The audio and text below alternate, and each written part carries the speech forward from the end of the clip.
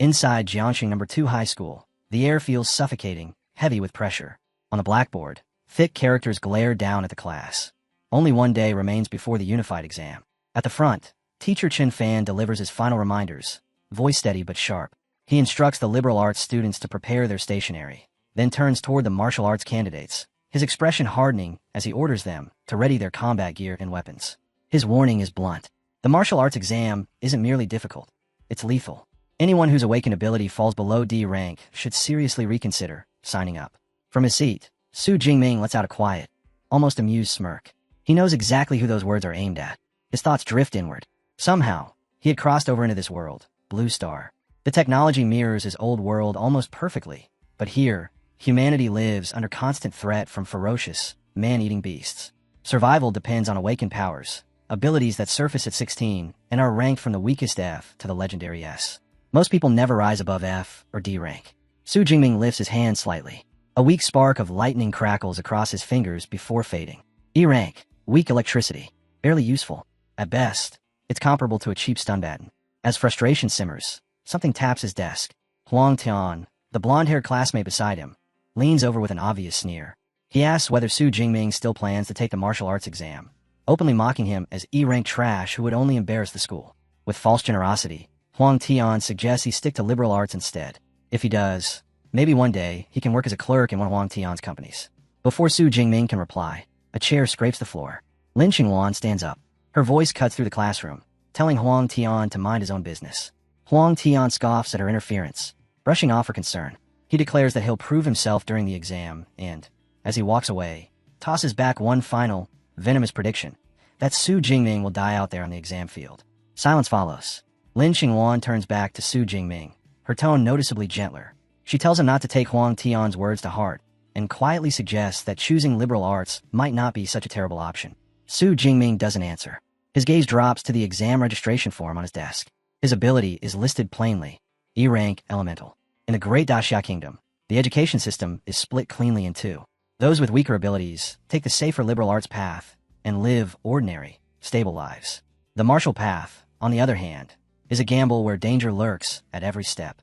Martial arts candidates are sent into restricted zones, territories crawling with savage beasts. Survival alone earns them a chance to enter an ability user university. Within those institutions, years of brutal training can forge even an average person into a true powerhouse. Su Jingming understands why teacher Chen Fan and Lin Qingwan are worried. They fear what might happen if he steps onto that battlefield. But he also knows one undeniable truth. Running won't save him. The beast won't stop coming. That thought drags him back into a memory carved deep into his heart. A beast tied from years ago. A small boy kneeling on the blood-soaked ground, sobbing over the cold, lifeless bodies of his parents. Powerless. Shattered. That pain still burns inside him, even now. And he swears he will never be that helpless child again. His fingers tighten around the registration form. His gaze sharpens, resolve settling like iron. No matter the cost, he will take the martial arts exam. As the sun sinks beyond the horizon, Su Jingming stands alone inside a training hall. He grips a long spear, faint blue arcs of electricity crawling along its shaft. With a shout, he swings, lightning bursting along the blade's edge. Again and again, he pours everything into each strike, refusing to stop until his body finally gives in. Exhaustion crashes down on him. He yawns, staggers, then collapses onto the floor as the spear clatters beside him. Staring up at the ceiling, he mutters about how tired he is. 2.5 years of training with the spear, and yet his mastery still hasn't broken past the beginner stage. His thoughts drift to the technique he bought, Lightning Gale Break. 300,000 spent just to obtain it. At the very least, it made him slightly stronger than the average rank awakened. Still, the cruel reality remains. Every year, more students below D rank die during the exam. That fact only steels his resolve further. If he wants to live, if he wants to enter an awakened university, then he has no choice but to fight with everything he has. He forces himself back to his feet and walks toward a nearby machine. His fist clenches as he reaches for the control panel. Suddenly, a blue holographic screen flickers into existence in front of him. System activating. His eyes widen. Before he can process it, the display shifts again. Newbie gift package available. Claim. He freezes, breath catching. Realization crashes over him. Could it be the legendary cheat system every transmigrator dreams of? Shock melts into exhilaration. A grin spreads across his face as his mind races, imagining what kind of rewards might be waiting. The system doesn't keep him in suspense. The contents flash before his eyes. An S-rank super ability, along with 200 ability points. For a heartbeat, his mind goes blank. An S-rank ability, the rarest existence of all.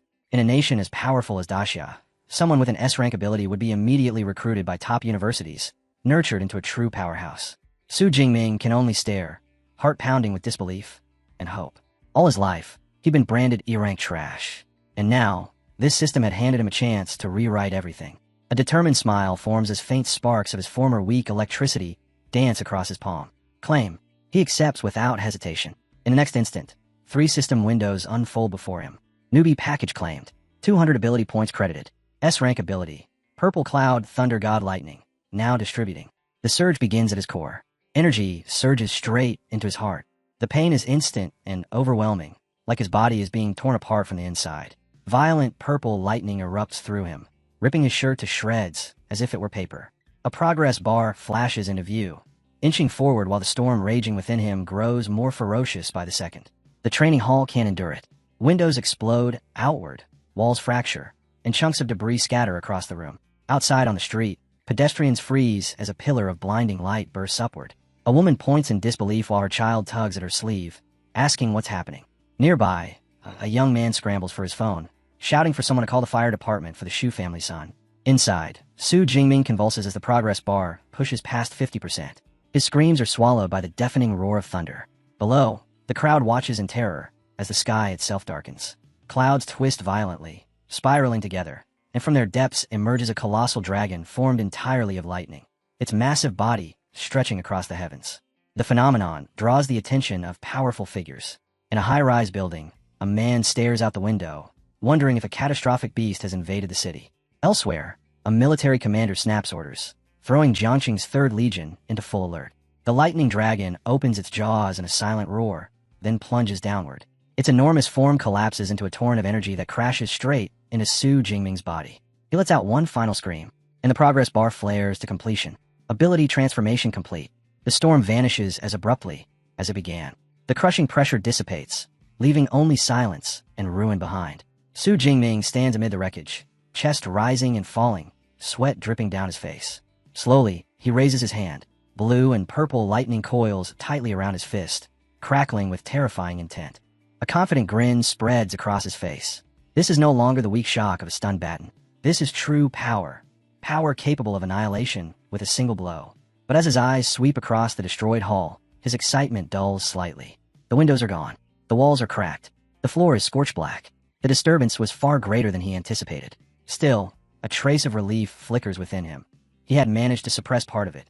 His gaze shifts back to the floating system screen. The reminder of the second reward remains. 200 ability points. What are these even for? He mutters, reaching out to touch the interface again. The system responds, explaining that ability points are obtained by slaying fierce beasts and can be used to strengthen his body, spirit, and skills. A sly smile creeps on Su Jingming's face. A cheat system this direct, this efficient. It's exactly what he needed. Open system panel. Instantly, a detailed status screen unfolds before him. Name, Su Jingming. Level, unranked awakened. Ability, S-rank, Purple Heaven Divine Thunder. Ability points, 200. With the unified exam only 1 day away, his eyes sharpen with focus. These points must be spent carefully if he wants to squeeze out every ounce of strength possible. Blue sparks dance across his fingertips as he gives the command. Allocate points. He doesn't rush the decision. Every awakened ability is rooted in 2 foundations, the body and the spirit. Only by strengthening both can true power be drawn out. After a moment of thought, he gives the command, instructing the system to split the points evenly between them. The response is immediate. Power floods into him as his physique and spirit values soar. Dark purple energy spirals violently around his body, filling the room with crushing pressure. Su Jingming's mind reels as he takes in the transformation. The surge of vitality racing through his veins, the clarity in his thoughts sharper than anything he's ever known. He clenches his fist, feeling power compress within. One swing, the air ruptures. A violent vortex of blue and purple lightning tears forward, far beyond anything he could have produced before. The force alone sends debris skidding across the floor. Su Jingming lowers his hand, staring at the sparks dancing across his fingers. He understands now. By strengthening his raw attributes, his control over every movement, every technique, every strand of lightning has been elevated to a completely new level. The system panel refreshes. Physique, 141. Spirit, 160. A brief note follows. Each ability point converts into 0.2 units of vital or spirit energy. Su Jingming grins openly. With this kind of strength, entering an Awakened university is no longer a distant hope. It feels inevitable. Yet his thoughts drift outward. Across the province, more than 700,000 candidates will take the same exam. Among them are countless geniuses, cultivated from childhood, polished and perfected for this very moment. So where does he stand now? He doesn't bother waiting for the answer. With a flick of his foot, he kicks his spear out from the rubble, catches it cleanly, and swings it onto his shoulder. His intent is clear. He's heading to the martial arts hall to properly test this newfound power. Before he can take a single step, the apartment door slams open. 3 firefighters rush inside, hoses and equipment at the ready. Su Jingming freezes, momentarily caught off guard. The lead firefighter surveys the ruined room, brows knitting together. We received a report about a fire here. Standing amid shattered glass and cracked walls, faint lightning still flickering around him, Su Jingming straightens and answers calmly. It was just ability training. Everything's under control now. The firefighter studies him for a moment, then nods. Incidents involving awakened individuals aren't rare, and he knows better than to pry. He radios his team, signaling a withdrawal. As they turn to leave, he casts Su Jingming one last glance. There's a hint of admiration in his eyes. For someone this young to cause such a disturbance through training alone, it's impressive. Soon, the fire truck departs, and the street falls quiet once more. Dressed now in a school uniform, spear strapped across his back, Su Jingming walks down the road. His neighbor, Uncle Yang, calls out to him, concern evident as he asks whether everything is all right after the supposed fire. Su Jingming reassures him with a smile. Uncle Yang notices the spear and laughs, praising his diligence, training so hard with the exam only a day away. In this world, martial arts halls exist for one purpose. For awakened individuals, growth is forged through relentless refinement of both body and spirit. Only there can true strength be tempered and revealed. Martial arts halls are essential to this kind of growth, providing facilities and resources that most families could never hope to afford on their own. Among them, 2 major chains stand above the rest: Thunder Martial Arts Hall and Brutal Bear Martial Arts Hall. Brutal Bear is known for its luxury, but its outrageous prices make it a playground reserved for the rich. Thunder Martial Art Hall is different. It opens its doors to all high school students free of charge, which is why it has become the most popular martial hall across the entire nation. That is where Su Jingming soon arrives. Inside Thunder Hall, the atmosphere is lively. Students fill the space, some training intensely, others chatting, all preparing in their own way for the coming exam. As Su Jingming scans the crowd, his gaze lands on a familiar figure, a girl with long black hair and striking red eyes. His cousin, Tang Chi. He walks over and casually asks what she's doing here. Tang Chi blinks in surprise when she sees him, clearly not expecting his appearance. She answers that she's just accompanying a friend. Su Jingming doesn't linger. With a polite nod, he tells her to enjoy her time with her friends and heads toward the training rooms. As he walks away, Tang Chi's eyes follow him. For some reason, she can't shake the feeling that something about him is different. Beside her, her cheerful friend Xiaoyu is staring in the same direction. She lets out a soft sigh, openly admiring his looks, then eagerly asks Tang Chi who he is. Tang Chi explains that he's her cousin, a third-year student like them, and that he'll also be taking the martial arts exam tomorrow. Xiaoyu lights up instantly. She gushes that he looks like the perfect boyfriend. A male friend immediately laughs and teases her about falling in love at first sight. Xiaoyu doesn't even try to deny it. She admits it outright. Tang Chi, however, quickly brings her back to reality. She calmly reminds her that Su Jingming's awakened ability is only E-rank. The words land like a bucket of cold water. Xiaoyu's excitement collapses in an instant. She groans dramatically, lamenting what a shame it is. The male friend smirks, commenting that it's impressive someone with such a low rank would even dare to attempt the martial arts exam. Tang Chi doesn't find it amusing. Her expression darkens slightly as she mutters that courage means very little when the risk is that high. Not wanting to dwell on it, she redirects the group. They came to tour the hall, not gossip. Xiaoyu nods, brushing off her disappointment, and mentions that she spent all of high school training at the expensive Brutal Bear Hall. With the exam happening tomorrow, she thought it might be nice to relax here for once. Meanwhile, Su Jingming enters an empty training room. A large, circular testing target stands before him. He grips his spear and immediately feels the difference. It's far lighter than he remembers. The weapon itself hasn't changed. He has. His strength has grown so much that the spear now feels almost like a toy in his hands. Still, with the exam just a day away, there's no time to replace it.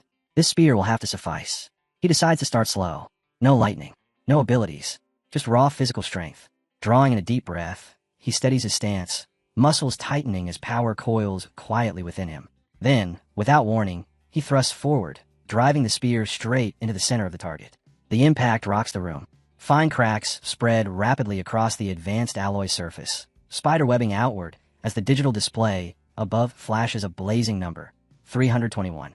The target hums softly and begins repairing itself, memory metal knitting back into place. Su Jingming just stares. His raw strength has more than doubled. For ordinary, unranked awakeners, 100 calories is considered peak output. He has tripled that threshold without using a single trace of his ability. Excitement surges through his chest. Now comes the real test. A faint blue glow flickers in his eyes. Purple and azure lightning crawls over his body, racing along the length of his spear. He leaps forward, lifts it high, and brings it down with crushing force. Thunder detonates inside the room. Lightning explodes outward as the target absorbs the blow. The display flickers violently before stabilizing on a number that makes his breath hitch. 3021. Su Jingming's heart slams against his ribs. One strike, and he has already stepped into the realm of a mid-tier First-Order Awakener. The official benchmark for entering First Order is 1,000 calories. He isn't even ranked yet, and he has already tripled it. Still, he isn't satisfied. Lightning continues to roar around him as he narrows his eyes. This isn't his limit. He draws on everything at once. His newly strengthened physique, his sharpened spirit, his devastating S-rank ability, and the spear techniques he has polished through years of relentless training. Power floods into a single point. The spear is swallowed by blinding purple lightning, energy condensing at its tip into a blazing sphere of destruction. Break! The spear slams down. A violent explosion of purple light engulfs the room. The shockwave tears through the hall, rattling walls and floors alike. In the main stadium, students stagger as the ground trembles. Someone shouts in panic, asking if there's been an earthquake. On the training floor, Tang Qi, Xiaoya, and the others nearly lose their footing, scrambling to stay upright as the aftershocks ripple through the building. The brown-haired boy in their group frowns, his expression turning grave as he senses the lingering pressure in the air. He mutters that the energy feels like something only a true awakener could release. Uneasy glances are exchanged. Had a newly awakened powerhouse just appeared, but all known awakened-level students in the city were supposed to be training at the other hall. Curiosity wins. Tang Qi insists they go take a look. The group follows the faint trail of residual energy down the corridor. As they turn a corner, they nearly collide with someone exiting the room. Su Jingming, calmly walking out, the spearhead wrapped neatly in cloth. Jingming, Tang Qi blurts out, startled. He doesn't even slow down. Without a trace of excitement on his face, he answers that he's heading home to prepare for tomorrow's exam. The storm he unleashed moments ago leaves no mark on his expression at all. One of the boys snorts and waves it off, telling the group not to overthink it. There's no point chasing after Su Jingming, he says. Instead, he points back toward the training room. Su Jingming just exited. That's where the energy came from. Curiosity wins. They push the door open and freeze. The sturdy training room is unrecognizable. The advanced alloy target, forged from high-grade memory metal, is gone, completely annihilated. Even the reinforced wall behind it has been blasted open, reduced to a massive crater filled with rubble and twisted fragments. Xiaoya sucks in a sharp breath, her voice trembling as disbelief spills out of her. Even memory metal was destroyed. That level of power shouldn't exist in a high school training hall. She asks aloud whether anyone in Jiangsheng could possibly be this strong. The brown-haired boy quickly shakes his head. He steps closer, pressing his palm against the jagged edge of the crater. His expression turns serious as he feels the residual energy still clinging to the wreckage. It's far too violent, he says, to belong to a student. His conclusion is simple. A powerful second-order ability user must have accidentally wandered into the student area. Another friend nods in agreement. Not even a top genius from the provincial capital should be capable of causing this kind of destruction, let alone someone from their small city. But Xiaoya refuses to drop it. Her eyes light up as excitement overtakes reason, and she blurts out her own idea. That maybe, just maybe, Su Jingming is actually a hidden super genius. The response is instant. Laughter erupts. One of them teases her for reading too many novels. Another cuts in coldly, reminding her that Su Jingming is a confirmed rank. At best, his attacks would barely reach 300. There's no way he could have caused something like this. The brown-haired boy offers one final explanation. Whoever did this must have left through another corridor. Then he turns to Tang Qi, who has remained silent the entire time, and asks what she thinks. Tang Qi doesn't argue. She only says one word. Maybe. Stepping past the others, she reaches out and runs her fingers along the shattered wall. Her gaze sharpens as she studies the deep grooves carved into the rubble. They're clean, focused, spear marks. An image flashes through her mind. Her cousin, spear resting on his shoulder. A heavy doubt settles in her chest. She wonders silently whether Su Jingming choosing the martial arts exam is truly courage, or simply him overestimating himself. Morning arrives bright and clear. The day of the martial arts exam. Dozens of buses line up outside a massive fortified testing ground, unloading wave after wave of students. Each carries a weapon, their expressions ranging from excitement to barely concealed fear. Among them walks Su Jingming, calm and composed, his spear resting casually on his shoulder. Ahead, a towering fence separates the candidates from the exam zone. Beyond it lie the ruins of a vast, abandoned town, now crawling with beasts. The air is thick with tension. Some students stare in awe, others stare in fear. A nervous voice suddenly breaks the heavy silence. One student complains that this year's exam is completely unfair. The beasts inside look far stronger than anything they trained for. His words spark a wave of murmurs. More voices join in, agreeing that the difficulty has clearly risen. Then, cutting through the unease, a sharp and arrogant laugh rings out. A tall youth steps forward, long hair trailing behind him, a massive sword strapped across his back. He looks down on the crowd with open disdain, mocking their fear. Anyone who can't handle something as basic as a unicorn rhinoceros, he declares, has no business standing here at all. His words leave the surrounding students momentarily speechless.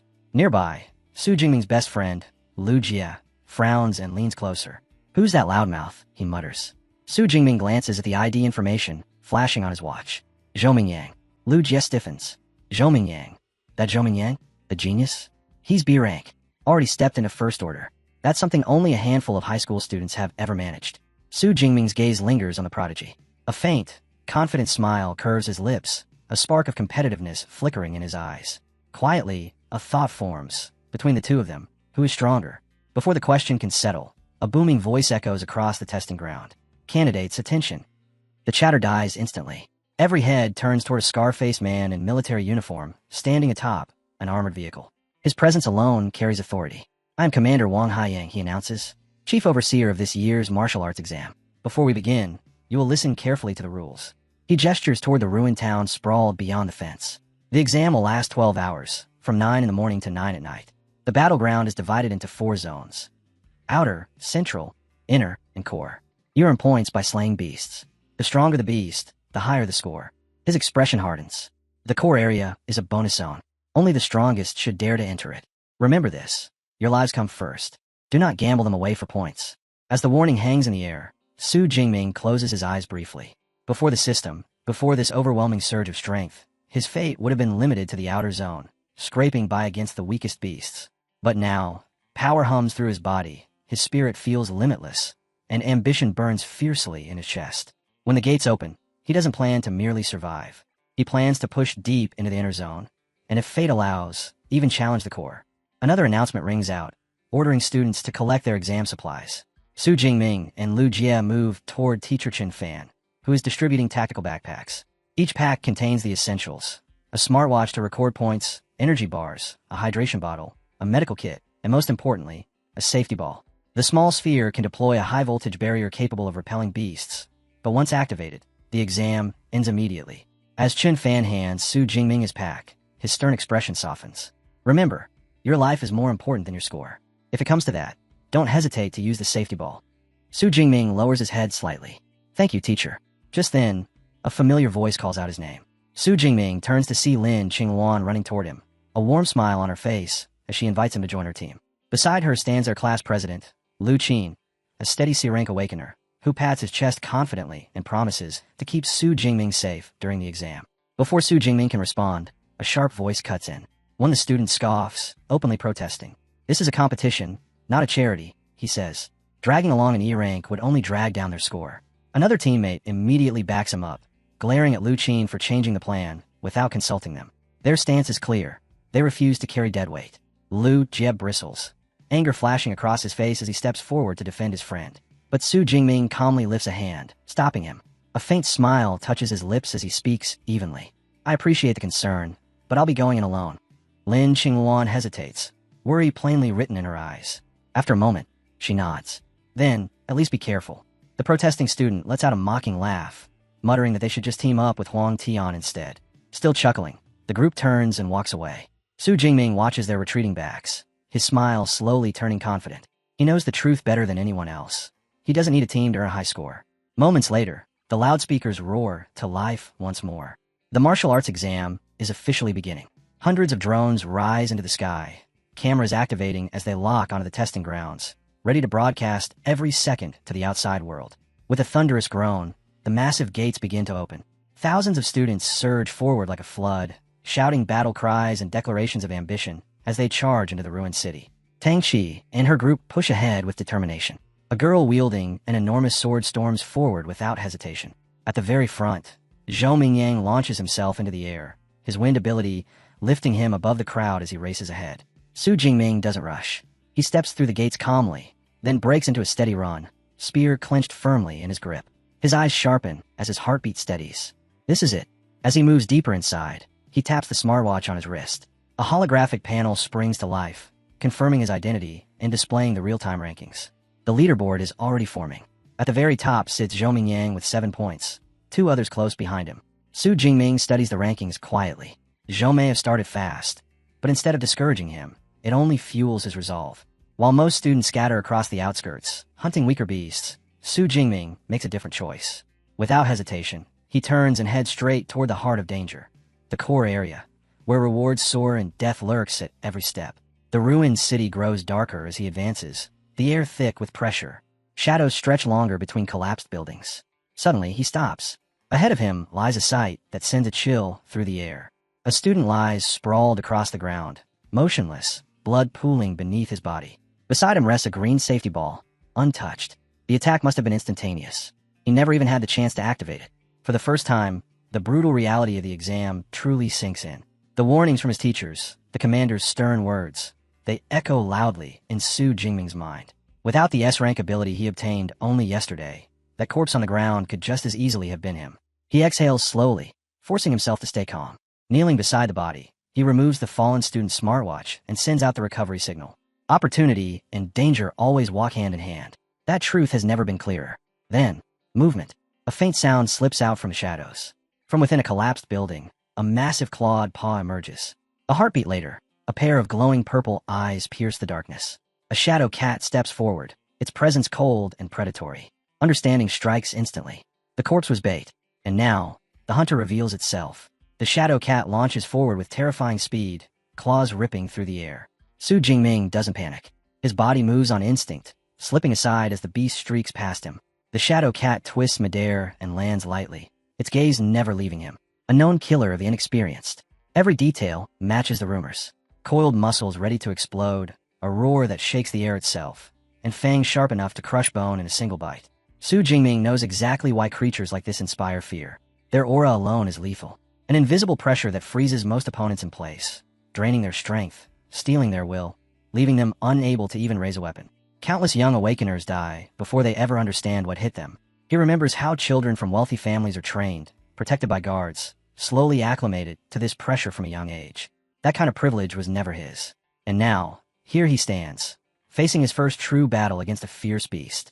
His grip tightens around the spear. The shadow cat lunges again. It closes the distance in an instant, jaws yawning wide. But Su Jingming doesn't retreat. He plants his feet firmly and raises his spear. Purple lightning crackles violently along the shaft, sparks leaping as power surges through him. In the blink of an eye, he thrusts. The lightning-wrapped spearhead tears straight through the beast's skull. The shadow cat collapses at his feet, lifeless. Su Jingming exhales, eyes narrowing as he studies the corpse. Something feels off. That suffocating aura, the pressure that should have frozen him, never affected him at all. Before he can dwell on it, a blue holographic window flickers into existence above his smartwatch. Kill confirmed. Fierce beast eliminated. Target, shadow cat, unranked. Ability points +3. The system continues, reminding him that fierce beasts are ranked from 1 to 9. Anything below rank 1 is considered unranked, no different from unranked human awakeners. Su Jingming glances at the map display on his watch. 3 points. For a fight that could have killed most candidates, the reward feels painfully small. Unranked beasts aren't even worth a second glance anymore. Now that he knows their aura can't touch him, there's no reason to waste time in the outer zone. His objective is fixed, the heart of the battlefield, where real danger waits. He moves without hesitation. Along the way, unranked creatures throw themselves at him. Shadow cats slipping through the rubble, iron-furred boars charging headlong, wolf-shaped predators snapping at his heels. None of them last long. His spear cuts a crimson path through them, each strike clean and final. 3 points here, 5 points there. The total keeps rising, yet an uneasy feeling creeps in. This power is too much. Every attack ends things instantly. There's no back and forth, no pressure forcing him to refine his movements. Worse, the drain is terrifying. He remembers his old E-rank ability, something he could keep active for hours without even thinking about it. This S-class power, though, at full output, he wouldn't last an hour, and the exam stretches on for 12. His grip tightens around the spear as a decision settles in. From now on, he won't rely on that overwhelming lightning. He'll conserve his strength, and more importantly, sharpen his combat instincts. From here on out, the spear alone will carry him. Before he can fully test that resolve, the ground shudders. A massive shadow rises ahead. A towering, bipedal unicorn rhinoceros bursts from the ruins, its roar shaking the air. It lowers its head and flings a wrecked car aside, as if it weighs nothing. Then it charges. Su Jingming doesn't step back. He plants his feet, spear ready. The horn slams into him with crushing force, hurling him through the air. But even as he's sent flying, his body twists within human control, turning the impact into momentum. He flips midair, spear raised overhead, descending like a falling bolt of lightning. The rhinoceros barely has time to react before the blade pierces straight through its skull. One strike. The colossal beast crashes down, lifeless. Su Jingming lands and exhales slowly, surprise flickering across his face. Even something that large hadn't posed much of a challenge. A thought surfaces. Had his spear technique improved without him realizing it?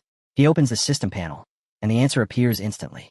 His spear technique has advanced to the intermediate stage. His ability points, now totaling 256, shine clearly before him. The conclusion is obvious. Focusing on his spear is the fastest path forward. He rolls the weapon in his hands, feeling the smoother flow, the sharper control. Then curiosity sparks. What if I push it further? He doesn't hesitate. The points are invested at once. Information floods his mind. Advanced stances, refined footwork, lethal thrusts and counters, all imprinting themselves into his muscles. The surge is overwhelming, forcing him to clutch his head. But when the sensation fades, something fundamental has changed. He straightens, spear firm in his grasp. Confidence radiates from him as he stands among the broken ruins. No longer just a hunter, but a predator patiently waiting for his next kill. A grin curls at the corner of his lips as he murmurs his anticipation to himself. He can already feel it. The urge to test these newly forged skills against a ranked beast, something that can actually fight back. Elsewhere in the outer zone, Lin Xingluan and her team move carefully through shattered streets and collapsed buildings. Suddenly, she slows to a stop, eyes narrowing. For just a split second, she swears she saw a familiar silhouette in the distance. I think that was Su Jingming, she says under her breath. One of her teammates immediately dismisses it with a laugh. You're imagining things. Su Jingming's only E-rank. He wouldn't dare come this deep. It'd be suicide.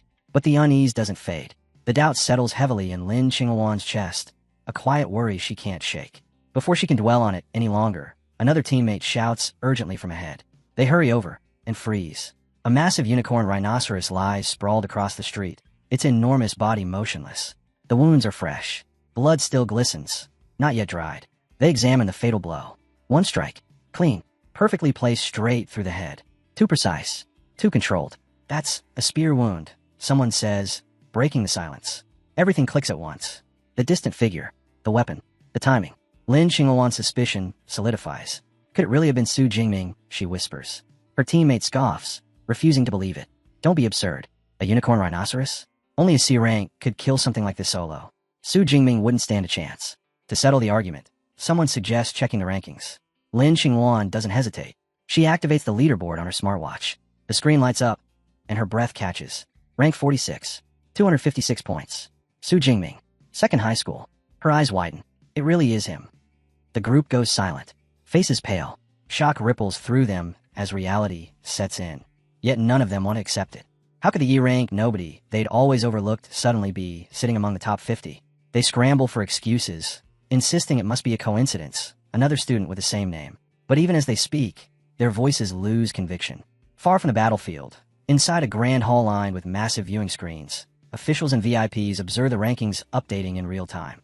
One spectator leans back, clearly pleased. As expected, First High School is dominating. Just look at the top 10. And Zhou Mingyang, rank 1 with 412 points. At this pace, he'll undoubtedly be crowned Jiangxing's top student.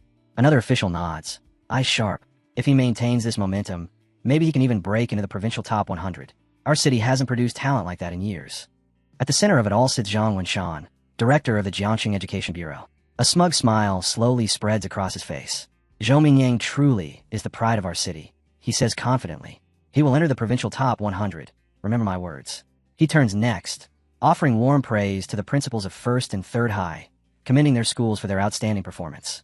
Both men bow politely, gratitude etched into their faces, responding with well-rehearsed humility. Then when Shan's gaze shifts, it settles on Principal Zhou of Second High. The smile on his face cools instantly, his tone sharpening like a blade. Principal Xiao, your school still has a long way to go. Your so-called top student is only ranked 18th. Hardly worth mentioning. Zhou forces a stiff laugh, sweat beading along his temple as he bows deeply. Yes, director. You're absolutely right. We will work harder. Outwardly obedient. Inwardly, burning. He knows second high is struggling. Only 8 students have made it into the top 50. His thoughts race through their names one by one, until he stops. Su Jingming. The name jolts him. He frowns. He doesn't recognize it at all. Who is this student? He mutters under his breath. Why haven't I heard of him before? Turning sharply, he looks at the teacher beside him. Chun Fan. Teacher Chun, do you know this Su Jingming? The reaction is immediate. Chun Fan's jaw drops. His face stiffens, color draining as he hurriedly wipes sweat from his forehead. Su Jingming, he stammers.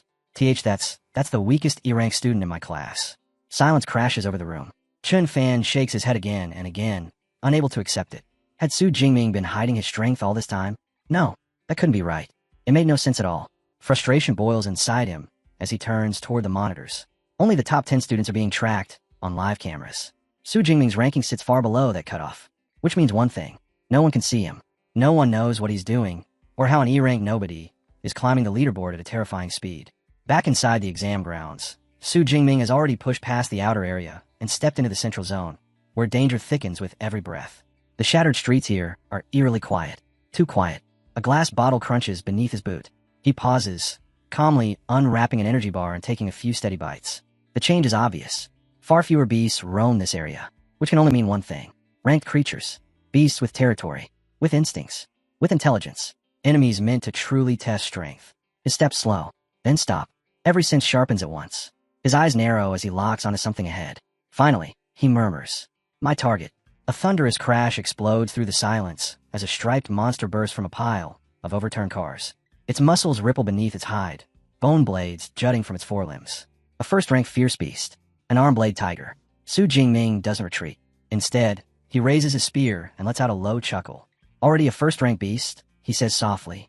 Perfect. The tiger roars, the sound tearing through the ruins as it lunges forward, claws slicing through the air. Su Jingming remains calm, unmoving, spear held steady. At the final instant, he pivots. With smooth, precise motion, he spins the shaft of his spear, meeting claw with wood and steel. The impact rings out as the force is redirected cleanly aside. The massive beast forced back a step, its momentum broken. To Su Jingming, it barely feels like a fight. He tilts his head, expression drifting toward boredom. That's it. So this is the strength of a first-rank beast. He scoffs softly. Oomph. If you were a Tiger King, maybe I'd bother taking you seriously. The provocation lands perfectly. The arm-blade tiger's roar turns feral, rage blazing in its eyes. Su Jingming lowers his stance, voice steady and decisive. Enough. I'll end this. He explodes forward. The spear flashes, piercing straight into the tiger's shoulder. Blood erupts as the beast howls in agony. But Su Jingming never slows. His grip stays firm, his momentum relentless, pressing the attack without giving it a chance to breathe. Pain drives the beast into frenzy. Teal light ignites in its eyes as it rises onto its hind legs, towering over him like a living mountain. With a deafening roar, it brings both bladed claws crashing down, a strike meant to tear him apart. Su Jingming moves first. His body twists, pivots, and in a fluid motion, he snatches a nearby lamppost, swinging around it with flawless control. The tiger's claws slam into empty air, shredding nothing but dust. In that same heartbeat, Su Jingming's movement places him in the perfect position to strike back. He lands lightly, feet steady. The arm-blade tiger stands before him, bleeding, battered, yet still refusing to fall. That stubbornness earns it a brief nod of acknowledgement. Then his voice turns cold. Enough.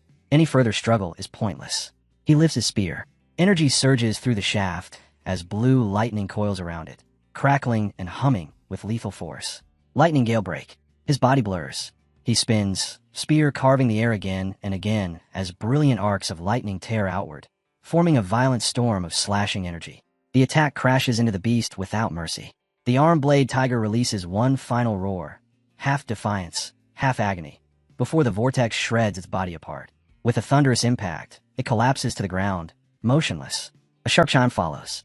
Kill confirmed. Target. First rank, arm-blade tiger. Ability points plus 14. Su Jingming glances at the notification, satisfaction settling quietly in his chest. 14 points. Almost twice the reward of an unranked beast. The realization sharpens in his mind. For others, this exam is a desperate struggle for survival. For him, it's a treasure ground, an arena built to fuel his growth at an absurd pace. His fingers tighten around the spear as determination flares. He'll hunt stronger prey. He'll take every point he can. Whatever this battlefield offers, he'll claim it all. Far away, in the audience stands, the atmosphere tightens.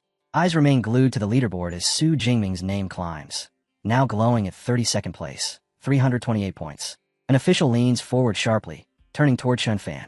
This student, he says tensely, he's from your class, isn't he? In an instant, Chun Fan becomes the center of attention. Colleagues turn toward him, eyes filled with admiration. Amazing. Second High only has students from your class in the top 50, one exclaims. Another nods approvingly. Your teaching methods must be exceptional. Flustered, Chun Fan forces a modest smile and waves his hands hurriedly. And no, it's not like that. The credit belongs to the students. They simply worked hard. Before the exchange can continue, a sudden shout cuts through the hall. Look, check the rankings again. Everyone snaps their heads toward the massive screen. Su Jingming's name surges upward. 25th place. A stunned hush follows, then erupts into gasps. That's impossible. His score just jumped by 44 points all at once. Director Zhang Wenshan narrows his eyes, already calculating. A peak unranked beast gives, at most, 6 points. A low-tier first-ranked beast offers 14 to 16. For such a spike to occur in a single update, Principal Zhou voices the realization aloud, his tone unsteady. The rankings refresh every 4 seconds, which means he trails off, face draining of color. The implication is terrifying. An E-rank student from Second High may be slaughtering ranked beasts in the central zone at an absurd pace. Director Zhang Wenshan completes the math effortlessly. Within 4 seconds, Su Jingming must have killed either 5 peak, unranked beasts or 3 low-grade first ranks. A rare smile tugs at his lips. Such performance, we haven't seen talent like this in years. He turns to Principal Zhou, curiosity sharpening his voice. Tell me, why have I never heard of this student? He seems quite promising. Principal Zhou swallows, still reeling. I only learned of him myself today. We'll need to ask his homeroom teacher. He snaps his fingers, beckoning Chun Fan forward. All eyes lock onto the nervous teacher. Sweat beads down Chun Fan's forehead as he bows hastily before the city's top officials. Su Jingming. He awakened only an E-grade ability. Weak electrical output. The words strike the room like a bolt of lightning. Principal Zhou's jaw tightens. Are you absolutely certain? Could there be a mistake? Chun Fan shakes his head vigorously. No mistake. I was present at the awakening. I even advised him not to participate in this exam. His ability was far too weak. Silence descends. Director Zhang Wenshan leans back slowly, eyes gleaming with interest. An E-grade. Yet he has climbed this far. He taps his fingers together. Then his strength must come from elsewhere. Fascinating. He steeples his hands, voice calm but resolute. We won't have to wait long. With this momentum, he'll soon break into the top 10. Once he does, the cameras will be focused on him, and we'll see exactly how he's accomplishing this. His gaze sharpens. But if he's cheating, there will be consequences. Before the tension can settle, a wave of gasps sweeps the hall. Principal Zhou and Chun Fan stare at the screen, eyes wide. Rank 9. Su Jingming. He has forced his way into the top 10, and sitting just beneath him, at 12th place, Tang Qi, his cousin. Elsewhere in the exam grounds, Tang Qi crouches atop the corpse of a freshly slain beast. Cat-like ears twitch above her head, a sleek tail swaying lazily behind her. A faint smile curves her lips. Any lingering doubt is gone now. The devastation at the martial arts hall that day. Of course it had been her cousin's doing. Far above her, another presence takes notice. Zhou Mingyang, the current number 1, glances at the refreshed leaderboard. 6 hours still remain, yet a strange new name has forced its way into the ranks of the elite. His brows knit together. Su Jingming, he mutters. I've never heard of him. Almost immediately, a camera drone hums to life, locking onto its new target. The live feed spreads across the massive screens for everyone to see. And there he is. Su Jingming stands amid the ruins, calm and composed. His spear flashes, and with a single clean motion, another first-rank beast collapses at his feet. His smartwatch lights up. Plus 14 points. Su Jingming glances at the notification and speaks softly to himself. The efficiency of hunting in the central zone, far higher than the outer area. He lifts his gaze as the drone hovers overhead. A faint smile touches his lips. So he's entered the top 10. Standing over the corpse, he reflects briefly. This exam was never just about survival. It was a trial of strength, of potential. Those who shone brightest would be remembered. With that in mind, there's no reason to hide anymore. Breaking into the top 10, he murmurs, eyes sharp. This is only the beginning. Before moving on, he summons his system panel. His spear technique shines at the advanced stage. Total points, 312. Yet a trace of disappointment flickers across his face. Despite everything, his status still reads awakened. No automatic promotion. He thinks it through quickly. To truly ascend into an ability user, he'd need a proper cultivation method, something this exam simply can't provide. Fine. If rank advancement isn't possible, then he'll fortify his foundation. Without hesitation, he allocates his points. Physique plus 40. Spirit plus 22. Power floods his body. Muscles tighten. His senses sharpen. He clenches his fist, excitement stirring for what lies ahead. Soon, the ruined streets give way to the entrance of the core area. The most lethal zone of all. The sight awaiting him is savage. 9 armored tigers tear into the carcass of a fallen rhinoceros, metallic hides glinting under the dim light. But it's the beast at the center that commands his attention. Larger, stronger, radiating a crushing aura. The armored Tiger King. Su Jingming's lips curl upward. What a harvest. He's about to step forward when his instincts flare sharply. Someone else is here. Without turning his head, he speaks calmly. Enough hiding. Come out. Footsteps echo through the ruins. From the shadows emerges Zhou Mingyang, the #1 ranked student. His eyes gleam with interest as he studies Su Jingming. Impressive, he says. To sense me that quickly, I didn't expect the mysterious newcomer in the top 10 to be you, Su Jingming. Recognition strikes instantly. Su Jingming narrows his eyes. The top-ranked student, he replies coolly. How did you know who I was? Zhou Mingyang lets out a quiet chuckle as he steps closer. I've studied every strong contender capable of reaching the core zone, he says calmly. But you? An unfamiliar name climbing this fast. There was only one possible answer. His gaze shifts to the feasting tiger pack, hand resting lightly on the hilt of his sword. I've been watching them.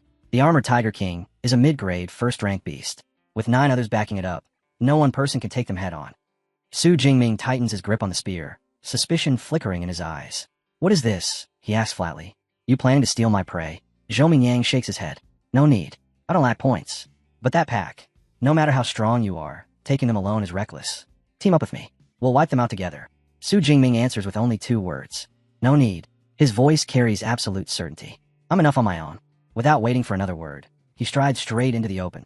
His boots crunch against shattered pavement, the sound instantly drawing every armored tiger's attention. Low growls ripple through the pack. Perched atop the rhinoceros carcass, the Tiger King throws its head back and roars, its dominance shaking the ruins. Su Jingming studies them calmly. Just as expected, this isn't a mindless pack. Under their king's command, the stronger beasts hold the front, while weaker ones shift behind, forming a crude but effective formation. Then the tension snaps. One tiger lunges forward, exploding into motion with murderous speed. From his concealed position, Zhou Mingyang stiffens. His eyes widen as disbelief mixes with fascination. Is Su Jingming throwing himself into death, or does his confidence have weight behind it? Su Jingming doesn't retreat. He doesn't even raise his spear. He waits. The charging tiger closes in. Then, in a sudden blur, the spear comes alive. It spins so fast the shaft becomes a perfect circle, violent energy surging outward in pulsing waves. Then, boom, a devastating sweeping strike erupts. A crescent of raw force rips through the air, wide enough to swallow multiple targets at once. The first tiger is erased instantly. So are the ones beside it. Flesh and bones split apart as the spinning arc cleaves through them, blood spraying across the shattered street. 3. 4 armored tigers collapse where they stand. His smartwatch lights up in rapid succession. Plus 14, plus 14, plus 14. The ground turns slick with blood as broken bodies slam down. In the blink of an eye, half the pack is gone. The Tiger King's roar tears through the ruins, the air trembling with pure fury. Su Jingming glances at the carnage, clicking his tongue in mild irritation. TCH, still not enough. If my body were stronger, I could have ended them all in one strike.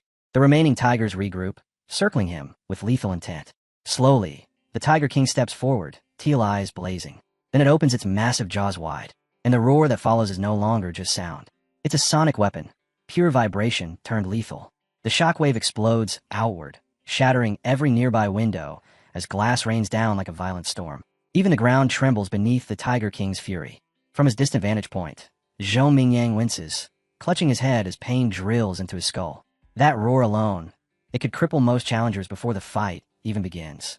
And yet, at the center of the chaos, Su Jingming stands unmoved, spear in hand, expression calm. Broken glass whirls around him, but the Tiger King's deafening roar fails to shake him in the slightest. The sonic blast that would leave others helpless barely registers. His voice cuts cleanly through the storm, steady and cold. You might terrify others, but you won't scare me. The response is immediate. The remaining armored tigers surge in from all sides, claws flashing, fangs snapping, killing intent flooding the air. Su Jingming meets them head-on. His spear flows like water, deflecting one strike, redirecting another. He twists smoothly, planting the shaft against the ground and vaulting upward. His foot kicks off a tiger's back, sending him soaring above another set of snapping jaws. The Tiger King seizes the opening and lunges. Too late. Su Jingming is already airborne. Still mid-leap, he gathers every ounce of strength into one decisive strike. His spear comes down like a falling guillotine, tearing through the air with unstoppable force. Crack! The impact is brutal. The spear smashes straight into the Tiger King's skull, splitting it open in a single, merciless blow. The massive beast collapses, dead before its body even hits the ground. Su Jingming lands lightly, spear steady in his grip. His smartwatch flashes. Kill confirmed. Upper rank First Order, Arm Blade Tiger. Ability points, +20. From the shadows, Zhou Mingyang can only stare. His body stiffens. Sweat trickles down his face as disbelief floods his eyes. Impossible, he mutters. He wiped out the entire pack alone. What kind of monster is he? Su Jingming, meanwhile, feels exhilaration surge through him. His points have skyrocketed. The tiger pack alone yielding an enormous harvest. A grin spreads across his face as his thoughts race. At this pace, how many points can I accumulate before the 12 hours end? The more I gain, the stronger I become. He turns, ready to continue the hunt. But before he can take another step, Zhou Mingyang bursts from his hiding place. Wait, he shouts. How did you do that? Crushing an entire pack, with just a spear. Your ability, what type is it? Reinforcement. Su Jingming doesn't bother turning around. With a powerful leap, he launches into the distance, his voice drifting back casually. Lightning type. Zhou Mingyang freezes. Rage boils beneath his skin as his fist clenches tight. Lightning type? TCH, does he think I'm an idiot? He's mocking me. Then another thought hits him. Harder than the first. If Su Jingming is killing beasts at this rate, his score. Heart pounding. Zhou Mingyang snaps open his smartwatch and nearly stops breathing. Rank 1. Su Jingming, 1122 points. Rank 2. Zhou Mingyang, 985 points. Su Jingming hasn't just caught up. He's passed him. No. Zhou Mingyang's roar tears through the ruined city. Raw frustration and disbelief echoing off broken walls as his number 1 position slips from his grasp. Back in the stands, the reaction is explosive. Cheers erupt. Officials leap to their feet, voices overlapping in excitement. Even director Zhang Wenshan rises from his seat, his face lit with unmistakable pride. Magnificent, he declares loudly. That level of spearmanship, there's no doubt left. Su Jingming is a true genius. He grips Principal Zhou's shoulder with both hands, his voice booming across the hall. With Su Jingming representing us, Jiangshan will finally break into the provincial top 100. Thunderous applause follows. Zhang Wenshan goes even further, promising special treatment and resources for second high once the exam concludes. Principal Zhou's eyes fill with tears as he bows again and again, overwhelmed. After so many years, second high finally has its moment. And it's all because of Su Jingming. 3 hours later, deep within the core zone, the atmosphere couldn't be more different. Zhou Mingyang trudges through deserted streets, his brows drawn tight in frustration. Where did all the beasts go? He mutters bitterly. A calm voice answers from behind. Why don't you ask the number 1 ranked student? Zhou spins around. Tang Chi stands there, flanked by Waha and Mengda, both elite fighters in their own right. Tang Chi gestures casually at the empty ruins. It's simple. Su Jingming already killed them. We searched everywhere. There's nothing left. Zhou Mingyang's jaw tightens. That's impossible. No one could clear the entire core zone alone. Tang Chi's gaze remains cool, unwavering. Cousin, it's obvious you only recently became a ranked ability user. Otherwise, you'd understand. She raises her wrist and activates the leaderboard. Look, Zhou's eyes lock onto the glowing display. The color drains from his face. Rank 1. Su Jingming, 3,435 points. Rank 2. Zhou Mingyang, barely a third of that. His lips part, but no words come. The gap is suffocating. Tang Chi continues, her tone steady, almost detached. Do the math. He earned roughly 700 points in the central zone. That means here, in the core zone, he collected over 2,500. She pauses. Nearly 200 fierce beasts, all killed by himself. A bead of sweat slides down Zhou Mingyang's temple as the truth settles in. Su Jingming hadn't been competing fairly for kills. He had planned to monopolize the entire core zone from the very beginning. Waha steps forward, his expression grim. That's why we're here. The innermost core zone is all that remains. It's packed with high-ranked beasts, and even a second-order beast king. Charging it alone would be suicide. Mengda nods, then looks directly at Zhou Mingyang. That's why we've banded together. Join us. Together, we might survive what's waiting inside. Zhou Mingyang clenches his fists, teeth grinding. Pride burns in his chest, but reality leaves him no choice. Count me in, he shouts. The uneasy alliance is formed. The scene shifts. Under the pale glow of the moon, Su Jingming sits in silence atop a mountain of beast corpses. His spear stands planted firmly at his side, the blade catching faint moonlight as it glints coldly. Blood and steel saturate the air around him. His rations are gone. His supplies are exhausted. Yet his pursuit of strength is far from over. The exam is nearing its end, but he isn't satisfied. Not even close. If I want more power, I have to go deeper. Beyond this zone lies the innermost core, a place where second-order beasts roam freely. The thought alone pulls a faint grin to his lips. With measured calm, he summons his system panel. The number that appears is staggering. 2413 ability points. Time for one last upgrade. The grin sharpens as he allocates the points. Power floods through him in a violent surge, ripping through muscle and nerve alike. He exhales hard, so hard the ground beneath his feet cracks from the pressure alone. Standing atop the massive corpse of a bear-like beast, he finally allows himself a brief breath. Yes, with this, I can face the finale head-on. Elsewhere, the remaining top students sprint toward the final battlefield, boots pounding across shattered stone. The last dash of the combat exam has begun, and deep within the innermost zone, something awakens. From the ruins, a nightmare crawls into the moonlight. A colossal wolf-shaped beast emerges, its fur ghostly white, eyes glowing with a predatory crimson glow. Red crystalline spines erupt from its back, pulsing with lethal energy. The air itself trembles under its presence. The final trial has arrived. As its howl shakes the battlefield, Su Jingming steps into view. Calm, composed, spear in hand. His eyes lock onto the monstrous wolf, unwavering. Confidence radiates from him as he murmurs softly. So, this is the second-order beast you prepared. Let's see what you're worth. As Su Jingming enters the final stage, the other top-ranked students also break into the deepest section of the core zone.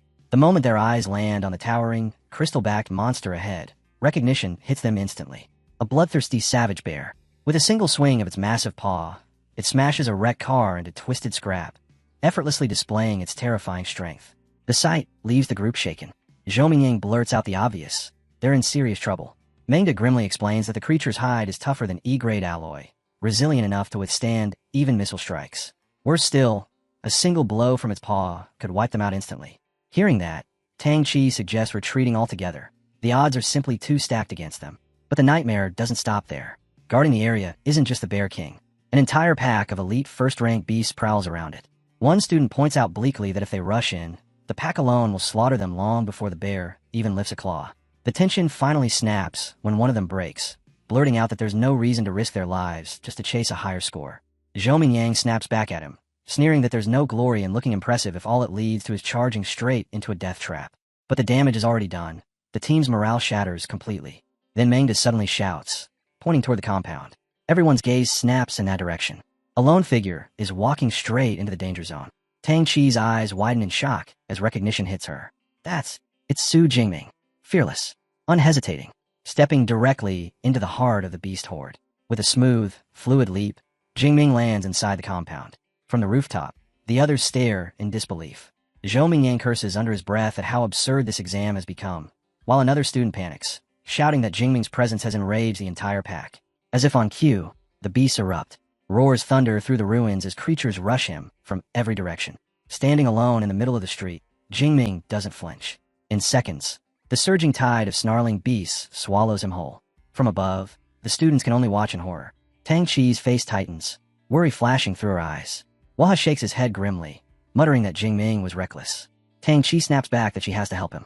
Mengda grabs her arm to stop her, while Waha shouts that she's insane.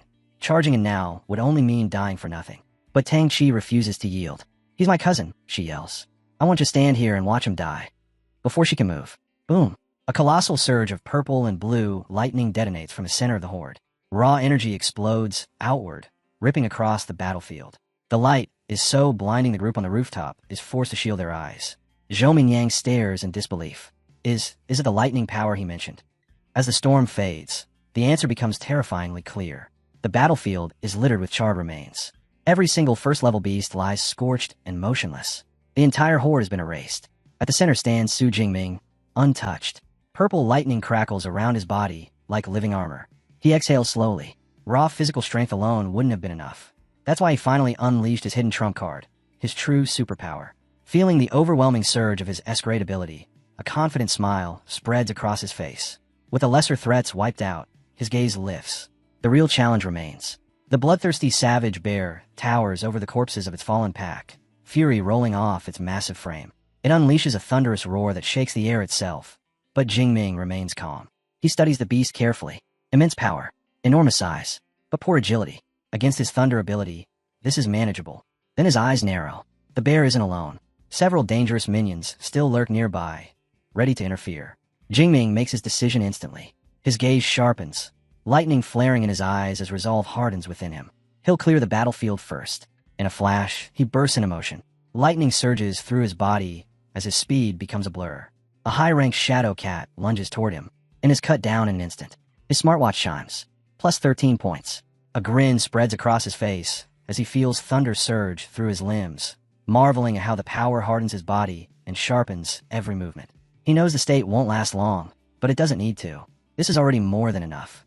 One after another, the remaining lesser creatures collapse beneath his spear. A single sweeping arc cleaves straight through a unicorn rhino, and his watch flashes again. Another 15 points confirmed. With the field finally swept clean, the true battle begins. The savage bear roars, fury shaking its massive frame as it slams both paws into the ground. The impact sends a violent shockwave tearing through the pavement, the earth trembling as if it might split apart. Then it charges, each thunderous step cracking the ground beneath its weight. Cloaked in lightning, Su Jingming doesn't retreat. He surges forward to meet the beast head-on, and at the final instant, he launches himself upward in a powerful leap, narrowly evading the crushing rush. His spear spins in a brutal arc and crashes down, shattering one of the massive red crystals embedded in the bear's back. The battle dissolves into a blur of motion. Jingming twists, slips, and counters with flawless precision. Each strike lands true. Crystals explode one after another beneath his spear, blood spraying as the savage bear's defenses crumble piece by piece. His smartwatch keeps flashing, numbers climbing as he dismantles the king of beasts without mercy. The savage bear bellows in rage as its remaining underlings fall. Wrapped in crackling lightning, Su Jingming sneers at it, mocking its fury, telling it to wait. Its turn is coming. He charges toward the final rhino, but the Beast King's eyes gleam with intelligence. Just as Su Jingming prepares to strike, the massive bear moves with terrifying speed. It lunges forward and, with a brutal swing, smashes its own minion apart, intercepting the attack before it can land.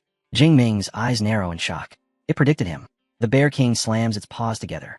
The last minion is sacrificed instantly, the collision unleashing a deafening shockwave that rips open the ground and shreds nearby vehicles.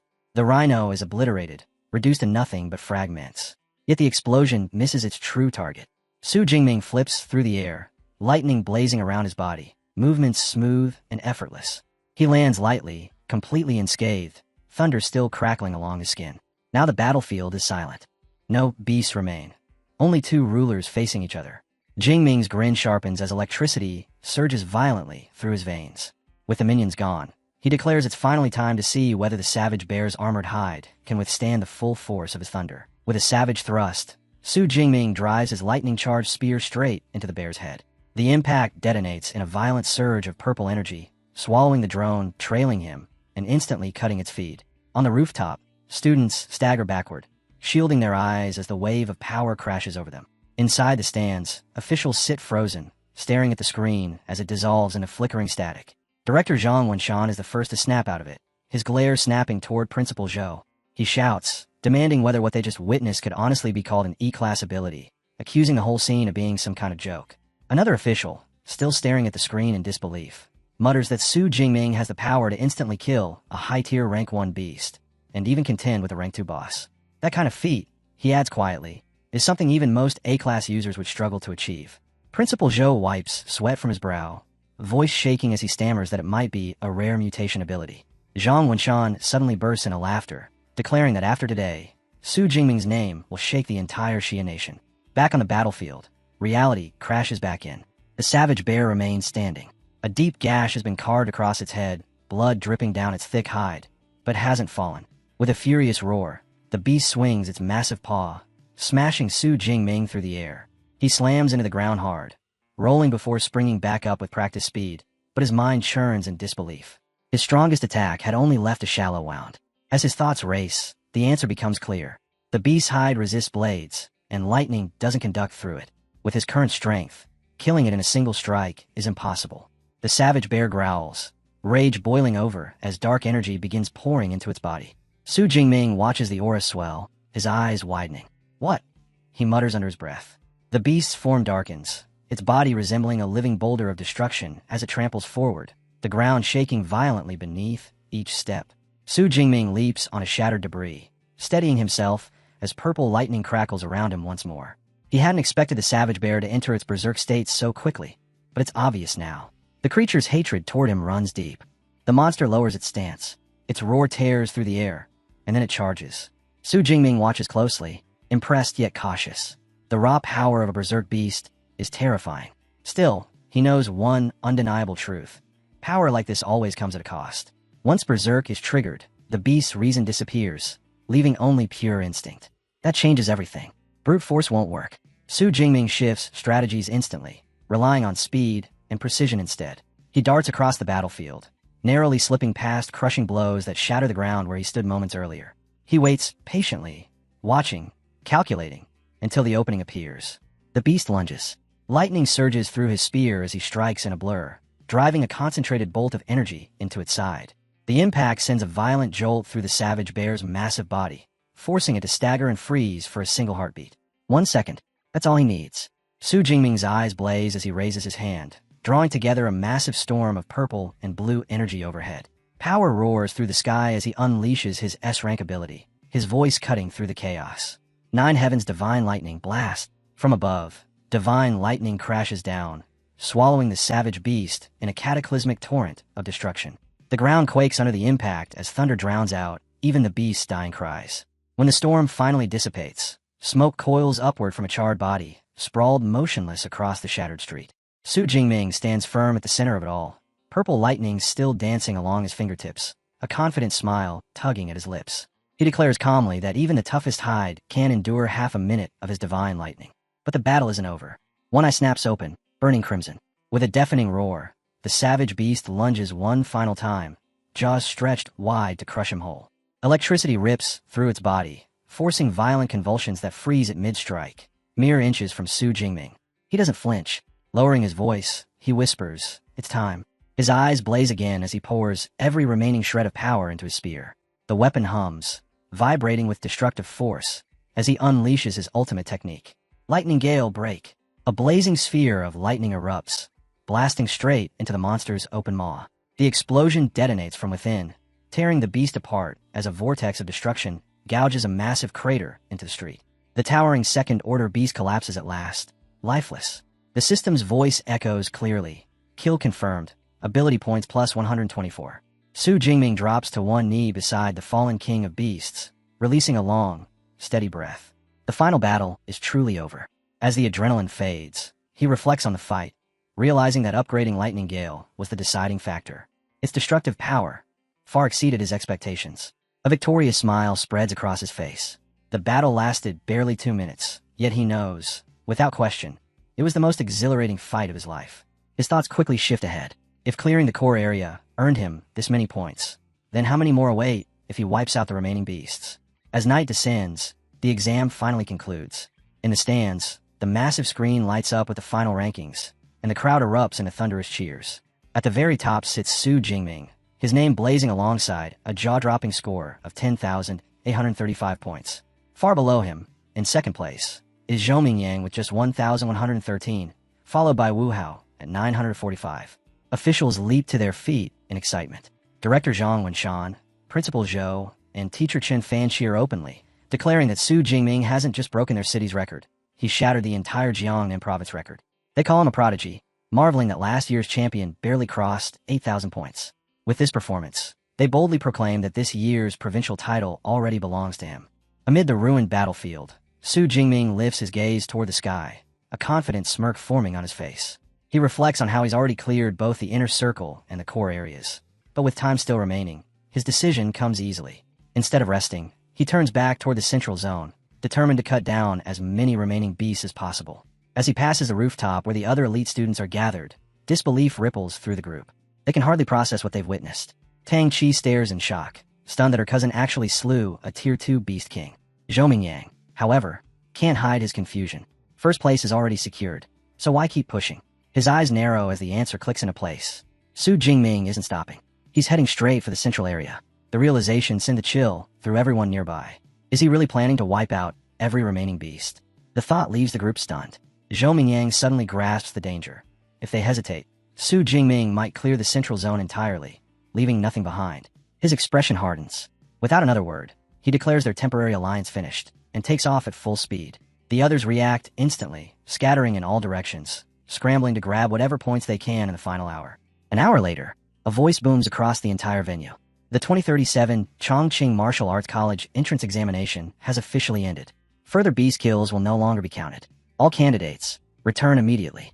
Across the battlefield, exhausted students freeze, then slowly relax as the long, brutal exam finally comes to an end. Tang Chi wipes sweat from her brow and exhales deeply, relief washing over her now that it's finally finished. Around her, reactions spill out in every direction. One student collapses in despair, cursing the fact that he fell one beast short of passing, while another cheers wildly after barely scraping through. Amid the noise, Su Jingming stands over the body of his final kill. There's no triumph on his face, only mild frustration. He mutters under his breath, annoyed that the exam ended so soon. He wasn't done yet. As candidates begin filing out, guards line the exits, watching over the drained but relieved students. Outside the gates, Tang Chi's friend Xiaoya is still buzzing with disbelief over what she witnessed. Clinging to Tang Chi's arm, she asks yet again if Su Jingming is really her cousin. Tang Chi nods tiredly. Xiaoya's face instantly turns red. Her crush is real. Blushing hard, she suddenly begs for Su Jingming's contact information. Tang Chi raises an eyebrow, reminding her that just yesterday, she claimed she wasn't interested. Xiaoya insists things are different now. He's the top scorer, and pleads even more desperately. Their chatter is cut short by a sudden wave of shouting. Su Jingming's coming out. The exit erupts into chaos as students surge forward, eager for a glimpse of the new champion. When Su Jingming finally steps through the gates, spear resting casually on his shoulder, his expression remains calm and composed. Cheers explode around him. Some congratulate him loudly. Others joke that he should donate 100 points out of generosity. Su Jingming simply smiles and waves, accepting the sudden fame as he heads toward the waiting buses. Off to the side, Wu Hao and Zhou Mingyang watch quietly. Wu Hao mutters that it should have been Zhou standing there. Zhou just shakes his head with a faint smile, admitting he's satisfied with the score. He never imagined the second high school could produce a monster like Su Jingming. Just before Su Jingming can board the bus, Principal Zhou steps in to stop him, offering warm congratulations before introducing him to Director Zhang Wenshan. The director looks at Su Jingming with clear approval and tells him plainly he'll personally see him home.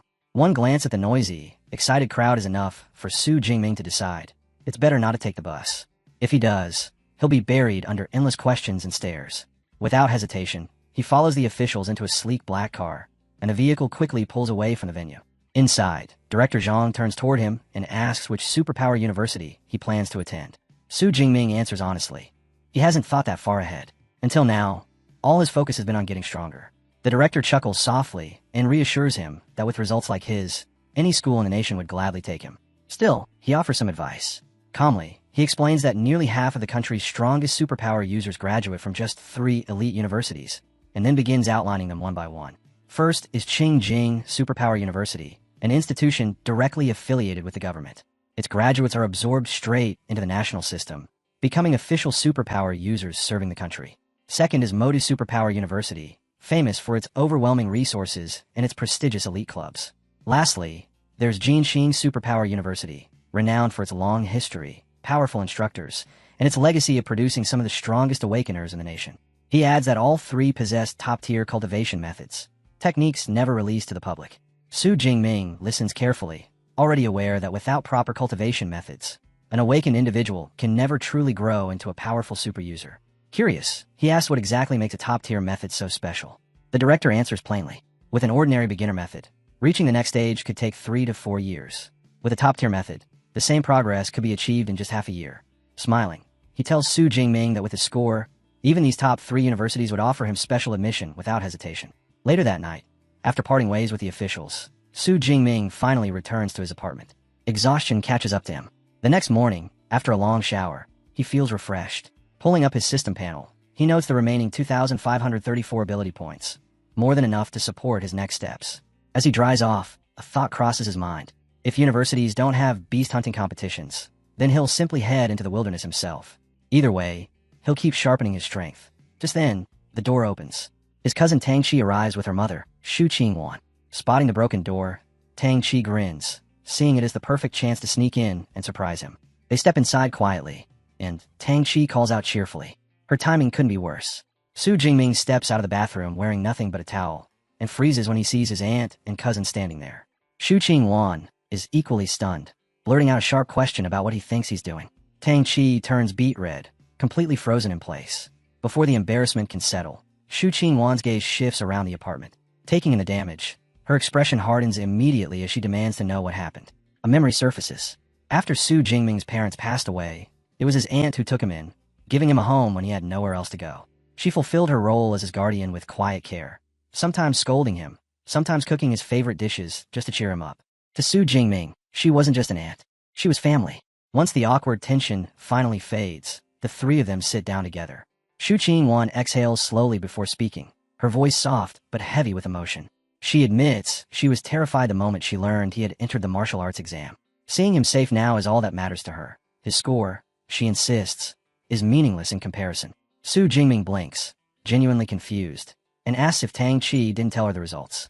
Tang Chi just flashes a mischievous wink, saying it's better if he explains it himself. With a slightly embarrassed smile, Su Jingming scratches his head and tells his aunt he did pretty well. Over 10,000 points. The words hit like a lightning strike. Shu Qingwan spits out her drink mid-sip, coughing violently as she stares at him in disbelief and demands he repeat that. Before he can respond, Tang Chi jumps in eagerly, grinning as she confirms it. 11,124 points. Silence falls. For a brief moment, Shu Qingwan can't speak at all. Then her eyes redden, and tears spill over. She rushes forward and pulls Su Jingming into a tight embrace, sobbing openly as she declares that the Shu family finally has a true successor. She cries that his parents, watching from heaven, must surely be proud of him. Far away, inside a sleek, high-tech conference room, university recruiters pore over streams of exam data. At the front, a woman presents Su Jingming's file, his age, his officially recorded E-class ability, and his status as an unranked awakener. One recruiter slams his hand on the table, insisting they must secure this student immediately, assuming the score is real. Another scoffs, shaking his head. With that rank, he argues, achieving such results should be impossible. The room erupts in a heated debate. Some argue his ability must actually be A-class, perhaps even S-class. Others dismiss it outright, claiming the only explanation is cheating. Before the argument spirals out of control, a sharp, commanding voice cuts through the room. A senior woman seated at the table silences everyone with a single look. Calmly, she delivers her decision. Su Jingming will be listed as an S-class special recruit. Whether the score is genuine or not doesn't matter. She will personally travel to Jiangshang to confirm the truth herself. The morning after the exam, Su Jingming's phone vibrates with a notification. He glances at the screen and freezes. The Jiang Province martial arts exam results have been released. His eyes widen as he reads the message. Ranked first in the entire province. Final score, 11,124 points. For a moment, he just sits there, letting it sink in. Then a rush of emotion floods his chest. He is now the top scholar of Jiangnan Province. The news spreads online like wildfire. Within hours, it dominates trending searches. Forums explode with discussion. Who is Su Jingming? How could an unknown figure from Jiangnan suddenly take first place? Doubt floods the internet. An E-class awakener achieving such results? Impossible, many claim. Others demand proof, calling for the release of the exam footage. To quell the uproar, an official award ceremony is arranged. Principal Zhao steps forward to face the press. A reporter cuts straight to the point, asking whether Su Jingming's results are truly legitimate. Zhao doesn't hesitate. Calm and confident, he responds that the full exam video has already been uploaded to the school's official website, leaving no room for doubt and no questions about fairness. As the footage plays, the entire crowd falls into stunned silence. On the screen, Su Jingming is seen shattering the skull of a Tier 1 rhinoceros with a single strike, raw force exploding outward. The display of strength is overwhelming, far beyond that of an ordinary Tier 1 superhuman. Gasps ripple through the audience as disbelief spreads. How could someone with nothing more than an E-class lightning ability unleash power like this? Principal Zhao steps forward without hesitation, his voice steady as he confirms the footage is completely authentic. He proudly announces that Su Jingming is the first student in Jiangnan's history to claim the title of top scholar. In recognition of this achievement, Director Xiao Yao walks up carrying an enormous check, 1 million yuan, awarded on behalf of the city's education bureau, along with advanced superpower training methods. As if that weren't enough, the city government will match the reward and gift Su Jingming a luxury villa. Reporters surge forward, camera flashes exploding non-stop as the moment is captured from every angle. Not far from the crowd, a sharp-featured woman stands beside her car, 2 bodyguards flanking her silently. She watches with a faint scoff, remarking that while the video proves his combat performance, it still doesn't rule out the use of enhancers. To her, the real issue isn't the footage, it's confirming Su Jingming's true superpower level. Back at the ceremony, Director Xiao Yao suddenly realizes the main figure hasn't arrived yet. Slightly puzzled, he turns to teacher Chen Fan and asks where Su Jingming is. With an amused smile, Chun Fan replies that he just spoke with him. Su Jingming is still at the martial arts gym, training like any normal day. The director bursts into laughter, shaking his head in disbelief. Even after becoming top scholar, the boy is already pushing himself further. As Su Jingming makes his way over, the scene shifts elsewhere. Inside a private meeting room, Principal Zhao nervously pours tea for 3 imposing figures seated before him, addressing them respectfully as teachers. When one of them casually nudges the cup aside without a glance, Xiao Yao breaks into a cold sweat. The pressure radiating from these high-level superhumans is suffocating, making his heart pound uncontrollably. These are no ordinary guests. They are recruiters from the nation's top superpower universities. The atmosphere grows tense as their spiritual energies subtly clash, pressing against one another as if a battle could erupt at any moment. Breaking the silence, a woman with short, gray-purple hair speaks up, her tones sly and measured. Zhang Zhaoyue, director of admissions at Modus Superpower University, casually asks which of them intends to recruit the rising star. Before anyone else can answer, Su Yun, dressed in a pale blue gown, representing Qingjing Superpower University, responds sharply. She tells Zhang Zhaoyue to stop pretending and declares with absolute confidence that if Su Jingming's results are genuine, then he belongs to Qingjing University. Her words earn an immediate scoff. Wu Yuan, a tall man with long black hair from Jin City Superpower University, speaks coldly, stating that Su Jingming will be theirs. He dismisses Su Yun's claim without hesitation. Spiritual energy ripples through the room, invisible sparks colliding as the 3 recruiters square off, each unwilling to yield even an inch. Watching the exchange unfold, Zhang Zhaoyue smiles faintly to herself. Conflicts like this are inevitable. When it comes to competing for top scholars, especially monsters like Su Jingming, peace is never an option. Just as the tension threatens to boil over, the door slides open.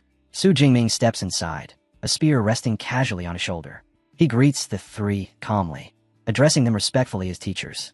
His sudden entrance catches all of them off guard. Zhang Zhaoyue's eyes narrow slightly as she studies him. Despite standing in front of 3 elite superhumans, each radiating an oppressive aura, his presence remains steady. Even more telling, he hasn't set his weapon aside.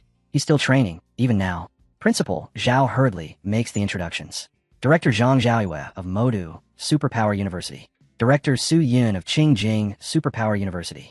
Minister Wu Yuan of Jin City Superpower University. Zhang Zhaoyue speaks first. She praises Su Jingming for the breathtaking combat techniques displayed in his exam footage, then immediately cuts to the heart of the matter. His ability, she says, no longer resembles the weak E-class lightning on record.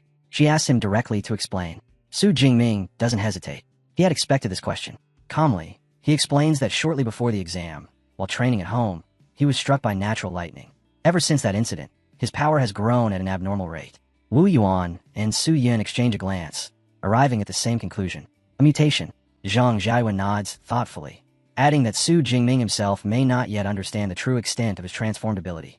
Taking the initiative, she produces a superpower detection device and places it on the table. Circular patterns light up across its surface as she gestures for Su Jingming to begin the test.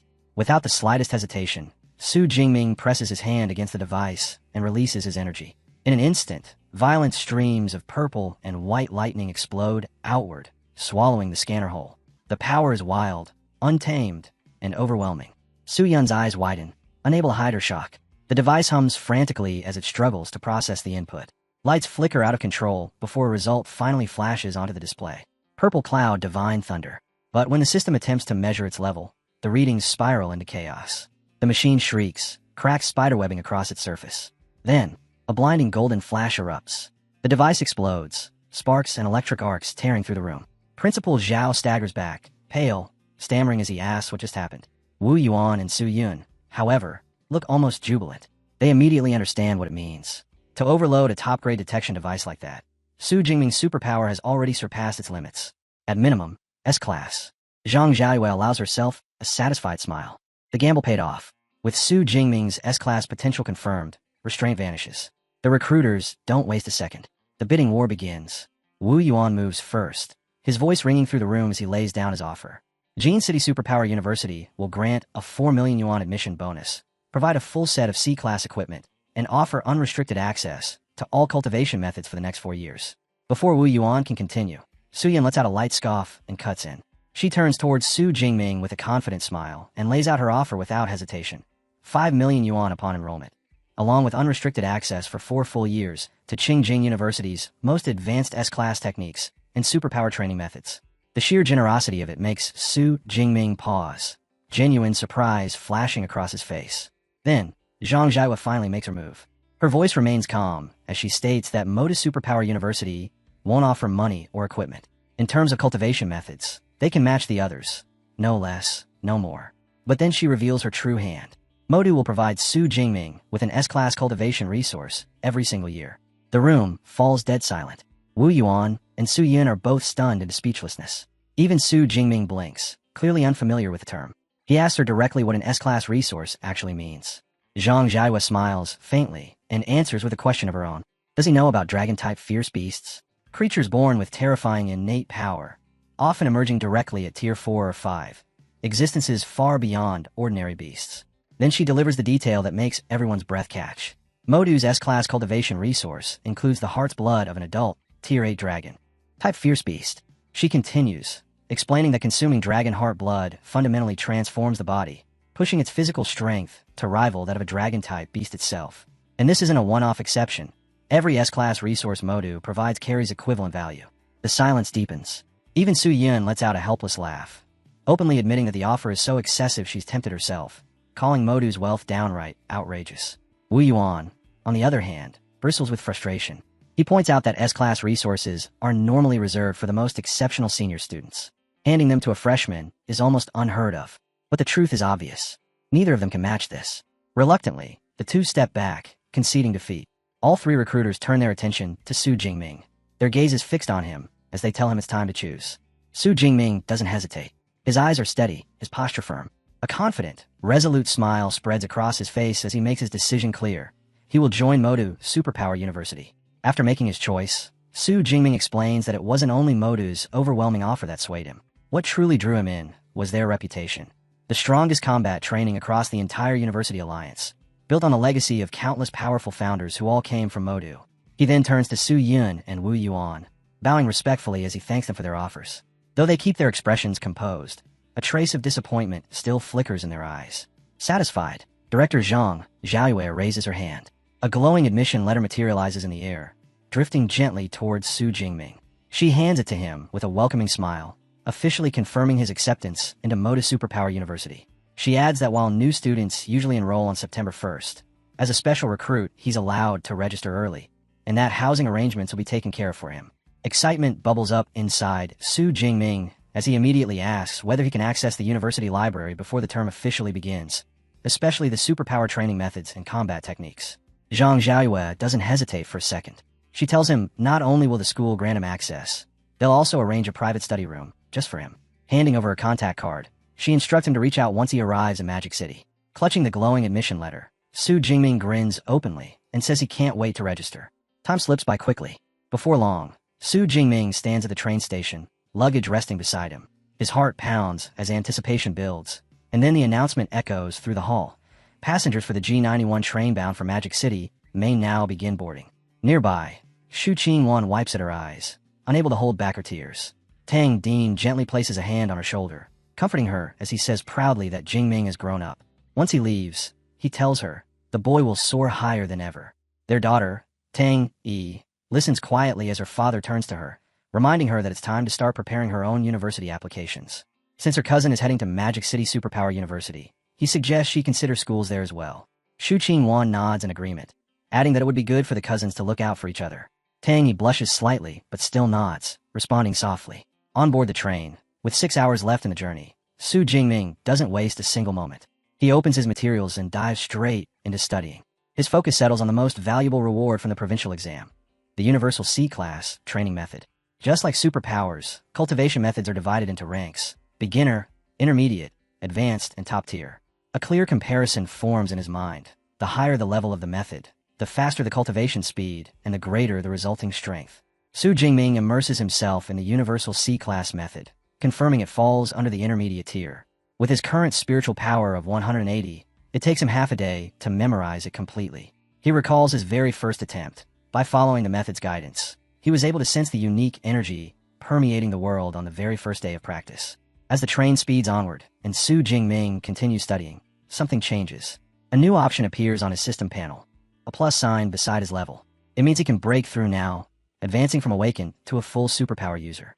Yet he stops himself. The words from the training manual echo clearly in his mind. The higher the grade of the method used during a breakthrough, the greater the benefits afterward. With top-tier techniques waiting for him at Modu, using only an intermediate method now would be a waste. Without hesitation, he decides to wait. When the train finally arrives in Magic City, Su Jingming finds himself staring out the window in awe. Modu Superpower University stretches endlessly before him, its sprawling campus covering hundreds of meters. Vast, imposing, and far beyond anything he imagined. A sleek red sports car pulls up beside him. Director Zhang Jiaihua steps out personally, a smile on her face as she tells him to get in. She'll guide him through his admission procedures herself. As the car glides forward, Su Jingming gazes out the window, taking in the breathtaking scenery. Rows of cherry blossom trees stretch along wide roads, petals drifting gently in the air, while elegant buildings rise in the distance. Zhang Jiaihua explains proudly that Modu Superpower University spans an astonishing 40,000 mu, so vast that even visiting students couldn't fully explore it in a single day. Su Jingming nods in genuine admiration. Seeing it in person is far beyond anything he imagined. Registration is swift. Soon after, Zhang Jiaihua hands him his student ID card, a single pass that grants access to dormitories and serves countless functions across campus. Together, they head toward his assigned residence. Along the way, Su Jingming recalls the dorms from his past life. Crowded four-person rooms, simple shared apartments, nothing particularly memorable. But the moment he arrives, he comes to a dead stop. Before him stands a villa. Grand, elegant, lavish beyond expectation. Zhang Jiaihua smiles at his reaction and explains that every Modu student lives in a villa, with luxury determined by entrance exam rankings. As the provincial top scorer, Su Jingming has been awarded the most extravagant model, over 800 square meters in size. The villa is designed for 2 students, split into upper and lower floors, giving each resident an entire level of privacy. Su Jingming accepts it calmly. Having a roommate isn't a bad thing. It's better than being alone. Deep down, memories stir of his past life as an orphan, where he learned to value shared dorms and companionship, even in the most cramped spaces. Inside the villa, Director Zhang Jiaihua sits with him and begins explaining several key aspects of university life. She focuses on 2 systems that matter above all else: credits and mentors. She starts with credits. At Modu, credits are everything. They're used for meals, equipment, cultivation resources, and even high-level items. She clarifies their value. 1 credit is roughly equivalent to 10,000 Daxia currency. There are many ways to earn them. One guaranteed source is the fixed annual allotment based on student classification. As an S-class student, Su Jingming's starting balance is 100 credits per year. To demonstrate, she gives a simple command. Eva. A small floating sphere rises into the air, projecting a glowing interface that confirms his balance. 100 credits. She introduces it as Eva, the villa's AI assistant. Every villa has one, while the main EVA system oversees the entire university. Even these subunits are level 4 AIs, fully capable of managing daily life and academic needs. Su Jingming can't hide his amazement. The level of artificial intelligence on Blue Star far surpasses anything he ever witnessed in his previous life. With credits covered, Director Zhang Jiaihua smoothly moves on to the next crucial system, mentors. She explains that every student has the opportunity to seek guidance from a mentor of their own choosing, with only one condition. The mentor must be willing to accept them. Su Jingming's interest is immediately piqued. He asks if that means true one-on-one instruction. She nods, confirming it, and adds that every mentor at Modu is a powerful, high-level superhuman. Many have created their own exclusive combat techniques and cultivation methods, secrets passed down only to their personal disciples. Given his talent, she tells him the university has already shortlisted 4 lightning element mentors suitable for him. Her top recommendation is Yang Jinshin, the dean of the Weaponry Academy. At her command, Eva projects a detailed profile into the air. The information scrolls past. Yang Jinshin, 52 years old, Tier 7 high-rank superpower user, A-rank lightning ability, renowned weapons master, especially with the spear. His title stands out clearly, Thunder Spear. The profile even records his most famous battle, where he fought an 8th-tier demonic whale alone for 3 days and 3 nights before finally killing it. She briefly introduces the other 3 lightning mentors as well, but reminds Su Jingming that the final decision is entirely his. After reviewing everything, a confident smile appears on his face. A lightning wielder, a spear specialist, someone who embodies exactly the path he wants to walk. There's no hesitation. Su Jingming decides. Yang Jinshin will be his mentor. With his choice made, he heads toward the mentor residential area. The surroundings shift as he approaches. Quiet, elegant, traditional-style buildings nestled deep within lush, forested grounds. The atmosphere alone feels different, heavier somehow. When he finally reaches the massive gates of Dean Yang Jinshin's residence, he can't help but pause. Compared to the student villas, this place is on an entirely different level. Just as he's about to step forward, a voice calls out.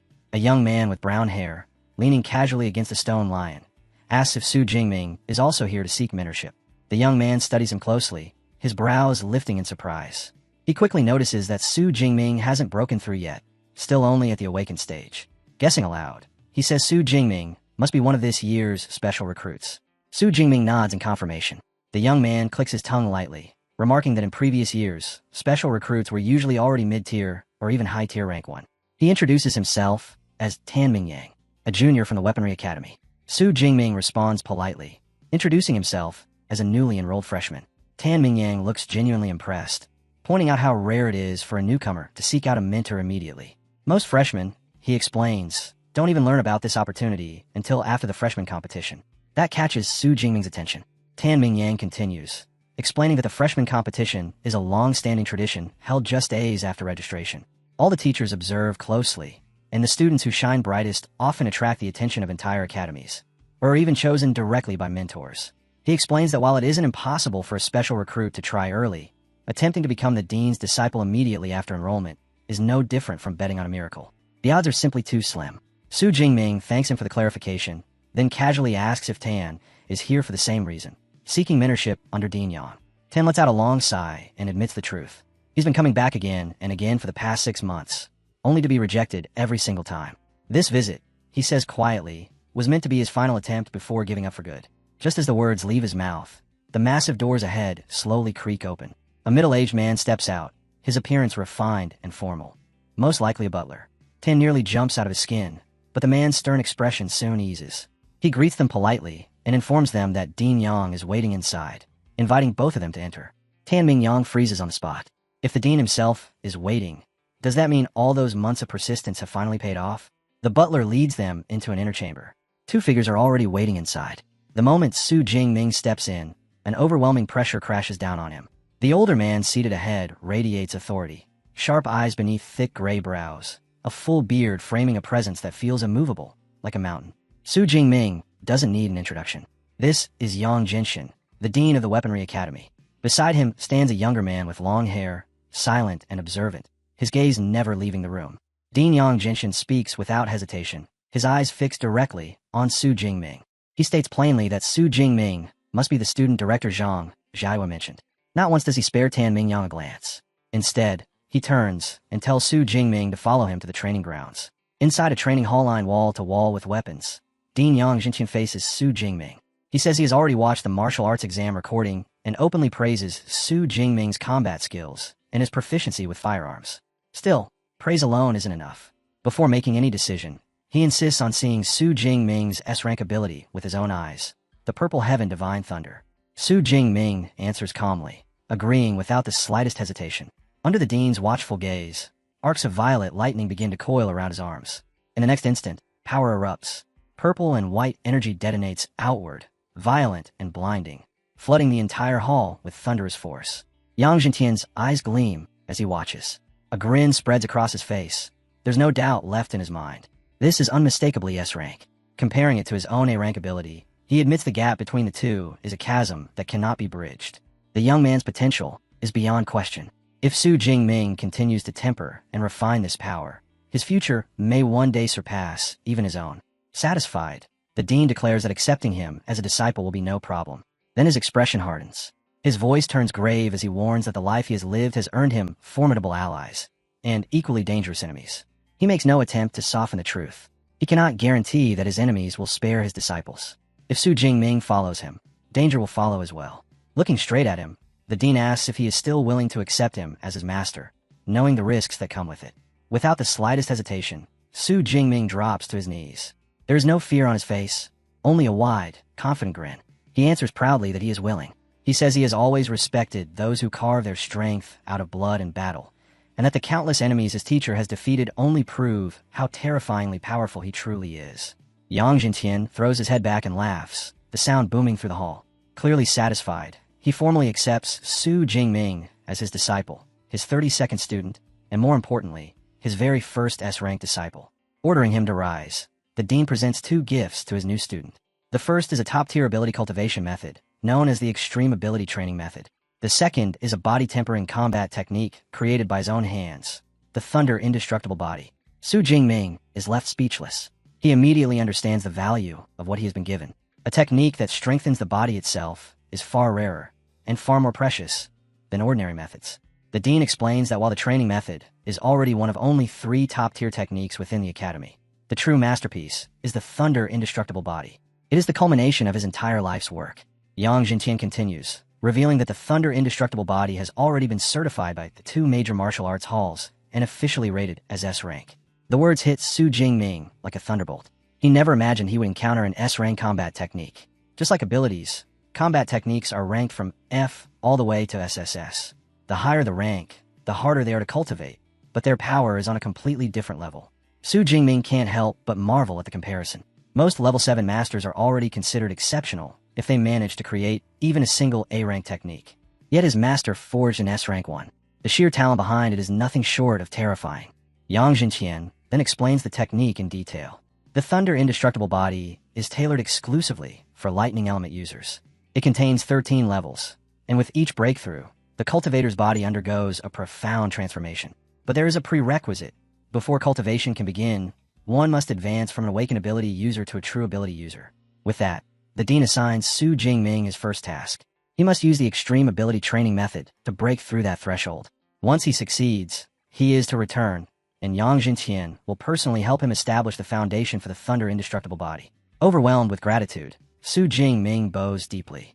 In that moment, he truly understands the value of having a mentor's direct guidance, and how much it can change his path. Then the dean shares something more personal. He admits that even he has only cultivated the technique to the 10th level. As he looks at Su Jingming, his eyes shine with expectation. If he himself cannot reach the realm of martial saint, then Su Jingming will carry his hopes forward. He believes that if the technique is ever cultivated to its 13th and final stage, the human body may enter a realm of true eternity, unyielding, indestructible, and everlasting. Later, as Su Jingming departs from his master's residence, he gives the butler a polite wave before stepping outside. That's when he notices Tan Mingyang slumped on the steps, head lowered, his entire posture soaked in despair. Su Jingming walks over and asks what happened. Tan doesn't try to hide it. His attempt failed. He explains that he was tested against one of the dean's senior disciples, with the condition that the opponent would only use 1/10 of their strength. Even so, Tan was completely overwhelmed and defeated without room to struggle. Now battered and dejected, he sits there looking up at Su Jingming, already assuming the outcome was the same for him. Forcing a bitter smile, Tan Mingyang says becoming Dean Yang's disciple clearly isn't something just anyone can achieve. He even offers to share what he learned from his own failures, thinking it might help Su Jingming in the future. Su Jingming simply shakes his head, his tone calm and unhurried. There's no need, he says. He already passed. The words hit Tan Ming like a sledgehammer. His bruised face stiffens as disbelief floods his eyes. A dean-level mentor accepting a disciple before the annual freshman competition? He's never heard of such a thing. Yet Su Jingming stands there, living proof. As Su Jingming walks away without another word, his steps steady and composed, Tan Ming can only stare after him in stunned silence, struggling to understand what he has just witnessed. With a clear goal in mind, Su Jingming returns to his dormitory's training room. Sitting cross-legged, he begins cultivating with the extreme ability training method his master gifted him. Almost immediately, he senses the difference. This top-tier technique is on an entirely different level from the intermediate method he used before. The energy flowing into his body is denser, richer, and far more aggressive. A confident smirk tugs at his lips. He already understands the fundamentals of cultivation. There's no need to inch forward step by step. Instead, he turns to his cheat-like system. Pulling up the system panel, he orders it to expend his ability points and force his level upward. The effect is immediate. A violent surge of energy slams into him, making him groan as pressure crushes down from every direction. His fingers dig into his clothes as raw power tears through his veins. Lightning erupts uncontrollably, flooding the room with blinding light and ferocious force, the walls shuddering under the impact.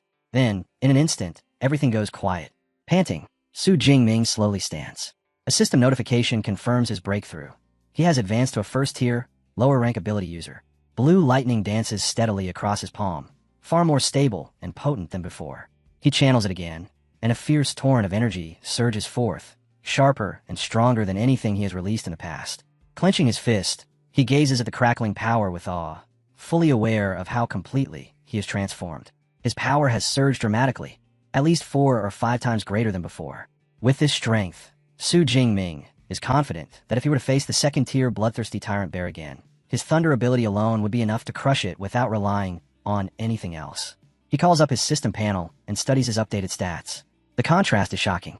Had he continued using the intermediate cultivation method, his vitality and spirit would have increased by perhaps 30 or 40 points at most. Instead, with the top-tier method, both have soared by nearly 100 in a single breakthrough. Only now does he truly grasp why ability users obsess over higher-level cultivation techniques. The gap in results is impossible to ignore. Su Jingming notes that the breakthrough only consumed 300 ability points. He decides to save the rest, fully aware that cultivating the Thunder Indestructible Body, an S-rank technique, will likely devour an enormous amount of points. With this advancement complete, he feels prepared to move on to the next phase. Another thought crosses his mind. Now that he's officially enrolled at the university, it might be time to visit the school's library. The next day, Su Jingming returns to his master's residence. The moment Dean Yang Jintian sees him, his expression changes completely. Shock flashes across his face as he demands to know how Su Jingming could have advanced so quickly. The dean begins pacing back and forth, muttering to himself. In over 20 years of teaching, he has seen countless geniuses, yet even the most talented among them needed far more time to step into the realm of true ability users. And now, less than 24 hours since receiving the manual, Su Jingming has already succeeded. Su Jingming offers a modest smile and admits that if there's anything he can boast about, it's his frightening speed of advancement. But he quickly adds that when he tried to cultivate the Thunder Indestructible Body, he found that even its initial stage was difficult to comprehend. Dean Yang listens carefully, then begins explaining the method in detail. To forge the foundation, one must use the blood of a lightning element beast, fusing it with their own lightning to temper their muscles and bones. He emphasizes a crucial point. The final strength of the technique depends heavily on the grade of the beast blood used. Now that Su Jingming has officially advanced, Yang Jintian declares they will begin laying the foundation today. His original plan had been to use the blood of a 7th-tier storm giant bear. But after learning that Su Jingming is entitled to one S-rank resource each year, he made a daring choice. By combining that entitlement and personally appealing to the principal, he secured something even more extraordinary, an SS-rank resource. Reaching into his robes, the dean produces a vial filled with glowing crimson liquid.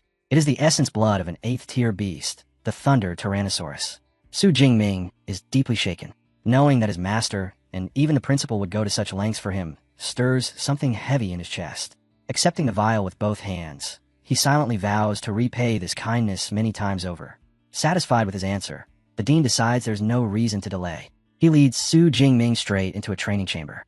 Without hesitation, Su Jingming kneels down, bare-chested, steadying his breath as he prepares himself for the ritual to begin. Dean Yang Jintian uncorks the vial and slowly pours the glowing crimson blood over Su Jingming's head and back. The moment it touches his skin, a searing heat explodes through his body. Su Jingming grits his teeth, a low groan tearing from his throat as pain burns its way into his flesh. The dean calmly reminds him to endure it.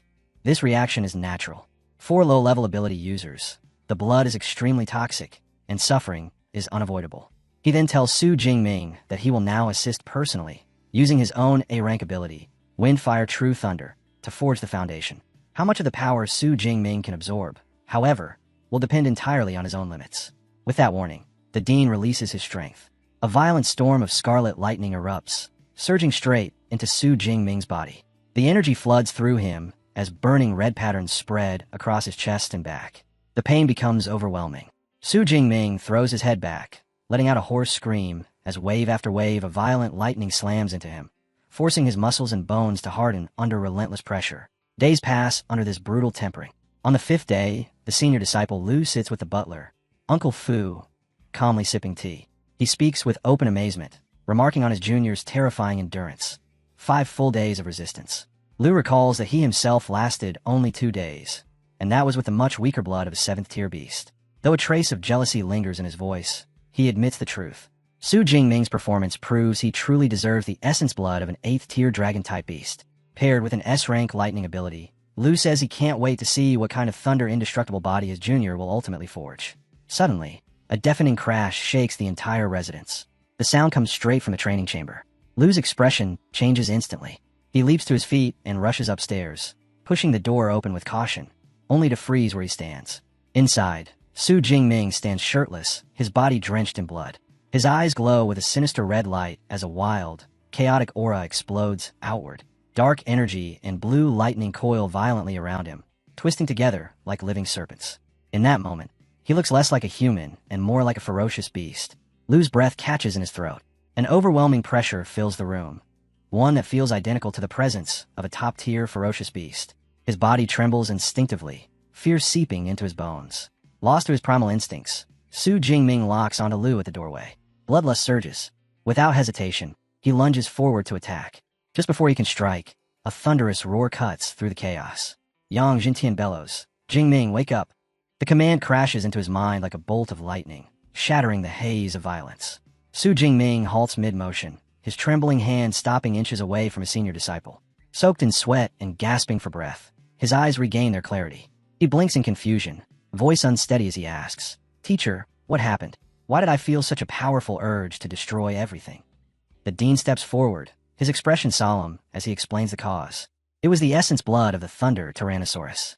That beast is infamous for its savage ferocity, and because Su Jingming's compatibility and absorption rate were exceptionally high, its violence will temporarily seep into his mind.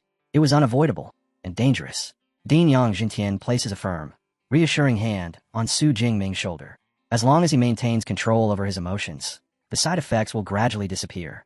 The stronger he becomes, the weaker the influence of the Thunder Tyrannosaurus blood will be. Su Jingming lets out a slow breath, lowering his eyes to his still trembling hands. The thought of losing himself to violent impulses had shaken him deeply, but his master's calm words steady his heart. Then Yang Jintian's tone shifts completely. A wide smile spreads across his face as he tells Su Jingming to lift his spirits. The forging wasn't just successful, it was flawless. His absorption rate reached a shocking 98%. The dean says proudly that the highest rate ever recorded among disciples cultivating the Thunder Indestructible body was only 92. Su Jingming has just broken a long-standing record. Senior disciple Lu steps forward with a smile, offering his congratulations. With such a foundation, he says, Su Jingming's martial path will be smooth from this point onward. The dean then formally introduces him. This is Lu Ming, a peak third-tier ability user. If Su Jingming encounters any difficulties in cultivation, he should seek guidance from Lu. Su Jingming greets his senior respectfully. Lu laughs and pulls out his phone. Since he didn't prepare a physical gift, he decides to send credits instead. Moments later, Su Jingming's phone vibrates. A notification flashes across the screen. 200 credits have been transferred. Su Jingming's eyes widen in disbelief. That amount is equivalent to 2 million great coins. He hurriedly insists it's far too much. The dean waves the concern aside. To Lu, 200 credits is insignificant. Looking after juniors is a senior's responsibility. One day, when Su Jingming has juniors of his own, he will also need to prepare gifts for them. With a deep breath, Su Jingming humbly accepts the lesson along with the gift. With the training concluded, the dean reminds him that after 5 days without food or water, his body needs proper rest. He instructs Su Jingming to return the next morning, when he will begin learning fist and spear techniques under Lu's guidance. Filled with gratitude, Su Jingming bows deeply, thanking his teacher before taking his leave. When he returns to his luxurious villa, he finds someone already inside. A young man with spiky white hair and striking red eyes lounges casually on the couch, fully absorbed in a video game. Sensing another presence, the young man turns his head and greets Su Jingming without surprise, guessing he must be his new roommate. With a friendly grin, he introduces himself as Lu Wentao. When Su Jingming gives his name, Lu Wentao's eyes instantly widen. He springs to his feet, pointing at him in shock as the words tumble out. Su Jingming is the top scorer from Jiangnan province. Su Jingming blinks, genuinely startled, and asks how he could possibly know that. Lu Wentao grins proudly and declares that his nickname is Mr. Know-It-All. He claims he knows nearly everything about the new batch of freshmen, even though he didn't deliberately look Su Jingming up. The commotion he caused was simply too big to ignore. Laughing, Lu Wentao slings an arm around Su Jingming's shoulder, still unable to believe it. Of all people, the legendary Dark Horse top scorer had ended up as his roommate. Then the questions come pouring out nonstop. Was he really from Jiangnan? Was he truly only an Awakened user during the exam? And was his ability really E-rank? Because honestly, it didn't look like it at all. For some, the barrage of questions might have been exhausting. But Su Jingming doesn't mind. He even finds himself smiling. Deep down, he's always hated loneliness. Memories surface, growing up in an orphanage, constantly feeling out of place. Things improved at school, where he finally made friends. His happiest years were in college, laughing late into the night and gaming with his roommates. He even went on to earn a master's degree and a PhD, never imagining that one night of drinking after graduation would end with him waking up in a completely different world. Even here, he is still an orphan. But with a lively, talkative roommate like Lu Wentao, he feels that perhaps this time, he won't be alone. Meanwhile, Lu Wentao proudly starts talking about himself. He's a top student from Sichuan province, possesses an A-rank ability, and is currently a first-tier, middle-rank ability user.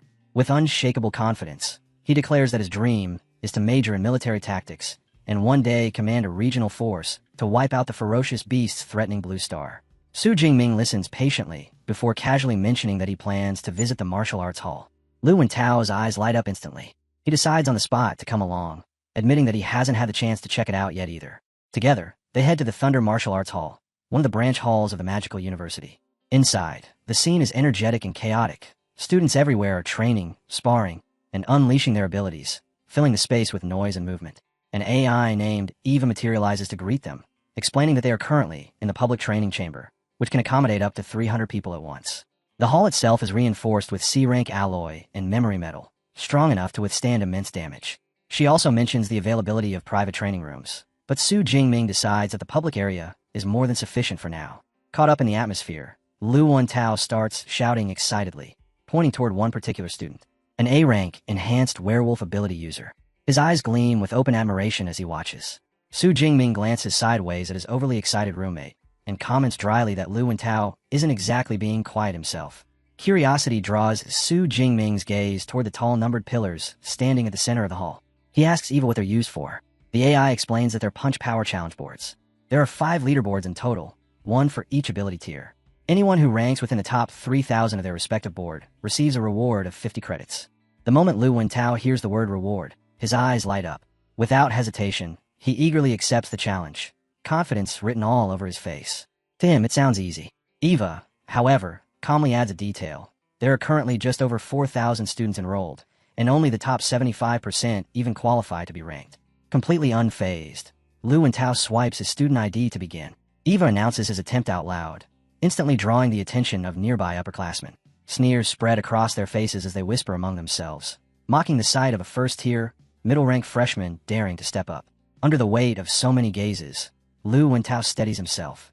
He clenches his fist, shouts, and slams a heavy punch into the pillar. The display flickers, and a number flashes across the screen, 476 kilograms.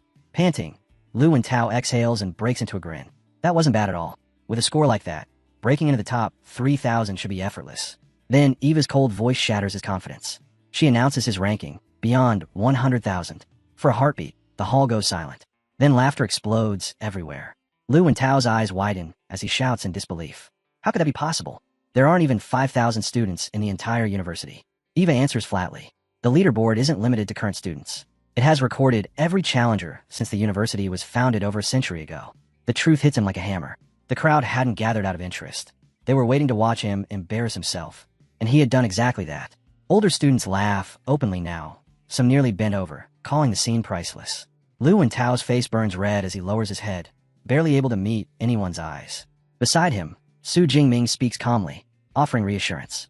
As a spiritual element ability user, raw punch strength was never supposed to be his specialty. Hearing that, Lu Wentao lifts his chin slightly, managing a weak smile as the sting eases. Trying to salvage what little dignity he has left, Lu Wentao urges Su Jingming to take a turn instead. Surely his roommate will score higher. He says it with absolute conviction. Su Jingming nods. He had planned to test his strength anyway. Swiping his student ID, he steps forward as Eva announces his challenge. The crowd shifts its attention toward him, but the reaction is no kinder. Seeing that he's only a first-tier, lower-rank ability user, most scoff openly, betting his punch won't even reach 400 kilograms. Yet amid the murmurs and mockery, one student suddenly frowns. The name Su Jingming rings a bell, tugging at his memory in a way he can't quite place. At the center of it all, Su Jingming stands calmly before the pillar. His breathing is steady, his thoughts clear. He has already advanced to a first-tier ability user, endured 5 days and nights of brutal tempering, and successfully forged the foundation of the Thunder Indestructible body. With all of that behind him, he knows exactly what kind of strength his body now holds.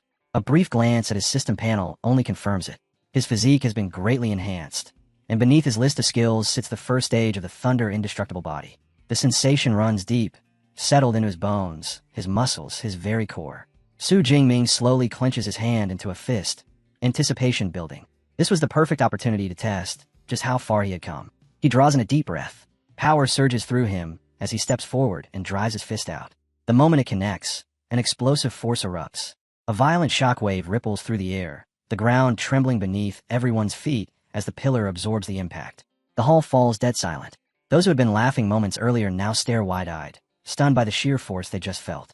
Every gaze snaps to the screen, waiting for the number that will reveal just how terrifying this freshman truly is. Fist power, 45,589 kilograms. Gasps explode across the room. The number doesn't just top the leaderboard. It obliterates the long-standing record for first-tier ability users. The older students who had mocked him earlier now stare in pure disbelief. The record? It's broken, one of them stammers.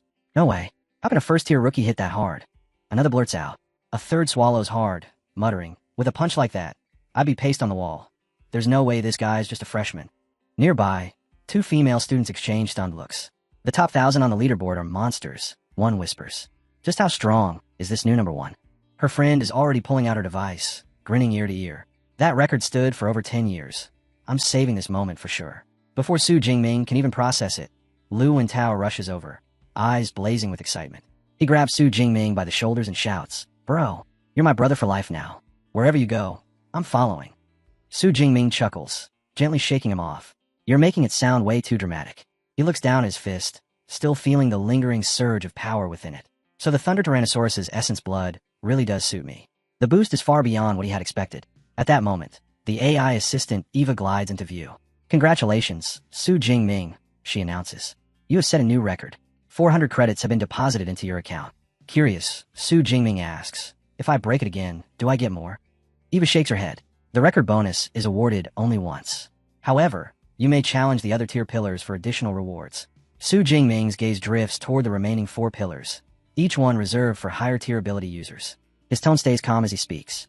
Then I'll break those next. Nearby, Lu Wentao is already basking in the moment, boasting shamelessly to a small group of female students. That's him, my roommate, the one who broke the record. In no time at all, Su Jingming is surrounded. Some girls eagerly volunteer to guide him through new training equipment, while others enthusiastically invite him to join their clubs. Caught off guard, Su Jingming barely manages to respond before Lu Wentao tugs hard at his sleeve. Let's get out of here before they eat you alive, Lu whispers urgently, dragging him toward the exit. We'll hide in a private training room. Elsewhere, in a quiet courtyard, the dean sits leisurely with a cup of tea. Lu Ming steps forward and hands him his phone. Master, he says with a faint smile, junior brother Su is all over the campus forums. Everyone's talking about him. The dean leans back, setting his teacup down with a soft clink. A small smile forms as he shakes his head. That boy, breaking records instead of resting, he says thoughtfully. His physical strength defies common sense.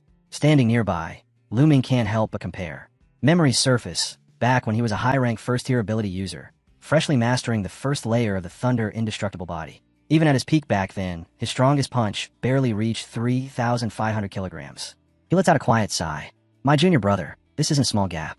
He's on a completely different level. Far across the city, inside a luxurious apartment, a young man in a brown jacket stares viciously at his phone. The instant Su Jingming's name appears on the screen, fury erupts. He slams his palm into the marble counter, cracks spiderwebbing outward as glass shatters nearby. Orange flames and blue lightning explode from his hand. Su Jingming, you again, he snarls, his voice shaking with rage. His eyes burn with resentment. Because of you, I lost my title as Jiangnan Province's top scorer. They laughed at me, mocked me. Fire and lightning coil tighter around his clenched fist. This time, he growls, I'll take back everything that was stolen from me. Back at Magical University, Su Jingming sits quietly inside a training room, a small knife flashing between his fingers. He has been refining the Thunder indestructible body for 5 relentless days. No food, no rest. Yet his vitality remains abundant. He lifts the blade and presses it lightly against his palm. A sharp metallic clang echoes through the room. The edge fails to pierce his skin, leaving behind only a faint white mark. Su Jingming examines it calmly. My body's defense, it's comparable to E-grade alloy. Ordinary weapons can't even scratch me. He nods faintly, worthy of an S-grade body refinement technique. The door suddenly bursts open. Lu Wentao rushes in, phone in hand, practically shouting, Jingming, you're trending everywhere. The entire campus forum has exploded. Everyone's talking about your record. He scrolls furiously, eyes wide with excitement. Look at this. There are tons of posts. People are lining up to challenge you. Instead of irritation, a faint smirk curves across Su Jingming's lips. So, this is Magic University, he murmurs quietly. The martial spirit here really does run deep. Seeing the wave of challenges flooding in, Lu Wentao bristles. These clowns don't know their place. Let me roast them online for you. Su Jingming calmly reaches out and presses his roommate's arm down. Don't bother, he says evenly. Let them talk. It's not worth your time. He rises to his feet, slipping the knife away. I have something more important to do. I'm going to the Battle Technique Library. Lu and Tao blinks. Then what about? Go back to the dorm, Su Jingming says, already heading for the door. I'll take care of the rest. Moments later, Su Jingming stands before the towering Battle Technique Library. Its sleek metal walls hum faintly with restrained energy. As he lifts his hand toward the entrance scanner, a glowing orange formation flares into existence. Intricate runes tracing themselves through the air. The security circle ripples, then locks onto his identity. He exhales softly, impressed. So the rumors were true. This place really is under the Vice Principal's personal guard, a 9th-tier superpower user. With security like this, even Martial Saints wouldn't dare attempt theft. Swiping his student ID, Su Jingming steps through the gate. The glowing formation scans him one final time before fading away. Inside, a vast hall opens up, bathed in gentle blue light. 3 librarians stand behind a curve counter. The one in the center smiles warmly. Welcome, S-grade student Su Jingming. How may we assist you today? Su Jingming lifts a brow in mild surprise. You already know my name? The librarian nods politely. All students with S-grade clearance are automatically registered in our system. You have access to every battle technique in the library. Behind her composed smile, her thoughts race. S-grade authority, that kind of potential means at least Grandmaster level talent. I should build a good relationship with him. I'm looking for lightning element battle techniques, Su Jingming says. Which floor should I go to? B grade and below are located on the 2nd and 3rd floors, she explains. Advanced techniques are stored in the 4th floor reading room. You may enter by swiping your card. She gestures for him to follow and personally escorts him upstairs. The 4th floor chamber is quiet and refined, glowing shelves lining the walls. At the center floats a compact AI unit above a crystal table. Welcome, the AI says, its voice calm and precise. Once you select your desired techniques, the original manuals will be delivered here. Please handle them with care. When the AI falls silent, Su Jingming gives a simple command. Display all lightning element battle techniques, B grade and above. In an instant, the room fills with shimmering light. Dozens of blue holographic panels materialize, each one displaying the name, rank, and details of a different technique. Su Jingming scrolls through them calmly, eyes flicking across the list, until 2 entries catch his attention. The first is 10,000 Prison's Heavenly Thunder Guidance, an SSS-grade technique capable of forming a massive thunderstorm domain, trapping enemies within a raging field of lightning. But the note beneath it is clear. Requires 5th tier or above. The second, Wrath of the Thunder God, is an SS-grade technique that calls down destructive divine thunder. The requirement is just as strict, 4th tier or above. Su Jingming studies the holographic screens, his eyes gleaming with quiet awe. The power contained within these techniques is almost unreal. Standing before rows of SS and SSS-grade techniques, he can't help but feel stunned. The university's collection is terrifyingly complete. They truly have everything. For a brief moment, excitement surges, until reality reins him in. The tier restrictions are absolute. At his current level, A-grade battle techniques are the highest he can cultivate. Even so, the sheer number of available options is overwhelming. Holographic panels scroll endlessly before him, each technique tempting in its own way. Without guidance, choosing blindly would have been a nightmare. Fortunately, he came prepared. Su Jingming reaches into his storage bracelet and retrieves a handwritten list. His master Dean Genshin's personal recommendations, tailored specifically for his lightning element abilities. Using the list as a reference, he calmly filters through the projections, locking in his choices one by one. He settles on 4 A-grade techniques. Thunder Spear, a devastating, high-impact offensive strike. Chain Thunder Gun, designed for sustained, continuous ranged assaults. Thunder Flash, a lightning-fast movement technique. Thunder Prison, a control art that traps enemies within crackling lightning. In his mind, he lays them out clearly.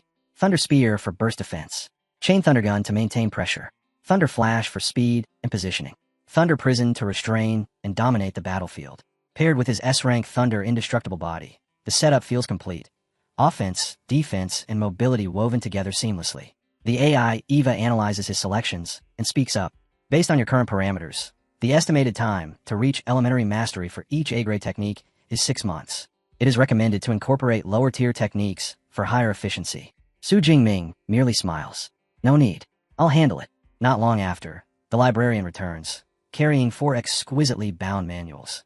Each one emits a faint golden glow, pulsing gently with restrained energy. Su Jingming's gaze lingers. Even a single C-grade original can cost millions.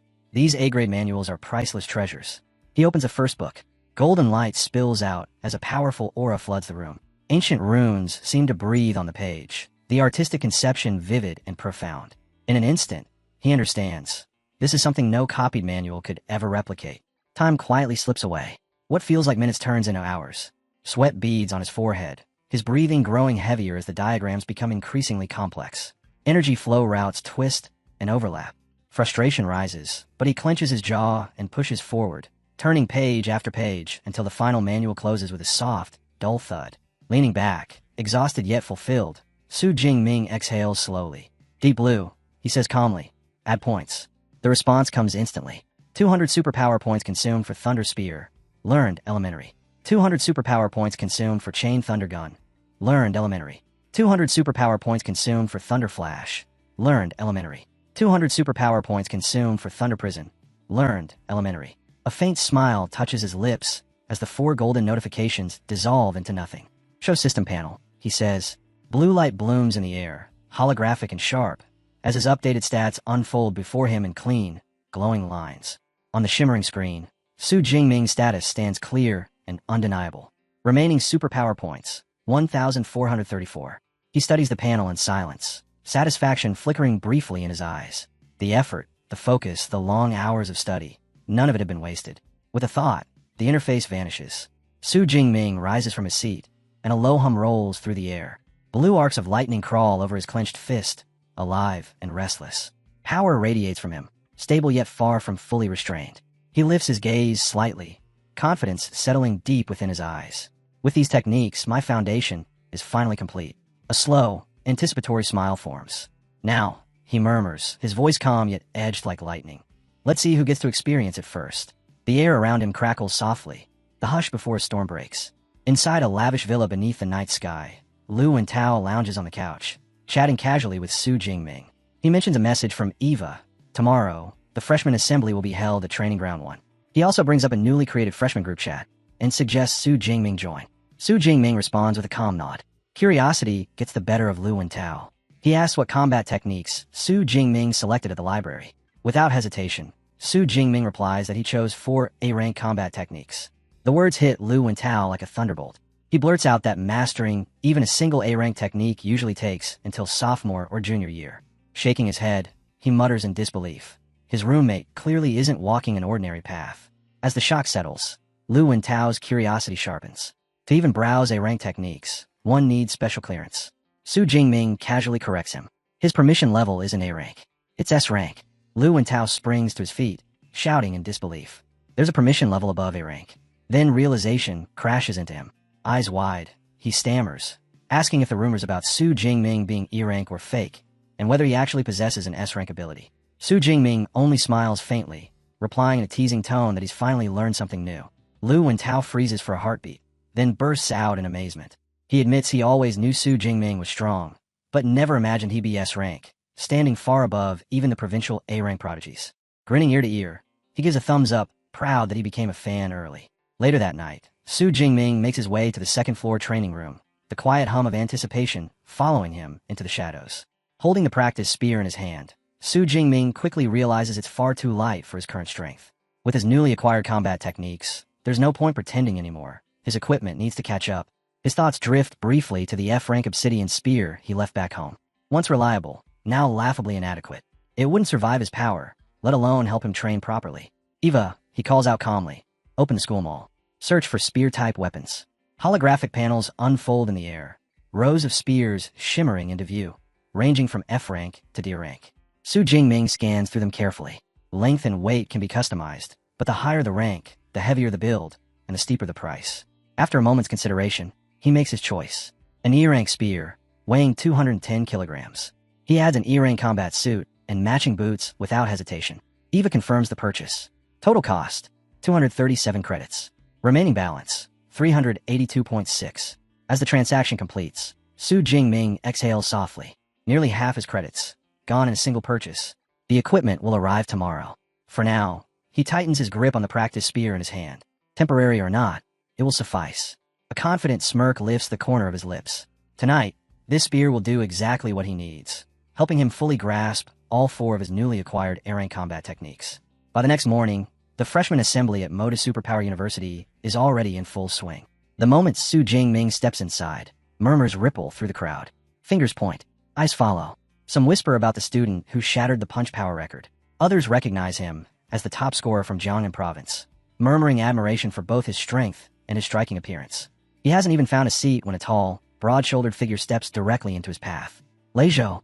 The young man raises a finger and points straight at Su Jingming, his voice loud and unapologetic as he issues a challenge in front of everyone. Gasps spread instantly. No one needs an introduction. Leizhou is the second-place scorer from Jiangnan province, boasting a score exceeding 9,300. Whispers surge through the crowd. Some mention his background. Both parents Tier 4 superpowered elites. Others sigh knowingly. Of course he's bitter. No one ever remembers second place. Su Jingming, however, remains unmoved. His expression doesn't change as he replies calmly that he isn't interested. The response leaves Lu and Tao staring in disbelief. Leizhou's smirk deepens. He leans forward, clearly unwilling to let it end there. His tone shifts as he brings up a personal matter. Su Jingming's aunt's family. Their business dealing in rare plants. His smile turns cold. He mentions that his family is their biggest client, that they're also owed a sizable loan, and if the payment isn't made on time, things could become troublesome. Silence crashes down on the assembly hall. The air grows heavy, oppressive. Su Jingming's eyes darken as a chilling presence erupts from his body. Deep blue energy surges outward, fierce and restrained no longer, rippling through the space like a gathering storm. His voice lowers, quiet but razor-sharp. Are you threatening me? The pressure of his aura crashes outward like a solid wall. Leizhou's body reacts before his mind does. He stumbles back a step, breath catching. Sweat beads on his forehead as his earlier arrogance fractures. This presence, it doesn't feel human anymore. It's suffocating, primal, like standing before a prowling beast. I was just reminding you. Leizhou stammers quickly. Not a threat. Su Jingming lets the pressure linger, just long enough for the message to sink in. Then, slowly, he draws his aura back in. The air lightens. Calm returns to his voice. Time and place. Leizhou swallows, forces himself upright, and answers loudly, as if reclaiming his pride. 7 days from now. Noon. Broadcast Platform 3. Su Jingming nods once. I'll be there, he says evenly. Then adds, eyes cold. Just don't regret it. The tension snaps. Excitement floods the crowd in its place. Whispers explode from every corner. Top-ranked freshman versus the runner-up. A public duel set 1 week from now. The news spreads faster than wildfire. Moments later, the atmosphere settles as an elderly official with a gray beard steps onto the stage. His voice is steady as he welcomes the new students to Modu Superpower University, explaining that today's assembly is meant to introduce the university's systems and answer their questions. He clears his throat, then announces something important, the combat power ranking system. Every student, he explains, will use virtual dive pods, advanced devices designed for holographic combat simulations. Rankings will be determined by how many levels each student clears. The higher the level, the stronger the rank, and the greater the rewards. He urges everyone to give it their all, emphasizing that the prizes awaiting top performers are exceptionally generous. Nearly an hour later, the orientation finally comes to an end. Su Jingming stretches and lets out a long yawn. Of everything mentioned, only the virtual dive pod caught his interest. He figures he'll test it out when he has spare time. For now, training comes first. Daily sessions with senior Lu Ming and his mentor, Dean Yangjenshin. The next 7 days pass in relentless repetition. Under Lu Ming's guidance and the dean's strict supervision, Su Jingming trains without pause. His strength climbs rapidly, to the point that even Lu Ming can't hide his shock by the end of the week. Junior brother, he says, staring at him in disbelief.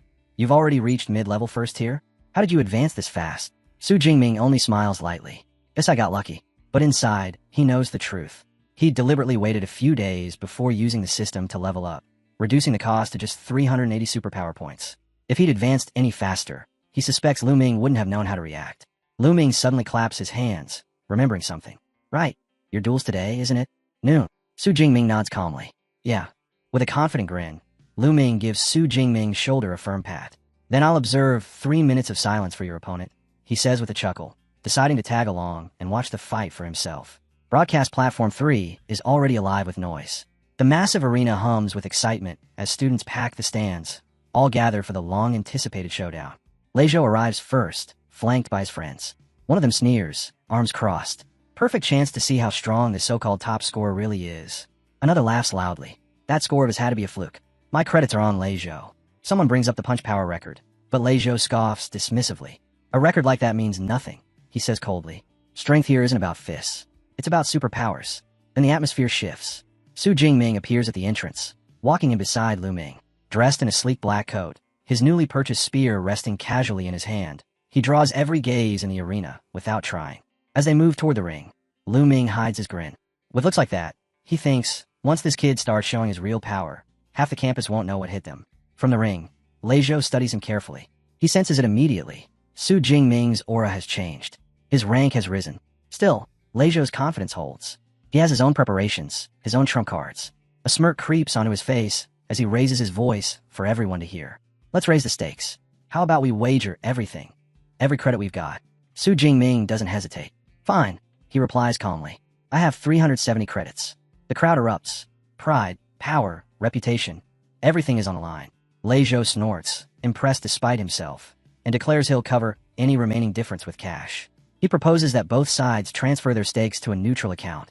Old Master Zhou's. Overseeing the match is Instructor Zhou, a blonde woman with her hair tied back in a ponytail. A Tier 6 mid-level healer, she's well known among the faculty.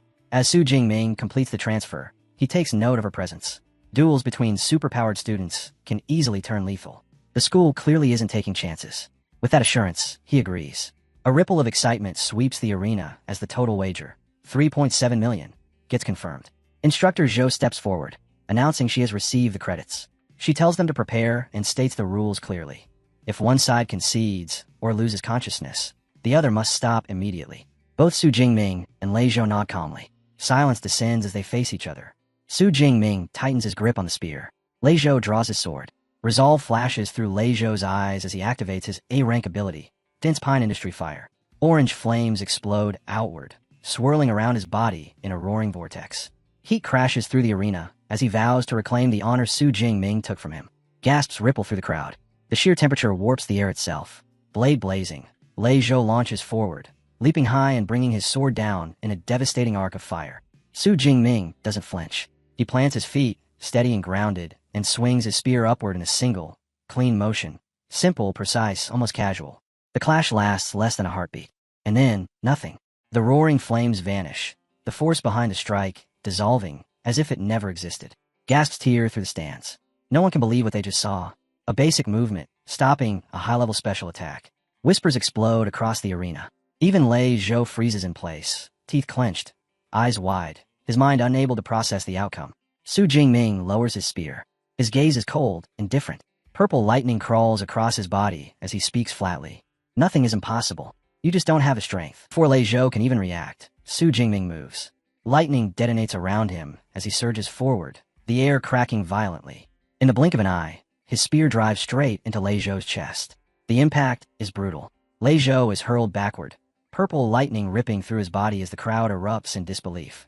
A scream tears from his throat as electricity courses through him. His sword spins away in a flash of steel, blood spraying through the air. He slams into the ground hard. Smoke curls from his scorched body as he collapses, motionless, onto the arena floor. Silence falls. The fight is over almost before it truly began. Lei Zhou supporters stare in stunned disbelief. One gasps that Su Jingming won in just 2 moves.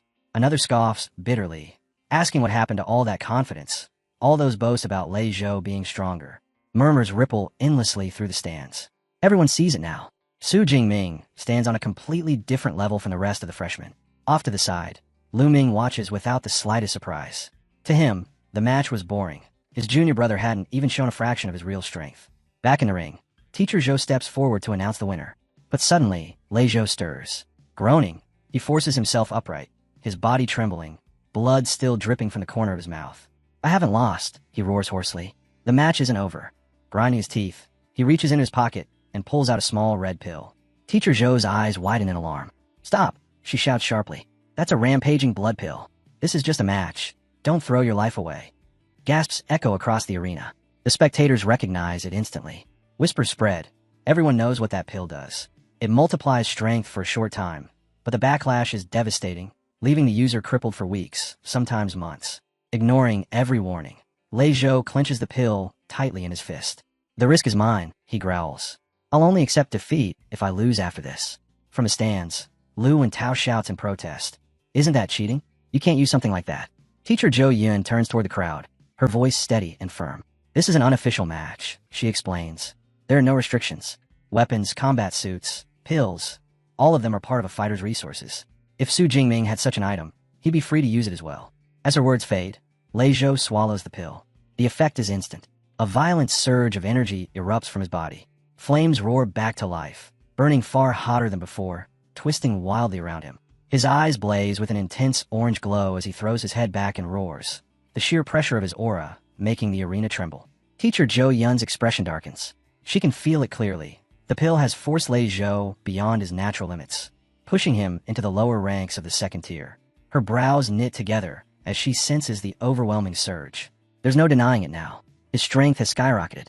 She exhales slowly, a grim thought forming in her mind. Su Jingming might finally be in real danger. But fear never appears in Su Jingming's eyes. Instead, the light within them burns brighter. Facing Lei Zhou's desperate power-up, his own fighting intent ignites.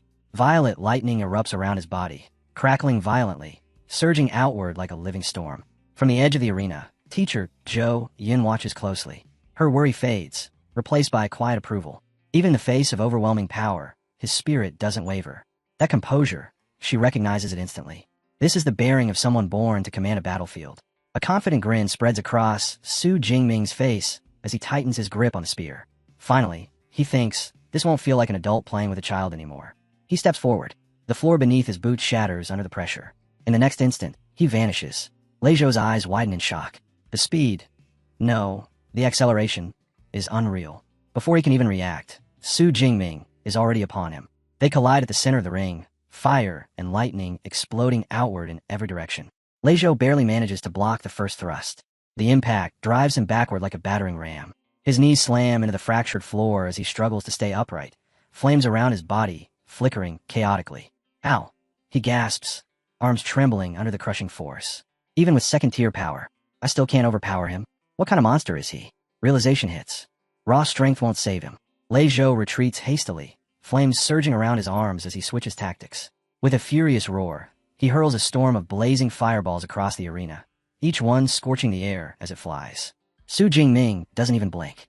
With a smooth, effortless motion, he swings his spear and a wide arc of lightning explodes outward, forming a violent vortex that devours every fireball. Flames shatter apart, scattering into harmless sparks before they can reach him. Su Jingming looks at Lei Zhou, a faint smirk tugging at his lips. That's it, he says calmly. Is that all you've got? Lei Zhou grits his teeth, sweat dripping down his temple. Every attack, useless. His lightning tears through everything like it's nothing. I can't get close, but if I can stall him, if I can drain his strength until the pill wears off, maybe.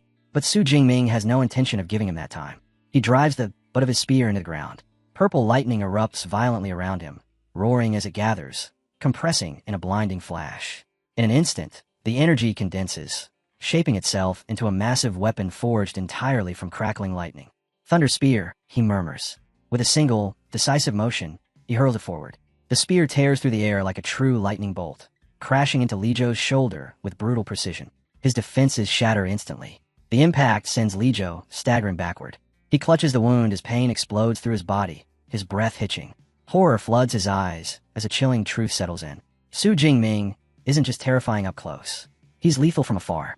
Before Li Zhou can regain his balance, the air above him crackles violently. A massive sphere of lightning forms overhead, swelling with unstable energy.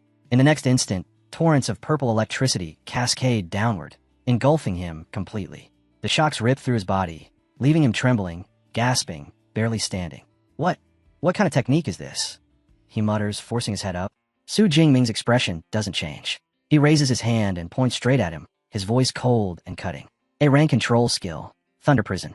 Lightning lashes outward in every direction, weaving together into a blinding cage of purple energy. The crackling prison snaps shut around Li Zhou, sealing him inside completely. Damn it, Li Zhou curses under his breath. A restriction skill. Driven by desperation, he summons every last ounce of power he has left. Flames erupt from his body, surging upward into a raging vortex. The inferno wraps around him, forming a blazing cocoon of heat and light. If I can't get out, he shouts hoarsely, then you won't get in. Let's see who lasts longer, Su Jingming. The challenge earns only a faint smirk. Su Jingming looks down at the fiery barrier with calm disdain. That flimsy wall. How many hits could it really take? Without hesitation, he bends his knees and launches himself skyward. In a blur, he soars high above the arena, lightning reflecting off his armor as the crowd stares in stunned silence. Hovering above the prison of flames, he releases his full power. The air trembles. Dozens of massive lightning spears materialize around him, each one humming with lethal energy, their glow casting the arena in violet light. Then, with a simple wave of his arm, he unleashes them. A storm of purple spears rains down like divine punishment, screaming through the air toward the trapped Lijo. The sight is overwhelming, a terrifying evolution of Chain Thundergun, taken to a whole new level. Lijo looks up. Terror grips his heart. He knows it instantly. If that barrage lands, there will be nothing left of him. His pride collapses. His voice breaks. I surrender. I surrender. The lead lightning spear stops. It hangs there, frozen, just inches from his eye. The remaining spears dissolve into mist as the storm vanishes, leaving the arena eerily silent. Su Jingming descends, landing lightly within the ring. Without a word, he steps forward and drives his physical spear straight through Lijo's chest. One clean, decisive strike. The outcome is no longer in doubt. Lijo drops to his knees, the last trace of fight completely drained from his body. Su Jingming pulls his spear free and stands over him, posture straight, expression calm, as if the battle never truly challenged him. Teacher Zhou Yun's voice echoes clearly across the arena. Winner, Su Jingming. The stands erupt. Cheers explode outward, mixed with stunned silence and disbelief. Gasps ripple through the crowd as students struggle to process what they just witnessed. For battle techniques, all in seconds, someone whispers, "He didn't just win." Another says shakily, "He crushed him from start to finish." Everyone understands now. This wasn't a narrow victory. It was absolute annihilation. Up in the stands, two students stare at the ring, still frozen in shock. Those techniques, they had to be B grade, right? One mutters, eyes wide. His friend shakes his head slowly. B grade? I'd be lucky to even grasp a C grade. And he chained all of that together like it was nothing. Not far away, Lu Ming overhears them and lets out a quiet sigh, rubbing his temples.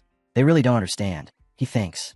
My junior brother didn't use B grade techniques. Every single one was A rank. And he's already mastered them to true combat level.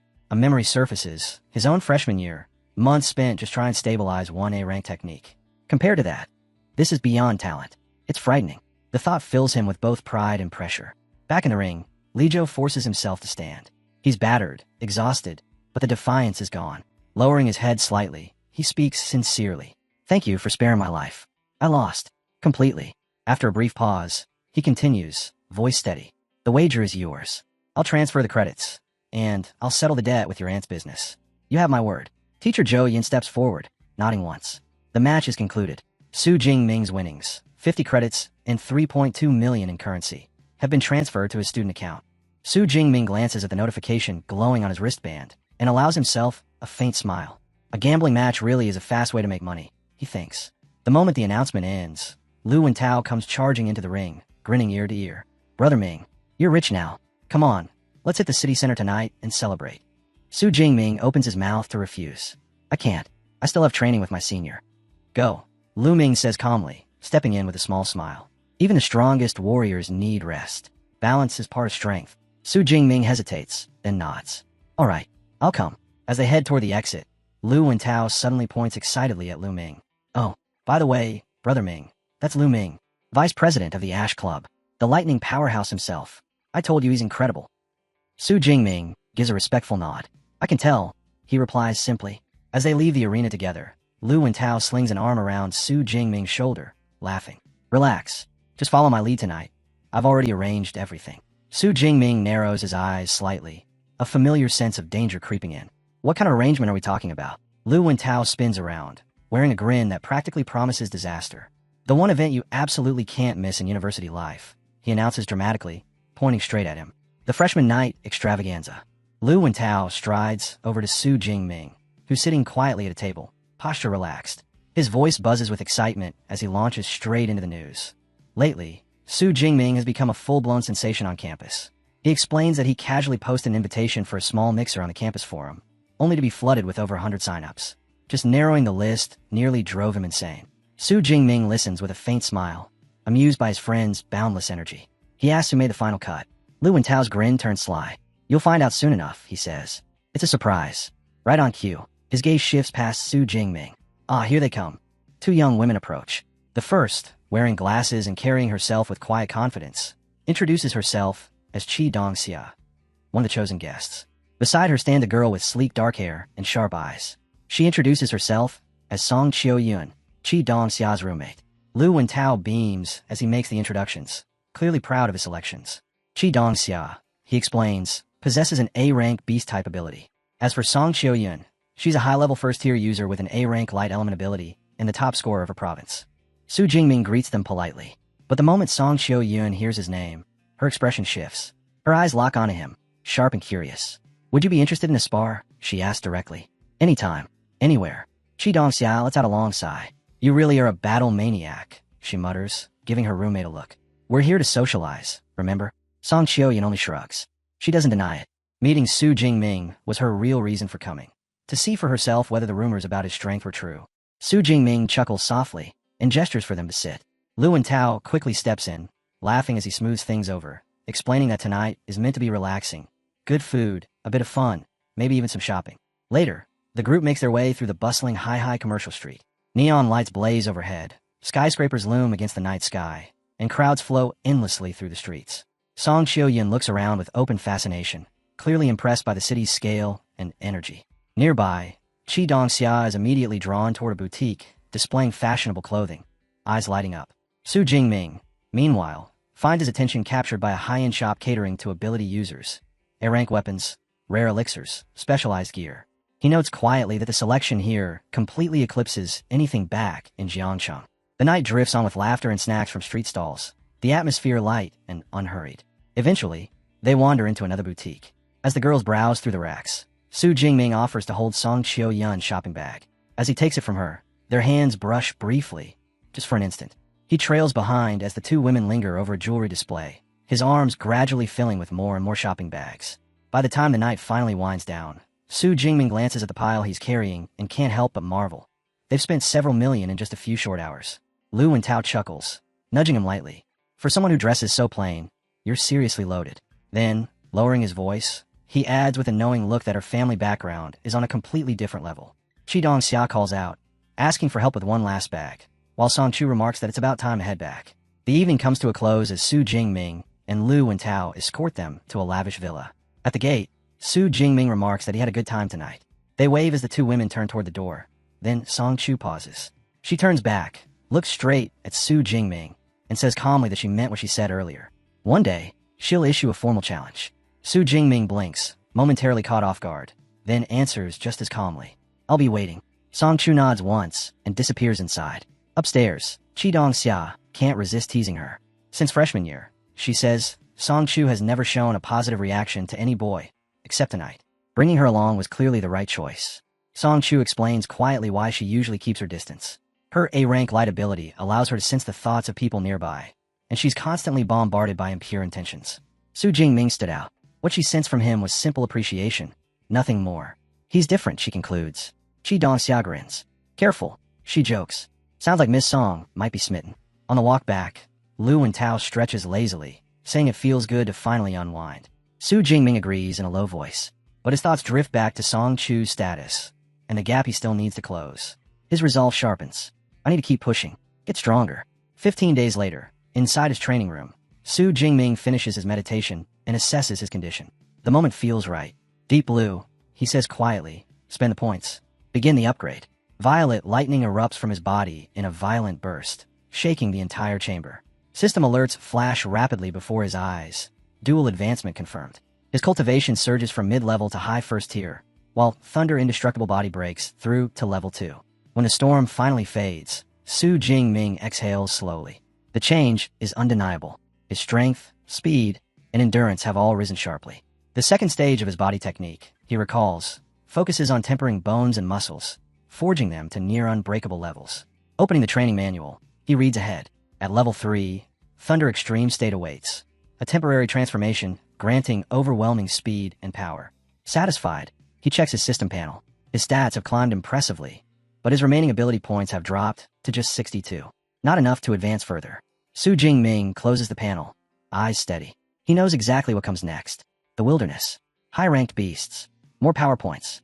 Later that day, Su Jingming goes to see his master, the dean. The moment the old man senses the aura surrounding his disciple, his eyes widen in shock. You advanced again? He asks, disbelief clear in his voice. Su Jingming nods, calm as ever. Last night, I also broke through to the second level of body tempering. The dean suppresses his amazement. His student talks about breakthroughs as if they're routine. With an S-rank ability and that frightening drive, perhaps this boy truly has no ceiling. Nearby, senior disciple Lu Ming lets out a low whistle. You're really a monster, junior brother.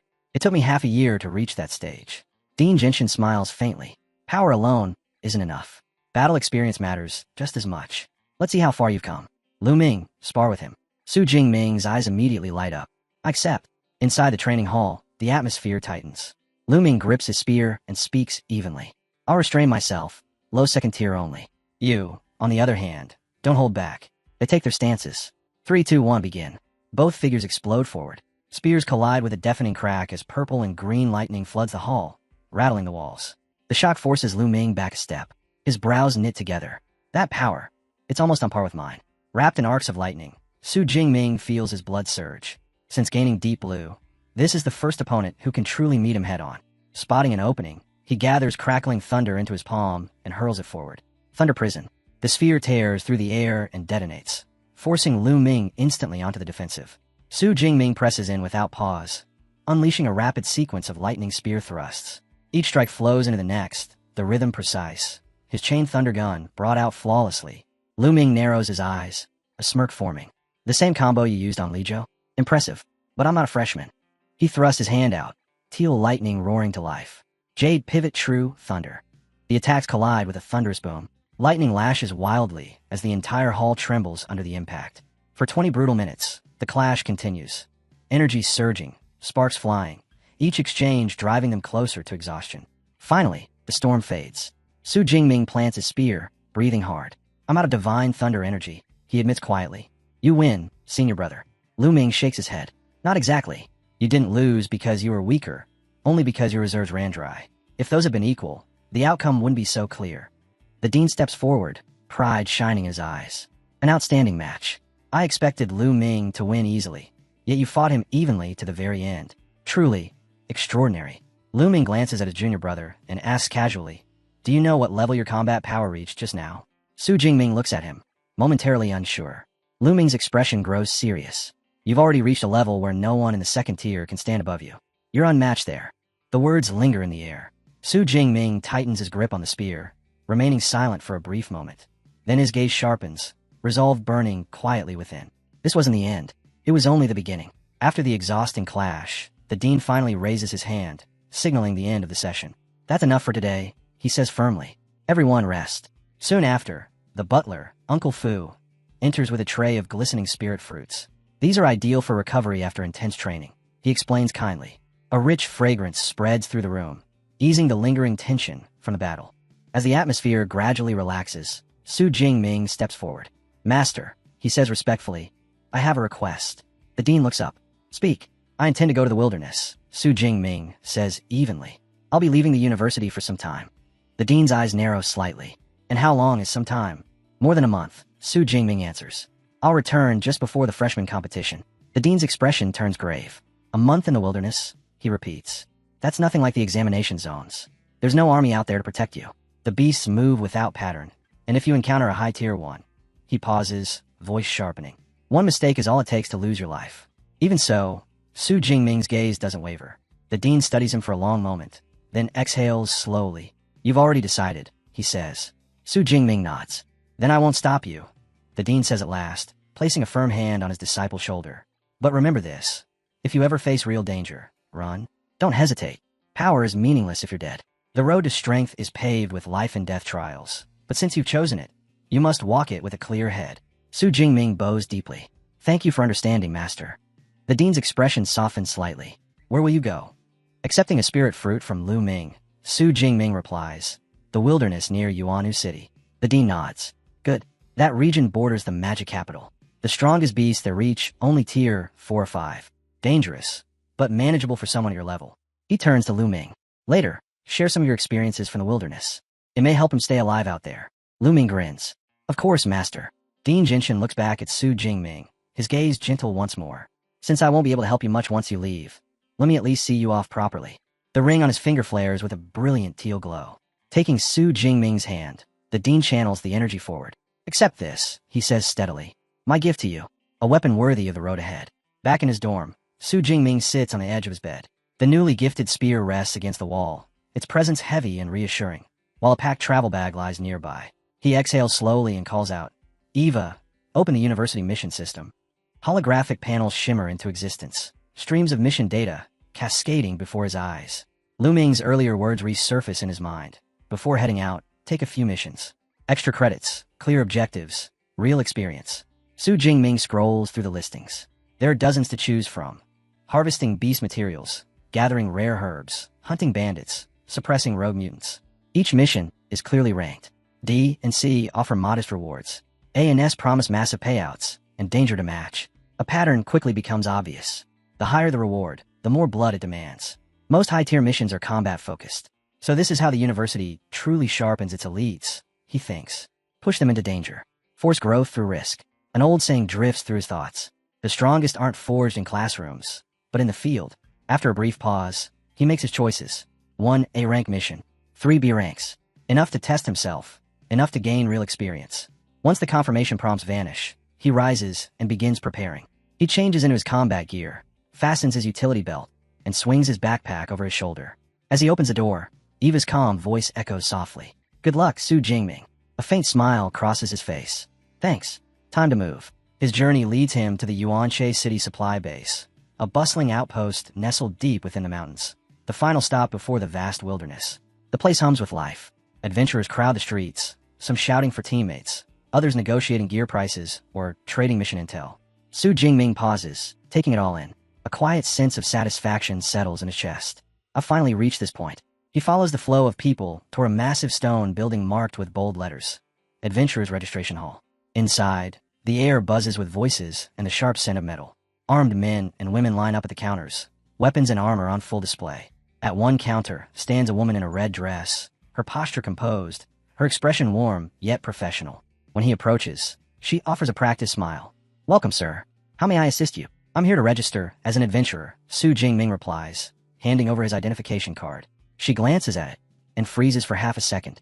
Her eyes widen slightly as she notices the emblem of Modu Superpower University. A Modu student, she says, genuine surprise in her voice.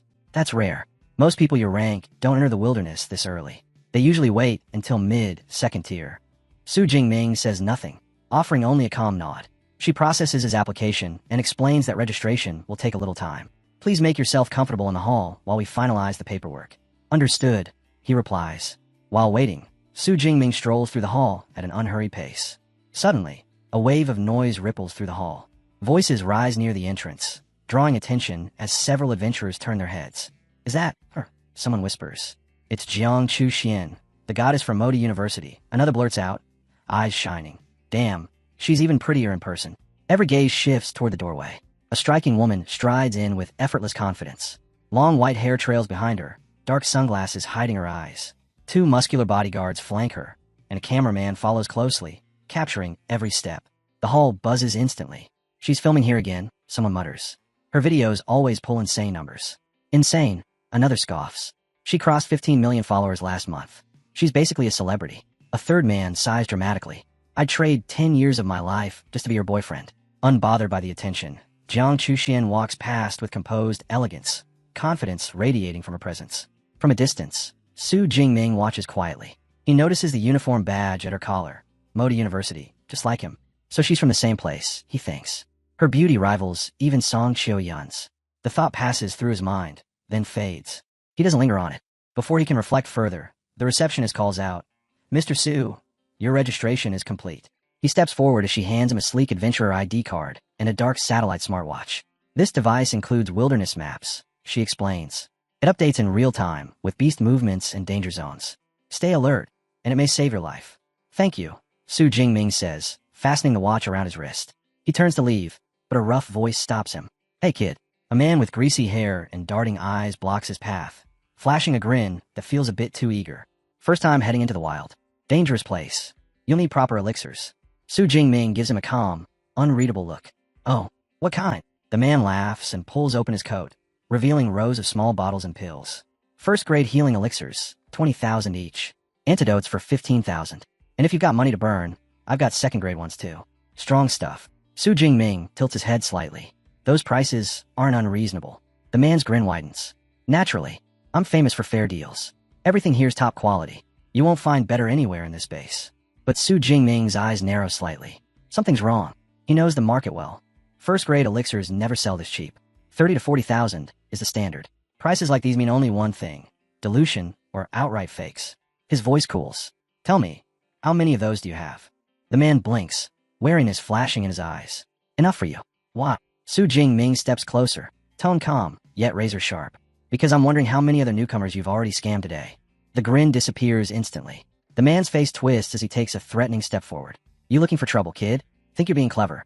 The air tightens. Su Jingming doesn't flinch. He meets the man's glare evenly and asks, almost casually, what do you want? The merchant's lips curl into a cruel smile. He boasts that Su Jingming is the first idiot bold enough to confront him inside the supply base. Before the situation can boil over, a sharp voice cuts through the noise. A young woman with short dark hair strides over, calling the merchant out by name, Zhao Chunlin, and loudly accusing him of scamming rookies again. Zhao Chunlin's expression darkens with irritation. He throws Su Jingming a chilling look and mutters that this luck won't last.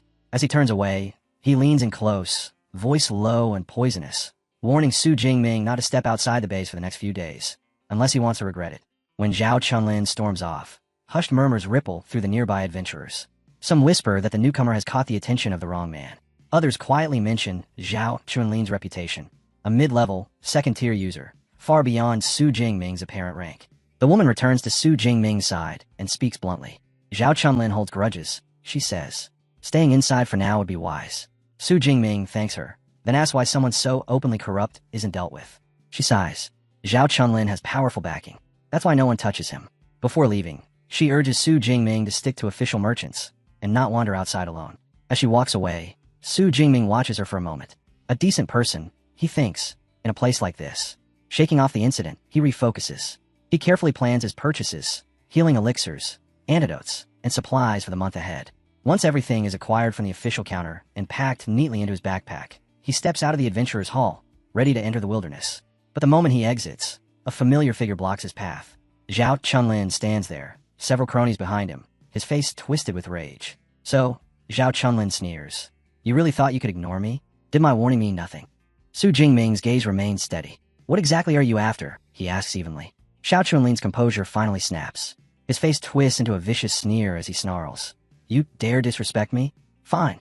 I'll break both your legs and make you crawl for the rest of your life.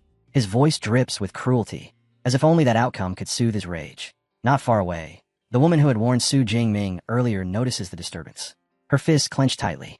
I told him not to go out. She mutters, stepping forward instinctively. But the man beside her grabs her arm and shakes his head.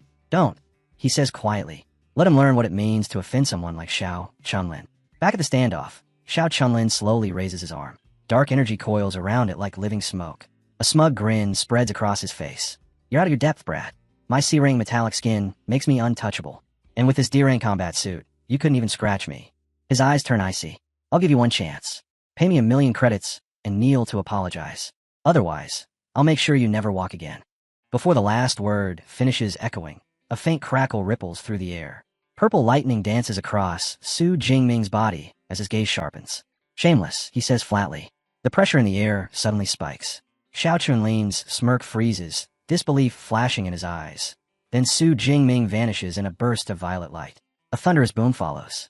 In the next instant, Su Jingming appears behind him and strikes once, clean, brutal, overwhelming. The blow is so fast and powerful that Zhao Chunlin is hurled through the air like a broken doll, blood spraying as his body slams straight through a stone wall. The structure explodes into fragments, rubble scattering across the courtyard. Silence grips the scene. The kind adventurer woman and her teammates stand frozen, eyes wide, minds struggling to process what they've just witnessed.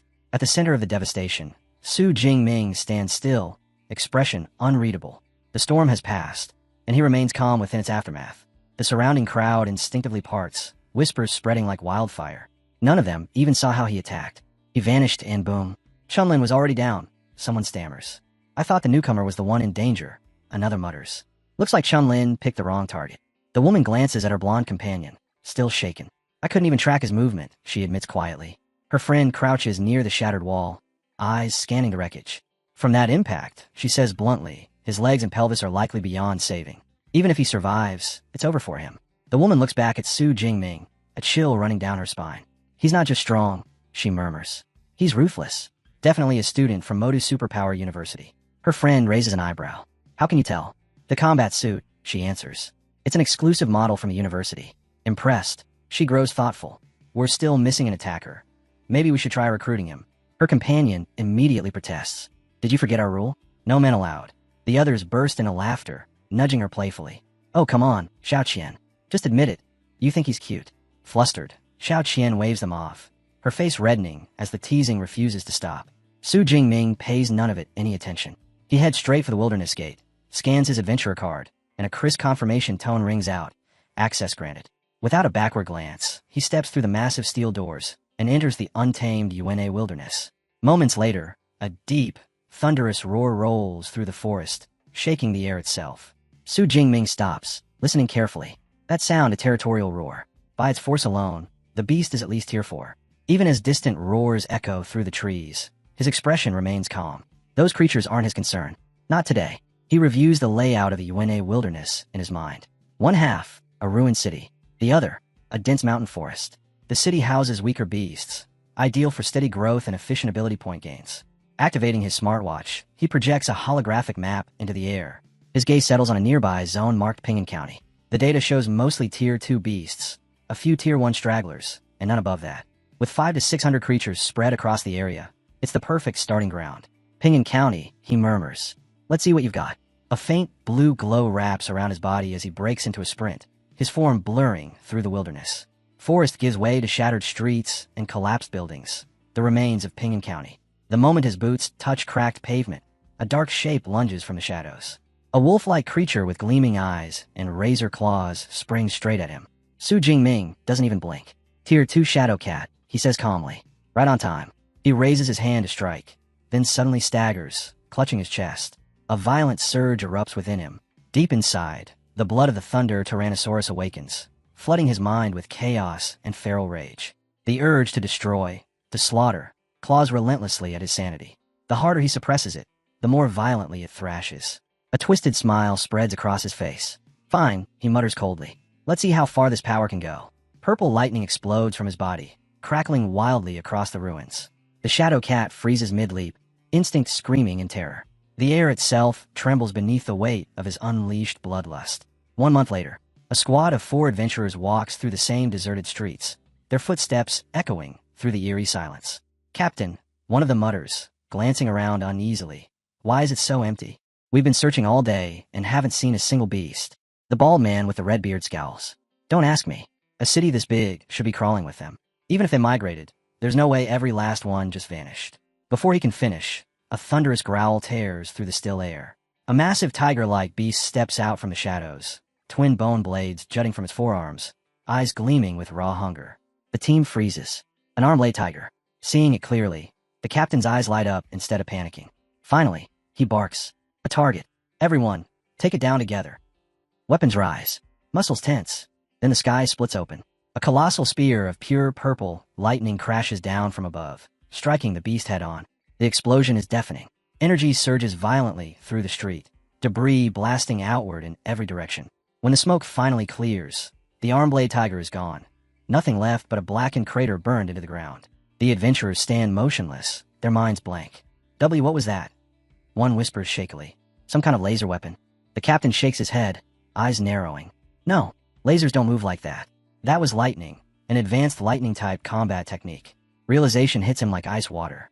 Someone has already claimed this place. That attack was a warning, he says grimly. This territory belongs to whoever fired it. We're intruding. He spins on his men.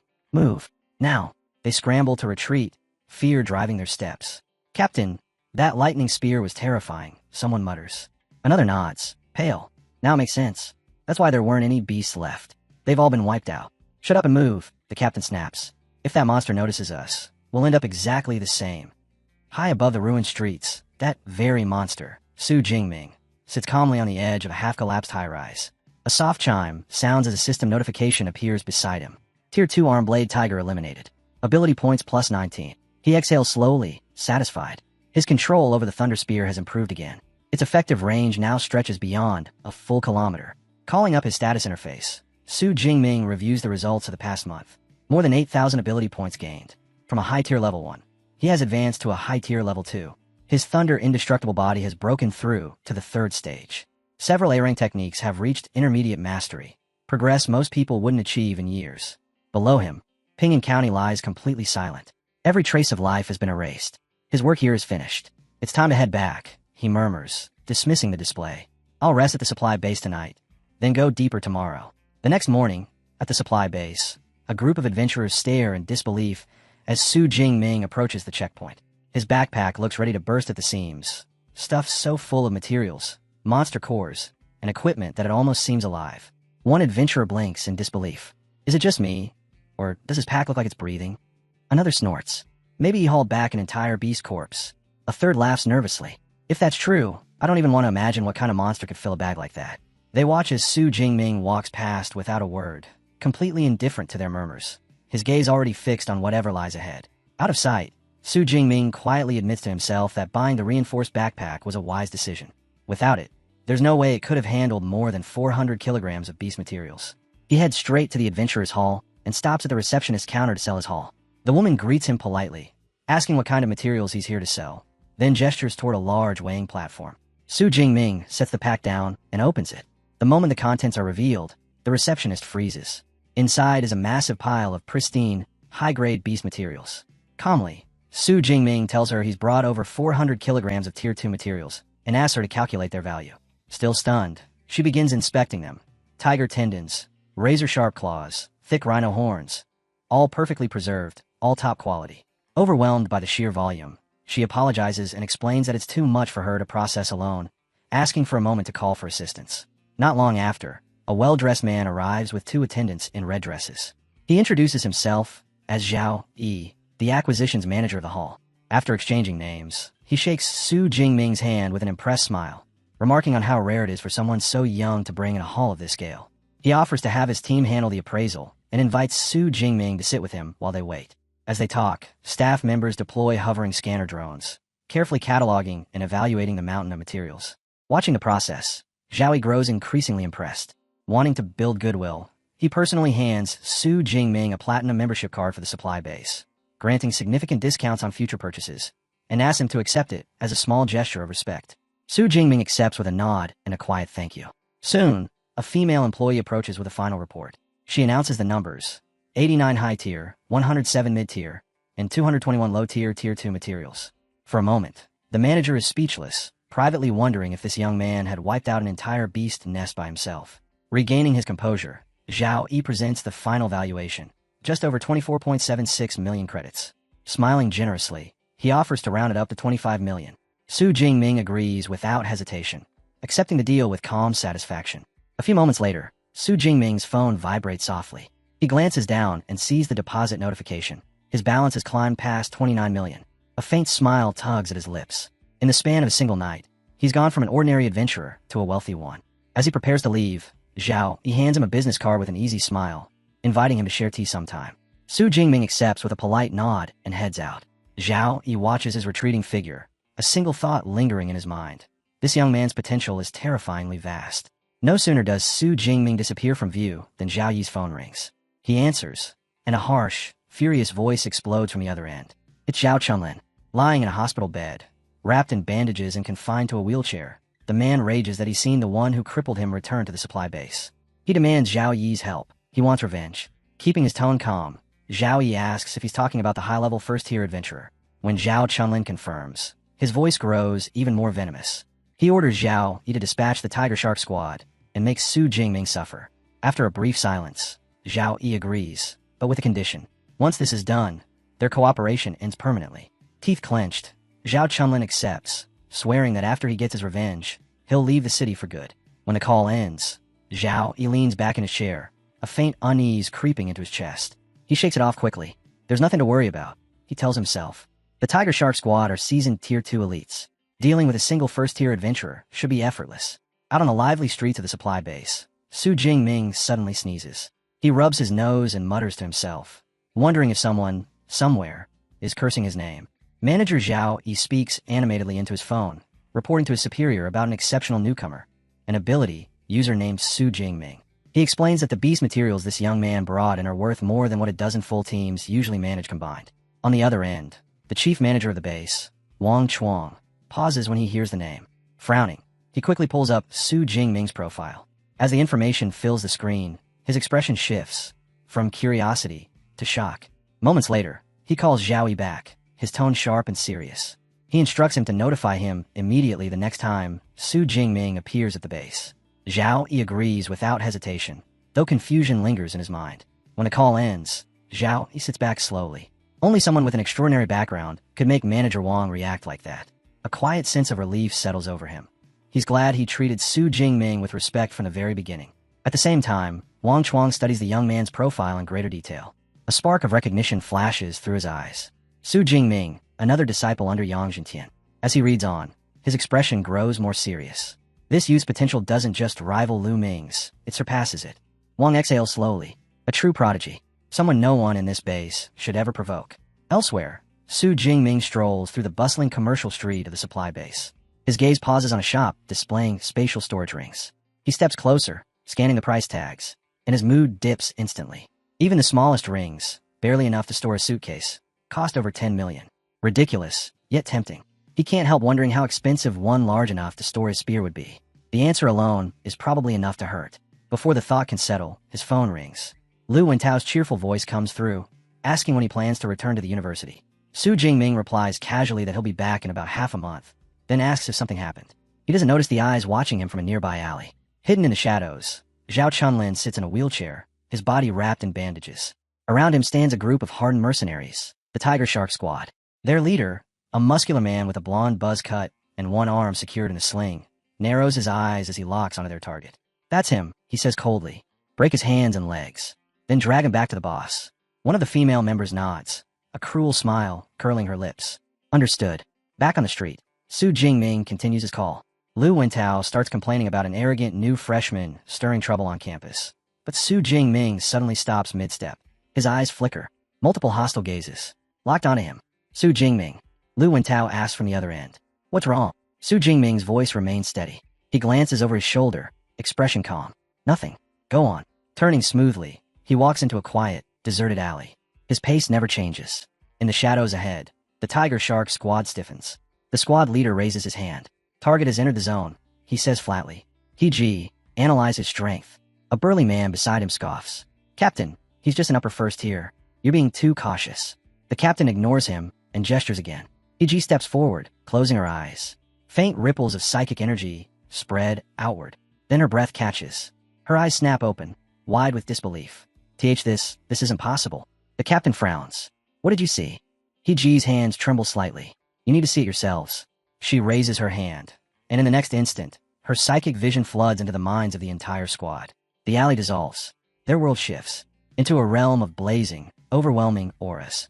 Their own energies appear as faint, trembling lights, but Su Jingming's presence dominates the vision like a massive vortex of deep violet power, swirling with terrifying intensity. The entire squad freezes.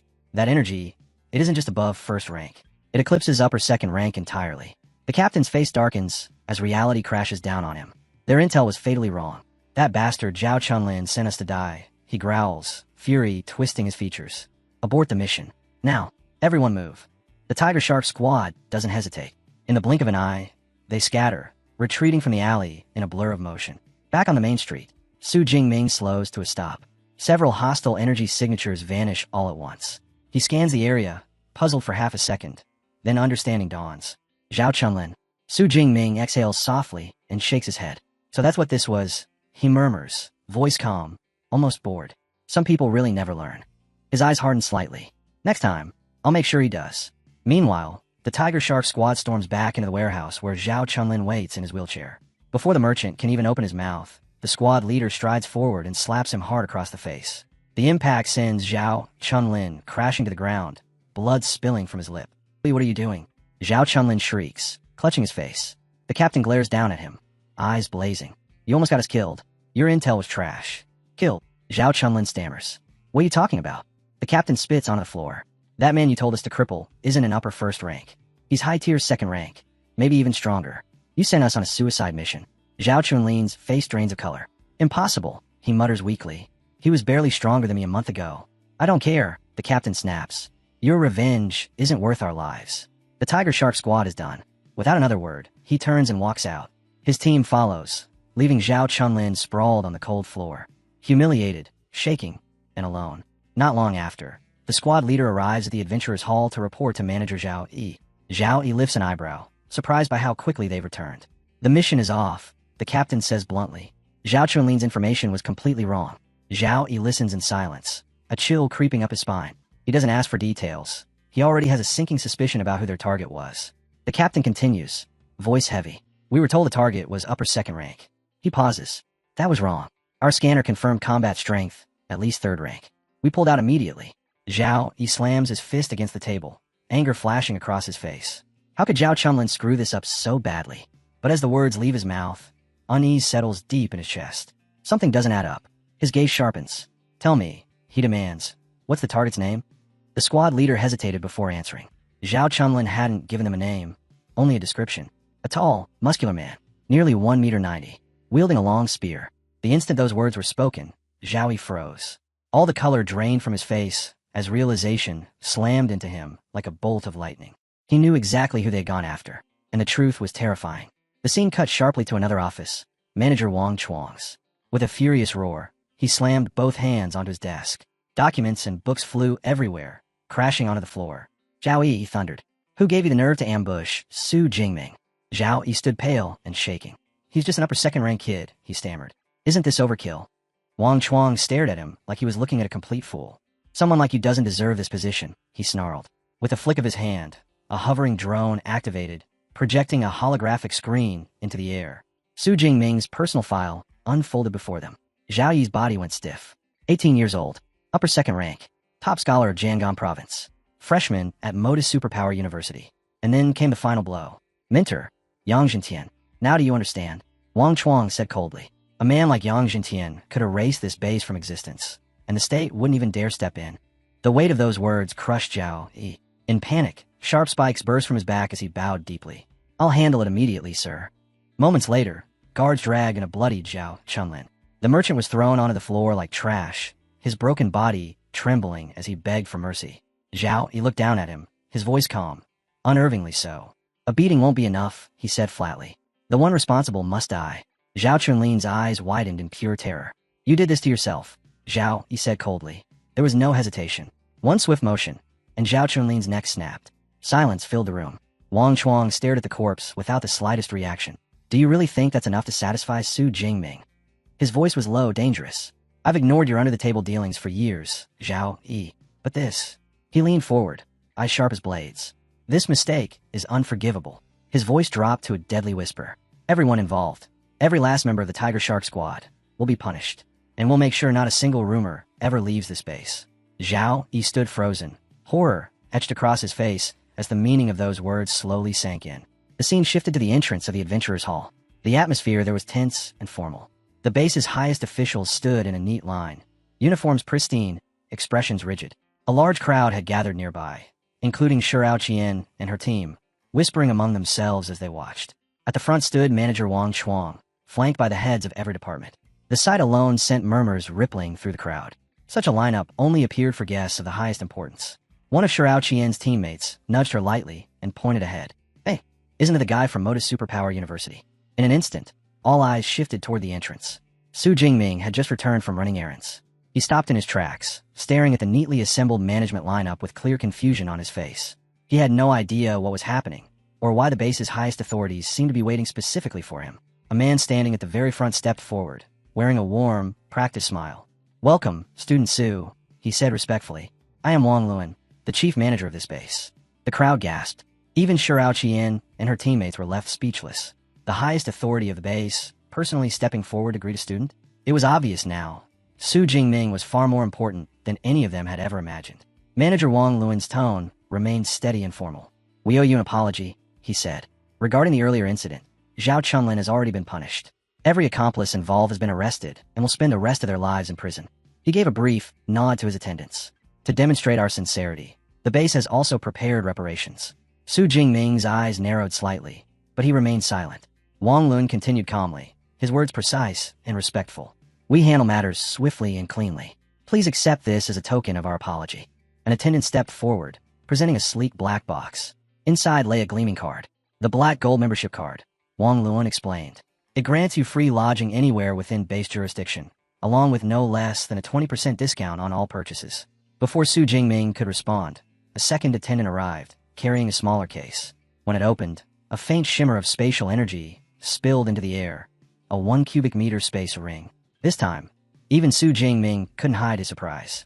The value of such a gift was staggering. He glanced at the ring in his hand, then back at the chief manager, finally realizing just how seriously the base was taking this apology. Su Jingming turned the space ring over in his fingers, inspecting it carefully. The craftsmanship was flawless, the energy within it pulsing faintly. After a moment, he gave a small nod. Something like this would sell for at least 50 million on the market, he said calmly, fully aware of its worth. Accepting the gift, he looked toward manager Wang Chuang. I appreciate your sincerity, manager. Wang Chuang smiled approvingly. As expected of Master Yang Jintian student, he said, that confidence suits you.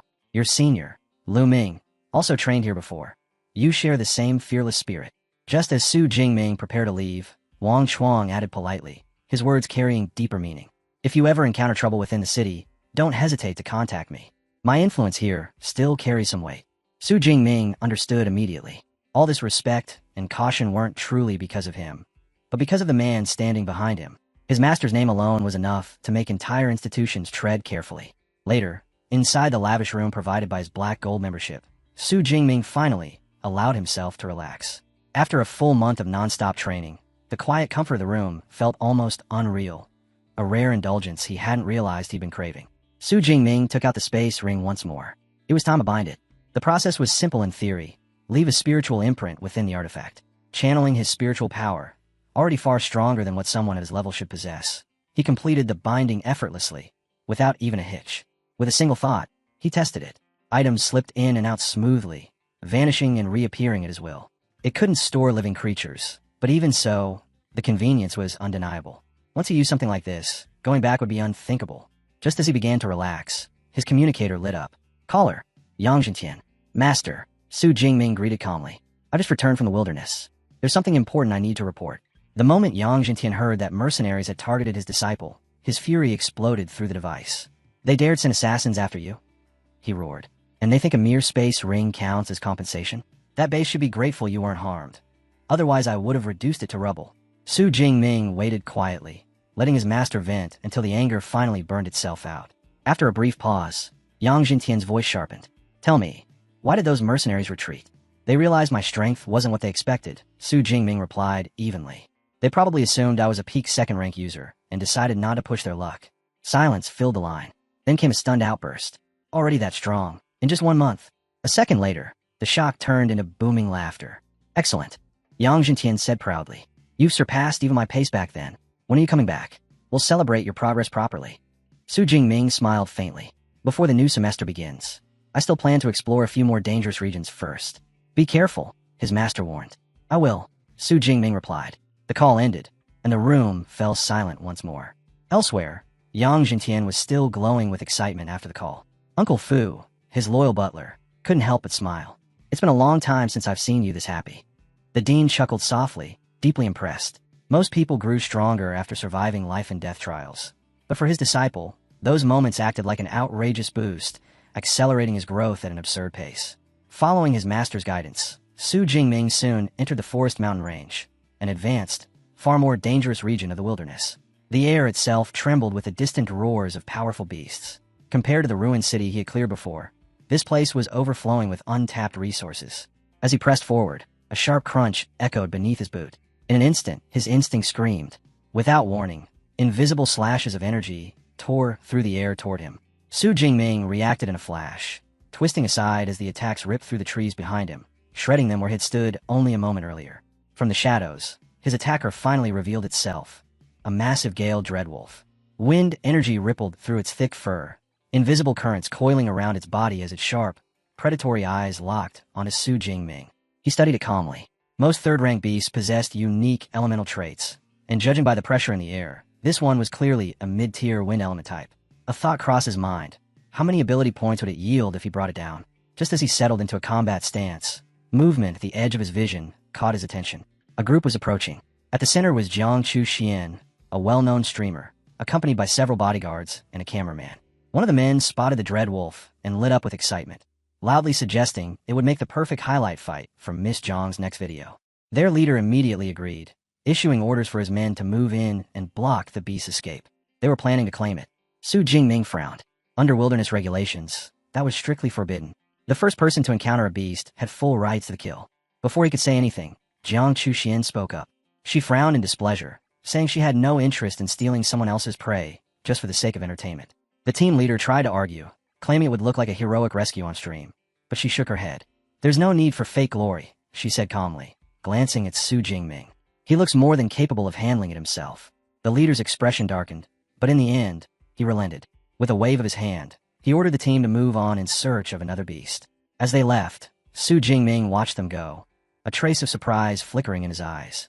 For someone with that level of fame, Jiang Chuxian's sense of integrity was unexpectedly genuine. He glanced once more in the direction her group disappeared, noting how little control their leader actually had over her. With a quiet shrug, he dismissed the matter. It wasn't his concern, and turned his attention back to the hunt. The Gale Dreadwolf, enraged that Su Jingming hadn't retreated, launched itself forward. The ground trembled as it charged, claws ripping through dirt and air alike. Su Jingming sidestepped smoothly, his movements light and effortless. Even so, the sheer force of the rush pushed him slightly off balance. The dread wolf snarled, furious that its prey dared to treat it so casually. In the next instant, Su Jingming steadied himself. Lightning gathered around his spear, crackling violently as arcs of electricity danced along the shaft. With a single, decisive motion, he brought it down like a bolt from the heavens. The electrified tip pierced straight through the beast's skull. The dread wolf let out one final, strangled growl before collapsing lifelessly to the ground. A system notification flashed before his eyes. Kill confirmed. Plus 34 ability points. Su Jingming nodded in quiet satisfaction. Over 30 points from a single third-rank beast. Not bad. A faint grin touched his lips as he looked deeper into the wilderness. 10 days still remained in his expedition, and he intended to make every single one of them count. 7 days passed in a blur of relentless battles. Deep within the wilderness, Su Jingming encountered a group of massive, ape-like creatures. The moment they noticed him, a surge of lightning split the sky. He summoned his signature ranged attack, a colossal spear forged entirely from thunder. It descended from the sky like divine punishment, slamming into the ground with a deafening explosion that shook the forest to its core. Lightning surged outward in violent waves, tearing through earth and air alike. When the dust finally settled, a massive crater smoked beneath him. At its center lay the leader of the ape beasts, its body shattered, bloodied, yet somehow still clinging to life. Su Jingming raised an eyebrow. So even my thunder spear couldn't kill you in one hit, he muttered. As expected of a third-rank leader. Purple lightning crackled across his body as he tightened his grip on his weapon. He had no intention of dragging this out. In the next instant, he exploded forward, like a storm given flesh. Lightning howled around him as he carved through the remaining beasts in rapid succession. One fell, then another. Their furious roars were swallowed whole by the relentless hum of thunder. By the time the last one collapsed, the forest had fallen eerily silent once more. Su Jingming stood amid the fallen bodies, his breathing calm and controlled. He pulled up his system panel, and a faint smile appeared. Over 3,000 ability points. That was enough. Enough to finally unlock the S-rank combat techniques he had been aiming for. Just as he prepared to move on, his smartwatch let out a sharp, urgent tone. A holographic projection flared to life. A distress signal. The image revealed Jiang Chuxian, sprinting desperately through the forest. She leapt from branch to branch, her breathing ragged, panic etched clearly across her face. Behind her thundered a massive armored beast, its body heavy, plated, and unmistakably draconic. Her memory replayed in fragments. Her team scattering after encountering a terrifying fourth-rank monster. The chaos. And then, her own misfortune. She had run straight into another nightmare.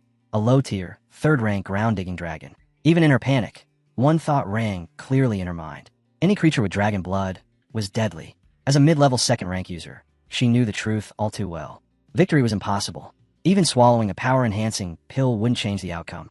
Her only hope was that someone, anyone, would answer her distress signal before it was too late. The situation worsened as she burst out of the dense forest and into an open clearing. Her heart sank. Without the trees to shield her, there was nowhere left to run. The beast surged forward with terrifying speed, sealing off every possible escape route. Just as it prepared to strike, the sky split open in a blinding flash. A colossal spear of violet lightning slammed down between them, halting the creature mid-charge. From the storm of crackling energy, a figure stepped forward. Lightning danced around him as he calmly positioned himself between Jiang Chuxian and the beast. Su Jingming.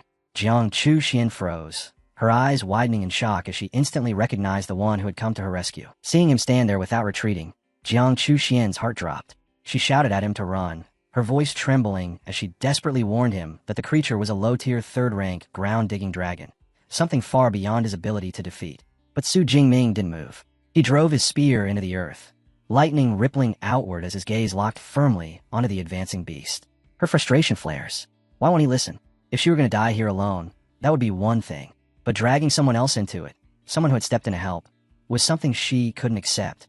Gritting her teeth, Jiang Chuxian suddenly darts past him, shouting for him to get away as she prepares to hold the creature back herself.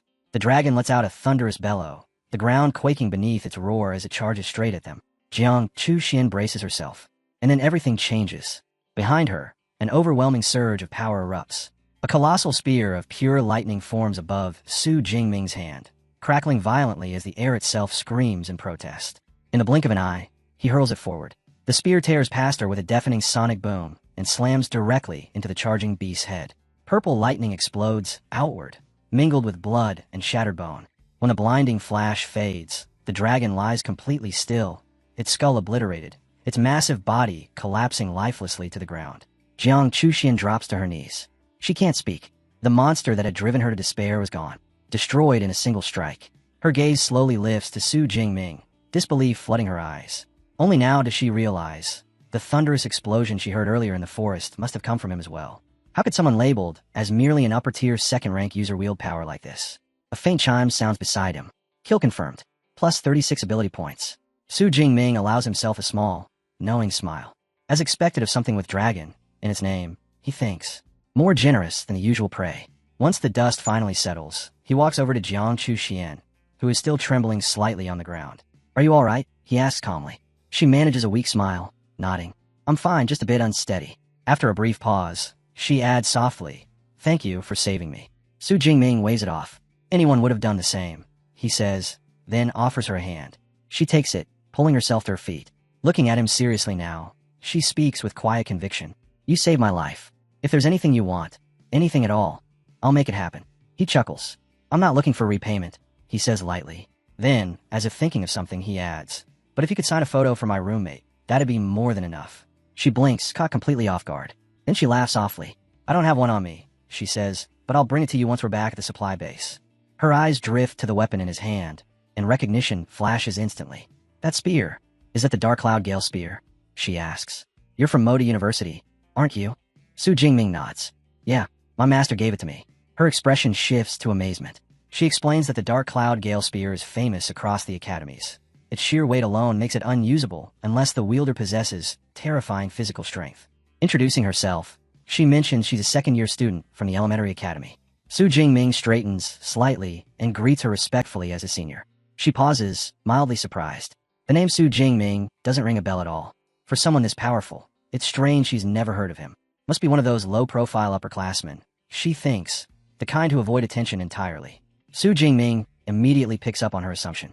Hardly any students reach this level of strength before their third year, so it's only natural she thinks he's an upperclassman. Deciding it's not worth correcting, he simply smiles and lets the misunderstanding stand. Still clearly shaken, Jiang Chuxian can't help bringing it up again. How he managed to annihilate a high-tier third-rank beast in a single strike. Just as Su Jingming is about to take his leave, she suddenly calls out to him. She hesitates, cheeks flushing slightly, then asks if she can travel with him for a while. Her guards were scattered earlier, she explains, and there's no way she can survive alone in this part of the wilderness. Su Jingming thinks it over briefly, then nods. All right, he says. I'll escort you as far as the ruined city. You'll be safe there. Relief washes over her instantly, and she thanks him with obvious sincerity. As they walk, she suggests checking the beast's den for valuables. It was likely guarding something when it attacked her. Su Jingming agrees. The logic makes sense. Along the way, her curiosity gets the better of her. So, which academy are you from? She asks. The Weaponry Academy, he replies. Her eyes widen. Oh, isn't your dean Yang Zenshin? I heard he has a pretty terrifying reputation. Su Jingming answers without missing a beat. He's my master. She freezes mid-step, her face turning bright red. I'm sorry. I didn't mean anything bad. He's obviously an incredible person, she blurts out in a panic. Su Jingming hides a faint smile. So this is the famous ice goddess from the forums, he thinks. She talks a lot more than I expected. Before long, Jiang Chuxian leads him to the beast's lair, a dark cave nestled among jagged rocks. Su Jingming raises his spear, faint lightning crackling along its shaft, and signals for her to stay behind him. She nods and follows closely as they head inside. What awaits them makes both of them stop in their tracks. Beyond the shadows lies a hidden oasis. Crystal clear turquoise water bubbles gently from a spring, surrounded by clusters of radiant flowers releasing a rich, intoxicating fragrance. Su Jingming's eyes sharpen as he recognizes several rare herbs growing among them, each one worth a fortune. Then realization hits, and his voice drops in disbelief. This is an S-grade, Earth Spirit Spring.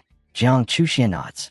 She explains that the spring's energy continuously nourishes its surroundings, elevating ordinary plants into high-grade medicinal herbs over time. Su Jingming can't help but be impressed. Her explanation is precise and confident, revealing a depth of knowledge he hadn't expected. When he comments on it, she smiles proudly. I'm actually a certified second-grade pharmacist. That revelation surprises him even more. He knows how demanding that qualification is. It seems this talkative ice goddess is far more capable than her reputation suggests.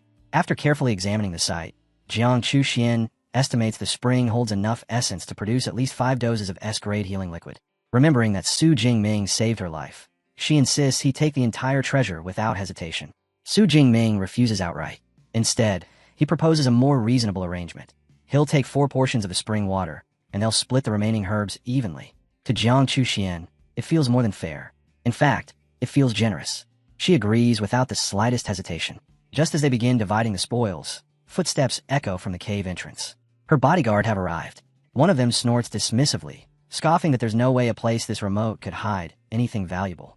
The team leader cuts him off sharply, pointing at the deep claw marks carved into the cave walls. This isn't just any den.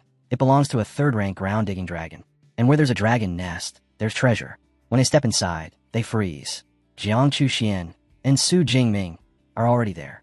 Her heart skips a beat. Panic flashes through her mind. If these elite third-rank users realize what this place truly is, things could turn ugly in an instant. The leader greets her casually, saying they've been searching everywhere for her. Then his gaze shifts to Su Jingming, curiosity flickering in his eyes. Thinking fast, Jiang Chuxian introduces Su Jingming as an upperclassman she happened to encounter. She gestures toward the herbs and suggests they all share. After all, the quality is exceptional. The leader smirks and nods, appearing agreeable. But then one of his men leans in and whispers something into his ear. The spring, the man murmurs. It's the legendary S-grade, Earth Spirit Spring. Everything changes. The atmosphere inside the cave turns suffocating as greed ignites in their eyes. Su Jingming and Jiang Chuxian both feel the shift instantly, the thin veil of politeness shattering. The leader's smile twists into something cruel. You're not being very honest, he sneers. Sensing the danger, Jiang Chuxian makes a snap decision. She offers to give up everything. Grabbing Su Jingming's arm, she tries to pull him back, whispering urgently that all of them are peak third-rank users. There's no chance of winning. But Su Jingming doesn't move. His voice is calm. Cold. I don't think I'm weaker than they are, he says. And even if we hand everything over, they won't let us leave alive. Her heart sinks. She knows he's right. The leader lets out a low, dark laugh. You've got guts, kid, he says. And you're not wrong. In this world, only the ruthless survive. Jiang Chuxian is famous. If she escapes, she could expose everything online and destroy them. The conclusion comes easily. Kill them both. Seal the secret in this cave forever. Refusing to become deadweight, Jiang Chuxian makes her choice. She pulls out a crimson bloodburst pill and swallows it without hesitation. The effect is instant.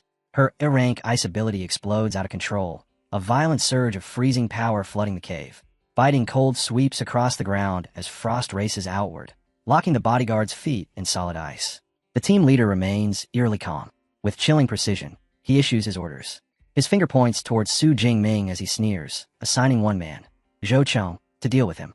Take care of her lover first, he says mockingly. The remaining men spread out at once, sealing off the cave entrance and cutting off every possible escape route.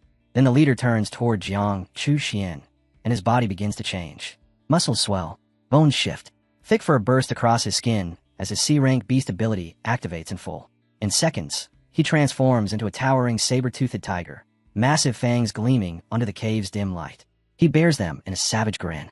Your life ends here. His men burst into ugly laughter, hurling filthy jokes as they suggest recording the scene before killing her. Their voices echo through the cave, warped with cruelty, exposing just how twisted they truly are. Jiang Chuxian's heart sinks. These aren't people. They're monsters wearing human faces. Despair washes over her. She can't accept dying in a place like this. Her only regret is dragging Su Jingming into her nightmare. She turns to warn him, and her breath catches. In the blink of an eye, everything reverses. The tiger-like leader suddenly freezes, every instinct screaming danger. Before anyone can even react, Su Jingming vanishes from sight. Then, He reappears behind Zhou Chong. A dull, sickening sound echoes as the spear has already pierced straight through the man's chest. Zhou Chong collapses lifelessly to the ground. Su Jingming stands over the body, his gaze cold and merciless. Even a third-rank fighter, he says flatly, isn't much of a challenge. The leader's expression hardens. He can't understand it. One of his strongest men, killed effortlessly. In that instant, realization slams into him. He's made a fatal mistake. With a furious roar, the tiger leader lunges forward, swinging his massive axe as he unleashes a thunderous tiger roar slash. The weapon cleaves through the air with overwhelming force. But Su Jingming moves like lightning, literally. His body dissolves into streaks of violet energy, dodging the attack with ease. Even as he moves, his mind works calmly, analyzing his opponent. The leader's raw strength surpasses his own. Dragging this out would be suicide. The tiger leader and his men stare in disbelief as the air around Su Jingming begins to crackle. His expression hardens. Then, with a low, rumbling growl, he releases his true power. Thunder Extreme Mode. A violent eruption of purple lightning explodes from his body, ripping his shirt apart and revealing a lean, newly honed physique. The cave trembles violently. Sparks dance across his skin as overwhelming energy floods the space, announcing the true beginning of the battle. Jiang Chuxian can only stare. Her mind goes blank, caught between awe and terror. The power radiating from Su Jingming warps the air itself. His presence no longer feels human. Even the tiger-like leader falters, eyes locked on the dark energy swirling wildly around him. What kind of monster is he? Su Jingming's form has completely changed. His eyes blaze an icy blue, pupils narrowing into sharp, beast-like slits. Two curved, demonic horns emerge from his head, completing a terrifying, otherworldly transformation. Power surges through him in relentless waves, and a faint smile curls across his lips. He's enjoying this. The tiger leader grits his teeth, forcing the fear back down. A trick, he scoffs. Just another flashy transformation. Convincing himself it's all for show, he charges forward, ready to crush the boy in front of him. But Su Jingming moves first. A feral grin flashes across his face as he launches himself straight at the tiger head-on. Their collision shakes the entire cave. The leader plants his feet and activates his defensive skill, Lying Tiger Stone, a hardened layer of armor forming over his body. He's confident, certain that no lower-ranked opponent can break through it. He's wrong. Su Jingming's spear, crackling with violent lightning, collides with the tiger's weapon in a blinding burst of violet light. Thunder explodes through the cavern as lightning gale rips forward. The so-called indestructible armor shatters like fragile glass.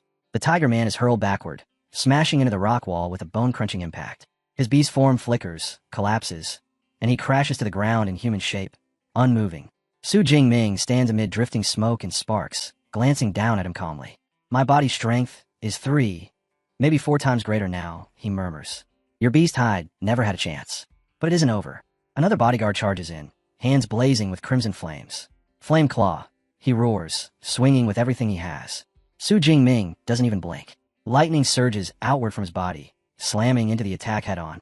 The flames are erased instantly, snuffed out by raw electricity. The man staggers back, horror etched across his face. Impossible, that's a B-rank skill. Su Jingming steps forward, eyes cold and merciless. Not bad, he says evenly. You're a true peak 3rd tier. But this ends here. The man's courage shatters. He drops to his knees, voice breaking as he begs. Please, take the Earth Spirit Spring. Take everything I have. Just let me live. Su Jingming's expression doesn't change. Too late, he says flatly. Lightning flashes once more. Then silence. From the side, Jiang Chuxian can barely process what she's witnessed. The elite squad she hired, fighters whose captain was said to be unbeatable, had been wiped out in mere minutes. Who is he? She wonders, her thoughts spiraling. No one at our university, no one I've ever heard of, has power like this. Could he be S-rank? As the echoes of the last strike fade, Su Jingming slowly turns his gaze toward the remaining bodyguards.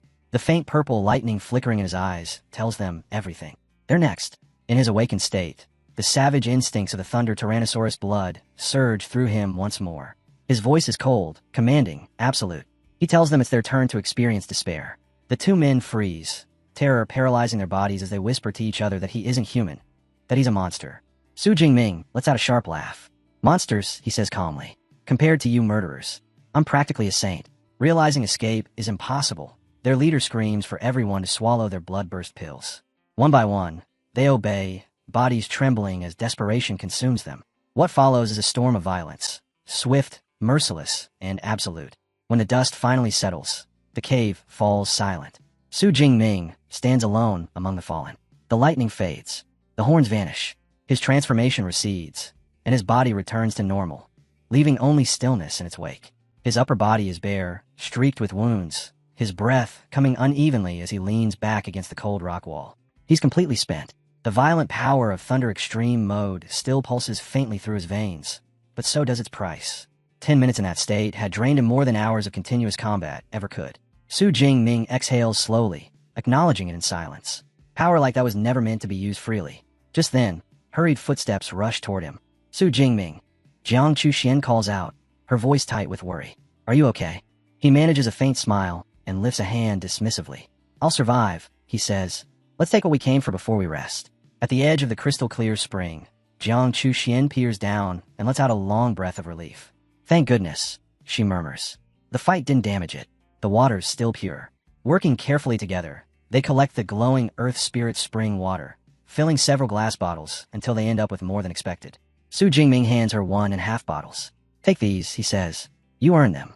Her eyes widen. Really? She asks, then beams. Thank you, Su Jingming. But before she can say anything more, her expression twists in pain. She staggers forward and collapses straight into him. Her body trembles violently as realization hits.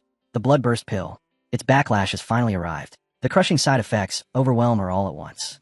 A sharp cry escapes Jiang Chuxian as her strength vanishes, and she slumps fully against Su Jingming. Startled, he catches her before she hits the ground, steadying her as her face turns deathly pale. She lies weakly against him, barely conscious. She tries to circulate her energy. Nothing responds. Her limbs feel unbearably heavy, her body refusing to obey. Even reaching for her space ring proves impossible. She doesn't have the strength to retrieve even a piece of clothing. Embarrassment burns through her. This is humiliating. He must think I'm completely useless. Su Jingming studies her quietly for a moment, then speaks in a calm, steady tone. The backlash is worse than I expected. You need rest. I'll take you somewhere safe. Before she can protest, he bends down and lifts her into his arms. The sudden motion makes her heart skip violently. Her thoughts scatter, heat rushing to her face. Is it because this is the first time I've ever been held like this? She wonders, flustered beyond words. Su Jingming carries her through the forest until they reach a quiet, grassy clearing untouched by battle. He lowers her gently onto the ground. Rest here, he says. I'll gather the remaining herbs. Before turning away, he removes his black shirt and hands it to her. Use this to cover yourself. She hesitates, then takes it, clutching the fabric tightly. He's actually very kind, she realizes, her thoughts spinning.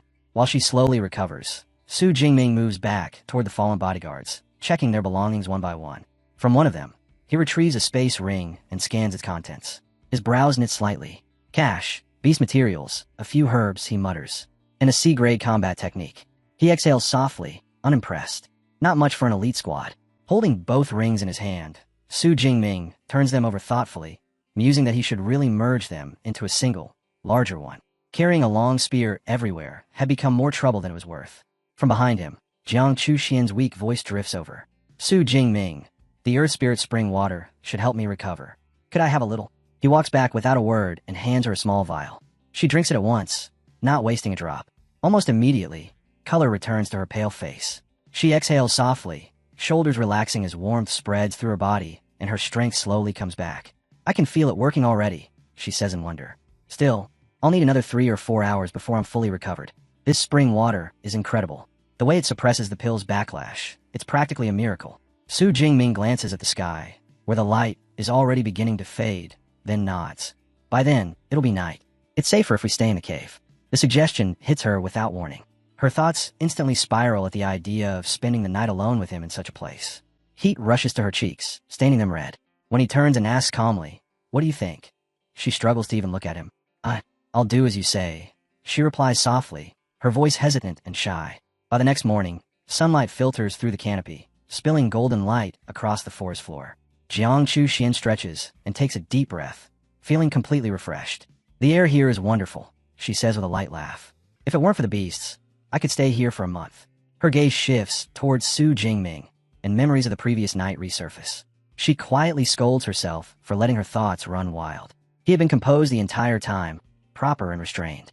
He's not that kind of man after all, she tells herself, though a faint, inexplicable sense of disappointment settles in her chest. Before she can dwell on it, Su Jingming speaks, breaking the calm. We should head out. I'll escort you to the edge of the forest. She blinks, then nods with relief. All right. They move swiftly through the woods, their steps light and practiced. Su Jingming takes the lead, eyes sharp as he scans their surroundings. Suddenly, he stops and extends an arm in front of her. A thunderous roar erupts overhead. A massive beast wreathed in flames streaks through the air, its blazing mane lighting up the forest. It crashes down in the distance and continues fleeing without looking back. Jiang Chuxian gasps. A fifth-tier blazing tiger. They slip behind a tree, watching as it vanishes into the distance. Su Jingming's brow furrows. It didn't even notice us. Jiang Chuxian narrows her eyes, studying its frantic movements. No, look closely. It's running for its life. Something is chasing it. Before he can respond, the ground begins to quake. Gray shapes pour through the forest like a living tide. Hundreds, then thousands. Red eyes gleaming, iron fangs flashing as they surge forward. Her face turns deathly pale. Iron-toothed rats, she whispers. They're only first-tier beasts, but in numbers like this, even a sixth-tier expert wouldn't survive. Now understanding why even a fifth-tier blazing tiger had fled in terror, panic floods Jiang Chuxian's chest. We need to leave now. Su Jingming doesn't hesitate.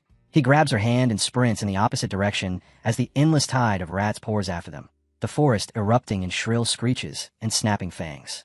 As they race through the dense trees, his mind works rapidly. The swarm's endurance is monstrous. There's no way to outrun them for long. The supply base is still nearly 90 kilometers away. At this pace, it's hopeless. His long spear drags at his movement. Jaw tightening, he growls, I'll have to abandon the spear. No need. Jiang Chuxian shouts over the chaos. My space ring can store it. She reaches out, and in the blink of an eye, the heavy weapon vanishes into her ring. The weight disappears instantly. Su Jingming surges forward, faster now, but still not enough. He glances at her and speaks without slowing. Holding hands is slowing us down. I'll carry you. Her steps falter for a heartbeat. Before she can protest, he lifts her onto his back and explodes forward, speed climbing sharply. Trees blur past until the forest suddenly opens up. They burst into the ruins of a once thriving city. For a split second, hope flares, then dies. Ahead, an enormous swarm of rats is already there, devouring the corpse of a massive beast. The way forward is completely sealed. Su Jingming's expression darkens. So it's come to this. The rat tide has swallowed everything. With nowhere left to run, he stops. Thunder rumbles as violet lightning erupts around his body, dark horns twisting from his head as demonic energy surges outward. He grips Jiang Chuxian firmly. Hold tight. Then he charges. He crashes into the sea of rats like a living catastrophe. Every strike detonates with lightning, electricity ripping through dozens at a time. Bodies explode, screams vanish, and ability points flood in with every kill as he tears a violent path through the swarm, refusing to slow. Far away, inside a military command post, Manager Wang Chuang stares grimly at the incoming reports. The numbers are catastrophic. Over 300,000 rats. Enough to devastate the entire ecosystem. A subordinate points at the map, markers blinking everywhere. There are too many ability users trapped. Most of them won't escape. Wang Chuang clenches his fists. His thoughts drift to Su Jingming. Without Yang Jintian's protection, the boy shouldn't survive this. Then a soldier shouts, Sir, we got something. Look. On the surveillance feed, a massive sphere of purple lightning is tearing across the terrain at terrifying speed. Wang Chuang's eyes snap sharp. Prepare for combat, now. Moments later, the data flashes. Speed confirmed, 80 meters per second. The troops open fire, but every round ricochets harmlessly off the glowing energy barrier. And then, Su Jingming bursts through the storm, still wrapped in demonic lightning. With Jiang Chuxian held securely in his arms, he vaults over the barricade in a single leap and lands inside the outpost, thunder still crackling around him. The lightning recedes, peeling away the demonic aura, and leaving Su Jingming human once more, shirtless, utterly drained, but alive. Silence grips the outpost. The soldiers can only stare. One mutters that he'd sworn the energy signature belonged to a thunder beast, not a man.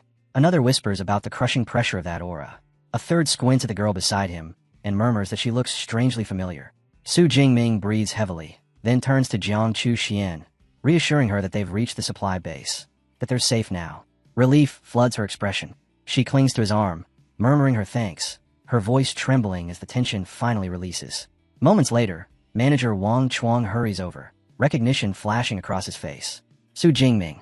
Shock and admiration mix in his voice as he asks how he can help after such an escape. Su Jingming, still exhausted from the 40-minute sprint through the mountains, gives a tired answer.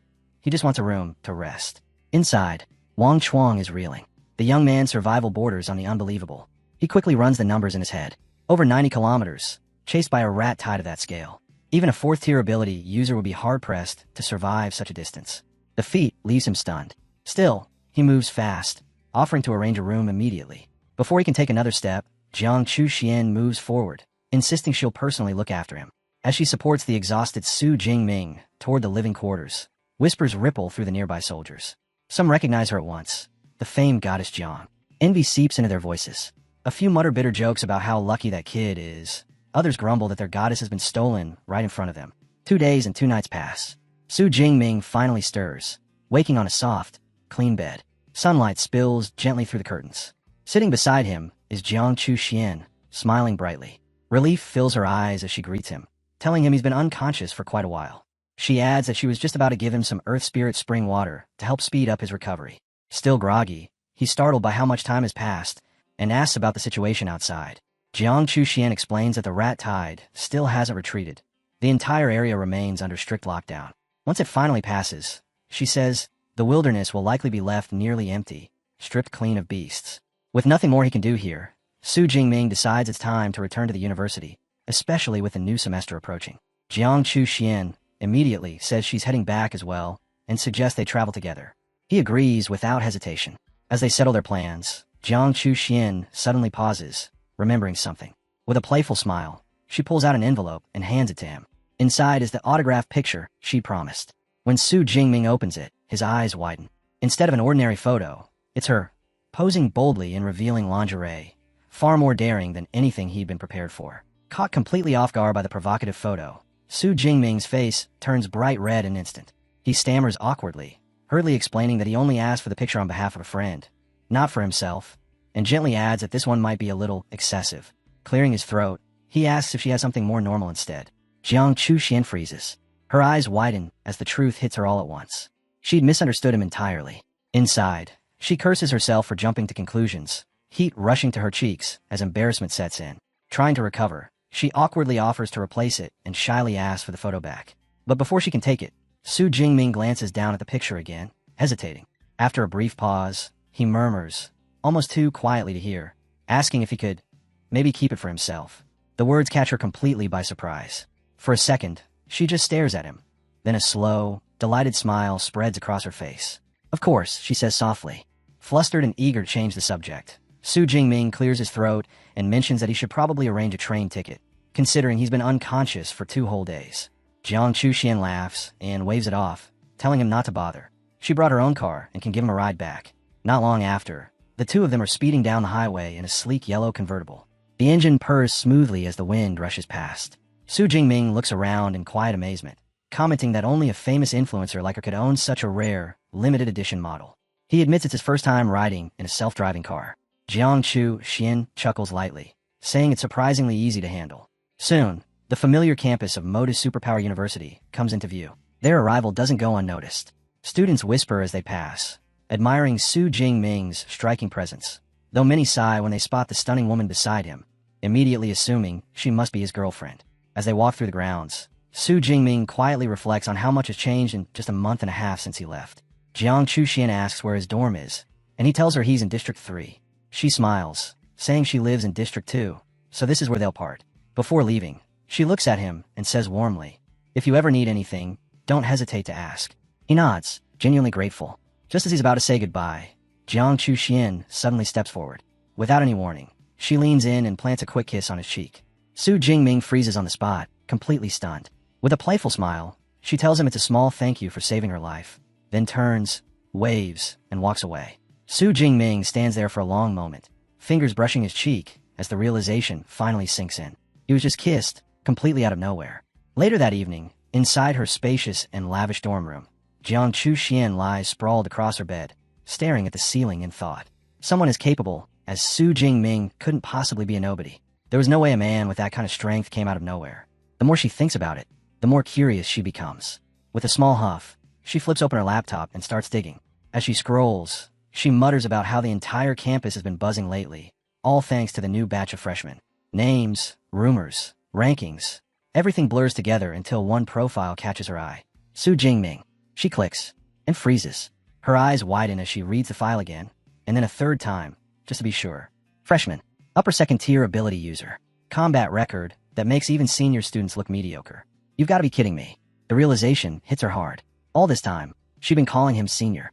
She lets out an exasperated sigh and collapses back onto the bed. That guy's a complete fraud, she mutters, then pauses as a slow, dangerous smirk curls across her lips. Fine then. If that's how it is, next time we meet, my junior brother is definitely paying for this. Elsewhere, back in his dorm, Su Jingming sits quietly at his desk, reviewing the results of his trip. The mission was a success. 2 space rings secured. Over 25 million credited to his account. By any standard, it had been more than worthwhile. Still, a faint sense of regret lingers. If the rat tide hadn't cut everything short, he could have farmed far more ability points. He opens his system panel, eyes scanning the familiar numbers. Upper second tier user. S-rank ability. 3,712 ability points. A subtle satisfaction settles in his chest. That was more than enough to begin seriously working on high-level S-rank combat techniques. The door suddenly slams open. You're finally back. Lu Wentao shouts as he rushes in. You could have at least sent a message. Do you have any idea how worried I was when I heard about the rat tide? Su Jingming looks up calmly. Yeah, ran into it. The military's handling things now. Before he can say anything else, Lu Wentao stiffens. His expression shifts as he stares at Su Jingming, eyes narrowing. He can feel it. Something's different. Wait, he says slowly. You broke through to second tier? Su Jingming shakes his head. Upper second tier. For a moment, Lu Wentao just stares.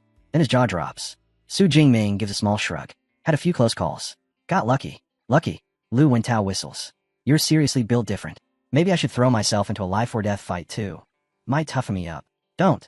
Su Jingming says flatly. My situation was special. The wilderness isn't forgiving.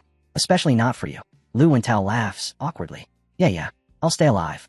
Then his expression shifts again as he snaps his fingers. Oh right. Song Chu came by a few times looking for you. You should probably give her a call. I will. Su Jingming replies, reaching into his bag. But first, this is for you. He hands over a small envelope. Lu Wentao opens it with a puzzled look, pulling out the contents. Oh, what's this? He asks, confused. Su Jingming only smiles faintly. It takes a second. Then realization hits.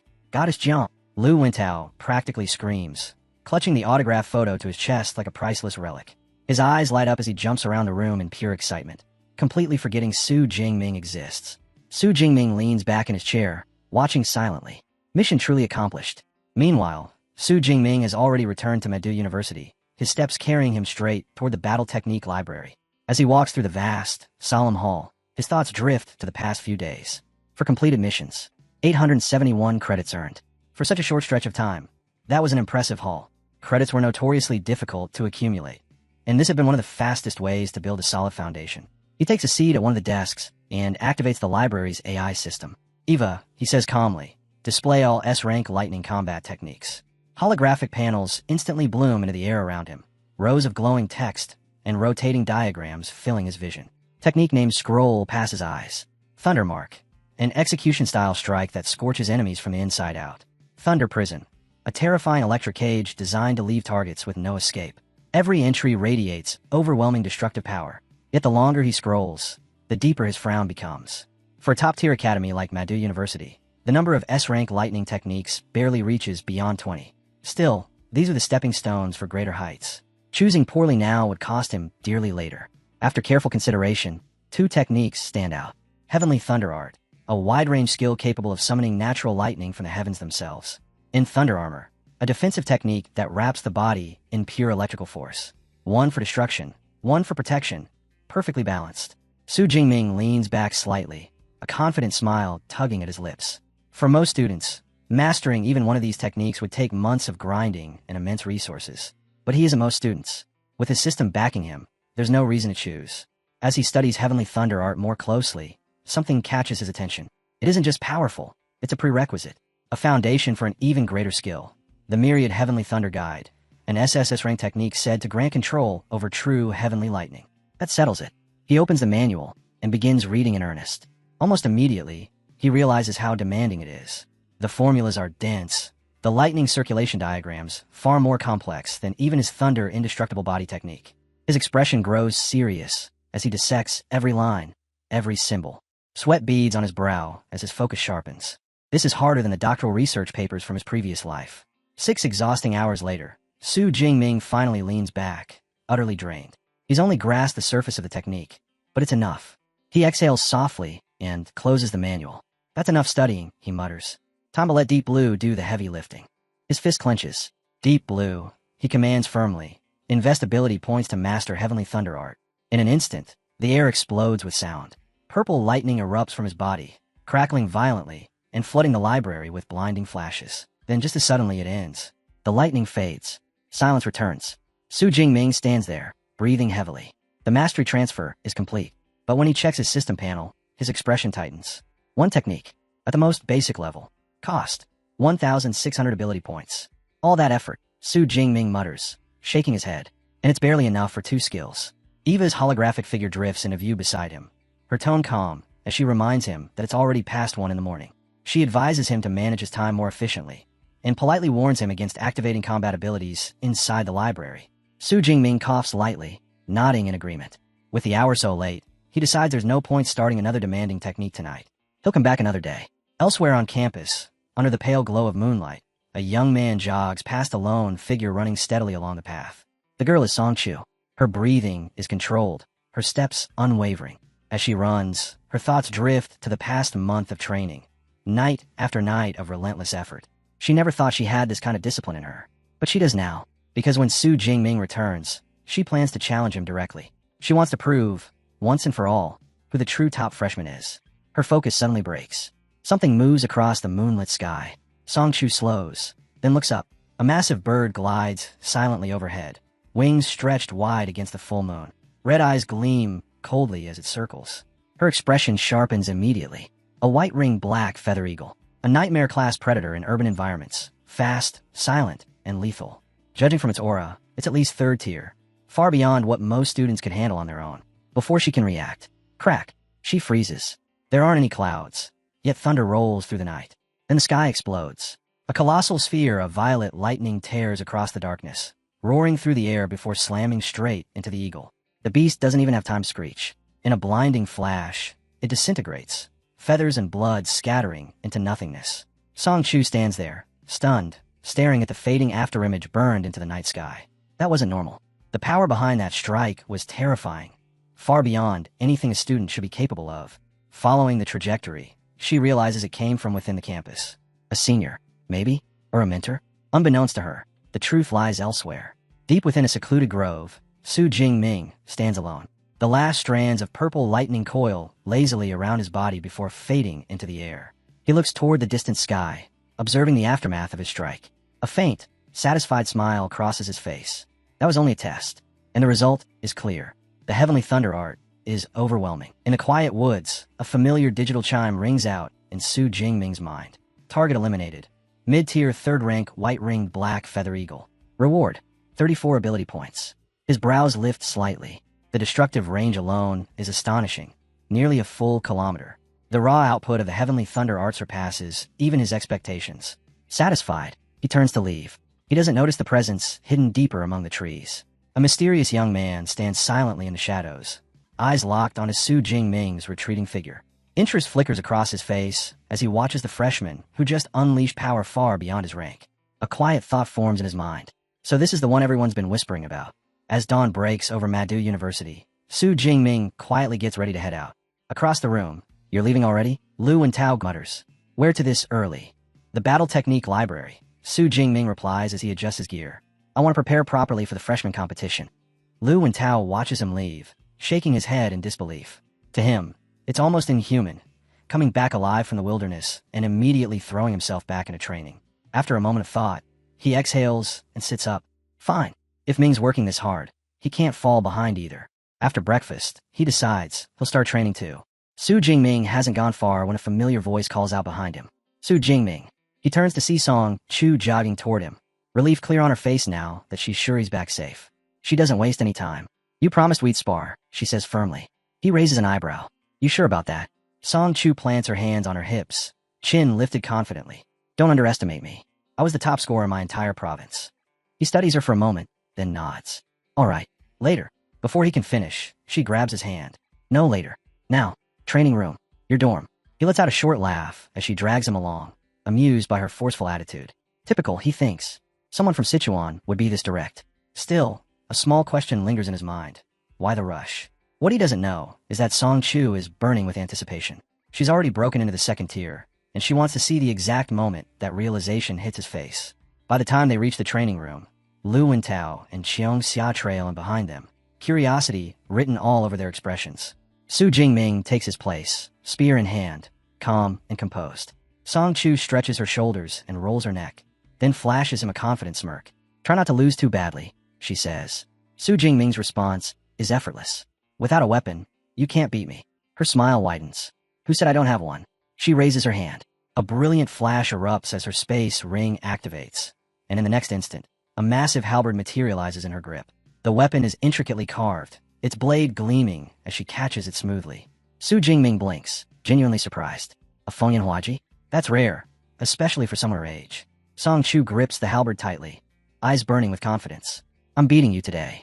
He nods, expression steady. From the sidelines, Lu and Tao grins and whispers to Qiong Xia that Brother Ming has already won. Qiong Xia chuckles softly, clearly enjoying the tension. As the match begins, Su Jingming's focus sharpens. He feels the energy radiating from Song Chu and instantly understands. Lower second tier, so that's where her confidence comes from. A faint smile touches his lips. Impressive, but still not enough.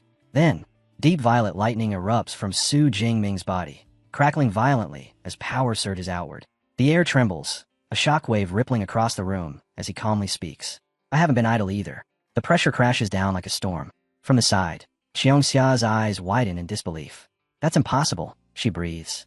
There's no way he's only upper second tier. Off to the side, Lu and Tao grins smugly and nudges his companion. Told you, your friend was never going to keep up. Song Chu stiffens. In that instant, she knows her plan has completely fallen apart. How is he advancing this fast?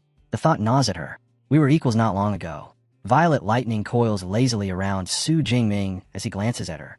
Still want to continue? He asks, his tone calm and unhurried. Flustered, yet unwilling to retreat, she clenches her jaw and nods. Fine, she mutters. But don't go too far. He chuckles softly, clearly amused by her warning. Relax. I'll let you move first. Come whenever you're ready. Her fingers tighten around the halberd. You'll regret that, she shouts, activating her A-rank skill. Su Jingming narrows his eyes slightly. Natural type energy, similar in nature to lightning. His interest sharpens. Let's see what you've got. Song Chu charges, her halberd blazing as if set aflame by dawn itself. Su Jingming notes it instantly. Weapon enhancement. That's new. Their weapons collide. Sparks explode as spear and halberd clash, thunder and light erupting together in a violent burst. With a single smooth motion, Su Jingming deflects her strike, overwhelming force crashing straight through her offense. She stumbles back several steps, eyes wide with disbelief. Su Jingming lowers his spear just slightly. Good technique, he says evenly, but there isn't enough power behind it. From the sidelines, Lu and Tao whistles. That was clean. She went all out, and he blocked it like it was nothing. I'm not finished, Song Chu shouts. She launches herself forward again, unleashing a relentless barrage. Her halberd blurs, trails of light streaking through the air as strike after strike rains down, fast, sharp, furious. Su Jingming doesn't retreat. He meets every blow with precise, effortless counters, his spear moving like an extension of his body. Too slow, he remarks calmly. Not enough strength. You still need more refinement. Her assault drains her rapidly. The light around her flickers as her breathing grows ragged. At last, she halts, shoulders rising and falling heavily. He countered my full technique, she murmurs, stunned.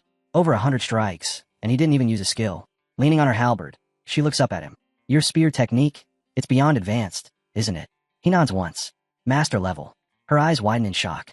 I've trained since I was 8, and I've barely reached advanced. She exhales sharply, half laughing, half defeated. You're a monster.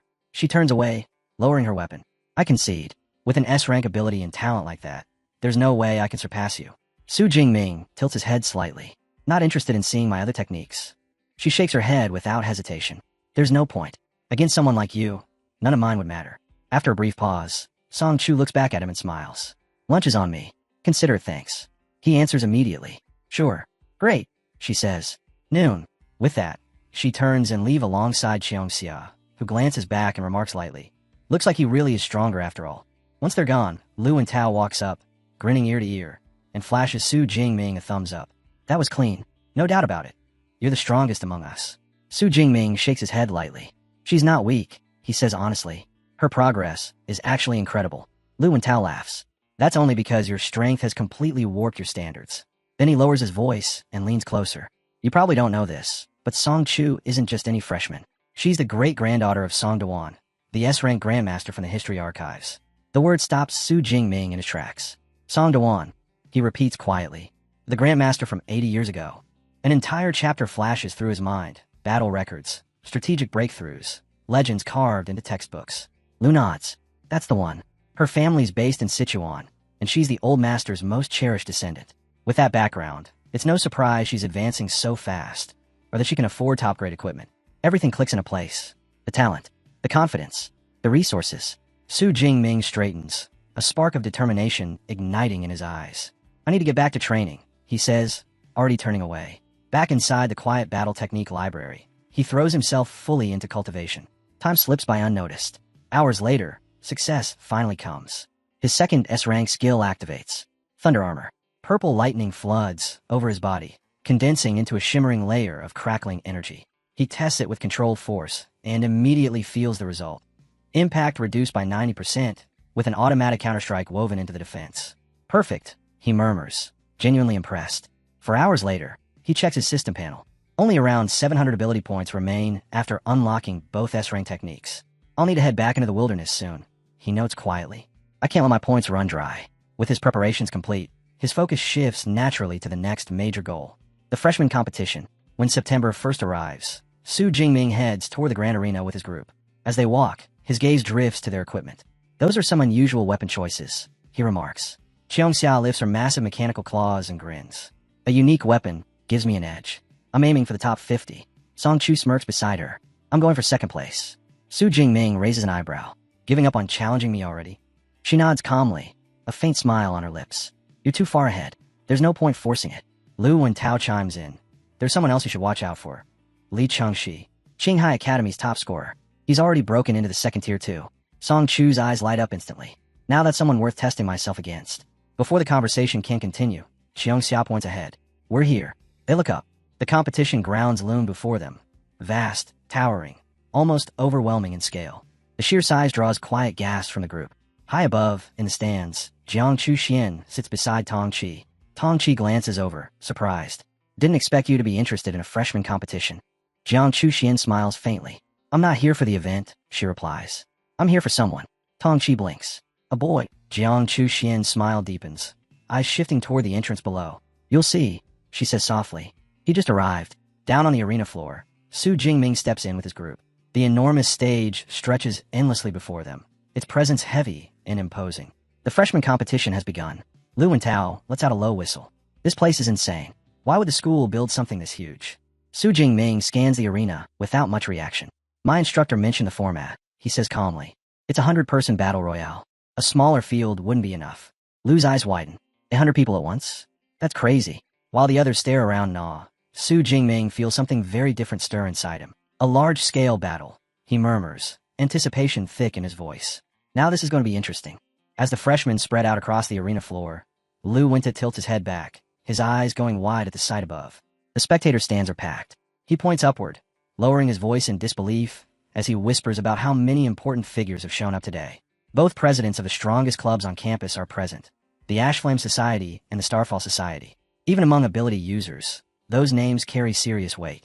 Lu Wenta clicks his tongue and says there's no way they came just to watch an opening ceremony. There's only one reason they'd bother appearing in person. They came for Su Jingming.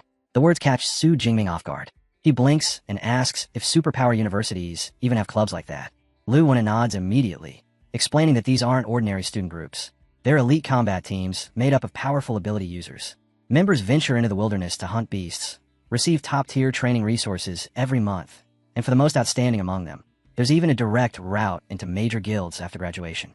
Then Lu Wenta lowers his voice further, his tone turning uneasy. Su Jingming Sr., Lu Ming, is the vice president of the Ashflame Society. By all accounts, he should be sitting in those stands today, yet his seat is empty. Su Jingming's expression slowly darkens. He lowers his gaze, thoughts churning. Ever since he returned, he hasn't been able to contact either his senior or his master. All he knows is that they went to the southwest. The silence that followed has been eating at him, a quiet pressure settling deep in his chest. High above the arena, inside a private viewing box, a subordinate finishes his report in a respectful, subdued tone. He mentions the tense situation unfolding in the southwest and thanks the president for personally returning, adding that recruitment could have easily been handled by others.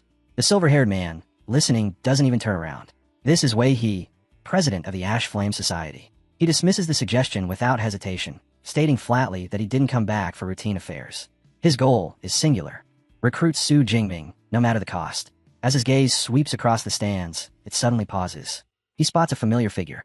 His eyes narrow slightly as a question forms in his mind. Why is Wu Yuan of the Starfall Society here too? Not far away, Wu Yuan stands with his arms folded, looking down at the arena with a calm, self-assured smirk. There's no mistaking it. They're targeting the same person. Before that silent tension can thicken any further, the sky above suddenly changes. Light surges overhead as a massive, glowing magic circle takes shape, washing the entire arena in a radiant glow. A low wave of murmurs rolls through the crowd as the signal marking the start of the competition echoes across the space.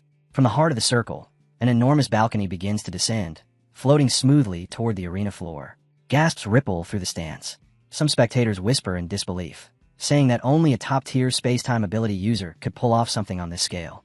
A portal of golden light blossoms open on the balcony, and a lone figure steps through. An elegant woman with long brown hair emerges, her presence calm, yet crushing. The moment she appears, the arena falls into complete silence, every gaze locked onto her, as if pulled by an invisible force. Louis Wentao stiffens the instant he gets a clear look at the woman on the floating platform. His voice drops as he hurriedly tells the others who she is: the vice principal who oversees the battle technique library. Su Jingming can't hide his shock. She looks far too young for someone holding such authority. Louis Wentao snorts quietly and explains that powerful ability users age far more slowly than ordinary people. By his estimate, she's at least 40. Standing high above the arena, the woman finally speaks. Her voice carries effortlessly, reaching every corner without the slightest strain.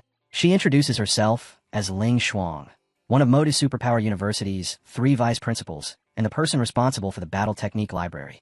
Since the principal is currently away, she says she will be overseeing the opening ceremony. With calm authority, she welcomes the new generation to Moda Superpower University. She wastes no time moving on to the numbers. This year's freshman class consists of 1,024 students, including 6 provincial top scorers. As she breaks down the ability rankings, the crowd listens intently. 56 students with A rank abilities, 832 with B rank, and 135 with C and D rank powers. Then, almost as an afterthought, she adds that among them is a single, extremely rare S rank Awakens student. That one sentence sends a ripple through the arena. Su Jingming and his friends exchange sharp, startled looks, their focus snapping instantly to full alert. Ling Shuang continues without pausing, explaining that to accelerate student growth, the university distributes resources each year according to a 5-tier evaluation system, ranging from D to S. She states plainly that the upcoming freshman competition will determine each student's rating and their treatment for the entire first year. Quiet whispers spread through the ranks as the weight of Modi University's ruthless competitiveness sinks in. Then her expression hardens. A faint yet terrifying dark aura rolls out from her body as she scoffs at the murmurs about fairness. Her voice turns cold as she asks when she ever said Moda's Superpower University was a fair place. With eyes like tempered steel, she declares that the university exists to forge top-tier powerhouses, and that the birth of the strong has always been built on brutal competition. Her words crash down on the freshmen like a hammer, leaving the entire arena frozen in stunned silence. Su Jingming, however, doesn't flinch in the slightest. Instead, a confident smirk tugs at the corner of his lips. To him, this only proves one thing: choosing Modu was absolutely the right decision. Ling Shuang advises the students not to conceal their strength. The more power they display, the more resources the university will be willing to invest in them. She then moves on to the rules of the competition. The first stage will be a 100-person battle royale. Floating drones will track and record how many opponents each student defeats. There will be 10 rounds in total, and from each round, only the top 5 will advance. With a casual wave of her hand, a massive screen ignites in midair, revealing the rewards. First place will receive a 10 cubic meter space ring, A-grade cultivation resources, and 1,000 credits. Second and third place will be awarded A-grade and B-grade combat suits, B-grade resources, and a hefty sum of credits. As the prizes glow overhead, the air among the freshmen grows heavy. Excitement tightens into hunger, and the urge to fight burns clearly in their eyes. The sheer value of the rewards leaves many of the students staring in disbelief. Before the excitement can erupt completely, Ling Shuang calmly adds one final condition. The competition results will also determine each student's permission level within the university, ranging from C rank up to A rank. She makes it clear that the extremely rare S rank permission is handled separately and cannot be obtained through this competition alone. With her task complete, she hands the stage over to another dean and vanishes in a flash of golden light, leaving behind a buzzing, stunned arena. Stepping forward next is Sun Qing-snow, Dean of the Elemental Academy. She faces the crowd and formally announces the official star of the freshman competition. As a final incentive, she reminds everyone that outstanding performers may catch the attention of instructors and be taken in as personal disciples. At those words, the murmurs swell. For many students, this is the opportunity they've been waiting for. Sun Qing-snow explains that the first stage will consist of 10 battle rounds. The AI, Ava, immediately begins randomly selecting participants for the opening match. As the names appear, Su Jingming's group, dressed in matching combat suits, spots a familiar name on the list. Li Qingji, the top scorer from Qinghai Province, has been placed in the first round. From the arena floor, Li Qingji lifts his gaze toward the stands and flashes a provocative smirk in their direction. Qianjia points it out, while Songchu snorts in irritation, calling him unbearably arrogant. Off to the side, Lui Wentao's lips curl into a mischievous grin as a single thought crosses his mind. Li Qingji has just made a very serious mistake. The 100 selected students soon assemble on the arena floor. Sun Qing-snow reassures them that they don't need to fear death, explaining that Ava will automatically deploy a protective shield if anyone's life is in danger. She also reminds them that a full medical team is standing by. With a sharp countdown from 3, the signal is given. The arena explodes into chaos the instant the signal is given. Attacks erupt in every direction as the battle royale begins in earnest. In the stands, many spectators quickly lock onto a single figure, a swordsman cutting through the battlefield with terrifying efficiency. They can tell at a glance that his aura has already broken into the second tier. It doesn't take long for whispers to spread. It's Li Qingji, the top scorer from Qinghai. On the battlefield, Li Qingji moves as if he's hacking through tall grass. His blade flashes again and again, sending opponents flying one after another. A sneer never leaves his face as he fights, openly mocking those he defeats and calling them weak. The first round ends far faster than anyone expected. An AI drone announces the results in its emotionless voice.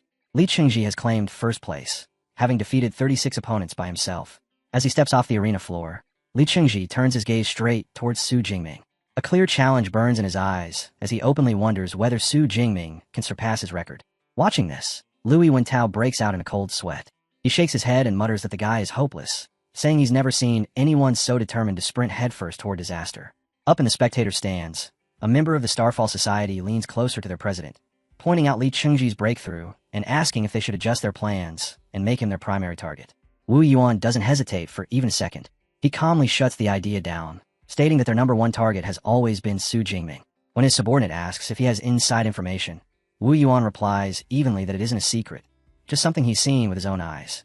Not long after, Eva's voice echoes throughout the arena, announcing the start of the second round and calling the selected students forward.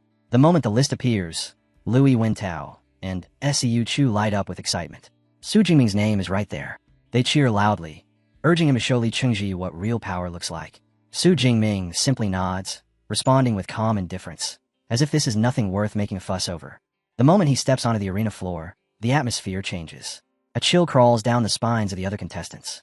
Several curse their luck under their breath, immediately abandoning any hopes of taking first place. Instead, they turn their attention to fighting over the remaining 4 spots. Su Jingming stands there, relaxed and confident, thinking that they're far too naive if they believe keeping their distance will keep them safe. From the VIP section, several deans observe him closely. One of them asks Dean Sunqing if Su Jingming is the new disciple taken in by Dean Sun Qing-snow. She confirms it and adds that he's the S-rank Awakens student. The dean nods, commenting on the impressive aura rolling off Su Jingming's body. But the instant Su Jingming lets more of his power leak out, another dean reacts so violently that he spits out his drink, shouting in disbelief. He can't accept it. Su Jingming has already stepped into the second tier, and he was only awakened a month ago. The realization hits him like a hammer. Around him, the other deans are just as shaken, openly marveling at Su Jingming's terrifying growth rate. Off to the side, the countdown begins. The instant the match starts, Su Jingming erupts into motion. A massive vortex of purple lightning explodes from his body. At the very center of the chaos, Su Jingming spins his spear at blinding speed, a predatory grin spreading across his lips. Deep down, he admits it freely. Slaughtering beasts has its own thrill, but fighting humans is far more satisfying. Su Jingming's display of power sends shockwaves rippling across the arena. A brutal surge of energy crashes outward, forcing the remaining contestants to stagger back. One student goes pale as the pressure slams into him, instantly recognizing the truth. This aura belongs to a second-tier ability user. Standing calmly within the raging storm of purple lightning, Su Jingming confirms their worst fears without saying a word. Shouts erupt across the arena as students cry out in disbelief, unable to accept that a freshman has already reached the second tier. Despair spreads quickly among the competitors. Complaints spill out as they curse the unfairness of being forced to face someone an entire tier above them. In the spectators' stands, Wu Yuan of the Starfall Society watches without the slightest change in expression. His subordinate leans closer, asking quietly if he already knew about Su Jingming's true strength. Wu Yuan answers evenly that he did, and that Su Jingming's potential has now reached a level no one can ignore. Elsewhere in the stands, Jiang Chuxin breaks into a smile, suddenly realizing she's been calling her junior senior all this time. Amused, she silently vows to settle that score later. Not far away, Li Chengji grits his teeth, frustration burning in his chest. He had planned to ride Su Jingming's fame to elevate his own reputation. Now that plan is in ruins. Being placed in a different round feels like a cruel joke.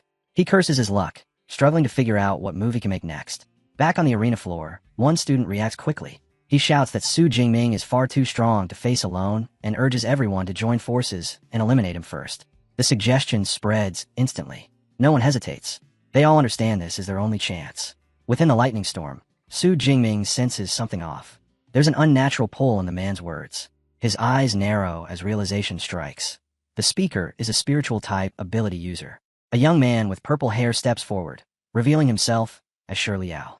He releases his A-rank psychic ability, his voice carrying an invisible force as it sweeps through the arena, uniting the scattered students under his command. He tells them that if they follow his instructions, they have a rare chance to bring down an S-rank awakened. Fueled by his words, the surrounding students quickly rally around him, their hesitation replaced by desperate resolve. Inside the VIP box, the deans exchange quiet remarks. Wu notes that Shi Liao has successfully unified the freshmen, while Sun recognizes him as a disciple of Dean Long Ku. The head of the Tactics Academy wears a faint, satisfied smile, though even he knows the truth. The unity forming below isn't born from Shi Liao's leadership, but from fear of Su Jingming's overwhelming strength. Even so, Sun's brows knit together slightly. She mutters that Su Jingming may actually be in danger. After all, it would be an absurd joke if an S-rank awakened were eliminated in the very first round. Down on the arena floor, Su Jingming watches calmly as his opponents converge. Shi Liao sneers at him, mocking that he's already lost his chance to strike first. He scoffs and asks how Su Jingming plans to deal with more than 100 enemies at once. Instead of feeling pressured, Su Jingming lets out a soft chuckle. A confident smirk curves across his face as he asks, almost casually, why Shi Liao is so sure he's the one at a disadvantage. Power surges at his command. Lightning screams into existence, condensing rapidly until a spear of pure violet energy forms in his grasp. The instant Shi Liao sees it, his expression tightens. He snaps out orders, sending his newly formed army into motion. Close combat fighters rush to the front, while ranged attackers and support units spread out behind them. With a once-in-a-lifetime chance to take down an S-rank awakened, the students surge forward together. Battle cries echo through the arena as they keep their distance and press the assault. Shi Liao raises his hand, slamming down a thick rock barrier in front of him. He sneers, telling Su Jingming to worry about surviving the tide of bodies before even dreaming of reaching him. Su Jingming doesn't even blink. To him, numbers are meaningless. Calmly, almost lazily, he makes his move. The massive lightning spear leaves his hand, not aimed at the charging students, but straight towards Xiang's defensive wall. The impact is immediate and catastrophic. The rock barrier shatters like fragile glass, exploding apart under the violent strike. A storm of purple energy erupts outward, a brutal shockwave ripping across the arena and blasting the nearest attackers off their feet. The lightning doesn't fade. It crawls and surges along the ground, crackling with unstable power.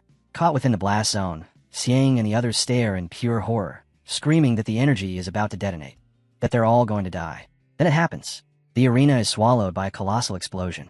Purple light roars skyward as an enormous section of the battlefield is obliterated. The stands fall deathly silent.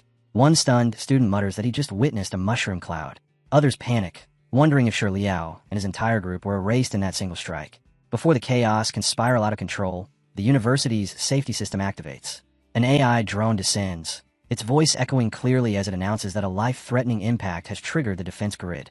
Several students are instantly sealed inside shimmering protective bubbles. The verdict follows at once. Every single one of them has been eliminated by Su Jingming. Safe, but disqualified. Inside his barrier, Xiang clenches his fist, his entire body trembling with frustration. He curses himself for failing to defeat even one opponent, realizing too late that he was knocked out of the competition simply because he chose to challenge Su Jingming. Nearby, one of the instigators, also eliminated, screams hoarsely desperately urging the remaining students to keep attacking. Driven by Xiang's command, a female student steps forward. Her voice is hard with resolve as she declares that she'll take Su Jingming down even if it costs her everything. The survivors answer her call. Their eyes burn red as they launch a final, desperate assault from all directions at once. At the center of it all, Su Jingming doesn't move. Dozens of weapons descend toward him, but he isn't overwhelmed. He isn't pressured. Instead, a calm, almost sinister smile curves across his face as he prepares to welcome their charge. From the sidelines, Shi Liao watches with quiet confidence. Even if everyone else is eliminated, he thinks it will be a worthy sacrifice if it brings Su Jingming down. That confidence lasts exactly one heartbeat, before his expression collapses into pure shock at what happens next. Su Jingming answers their desperation with effortless contempt. He doesn't rush. He doesn't strain. He simply spins his spear once. That single motion gives birth to a roaring vortex of purple lightning, a violent spiral that tears outward and swats every attacker away like leaves caught in a storm. Bodies are hurled across the arena. Attacks are crushed before they can even reach him. When it's over, Su Jingming exhales softly, looking almost bored. Xiang stares in disbelief. His mind reels as he struggles to understand how such a simple release of power erased every elemental attack at once. Is this what true S-rank strength looks like? The realization crushes him. He drops to his knees, utterly defeated, bitterly admitting that even with their numbers, they were nothing more than ants beneath Su Jingming's feet. The arena erupts. Spectators shout in shock and awe, marveling at the terrifying dominance of Su Jingming's lightning. They note how every other element proved completely useless against it. A student who also wields lightning watches in confusion, unable to comprehend why Su Jingming's thunder feels like it exists on an entirely different level. In the stands, Jiang Chuxian cheers loudly, declaring that she knew her senior would be just fine. Beside her, Sanuka lets out a knowing smirk, thinking how foolish it was for the students to believe such a simple plan could ever bring Su Jingming down. In the VIP section, the deans quietly analyze the battle. Dean Long Siyu remarks that Su Jingming's mastery of the Thunder Spear must already be at an advanced stage. Another dean adds that the throw produced a sonic boom, clear proof of terrifying speed and an exceptionally powerful physique. Dean Sun Qing remained silent, a thoughtful expression on her face, wishing Dean Sun Qing Snow were present to explain how such an extraordinary disciple was forged. Back on the arena floor, the few remaining students are rooted in place. Fear grips them as the truth sinks in. There's no way to break through Su Jingming's defense. Completely demoralized, one of them mutters that their only option might be to run. Catching their hesitation, Su Jingming turns toward them, a confident smirk cutting across his face. Purple lightning coils around his body as he mockingly asks if they're too scared to attack. If that's the case, he adds lightly, then he'll come to them instead. He launches forward. The ground detonates beneath his feet as he becomes a blur of pure energy, closing the distance in an instant. He moves like a phantom, tearing through the students and striking them down at blinding speed. Panic erupts. Someone screams about how fast he is. Another desperately shouts for a defensive formation, while someone else yells that they need to stay together. They listen. The remaining fighters huddle tightly, a shield bearer forcing his way to the front as they brace for impact. Watching their hastily assembled defense, Su Jingming's smirk only widens. For the first time, a thought crosses his mind. This might finally be getting a little interesting. He slips into their ranks like a living storm. Lightning and steel blur together as he rips their formation apart. Every movement is precise, almost casual. As he strikes, he speaks, calm, cutting merciless. He tells one student their angle is wrong. Another is too slow. A third simply lacks strength. Each judgment lands at the same moment as his spear, leaving no room for rebuttal. Seconds later, it's over. The arena floor is littered with fallen bodies, every remaining contestant defeated. Su Jingming stands alone at the center, looming over the last student to fall, his gaze cold and utterly indifferent. The defeated students lie scattered across the battlefield, their spirits completely shattered. One groans that Su Jingming didn't just defeat them effortlessly, he even had the nerve to call them weak. Another curses his own luck, bitterly lamenting that out of everyone, he had to be thrown into the same group as that monster. High above, Eva descends into view and announces the end of the round. Su Jingming casually rests his spear across his shoulder, a relaxed confidence on his face, as the drone officially declares him the sole qualifier. After confirming that he defeated 102 opponents, Eva begins listing the remaining qualifiers, then abruptly stops. Dean Sun steps forward, explaining that since only Su Jingming advanced, the remaining candidates will have to compete in an additional round to determine the other 4 spots. The moment she finishes speaking, the stands erupt into excited chatter. A female student exclaims that it was a complete crushing victory, admitting it's the first time she's ever seen a round where only one person advanced. Her friend nods eagerly, predicting that the university's major clubs will probably end up fighting each other just to recruit Su Jingming. The deans are no less shaken. Dean Long Ku remarks that in more than 40 years of holding this competition, the previous elimination record was 87, set by another S-rank user in a 7-minute match. Compared to that, Su Jingming's performance borders on absurd. They agree that this new record may never be broken. Dean Long Ku then wonders aloud how Dean's son, Qing Snow, managed to train Su Jingming's spearmanship all the way to a master level. Dean Sun Qing can only stare in disbelief, admitting that Su Jingming must possess an extraordinary affinity for weapons. She sighs and says she originally wanted him for the Elemental Academy, but now realizes there's no need. A faint smile forms as she thinks that with a student like him, there's no reason to worry about the upcoming 3-school freshman research trip.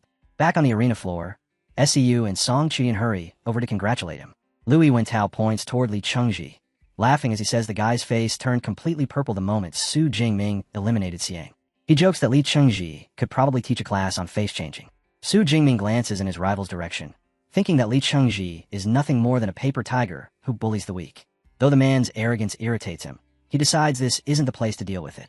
Instead, he quietly resolves to issue a formal challenge during the second stage of the competition. Turning back to his friends, Su Jingming pats Louis Wentao on the shoulder and tells them it's their turn next. Advancing to the top 50, he says calmly, "Shouldn't be difficult." Louis Wentao grins wide, clearly agreeing. Su Jingming bumps fists with Song Qiuyan. She grins back, saying that even if she can't beat him, she'll prove she's the strongest freshman right after him. The competition continues without pause. In the third round, Lu Wentao fights his way to 4th place, taking down 9 opponents through sheer grit and persistence. By the 6th round, Qian steps onto the field, her claws flashing as she tears through 12 contestants to secure 3rd place. Then comes round 8, and with it, Song Qiuyan. She strides onto the arena floor, carrying her massive halberd, and declares with absolute confidence that her time has finally arrived. Her presence alone stirs the crowd. Many students recognize her instantly as the top scorer from Sichuan province, murmurs spreading as eyes linger on her striking appearance and rare weapon. One overly excited fan even shouts that she's the school's new goddess. The match begins, and Song Qiuyan doesn't hesitate for a second. She activates her rank ability, Light of Dawn. She moves with breathtaking grace, every strike clean and decisive as contestants fall one after another. Gasps ripple through the arena as students slowly realize what they're witnessing. Another second-tier ability user. One student mutters in relief that she's only a low-level second tier, nothing like Su Jingming. His friend cuts in coldly, saying that distinction doesn't matter at all. From the stands, Wu Yuan, the president of the Starfall Society, watches with open interest. Clearly impressed, he turns to his subordinate and tells him to mark Song Qiuyan as their second recruitment target. Back in the arena, Song Qiuyan presses forward without mercy, activating Dawn Light's second dance. Her body becomes a spinning blur of gold as her glowing halberd tears through multiple opponents in rapid succession. Drawing her power inward, she follows up with a heavier technique, Light Flame Gravity Slash. She leaps high into the air, then crashes down in a devastating thrust. One of the remaining students screams about the unbearable weight before collapsing instantly. With the final opponent defeated, Song Qiuyan stands alone. The AI drone announces the result. First place, 45 eliminations. As her halberd dissolves in a shimmering light, she turns toward the stands and waves cheerfully at Su Jingming. Moments later, she jogs over, grinning as she teasingly asks what he thought. Su Jingming praises her without hesitation, saying her fusion of magic and close combat was incredible, and admits he's looking forward to facing her in the second round. 2 hours later, the second stage officially begins. Floating platforms rise high above the arena, assembling into a new battlefield for a free challenge round. Each student is granted 3 chances to challenge someone ranked above them, though only those within the top 50 are valid targets. Now it's Su Jingming's turn. He briefly considers challenging the second place, Sachuku, then calmly dismisses the idea. Instead, he tells the AI drone that he is issuing a challenge to the third-ranked student, Li Qingji. The moment the words leave his mouth, the arena erupts. Li Qingji freezes, then explodes with rage, pointing furiously at Su Jingming and demanding to know why the top-ranked student would dare challenge him. Su Jingming answers without the slightest emotion, reminding everyone that the rules never stated he had to challenge someone ranked higher. Then his gaze sharpens, his voice turning cold as he asks whether Li Chengji truly believed he could provoke him and walk away without consequences. Confusion spreads through the crowd until a nearby student explains the source of it all. Earlier, Li Chengji had openly made a throat-cutting gesture towards Su Jingming. The atmosphere shifts instantly. The AI Eva assigns them an arena, and still burning with fury, Li Chengji accepts without hesitation. He wants to see the true power of an S rank awakened with his own eyes. On the floating platform, The two face each other as the AI begins the countdown. The instant the battle starts, Li Chengji unleashes everything he has. His body swells, muscles bulging as red fur bursts across his skin. His face reshapes into that of a lion, and the system announces his A-rank ability. Berserk Blood Lion King. He throws his head back and lets out a thunderous roar, red aura surging violently around his body as he charges forward, shouting that Su Jingming forced him into this. Purple lightning crackles in Su Jingming's eyes as he looks back with icy disdain.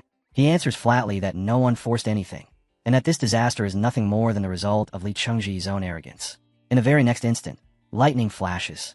Su Jingming vanishes from sight, moving faster than the eye can follow, then reappears high above his opponent with his spear raised to strike. The Lion Man spins around in shock, sneering at the thought of a lightning-type user daring to face him head-on. He swings his massive sword and unleashes Wild Lion Slash. Their weapons collide in a blinding explosion of power.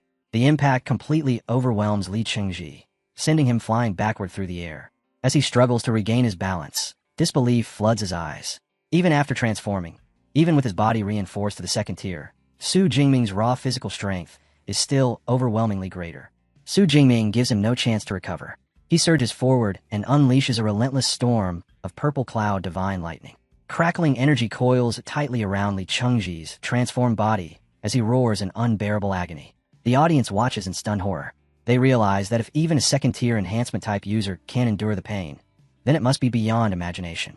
One trembling student points out the most terrifying detail of all. Su Jingming is deliberately controlling the output, torturing his opponent without delivering a killing blow, carefully preventing the AI from stepping into the match. A single truth becomes painfully clear to everyone watching. It is better to provoke anyone else than Su Jingming. After a few more unbearable moments, Li Chengji finally collapses. The AI drone's voice echoes through the arena, officially declaring Su Jingming the victor. Su Jingming stands there in silence, looking down at him with cold indifference.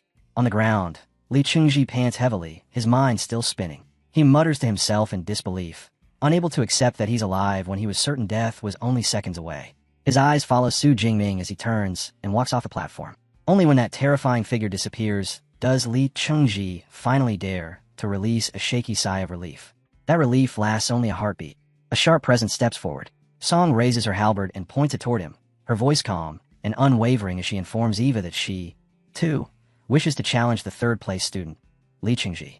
The words strike him like another crushing blow. A fresh wave of terror floods his battered body as despair sinks deep into his bones.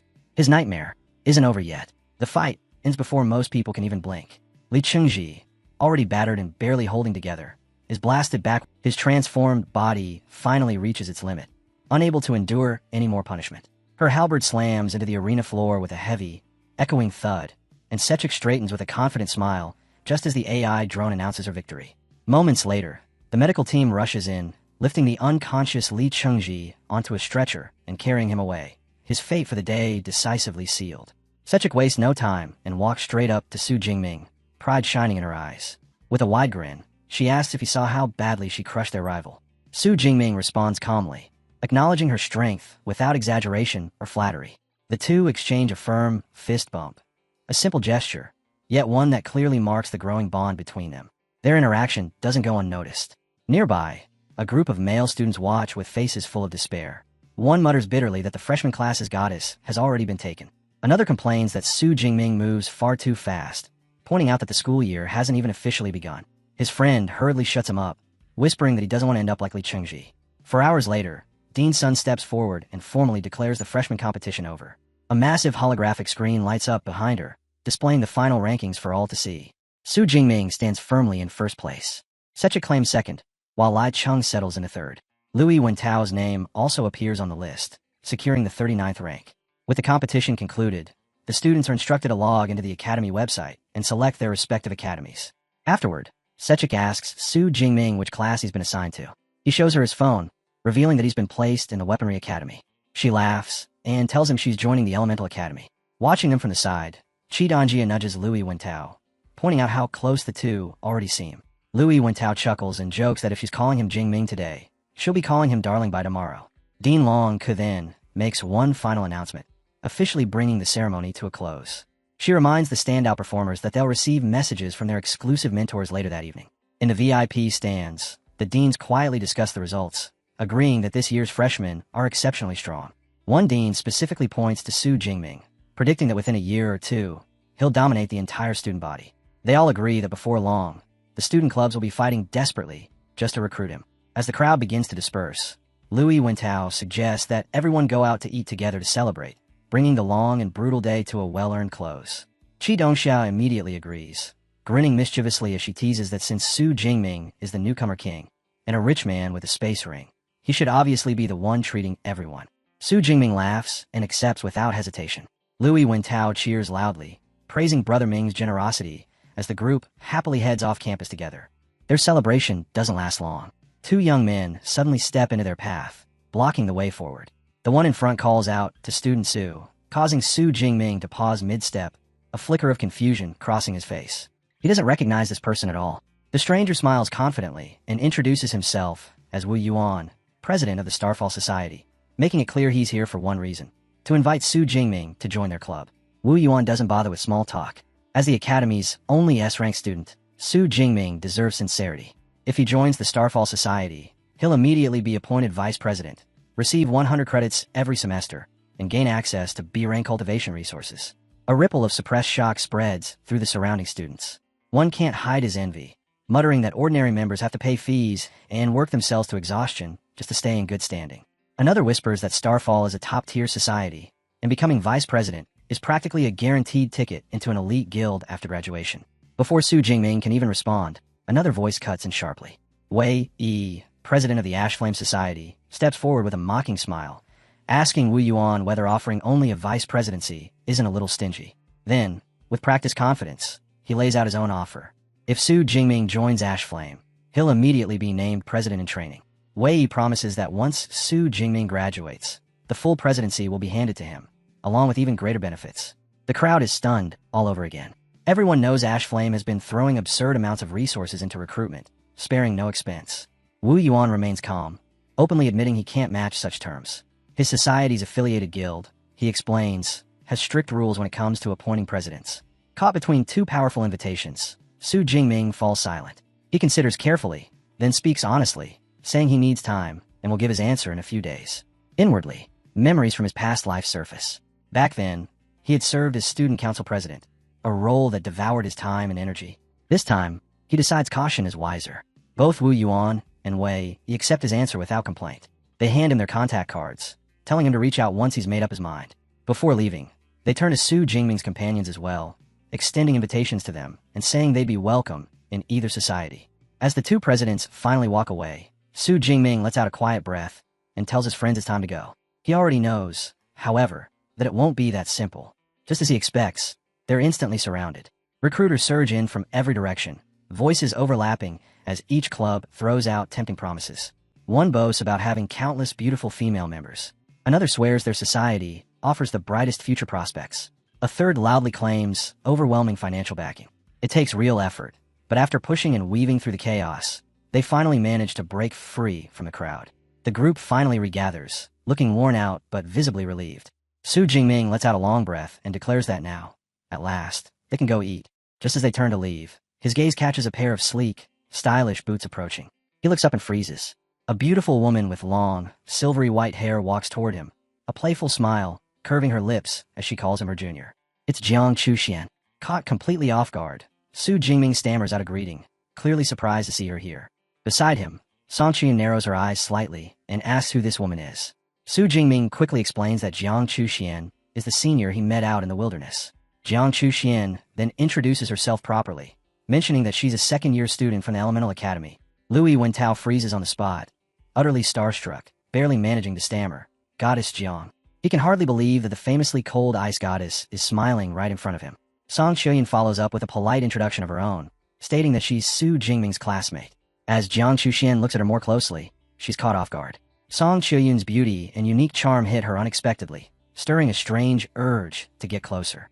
The feeling flusters her, and she grumbles inwardly in mock annoyance, deciding that Song Qian must be a dangerous girl if she can charm people so effortlessly. At that moment, Su Jingming asks Jiang Chuxian if she'd like to join them for dinner. She accepts immediately, smiling without the slightest hesitation. The group heads to a nearby restaurant and finally begins their long-delayed celebration, raising their glasses together to toast the end of the freshman competition. As dinner goes on, A slightly flushed Jiang Chuxian lifts her glass towards Su Jingming, teasingly calling him Junior. Not long after, an equally blushing Song Qian raises her own glass and calls him Jingming, leaving Su Jingming awkwardly stuck between the two. Sensing the unmistakable tension in the air, Lui Wentao quietly leans over and whispers to Qi Dongxia that both women clearly seem interested in Brother Ming, suggesting that they retreat from this battlefield while they still can.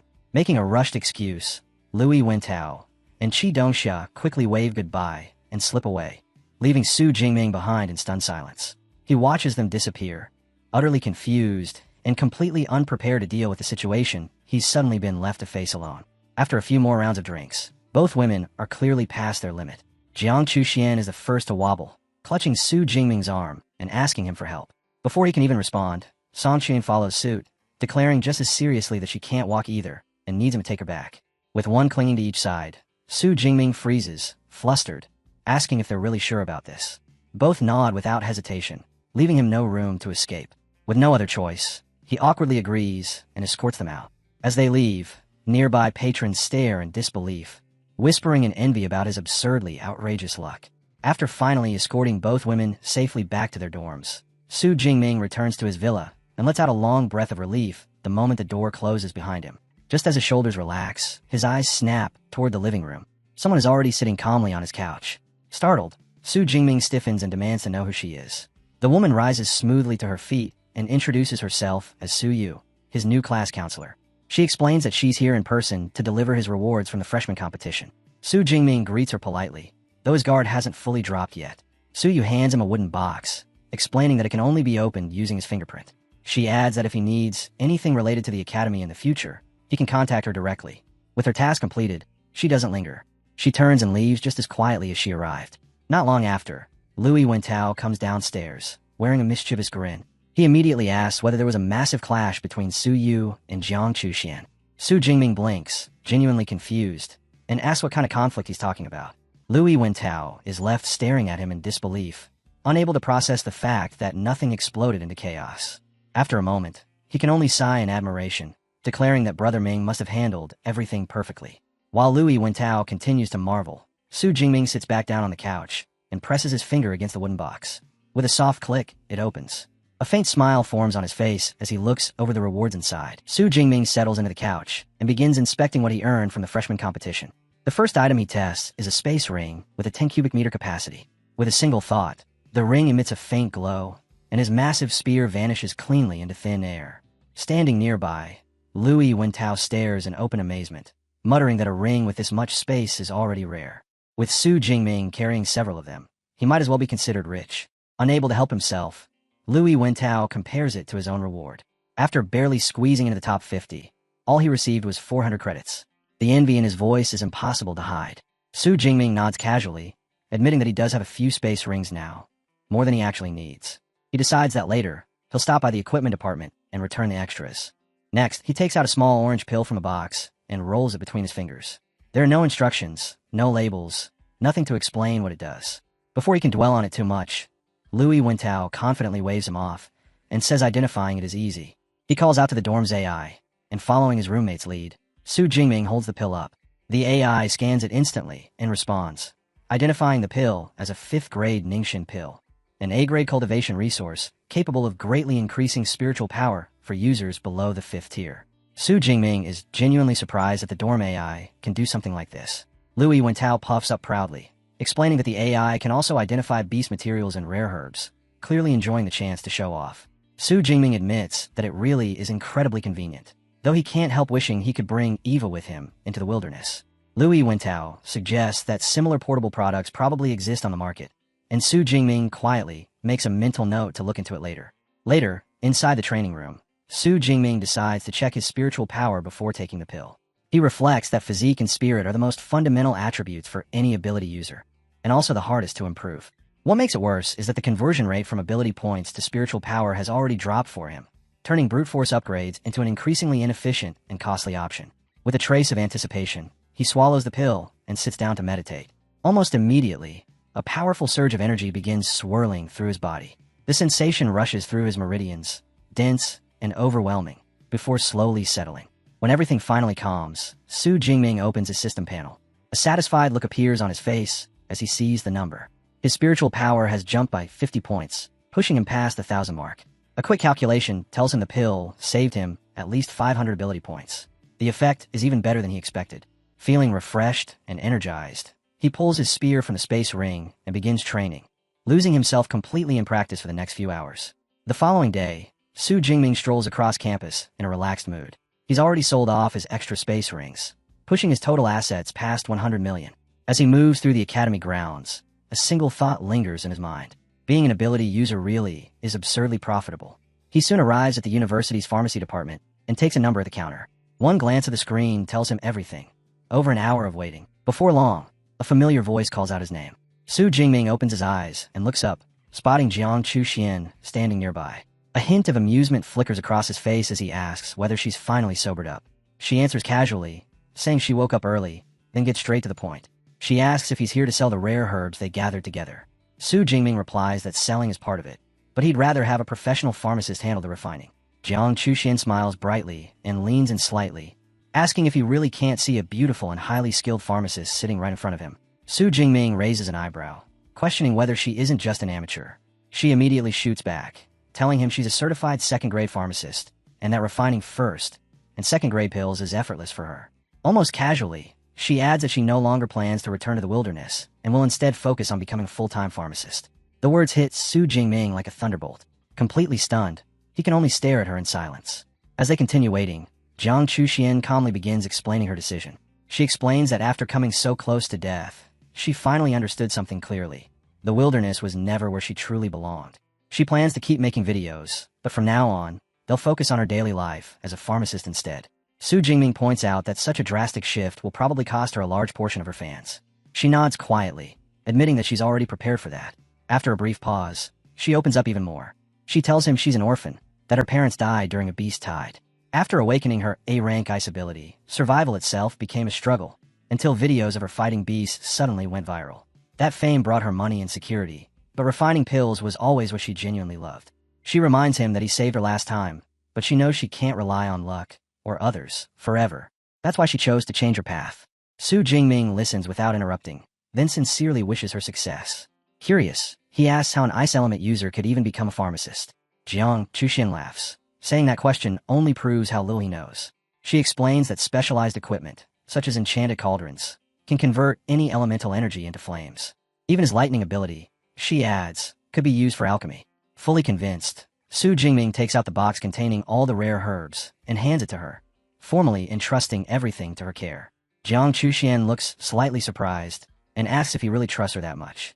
Then she breaks into a radiant smile, accepts the herbs, and promises that the refined pills will be ready within a week. Just as she finishes speaking, Su Jingming's phone suddenly rings.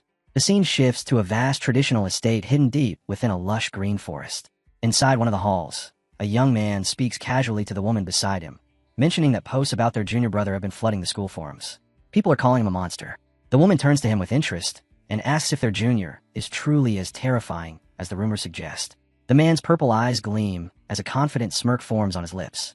He tells her she won't need to wait long to find out, and that she'll definitely be surprised. The green-eyed woman narrows her gaze, intrigued, saying she'll have to see it herself to believe it. Not long after, Su Jingming arrives at the estate. He immediately greets his master, Yang Jinshin, bowing respectfully and explaining that he rushed over the moment he received the call. As he straightens, his eyes suddenly lock onto a familiar figure nearby. His breath catches. Lu Ming, his senior brother, is seated in a wheelchair, both legs wrapped thickly in bandages. Shock flashes across Su Jingming's face as he urgently asks what happened. Dean Sun Qingsnow answers with a heavy expression. An 8th-tier grandmaster named Wang Lin used Lu Ming as bait to lure out a powerful monster. The mission went disastrously wrong. Their guild suffered severe losses, and Lu Ming was gravely injured in the process. Dean Sun follows with an apology, explaining that the incident prevented him from attending Su Jingming's freshman competition. Su Jingming's hands slowly curl into fists. Rage churns violently in his chest as he mutters that it's revolting for an 8th-tier grandmaster to act in such a despicable way. At the same time, a bitter clarity settles over him. As a first-tier ability user, standing before someone like that would mean instant death. He wouldn't even have a chance. He'd be crushed into dust. That realization ignites something fierce deep inside him. In this world, you either become strong, or you get trampled. There is no middle ground. Sensing the violent emotions surging through his disciple, Yang Jinshin places a firm, steady hand on Su Jingming's shoulder, telling him not to dwell on it for now. He then turns and formally introduces the others present. Su Jingming meets his senior brother Su Wei and his senior sister Tongyu. Another senior steps forward as well, greeting him warmly without the slightest hint of arrogance. As a welcoming gesture, Su Wei directly transfers 200 credits to Su Jingming. Su Jingming bows deeply, thanking his senior brother and sister with sincere respect. Just then, Lu Ming speaks again, glancing toward Tongyu and noting that she seems unconvinced. With a faint smile, he urges Su Jingming to clear things up himself. He asks him directly whether the rumors are true, whether he has really mastered 4 A-rank lightning combat techniques. Su Jingming answers calmly, confirming that everything Lu Ming said is true. The moment the words leave his mouth, Su Wei and Tongyu both freeze. Their disbelief quickly turns into shock as they press him for answers, demanding to know how something like that is even possible. 4 A-rank techniques, and he still managed to advance into the upper second tier. To them, it sounds utterly absurd.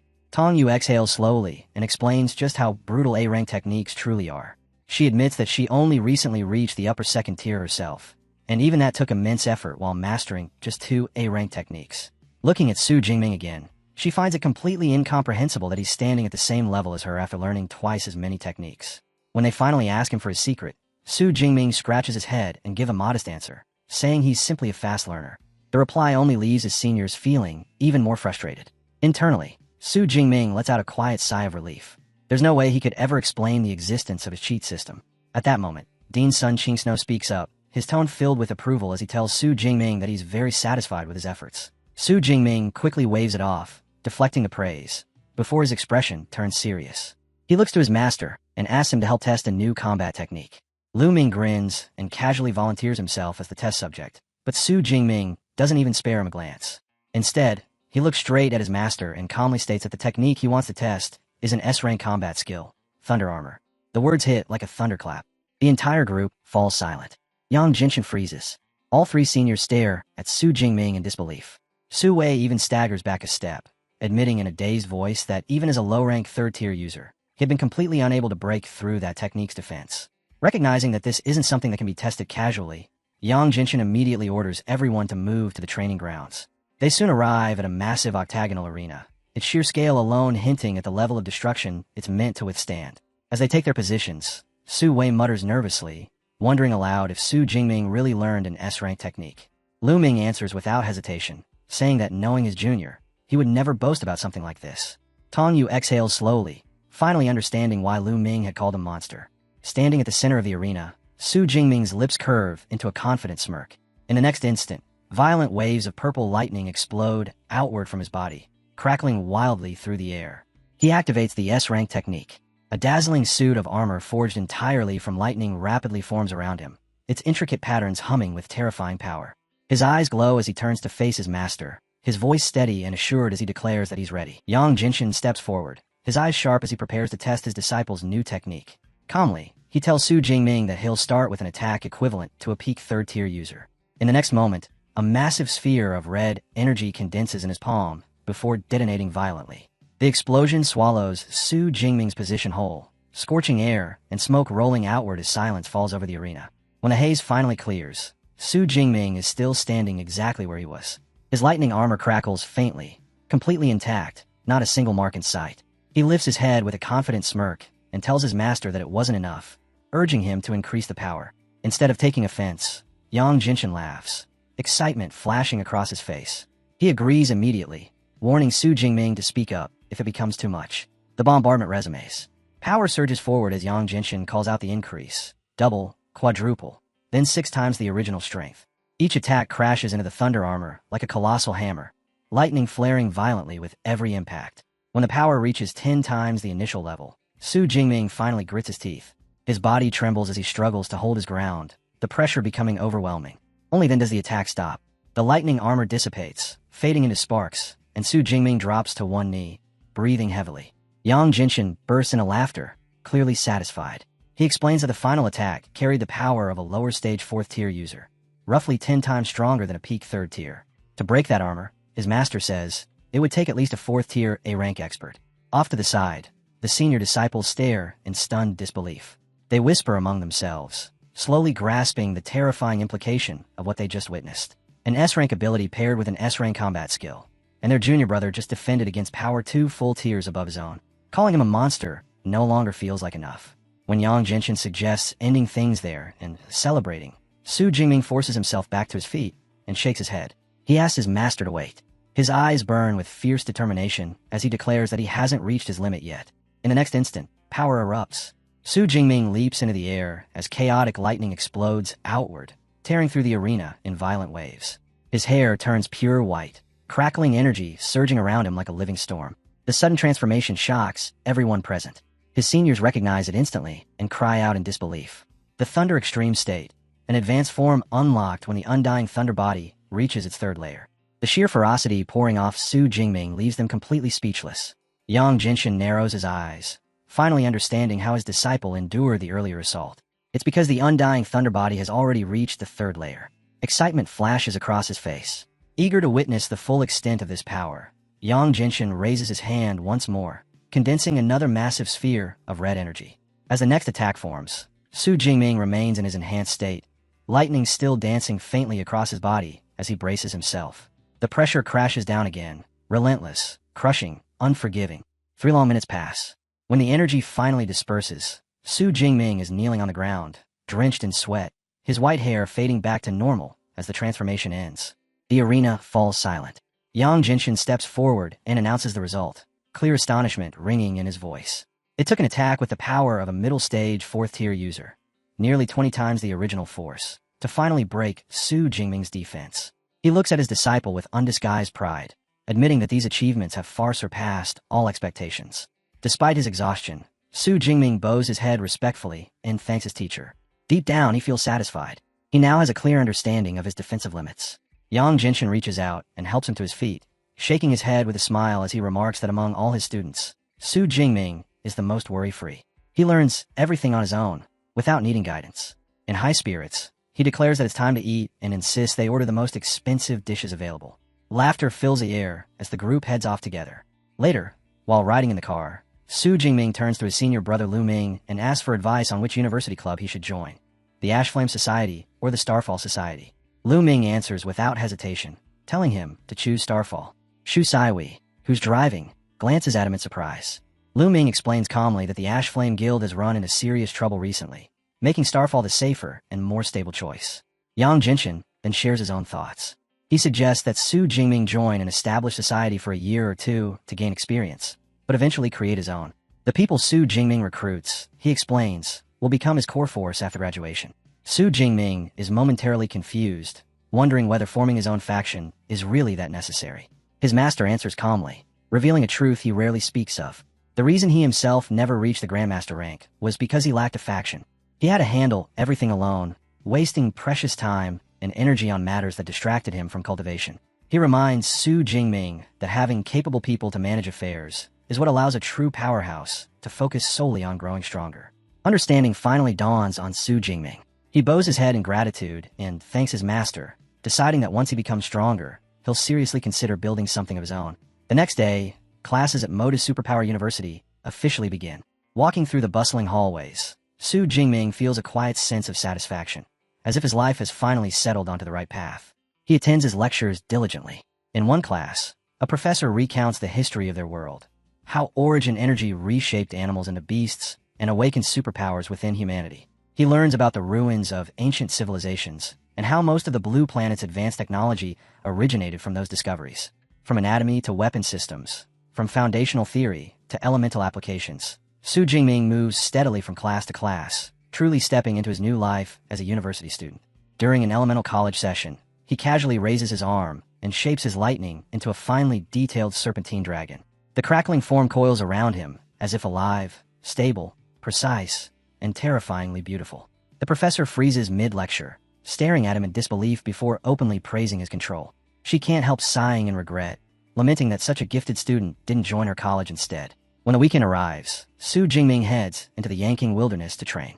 Out there, he becomes a storm incarnate, carving effortlessly through a horde of beasts with his newly acquired Azure Black Dragon Spear, a weapon that cost him a full 1,000 credits. Blood stains the ground as one body falls after another. Standing amid the carnage, he reflects calmly on how far he's come. New knowledge, new techniques, and better equipment have pushed his combat strength to an entirely different level. He opens his system panel and sees that his ability points have climbed past 13,000. Instead of excitement, disappointment flickers across his face when he notices there's still no plus sign beside his S-rank ability. He's certain it should be upgradable.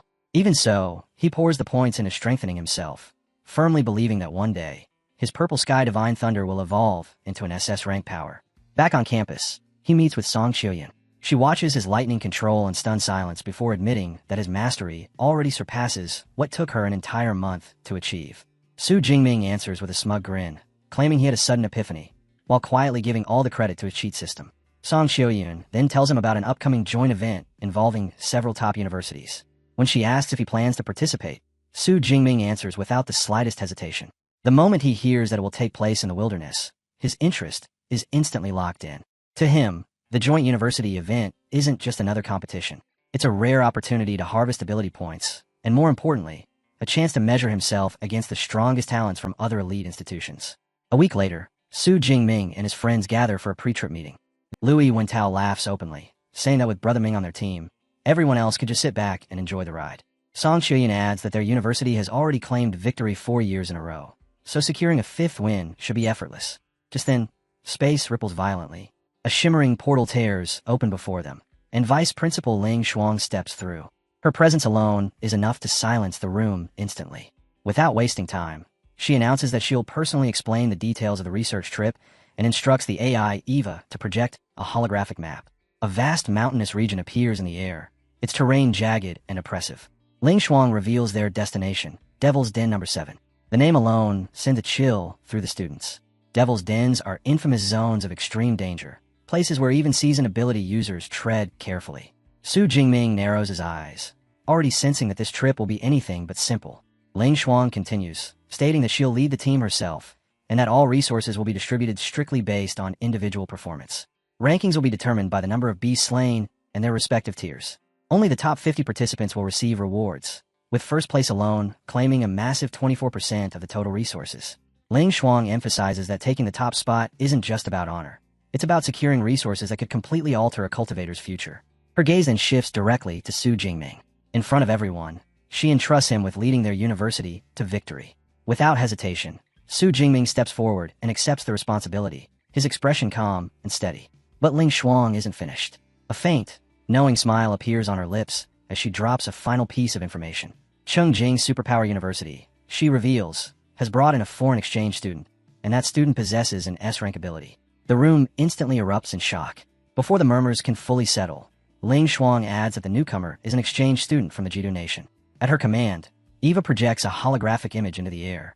The face of a man appears, identified as Kiran Rao. The data beside him lists an S-rank enhancement type ability. But what truly sends a chill through the room is the final line of information. Lower stage 3rd tier. The moment Su Jingming realizes this rival stands a full tier above him, the confident smirk on his face vanishes completely. In its place settles a cold, razor-sharp focus. The students are left reeling by the revelation.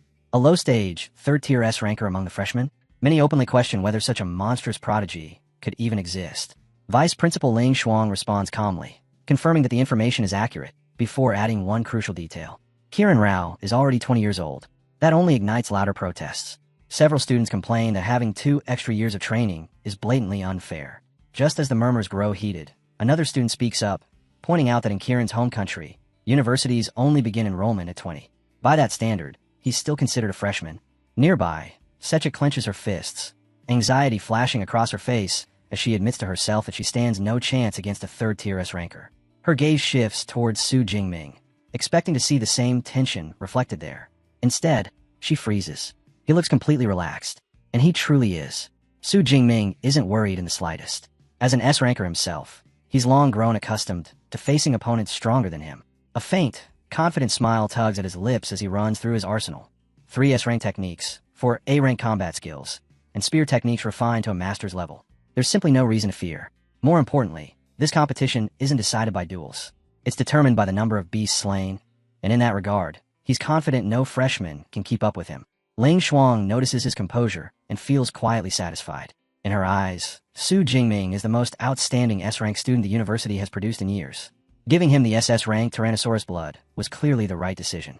She's convinced that Chunjing University brought in a foreign exchange talent solely to secure first place and claim priority over resources, but she's equally convinced they're going to be disappointed. With that thought, she wraps up the briefing, gives the students 7 days to prepare, and steps into a glowing magic circle, vanishing from sight. 7 days later, Jiang Chuxian seeks out Su Jingming and hands him a large storage array packed full of pills. Wearing a proud smile, she explains that she's prepared antidote pills, healing pills, ability recovery pills, and mind awakening pills. All of them are tier 2, and she's made 20 of each, more than enough for the upcoming trip. Su Jingming thanks her sincerely, but his gaze lingers on the faint dark circles beneath her eyes. Gently, he tells her not to stay up so late refining pills, adding that he could have simply bought everything himself. Her face instantly turns red. She insists that pills she refines personally are far superior to anything sold in stores. Then, after hesitating for a moment, she nervously adds that she prepared a second set as well, meant for him to give to Song Chuyan. Su Jingming blinks, genuinely surprised, and asks when the two of them became so close. Jiang Chuxian only blushes even harder, stubbornly saying she's not telling. Before leaving, she wishes both him and Song Chuyan luck and safety on their journey. With one last shy smile, she turns and walks away, leaving Su Jingming standing there with the pills in his hands, watching her figure slowly disappear down the path. Later, alone in his room, Su Jingming lays the pills out in front of him. The sight of them makes his chest feel heavy. One glance is enough to tell how much effort went into refining them. She must have stayed up night after night, pushing herself until exhaustion. He lifts one vial and holds it quietly, fully understanding what these pills represent and what she feels for him. But the softness in his eyes hardens just as quickly. Feelings can wait. If he isn't strong enough, romance has no place in his life yet. The day of the research trip arrives, and the university playground is packed to the brim. Freshmen fill the field as far as the eye can see. Standing with his friends, Su Jingming is genuinely shocked to learn that nearly all 856 freshmen signed up. He scans the area in confusion, wondering why they've gathered on a playground instead of at a train station. Louis Wentao, barely containing his excitement, reveals the answer. They aren't taking a train at all. They're traveling by aircraft. Song Chuyan immediately frowns, glancing around and pointing out the obvious problem. There's no runway. Before anyone can respond, a student suddenly shouts for everyone to look up. Shadows sweep across the field as a massive, futuristic aircraft descends from the sky. Its sheer size leaves the students stunned, mouths hanging open as it slowly lowers itself onto the grass, without so much as a tremor. The ship settles gently, as if it's defying every law they know. As the ramp lowers, one student mutters in awe that the airship is a relic from an ancient civilization, powered by anti-gravity technology that modern science still hasn't fully deciphered. Moments later, Vice Principal Ling Shuang steps down the ramp. She calmly instructs the freshmen to board. Before departure, Ling Shuang raises her hand and releases her power. A brilliant blue magic circle blooms into existence, expanding outward as she declares her spatial yin-yang domain. Energy wraps around the airship, and gasps echo inside as the walls suddenly turn transparent, revealing the sky and the world beyond.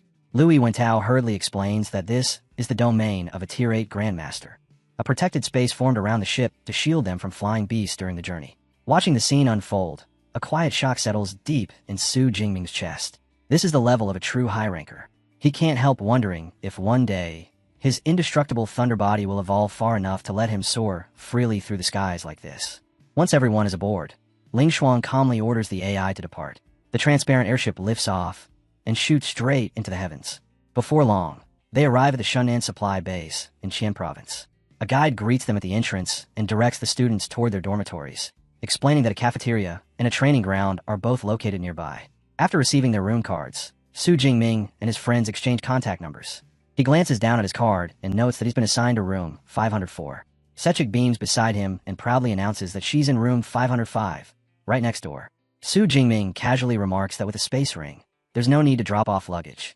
Instead, he says he wants to check out the training ground first. Song Chuyan doesn't hesitate for even a second, immediately declaring that she's coming with him. The moment Su Jingming and Sechik step into the massive training hall, they're swallowed by noise and motion. Students from all 3 universities fill the space. Sechik nudges him quietly and gestures toward a corner of the hall. A powerfully built man stands there, muscles bulging as he lifts absurdly heavy dumbbells with effortless ease. She lowers her voice and identifies him. Kiran Rao, the S-ranker from Chungjing University. Kiran suddenly glances in their direction. His eyes narrow slightly, as if he's already recognized Su Jingming. Without warning, he drops the weights. They smash into the floor with a thunderous boom, cracking the ground beneath them. Kiran strides over with long, confident steps, greeting Su Jingming enthusiastically, as if they're old acquaintances. Nearby Chongjing students immediately start murmuring, confirming Su Jingming's identity as Moda's top freshman. When they realize he's already a high-ranked second tier at just 18, shock ripples through the group. At the same time, some of them visibly relax, convinced that with Kieran on their side, they finally stand a chance in the upcoming competition. Caught slightly off guard by Kieran's initial friendliness, Su Jingming extends his hand for a handshake. Kieran ignores it completely. Instead, his gaze slides past Su Jingming and locks on Sechik. He steps closer than necessary, leaning in with a grin as he calls her a beautiful lady. Sweat pours off his body, and a sharp, unpleasant stench follows him. Sechik recoils instantly, her face twisting in disgust as she covers her nose. Before Kieran can move any closer, Su Jingming's hand snaps out and clamps tightly around his wrist. The grip is firm, unyielding. Su Jingming meets his eyes with a cold, level stare and calmly tells him that approaching a lady while drenched in sweat is extremely rude. In that instant, Kieran's friendly expression shatters.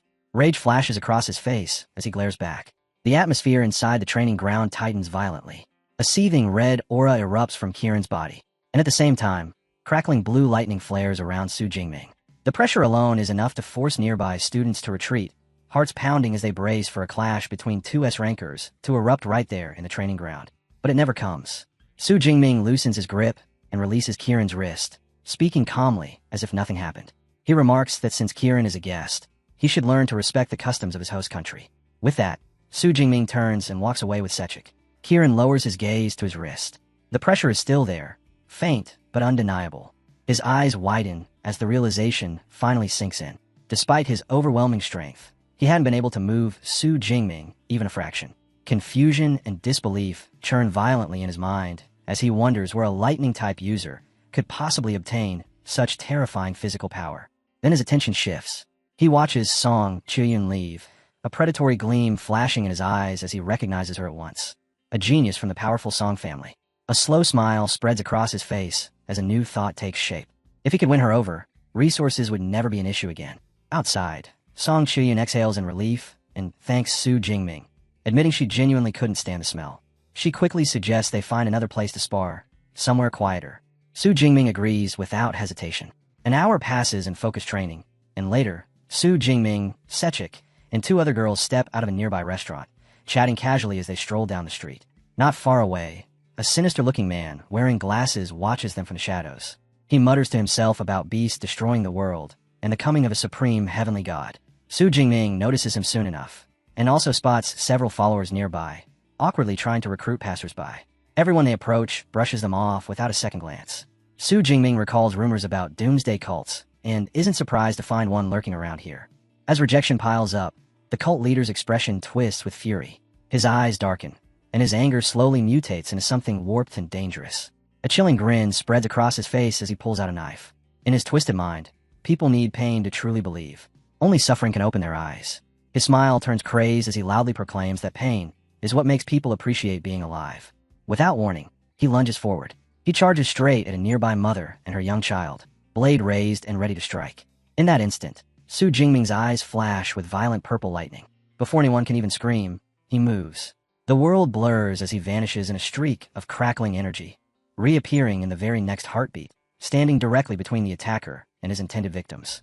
The mother pulls her trembling daughter, Ini, into her arms, whispering softly as she wipes away the girl's tears, promising that everything is okay now. The child's sobs slowly quiet. The woman then turns toward Su Jingming, bowing repeatedly as she thanks him, her voice shaking as she admits that without his intervention, she doesn't know how her family would have survived this nightmare. Su Jingming simply shakes his head, replying that it was nothing more than helping someone in need. As he and Song Chi stand over the lifeless body of the cultist, Su Jingming frowns and mutters that he can't understand why religious fanatics would dare to kill so openly in public. Song Chi agrees, finding it equally unsettling. These people usually only spread their twisted beliefs. She says, they rarely resort to outright violence. His expression hardens. Su Jingming's gaze sweeps across the surrounding crowd, sharp and alert, as he wonders whether this was truly a lone madman, or the opening move of something far more dangerous. What he doesn't see is a man in a dark hooded sweatshirt, quietly pulling his hood low and slipping away. The figure disappears into the streets and later arrives at a sprawling estate hidden from public view. Inside, he kneels before a shadow-shrouded figure he addresses as Archbishop, reporting in a low voice that the killer was Su Jingming from Magic City Ability University. The Archbishop slowly raises his head, a glowing red orb resting in his palm. He asks coldly if this is the same Xu Jingming, the high-rank second-tier, S-rank student. The subordinate confirms it, adding another piece of alarming news. Xu Jingming reached that level in less than half a year after awakening. The air grows heavy. The archbishop's eyes narrow. A monster like that, he realizes, cannot be allowed to grow unchecked. After a moment, he orders the man to withdraw for now. God's blood, he says, is about to appear within the devil's cave, and that takes priority. He hands over 2 God's blood indicators, warning him not to use the sect's name, the Heaven's Mandate sect, under any circumstances. As the subordinate leaves, the archbishop closes his fingers around a crystallized heart. In a low, fanatical murmur, he declares that in 1 month, the mandate of his sect will be revealed to the world. When that time comes, Xu Jingming and countless other S-rank talents will serve as sacrifices. The scene shifts to a massive supply base, bustling with activity. Students from the 3 major universities have gathered for a joint research expedition. Standing on a balcony above them, a man introduces himself as Xu Ping, vice principal of Qingjing University. With a commanding voice, he announces the official start of the month-long trip and informs everyone that smart wristbands will be distributed shortly. As the students receive their devices, Vice Principal Xu Ping explains that every beast killed inside the Devil's Cave will be recorded, along with combat footage, and converted into points. He then reveals the rewards. The top 1,000 students will receive prizes.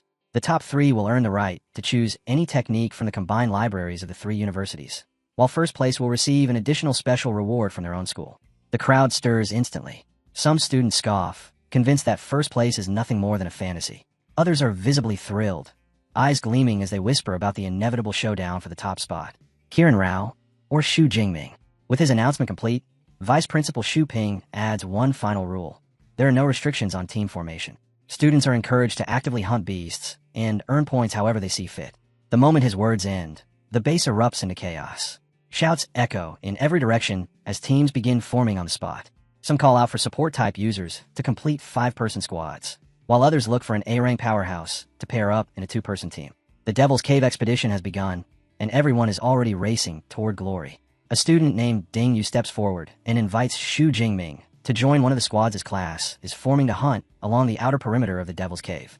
With an easy, confident smile, Xu Jingming politely declines, telling the class monitor to go ahead and team up with the others. Once Dingyu leaves, Song Chuku turns to him, clearly surprised. She asks if he truly plans to enter the Devil's Cave alone. Xu Jingming nods without hesitation, explaining that his real destination is the Central Region. Moving with the group, he says, would only slow him down. Privately, his reasoning is clear. The outer area is filled with Tier 1 to Tier 3 beasts, while the Central Region houses Tier 3 to Tier 5 monsters. He's confident he can easily deal with low-ranked Tier 4 beasts, and even if he encounters a Tier 5 creature, he believes he has the ability to escape. For him, the Central area is the most efficient hunting ground. Song Chuku frowns in concern. The Central Region, she admits, is a dead end for her. The journey alone will take at least a day or 2. After hesitating for a moment, she shyly asks if she could travel with him until they reach that point. Xu Jingming agrees without overthinking it. Song Chuku's cheeks flush red, and she quickly nods, clearly delighted. The two decide to set off together as soon as possible. Their conversation is suddenly interrupted when a familiar voice calls out Xu Jingming's name. Kiran Rao strides over, his expression serious and faintly condescending. He says he's looking forward to Xu Jingming's performance and hopes he won't fall too far behind. Xu Jingming replies calmly, his tone steady and absolute. He says he will win. The certainty in his voice leaves Kiran momentarily stunned. Xu Jingming repeats himself. He will absolutely take first place, then turns and walks away without another glance. Kiran's face twists with rage as he glares after him. In his mind, he swears he'll use his overwhelming power to teach that stubborn fool and the people of Great Xia a painful lesson. Soon after, Vice Principal Xu Ping officially announces the start of the expedition. The massive crowd surges forward in an instant. Students rush toward the Devil's Cave entrance, shouting ambitions and battle cries as the journey begins. 7 hours later, deep within the Devil's Cave, Xu Jingming and Song Chuku move cautiously through a dense forest. Suddenly, their path is blocked by 5 heavily armored, pangolin-like beasts. Song Chuku immediately warns him that these are Tier 2 iron fur pangolins.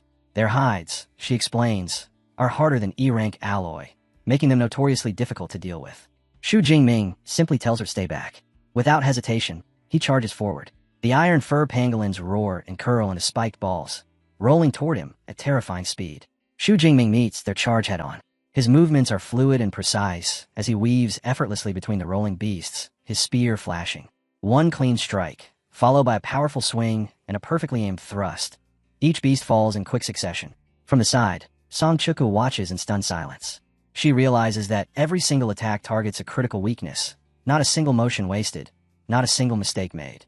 This isn't just raw power. It's terrifying intuition, honed combat experience, and flawless control over his ability. For the first time, she truly understands. Xu Jingming's strength isn't just high. It's terrifyingly refined. Standing amid the scattered corpses of 12 fallen Tier 2 Iron Fur Pangolins, Xu Jingming calmly checks his gains. 276 ability points, and 1,200 points added to his competition score. Not bad, he decides. He stores his spear and lets his gaze drift deeper into the Devil's Cave, already thinking ahead. If things go smoothly, he estimates he can accumulate at least 30,000 ability points over the course of the month. The thought lingers. Would that be enough to push his ability level into SS rank? Song Chukwu walks over and offers to help process the carcasses. As they work, she studies him with curious eyes and suddenly says that he feels different from other lightning-type users. Xu Jingming pauses, intrigued, and asks her what she means. She explains that most lightning users fight wildly, unleashing overwhelming power at every opportunity. But he doesn't. He's restrained, almost deliberate in every move. Xu Jingming nods and explains his reasoning. Endurance, he says, is everything. He could have wiped out the pangolins instantly using Purple Cloud Divine Lightning, but that would have been like smashing a nut with a sledgehammer. Conserving energy allows him to kill more beasts in the long run. Song Chukwu understands his logic, but inwardly, she can't help feeling a little disappointed. Part of her had hoped to witness his true peak power, and now she wonders if she'll ever get that chance. As the sun begins to dip toward the horizon, Xu Jingming glances at the darkening sky and suggests they find a place to rest before continuing in the morning. Song Chukwu readily agrees. While checking the holographic map on his smartwatch, Xu Jingming notices a nearby water pool. He comments that in the wilderness, water sources are prime gathering spots for beasts. Sensing an opportunity to hunt before nightfall, he tells Song Chukwu they should head there. The two move quickly and soon arrive at a quiet clearing, where a beautiful, tranquil pool reflects the fading light.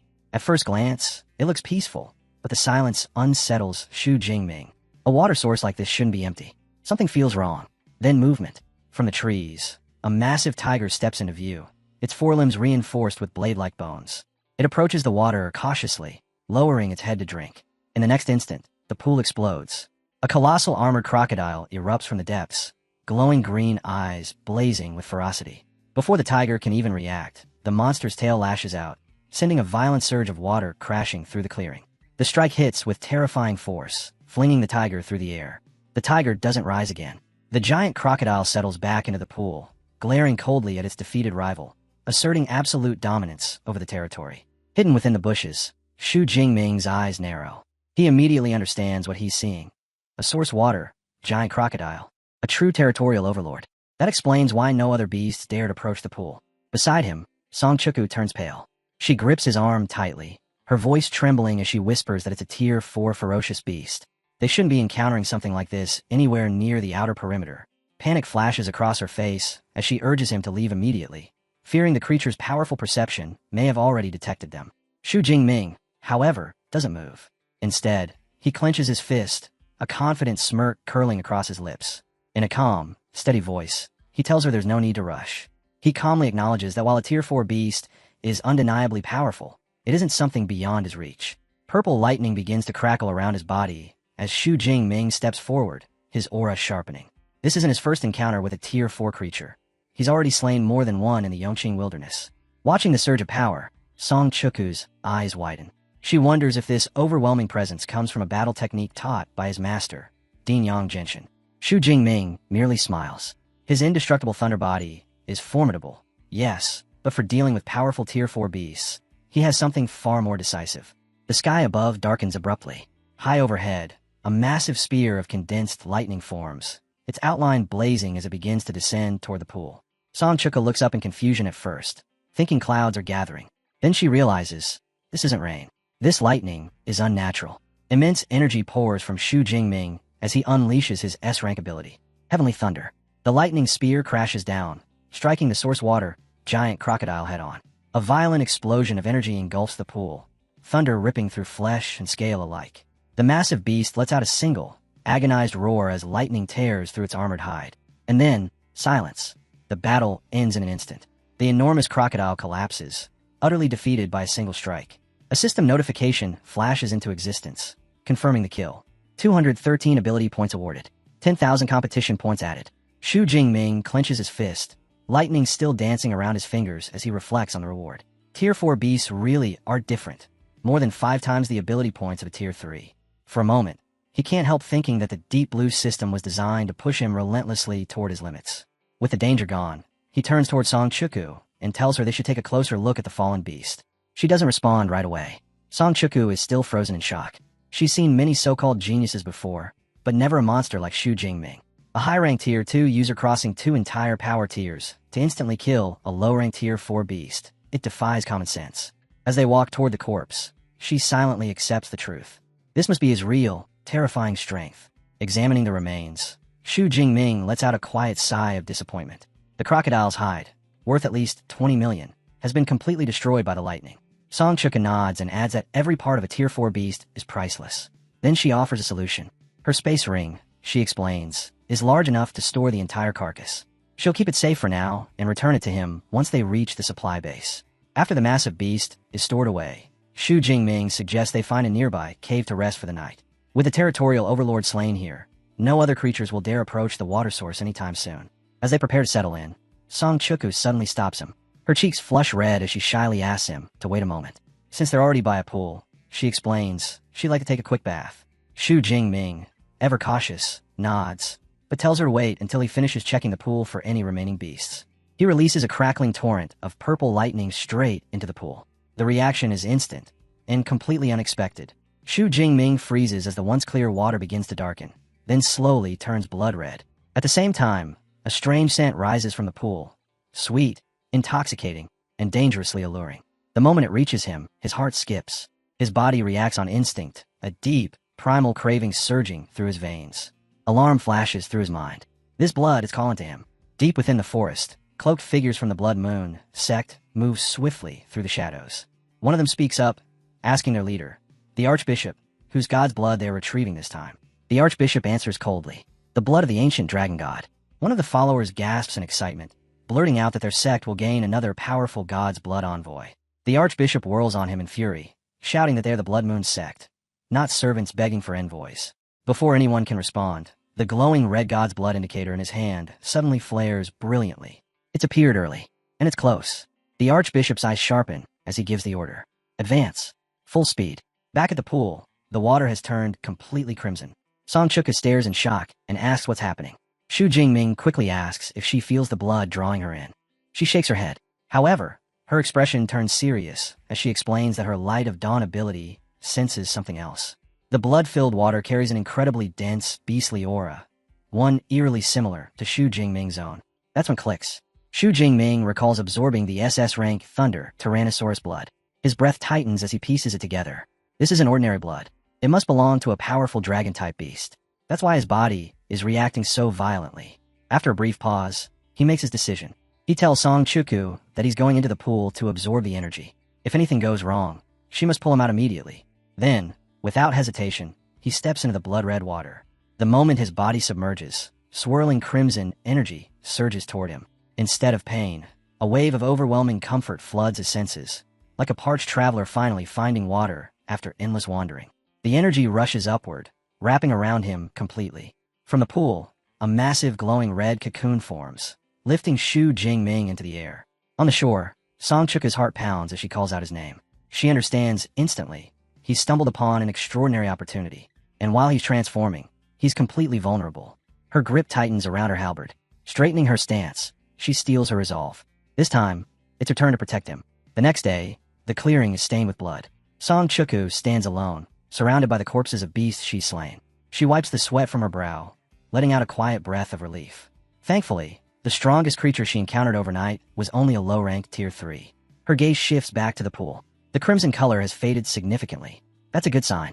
Xu Jingming's absorption should be nearing completion. But before she can relax, movement catches her eye. Figures in dark cloaks appear atop a nearby ridge. Song Chuku immediately raises her halberd, eyes sharp and alert. From the ridge, the Archbishop surveys the scene, his expression clouded with confusion. Why is the god's blood in liquid form? One of the sect members suddenly recognizes her and speaks up. That girl. She's the second-place student from Magic City Ability University. His gaze sharpens as he looks past her. Then why, he asks slowly, is another freshman here as well? Facing the mysterious group, Song Chuku immediately realizes their attire doesn't match any of the 3 major universities. Her grip tightens on her halberd as she calmly warns them that there are no beasts left in the area, and that the water has already been contaminated, suggesting they leave and look elsewhere. Her words ignite fury. One of the cloaked figures snaps, outraged that she would dare call the supreme god's blood contaminated. But before he can act, the archbishop raises a hand, silencing him. His gaze remains fixed on the blood-red cocoon behind her. Ignore her, he orders. Seize the cocoon. Song Chuka's heart sinks. So that's it. They came for the blood. She quickly assesses their strength. The archbishop, Tier 4. The weakest among them, Tier 3. The gap is overwhelming. With a grim resolve, she realizes she has no choice. She'll have to use that. Facing the Blood Moon sect head-on, Song Chuku activates the glowing talisman hanging at her neck. As the cloaked figures lunge forward, a massive golden barrier erupts into existence, completely enveloping her and the cocoon. The cultist attacks slam into the shield again and again, but leave not even a scratch. The archbishop's eyes narrow in recognition. A guardian talisman, he says coldly, an artifact from an ancient civilization. Such items are absurdly rare and terrifyingly powerful. From within the barrier, Song Chuka steadies her breath and taunts them, asking why they're wasting their time. The archbishop only smirks. He tells her he knows the truth. Guardian talismans have time limits, and unlike her, they aren't in any hurry. With calm precision, he orders his followers to surround the barrier and wait. Inside the shield, Song Chuka's anxiety grows. She knows exactly how long the talisman will last, about 1 hour. After that, it needs 12 hours to recharge. Her only hope is that Xu Jingming wakes up in time. The minutes crawl by. Then, just as she feared, the golden barrier shatters into fragments of light. The archbishop steps forward, a smug smile curling across his face. He tells her to be sensible and hand over the talisman, or face a slow, ugly death. Realizing there's no other option, Song Chuku steels herself. She reaches into her storage and pulls out a small red pill, one that will forcibly boost her power beyond its limits. But before she can swallow it, a calm, defiant voice cuts through the tension. Why do I get the feeling that you're the ones about to die? At the same moment, the blood-red cocoon behind her begins to crack. Fractures race across its surface before it explodes apart in a surge of violent energy. Red tendrils whip through the air as Xu Jingming steps forward, his transformation complete. He opens his eyes and fixes the stunned members of the Blood Moon sect with a cold, murderous glare. Xu Jingming steps out of the cocoon, and the leftover blood energy surging out from the pool immediately gathers behind him, weaving itself into the ghostly silhouette of an enormous, savage red dragon that looms at his back. While the archbishop of the Blood Moon sect stays in open shock, recognizing Xu Jingming as one of his sect's targets. Even as a formidable Tier 4 user, he can't stop himself from being shaken by the crushing aura rolling off this Tier 2 student, the pressure making his heart hammer with fear until he forces himself to steady his breathing, jabs a finger forward, and barks an enraged order at his followers. Kill them. Xu Jingming's eyes flare with purple lightning, and before the cultist can even close the distance, he releases his power, calling down a torrential rain of thunder from the sky that smashes into the Tier 3 users with brutal force, leaving the electrocuted cultists to crumple where they stand, instantly defeated.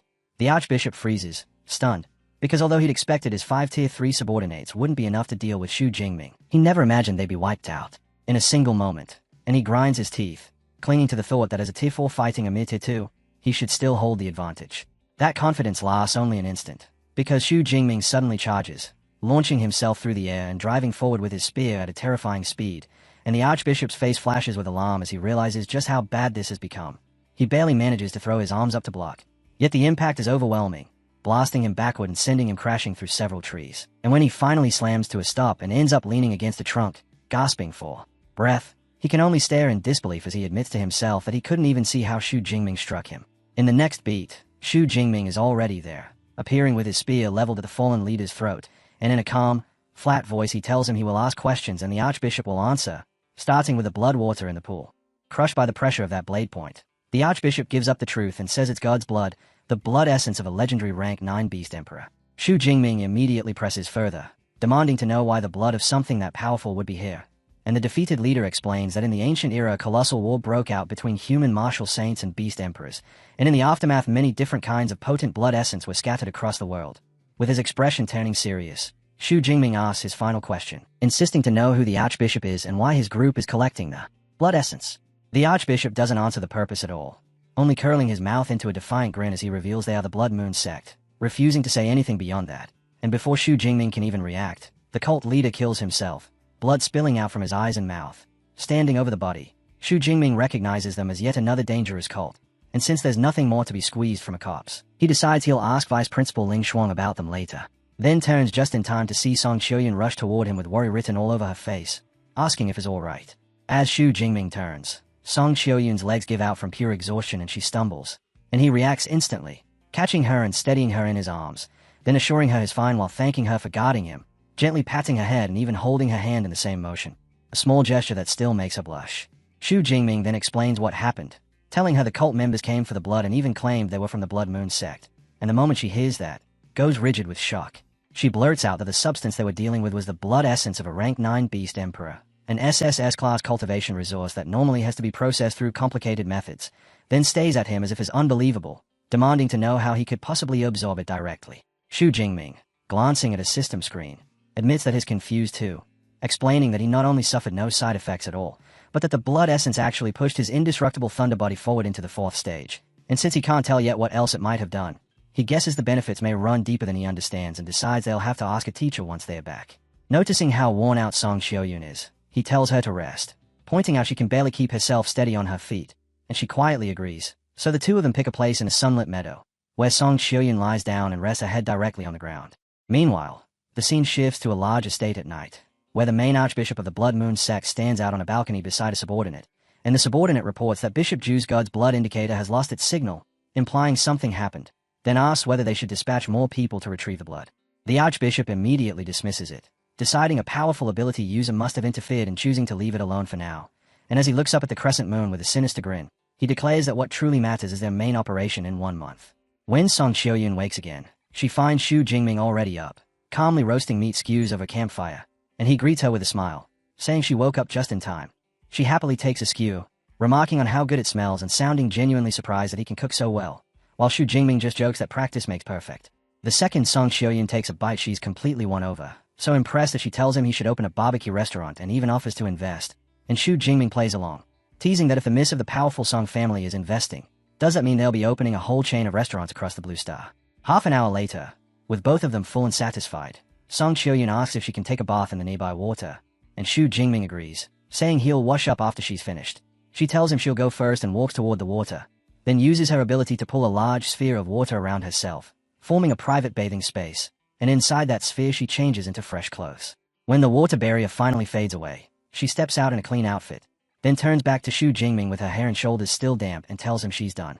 For a brief moment, Xu Jingming looks a little flustered by how fresh she appears, but he snaps himself back under control almost immediately, says he's going to wash up too, and turns to walk away, while Song Qiuyun watches him go and can't help wondering why his gaze just now felt a bit strange. Left standing there in clothes that are still damp, Song Qiuyun suddenly lets out a small, mortified gasp, hurriedly clutching at the thin fabric as she realizes the plain dress she's always worn without thinking has turned nearly transparent now that it's wet.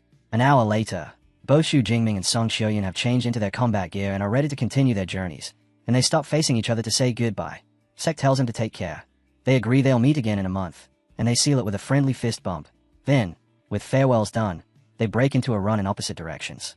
As she tears through the forest, her expression hardens into fierce determination, and she tells herself she has to work hard, that she needs to at least take 3rd place in the competition. The scene jumps forward 1 month, and deep in a rocky area Xu Jingming stands wrapped in crackling purple lightning, staring up with a cold glare at a massive, savage black panther-like beast crouched on a cliff above him, its red eyes glowing as it unleashes a deafening roar before charging straight down the rock face and lunging for him. Even as the enormous dark night leopard barrels in, Xu Jingming stays calm, compressing his violent lightning into a single point, then meeting the attack head-on as he drives his spear forward and pierces the creature clean through the chest. With one final motion he hoists the beast up and smashes it into the ground, finishing it on the spot.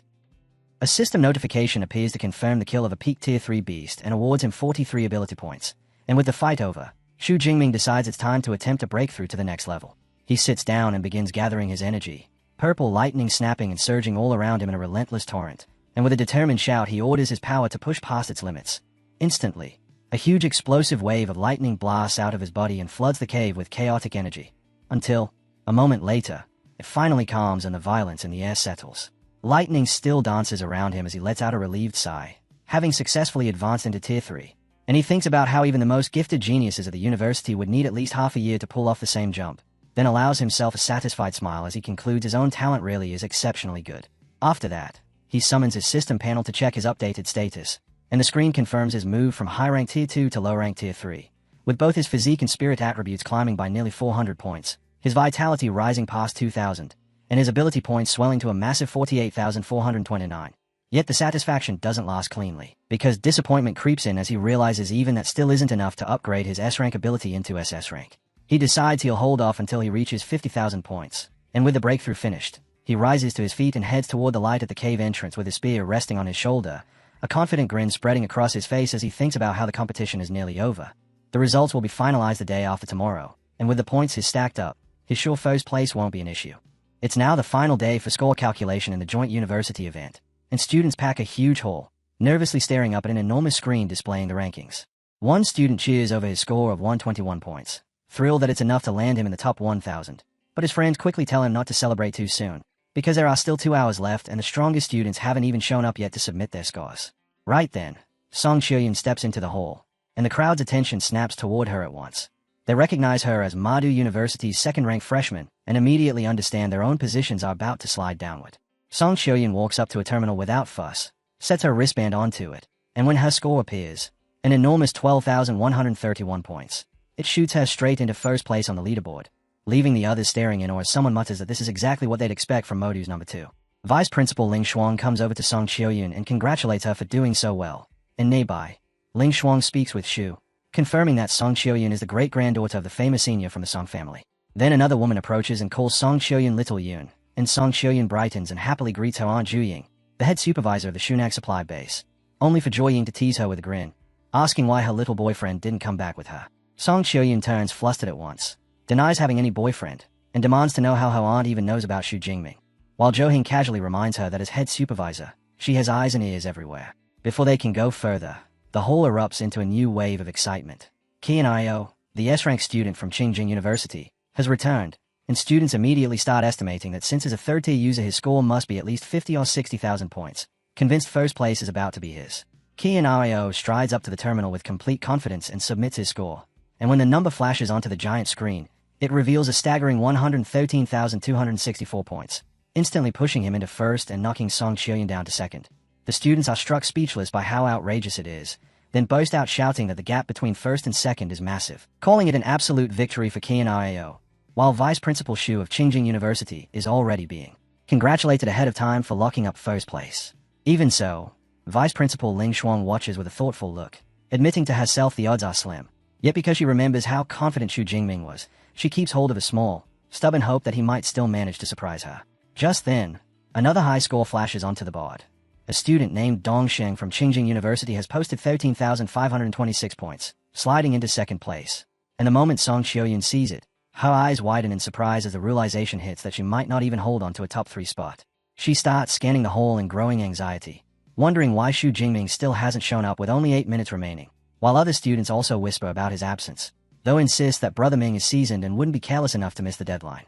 Almost as if on cue, Xu Jingming finally walks in, calm and unhurried, and the second he appears, cheers surge up from his supporters and his friends from Moda University, who shout encouragement and tell him they'll stand by him no matter what the final result is. Off to the side, Qian Ao watches the scene with a disdainful grin, thinking that no matter how loudly the weaklings cheer, he'll still be the one who wins. Xu Jingming notices the support, lifts his eyes to the leaderboard, and immediately understands why they're making such a fuss.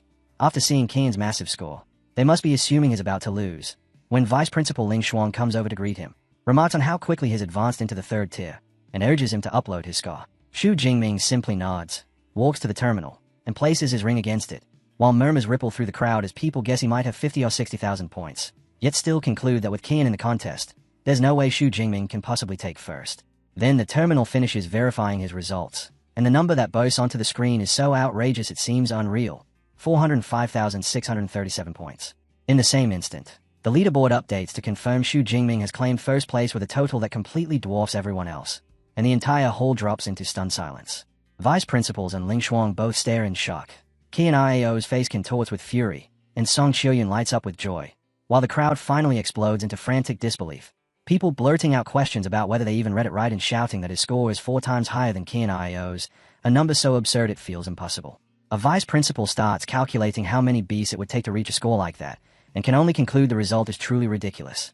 Nearby, Zhu Ying leans towards Song Chiyoyun and asks whether she already knew his score would be that terrifyingly high, and Song Xiaoyan smiles happily as she admits she didn't know the exact number. But for Xu Jingming, she believes no miracle is ever really surprising. Meanwhile, Qian Rao is boiling with rage, unable to accept that Xu Jingming's score is more than 3 times his own as he realizes the valuable resources his university promised him are now in danger. And with that bitterness spilling over, Qian Rao jabs a finger at Xu Jingming and shouts that his score can't possibly be that high. He then turns sharply to Vice Principal and formally demands an investigation into Xu Jingming's smart wristband, outright accusing him of cheating. And Modu University's students instantly protest, calling it a dirty move as they argue the smart wristbands were all officially checked and ask if Qian is now claiming the technology itself is flawed, until Vice Principal Xu finally looks to Ling Shuang and asks what she thinks. Ling Shuang answers in an even tone that checking the records is no problem at all. Yet as she speaks, her face hardens and a powerful aura coils around her like a storm, and she looks straight at Xu and challenges him, asking exactly how he plans to deal with this if the records end up proving Xu Jingming didn't cheat. Another official steps in to back her up, reminding Xu that all the equipment was already audited by the 3 major universities, and that reminder leaves Xu momentarily speechless. He shoots Ling Shuang a glare, thinking he never expected her to be this troublesome to handle, and under the mounting pressure he finally declares that Xu Jingming cannot be wronged, then makes a decisive offer. If the records show there's no problem, Qingjing University will compensate Xu Jingming with a highly valuable S-class cultivation resource. Ling Shuang accepts the terms, says they'll inspect the records, and calls Xu Jingming over, and Xu Jingming strolls up with a faint smile, already thinking he's about to receive a priceless S-class resource for absolutely nothing. The moment Xu sees that easy confidence, a bead of sweat slides down his face as he realizes he may have just made a serious mistake. While 2 technicians begin pulling up the data, Qian Rao watches with a cynical smile, eager to see exactly how Xu Jingming could have earned such an impossible score. The recorded footage starts playing, and the people watching are instantly stunned, blurting out awed reactions at the sheer power of Xu Jingming's spear technique and the terrifying precision with which he controls his ability, until even Ling Shuang, clearly impressed, asks him whether his spear technique has already reached the master level. Xu Jingming only smiles and answers modestly that he just broke through by luck, but Ling Shuang doesn't buy it at all, privately convinced he must be hiding quite a few secrets. The footage continues, now showing Xu Jingming facing down a massive Tier 4 source water giant crocodile, and the crowd erupts with alarmed shouts, asking why he isn't running and wondering if he seriously intends to kill that thing, only for the recording to show Xu Jing releasing an enormous, devastating lightning attack that swallows the giant crocodile completely. The spectators are left genuinely terrified by what they've just seen, crying out in shock as they ask what kind of battle technique could possibly erase a powerful Tier 4 beast so instantly, while Qian Rao stays in amazement, and wonders if that was an S-rank magic technique, unable to understand how a spear user like Xu Jingming could have mastered something like that. Vice Principal Ling Shuang identifies it on the spot as the Heavenly Lightning technique from the Elemental Academy, and inside she notes just how rare it is for anyone in her own academy to master it at all, which only makes it more unbelievable that a freshman from the Weaponry Academy could do it.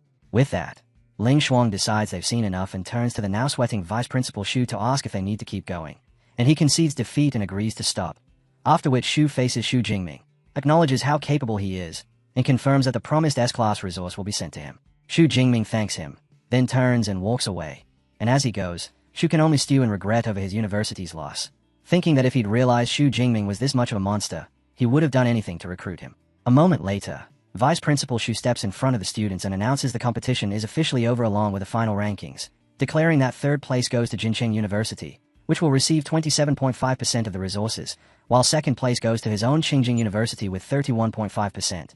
And then, saving the last for emphasis, he announces 1st place belongs to Modu University, which will receive 41% of the resources along with priority distribution.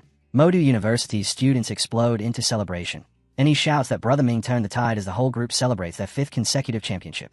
Xu continues by explaining what they'll be receiving: rare herbs located in the outer part of the Devil's Cave, and instructs all freshmen, led by their instructors, to enter the next day and harvest them, adding that afterward each school will arrange its own half-month teaching schedule. But as the crowd begins to disperse, Qian Rao suddenly calls out, and still unable to swallow the outcome, he declares he isn't satisfied and demands a direct fight with Xu Jingming, proposing a bet. If he loses, his university will cover the resources, but if he wins, then the resources promised to Qingjing University will be handed over to them instead. Vice Principal Xu, clearly intrigued, fixes Qian with a serious look and asks how confident he is, and Qian lays out his logic, insisting that Xu Jingming's S-rank technique takes 1 or 2 seconds to activate, which would give him the edge in a one-on-one match. Hearing that, Xu, who also doesn't want to accept the result, agrees to Qian's proposal. After the competition ends, Vice Principal Ling Shuang asks Xu Jingming what he plans to do during the half-month teaching period, and he answers that he's going back into the Devil's Cave to keep hunting beasts. Ling Shuang frowns with concern and asks whether he isn't exhausted after nearly a month of fighting, and Xu Jingming admits he is, but says it's the only way he can keep up his rapid improvement. Ling Shuang advises him that while life and death situations are indeed good for growth, he still needs to balance effort with rest, and Xu Jingming agrees respectfully, promising he'll rest once the trip is over. Then he brings up the strange pool he discovered in the Devil's Cave, describing the blood-red water, the odd reaction from his body, and the cultists he ran into who claimed to be from the Blood Moon sect. And after listening, Ling Shuang confirms what he suspected, telling him he truly encountered the blood essence of a rank 9 beast emperor, an SSS-class cultivation resource, though she clarifies that what he absorbed must have been heavily diluted, because absorbing the pure essence would be impossible. She guesses his ability to take it in is tied to his special body forging technique, and when it comes to the Blood Moon sect, she waves them off as a minor religion and tells him not to worry about it, which Xu Jingming accepts. Liu Yushan then tells him to get some rest, and as he turns to leave, he spots Chuku waiting nearby. She comes up with her Aunt Zhu-Ying and introduces her as the head supervisor of the Shunnan supply base. Xu Jingming greets Zhu-Ying with polite respect, but she waves it off and tells him to just call her Aunt Zhou, then immediately hands him a lavish gift, the Song family's black gold card, and explains that it grants a 20% discount on anything sold under the Song family's banner. Xu Jingming is left stunned as he realizes how enormous that value is, because the Song family's businesses cover nearly every part of life for ability users, and Sek nudges him to accept it, pointing out that his equipment upgrades so quickly the discount will definitely come in handy. He takes the card, then can't help thinking in a comically serious way whether he's being kept by a rich woman. Not long after, as Xu Jingming walks through the supply base, a crowd suddenly surges around him, reporters and representatives from weapon and armor companies swarming in at once, pushing microphones forward and throwing out offers for interviews and endorsement deals, making it impossible to miss that his fame has already exploded. That afternoon, Xu Jingming sits down with Vice Principal Ling Shuang and Vice Principal Xu, and Ling Shuang goes straight to the point, telling him that Qian Rao wants to challenge him to a fight, then laying out the stakes clearly. Qian is wagering 20% of the resources, while Modu's stake is a Ruins Pass, and with that explained, she asks Xu Jingming whether he's willing to fight. Not recognizing the term, Xu Jingming asks what a Ruins Pass even is, so Xu Ping explains that it's a ticket required to enter the ruins of an ancient civilization, adding that Qingjing University brought Qian to the competition specifically to secure these 40 passes, and now that Xu Jingming has won them, Xu refuses to hand them over without a battle. That explanation jolts Xu Jingming back to a history class, where a professor once described how a glorious ancient civilization existed before the current era, one that was incredibly advanced, only to be abruptly destroyed, its cities swallowed and buried underground, until, thousands of years later, those ruins were rediscovered, and from them the modern world gained powerful training methods and even SSS rank combat techniques. With that memory in place, Xu Jingming finally understands why some ruins requiring passes makes those passes extremely valuable. Ling Shuang adds another crucial detail, telling him these particular passes are for Civilization Ruin Number 9, which opens once per year and is restricted to users between Tier 4 and Tier 6. Then tells Xu Jingming that if he defeats Qian, she can give him one of the passes, leaving the decision in his hands. Zhu Ping piles on with a taunting remark, noting that the small arena favors an enhancement-type user like Qian, but Xu Jingming doesn't flinch at all, and with an easy, confident smile he says is willing to accept the challenge. Satisfied, Xu says he'll notify Qian and confirms the match will take place in the supply base's arena, and after he leaves, Ling Shuang comments on how decisively Xu Jingming agreed, pointing out how confident he seems. Xu Jingming answers that it's fine and estimates he has a 90% chance of winning, then smirks and corrects himself, admitting he was only being humble and actually has 100% confidence he'll win. Ling Shuang lets out a sigh, more amused than anything, quietly wondering what Xu Ping and Qian would think if they actually knew the truth. Elsewhere, Qian Rao is stunned when he hears Xu Jingming accepted the duel, and that shock twists instantly into rage as he spits out that since Xu Jingming dared to agree, then no one should blame him for being impolite. He asks Vice Principal Xu Ping whether it's acceptable if Xu Jingming ends up getting hurt, and the principal calmly reassures him that with instructors from all 3 universities present, someone will step in if there's any genuine danger. Qian's mouth curls into a grin as he thinks Xu Jingming won't have the right to complain when he gets ruthless. The scene shifts to the arena, where a huge crowd has already gathered and the air is thick with excited chatter, students practically vibrating with anticipation at the prospect of a fight between 2 S-rank users. They debate the result, with some pointing out that since both are Tier 3 the winner isn't guaranteed, while others break down the matchup and say outright that although Xu Jingming's Heavenly Lightning technique is basically a guaranteed win in a wide area, a small arena favors a close combat fighter like Qian, so the outcome will come down to whatever other trump card Xu Jingming might be hiding. From a balcony, Qian scoffs at that speculation, telling himself it's already a miracle for a freshman to learn even one S-rank technique, so there's no way Xu Jingming could have a second. Right then, Xu Jingming arrives, and Modu's supporters erupt into loud cheers, chanting his name as if they can push him forward on sound alone, while Qian looks down at him with an impatient grin and tells him to hurry up because he can't wait. Xu Jingming answers without warmth, saying that if his opponent can't wait to die, then he'll be happy to grant that wish. And with that, both of them step into the ring together. An elderly man appears to oversee the match, introducing himself as Dong Sheng, the vice principal of Jingcheng University and a 2-8 grandmaster who will serve as the referee, then laying out the rules clearly. The fight ends if either person loses consciousness or admits defeat, and once that happens, any continued attacks are forbidden. He tells them not to hold back, because powerful figures are present to ensure no one loses their life. And as he releases his own power, a shield of water mist spreads around the arena to protect the crowd. After ordering both sides to prepare, he starts the countdown, and with a roar, declares the match has begun.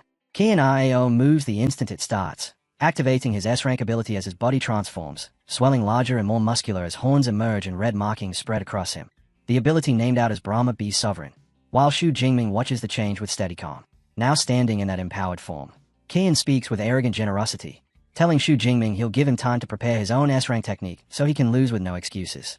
Around them, the crowd follows every movement as the duel between Xu Jingming and Qian Ao truly begins, and spectators comment that Qian's S-rank enhancement ability is perfectly suited for a tight 30-meter arena, which limits Xu Jingming's ranged lightning, though they assume Xu Jingming must have anticipated that constraint. Inside the ring, bathed in purple lightning, Xu Jingming thinks that Qian is the ideal opponent for testing what his full third-tier power can really do, and without hesitation he releases it, an enormous surge of purple and blue lightning that bursts out and floods the entire arena. Even the efficient Jiang Quan can't hide his amazement, because the violent burst of power is already pressing hard against his water mist barrier, a barrier that was only meant to withstand the attack of a peak tier 3 A-rank user, so he's forced to pour in more strength and reinforce it just to keep the energy contained. Up in the stands, students turn pale with fear at the might of the purple cloud divine lightning, sensing it could kill them in an instant, and they can only gape at the staggering power gap on display between two freshmen. Down in the storm, even after transforming, Qian Ao's fury spikes as he feels Xu Jingming's lightning gnawing at his body in a way normal lightning simply shouldn't. And deciding he can't drag this out, he chooses to end it fast and charges in. As the two launch toward each other, Qian scoffs at Xu Jingming for resisting instead of running, swearing he'll show him what an S-rank enhancement user truly looks like as he brings his blade up to strike, yet Xu Jingming beats him to it, his spear snapping forward at a speed that catches Qian completely off guard. Qian barely manages to block the electrified spear, but the impact still blasts him backward, boots scraping as he slides, and he stays in disbelief because he cannot understand how Xu Jingming's raw physical strength can be matching his even after his already transformed with an S-rank ability. With purple lightning raging around him like a living storm, Xu Jingming mocks him, asking if he's surprised and adding that no rule says a lightning-type user has to be weaker than an enhancement type, and Qian answers that he is, admitting he meant to toy with him at first but now realizes that won't be possible, then declares Xu Jingming should feel honored for forcing him to use his full strength. With that, Qian charges again, and this time he undergoes a second, far more horrifying transformation, his face warping into something like a demonic mask as he unleashes his beast sovereign descent. The stands erupt in shocked recognition as students realize what they are seeing.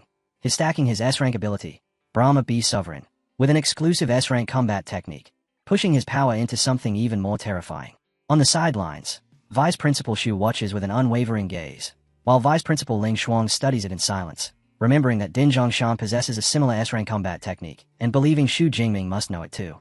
Back in the ring, Qian's enhanced form starts forcing the purple lightning away from his body, and with a predatory grin he taunts Xu Jingming, asking if he still dares to clash strength with him now. And in a shocking counter, Xu Jingming's hair turns pure white, his eyes blaze with blue energy, and he calmly accepts, saying he'll meet the challenge. An immense surge of power detonates from Xu Jingming's body, jolting even the fully transformed Qian, and as Xu Jingming's eyes sharpen into a fierce-slitted pupil, his own power-up completes in full view, leaving the audience utterly baffled. One student who'd only looked away for a moment snaps back and nearly chokes, shocked to find what seems like two monster bosses standing in the arena, and his friend hurriedly explains it's Xu Jingming and Qian entering their second stage, only for the first student to insist that, at this point, it's basically a boss fight. Qian, still stunned by Xu Jingming's transformation, recognizes it immediately as an S-rank combat technique, and in his powered-up form Xu Jingming coolly confirms Qian guessed right, then adds that there's no prize. Not giving his opponent even a heartbeat to regroup, Xu Jingming gathers a tight sphere of purple energy in his palm, already setting up his Thunder Prison technique, and the moment Qian recognizes it as a control-type S-rank move, his mind snaps to a single conclusion. He's in real danger. Still, choosing to gamble everything on one desperate push, Qian coats himself in red vitality armor and charges straight into the lightning, forcing his way through just enough to break free, only to be driven down to one knee as he stays up, stunned by the power he just endured. But Xu Jingming doesn't allow him to catch his breath, instead launching a massive spear of pure lightning that slices in, narrowly missing Qian, and when it detonates, the blast ruins the space behind him so completely that Qian's whole body tightens with fear, realizing that if it had connected, he would have been heavily injured, if not killed outright. Before he can even form a response, Xu Jingming is already on him, closing the distance with lightning gale break, and although Qian throws his weapon up to block the violent spinning strike, the impact is so overwhelming that it hurls him backward, sending him skidding across the arena. Xu Jingming keeps the pressure on and unleashes a merciless barrage of chain lightning spears, a storm of lightning-fast hits that slam into Qian's body again and again. And even under that brutal punishment, Qian refuses to yield, clinging to the frantic hope that if he can just endure this one move, he might still be able to turn the match. Convinced he's done it, he roars that now it's his turn to counterattack, only for Xu Jingming to reveal what the technique really is, delivering a cold command to explode. And in that instant the lightning lodged inside Qian detonates from within, leaving him wide-eyed and powerless as the violent energy erupts from his chest and blasts him backward in a massive explosion. Qian's body slams into the arena's protective barrier, and he drops to the ground with his transformation completely gone, charred wounds smeared across his torso, while Xu Jingming steps in over the fallen fighter and brings the tip of his spear to within inches of Qian's forehead. With nowhere left to go, a humbled Qian weakly surrenders, and as the bout ends, Zhang Wen lifts his hand and officially declares Xu Jingming the winner. The crowd erupts, and Xu Jingming's friends explode into celebration too, astonished that a fight they'd expected to drag past 10 minutes ended in only 2, praising him for overwhelming his opponent in a straight contest of strength and admiring how flawlessly he chained his combat techniques. Up on the balcony, Vice Principal Ling Shuang also turns the match over in her mind, noting how spotless Xu Jingming's performance was as she reviews the plan. Thunder Prison to seize control of the field, then other techniques to force out a weakness, then the opening exploited with lightning gale break, and the finish delivered with chain lightning spears, before concluding that his clean execution was truly excellent. Then she turns to Vice Principal Xu Ping and asks whether he has anything else to say, and with a heavy, somber look, Xu Ping admits their complete defeat, conceding the wagered 20% resource share to Modu University, and confirms that the S-Class resource he promised Xu Jingming will be delivered the next afternoon. As Ling Shuang and Xu Jingming walk away, Xu Ping can only remain behind and lament his university's double loss. While Ling Shuang offers Xu Jingming her congratulations for a job well done, she holds out a glowing blue card to him, the pass for Civilization Ruin number 13. And then, as an extra reward on top of that, she tells him the school will also grant an additional 10,000 credits. Bursting with joy, Xu Jingming thanks her for the generous rewards, then lowers his gaze to the long-coveted Ruins pass resting in his hand, wearing a confident, eager smile as he takes it in. Vice Principal Ling Shuang tells Xu Jingming to go rest, but not before reminding him exactly what he has secured: the S-Class resource from Qingjing University, plus the right to choose a combat technique from the libraries of all 3 universities, and she adds that he can return to the Devil's Cave the next day to collect the rare herbs his university won.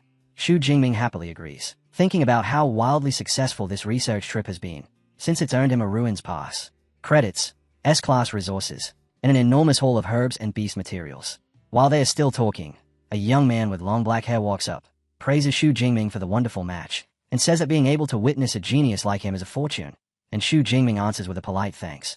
Once the man leaves, Xu Jingming asks who that was, and Song Xiaoyanshu explains it was Dong Xingzhen from Qingjing University, the student ranked 3rd, right below Xu Jingming and Qian, making Xu Jingming marvel that Dong Xingzhen's cultivation has reached high rank 2nd tier, calling him a monster, only for Song Xiaoyan to tease him playfully, asking if he's basically praising himself since he's already a tier 3 user. With a mischievous grin, Xu Jingming jokes that is different, that he has a cheat that can level him up with a single click, and he asks if she believes him, but an annoyed Song Xiaoyan snaps back in an exaggerated, comedic way that she doesn't believe him at all. The scene cuts to the exterior of a grand Gothic-style building, and inside its vast hall, robed figures kneel before a levitating man, the Archbishop, while a swirling pink orb hangs above him, and as he leads his followers in chanting, he proclaims that since receiving heaven's mandate, the heavenly god is eternal. The Archbishop then asks the subordinate whether everything at the plantation has been arranged, and when the subordinate confirms it has, the Archbishop issues a grim order.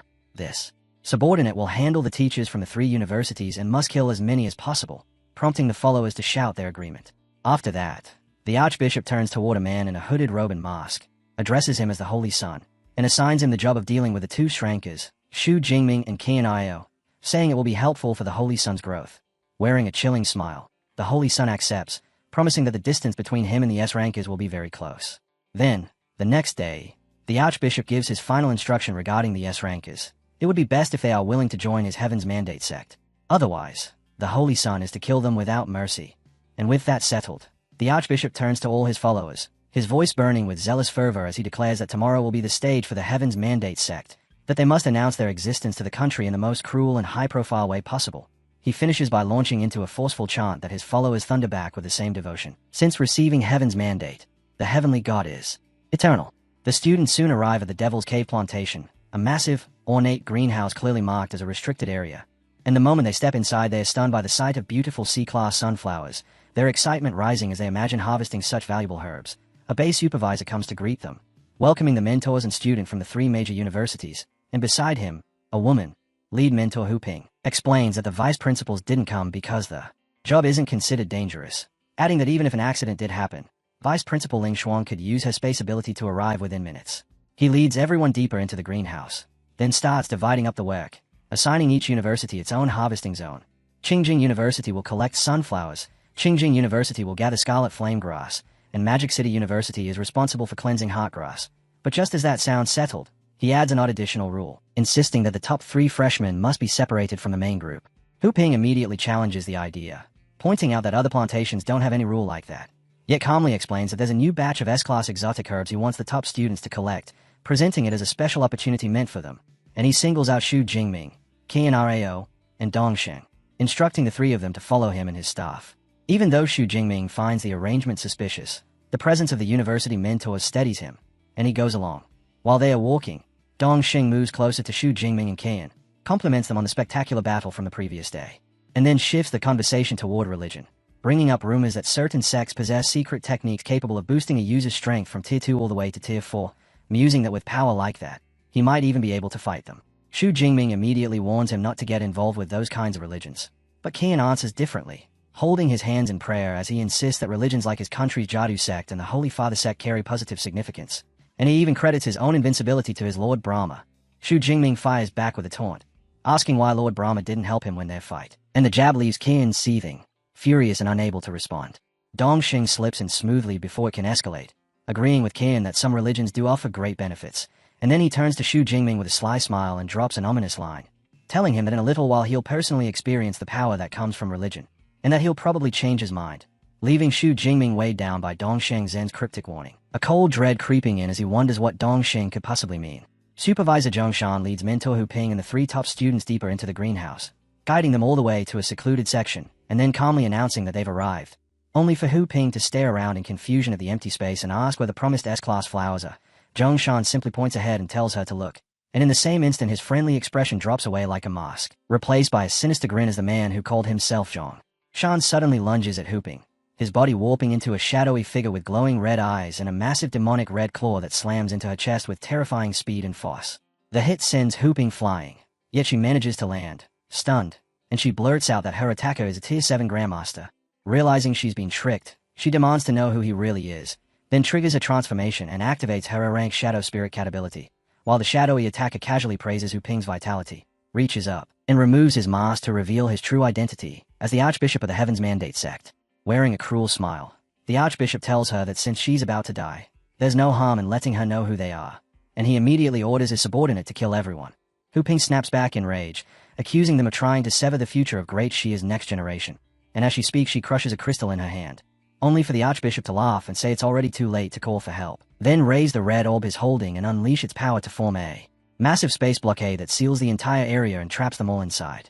Meanwhile, outside, the 3 vice principals are instantly alerted to the assault, and Ling Shuang erupts in fury at the thought that someone has dared to attack their team, as the 3 powerful grandmasters shoot up into the sky and race toward the emergency. At the Shan supply base, head supervisor Zhu Ying reacts with alarm as well, urgently dispatching squad to the Devil's Cave plantation with orders to protect the eldest miss, Song Xiaoyun, and even as she forces herself to believe that with the Tier 8 grandmasters already on the way there shouldn't be any problems, the tension in her voice says otherwise.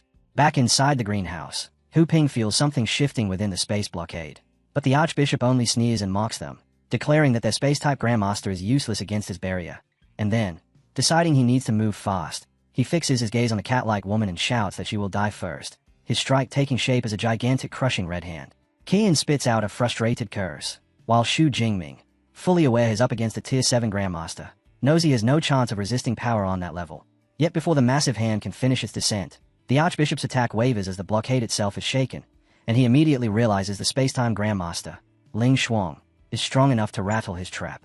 Unwilling to confront her head-on, the Archbishop chooses to withdraw, springing away and telling the Holy Son that is leaving the rest to him, and as soon as the Archbishop is gone, Dong Xing steps forward with his friendly facade completely stripped away, announces that the moment has come for the Heaven's Mandate sect to take the stage, tells Xu Jingming and Qian that is about to reveal his true form, and then begins a horrifying transformation. A wave of dark energy suddenly blasts out of Dongsheng's body, and as that sinister power floods the air, his level shoots upward in a terrifying climb, racing from Tier 2 high rank to Tier 2 peak, then snapping through into Tier 3, and continuing without slowing until it reaches the peak of Tier 4, leaving both Xu Jingming and Qian'io staring in total shock. Xu Jingming can hardly process what he's seeing, stunned that any technique could raise someone's strength by 2 full major ranks. And the moment that familiar, terrifying pressure hits him, he recognizes the aura at once. It's God's blood. While Qian'io stands there seething with rage, Xu Jingming keeps his eyes locked on Dongxing's transformation and dissects it in his mind, confirming again that the aura is God's blood, and concluding that a single dose of this SSS class resource is exactly what allowed Dongxing Shang to leap from Tier 2 all the way to peak Tier 4. Now twisted into a demonic figure with horns and glowing eyes, Dongxing faces Xu Jingming and Qian'io and offers them a choice with icy certainty: join the Heaven's Mandate sect and hunt down the other students, or be crippled and killed. Meanwhile, outside the main greenhouse, the rest of the students finally grasp the danger unfolding within, and one of them shouts for everyone to charge in and help the two S-rankers, yelling that they can't lose their hope, Xu Jingming. But the moment they try, several hooded cultists block their path, taunting them that no one can save the S-rankers and that the students should be worrying about themselves instead. In the middle of the chaos, Song Qiuyan forces her way through the cultists with a flaming spear, cutting a path forward with only one priority in her mind: protecting Xu Jingming. Far away, the 3 Grandmasters realize they've been trapped out of the fight, and one of them demands to know why Vice Principal Ling Shuang isn't teleporting them inside, only for her to answer that she already tried and the space within the plantation has been completely sealed. She identifies the source of the barrier as the Archbishop himself, because he's holding a glowing red orb with a bone suspended inside it, and Ling Shuang recognizes that bone as belonging to a rank 9 beast, Emperor with spatial abilities, exactly what's locking the entire area down. The other 2 Grandmasters react with immediate alarm, with Dongsheng remarking on how serious the situation is while the other warns that if anything happens to the 2 S-rankers it will become a massive problem. Yet the Archbishop only laughs at their helplessness and jeers that they'll be forced to watch as a sect butchers all the freshmen, proclaiming it the Heaven's Mandate sect's Great Awakening Day. The Grandmasters recoil in horror as the realization hits them. They are facing the very group they believe had been wiped out 60 years ago, and refusing to sit idle, the 3 of them decide to combine their strength. Ling Shuang tells them they have to strike together, judging that 3 minutes should be enough to crack the spatial blockade.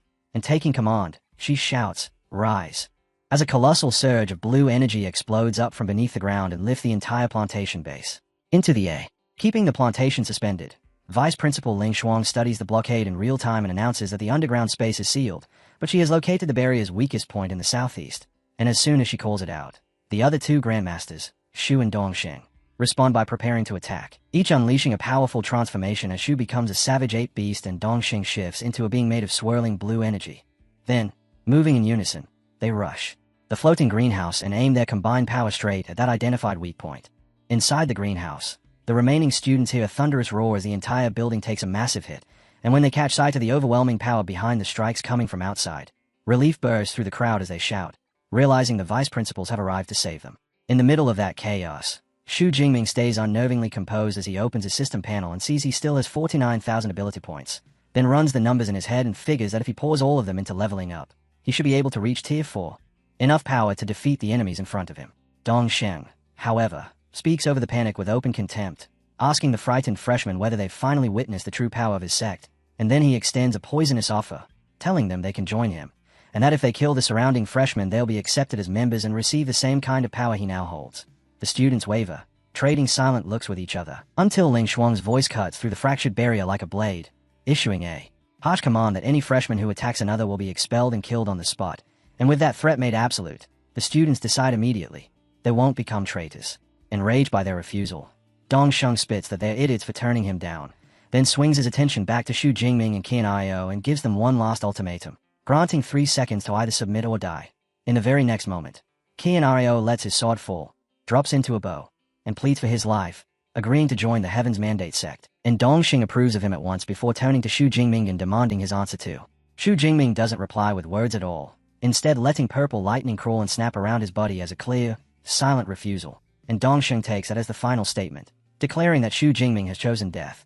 Then he issues his first order to his new follower: if Qian'io wants to prove his loyalty, he must kill Xu Jingming. The command makes Qian'io freeze, sweat beading as he admits to himself that he can't deal with Xu Jingming alone. And the instant his hesitation shows, the hooded figures standing with Dongxing Shang announce they'll attack together with him, spreading out to surround Xu Jingming. Even outnumbered, Xu Jingming remains steady, purple lightning blanketing him as he quickly measures what he's up against. 1 low-rank Tier 3 user and 4 low-rank Tier 1 users. And, deciding he may not even need to spend his precious ability points yet, he calls them on, challenging them to come at him.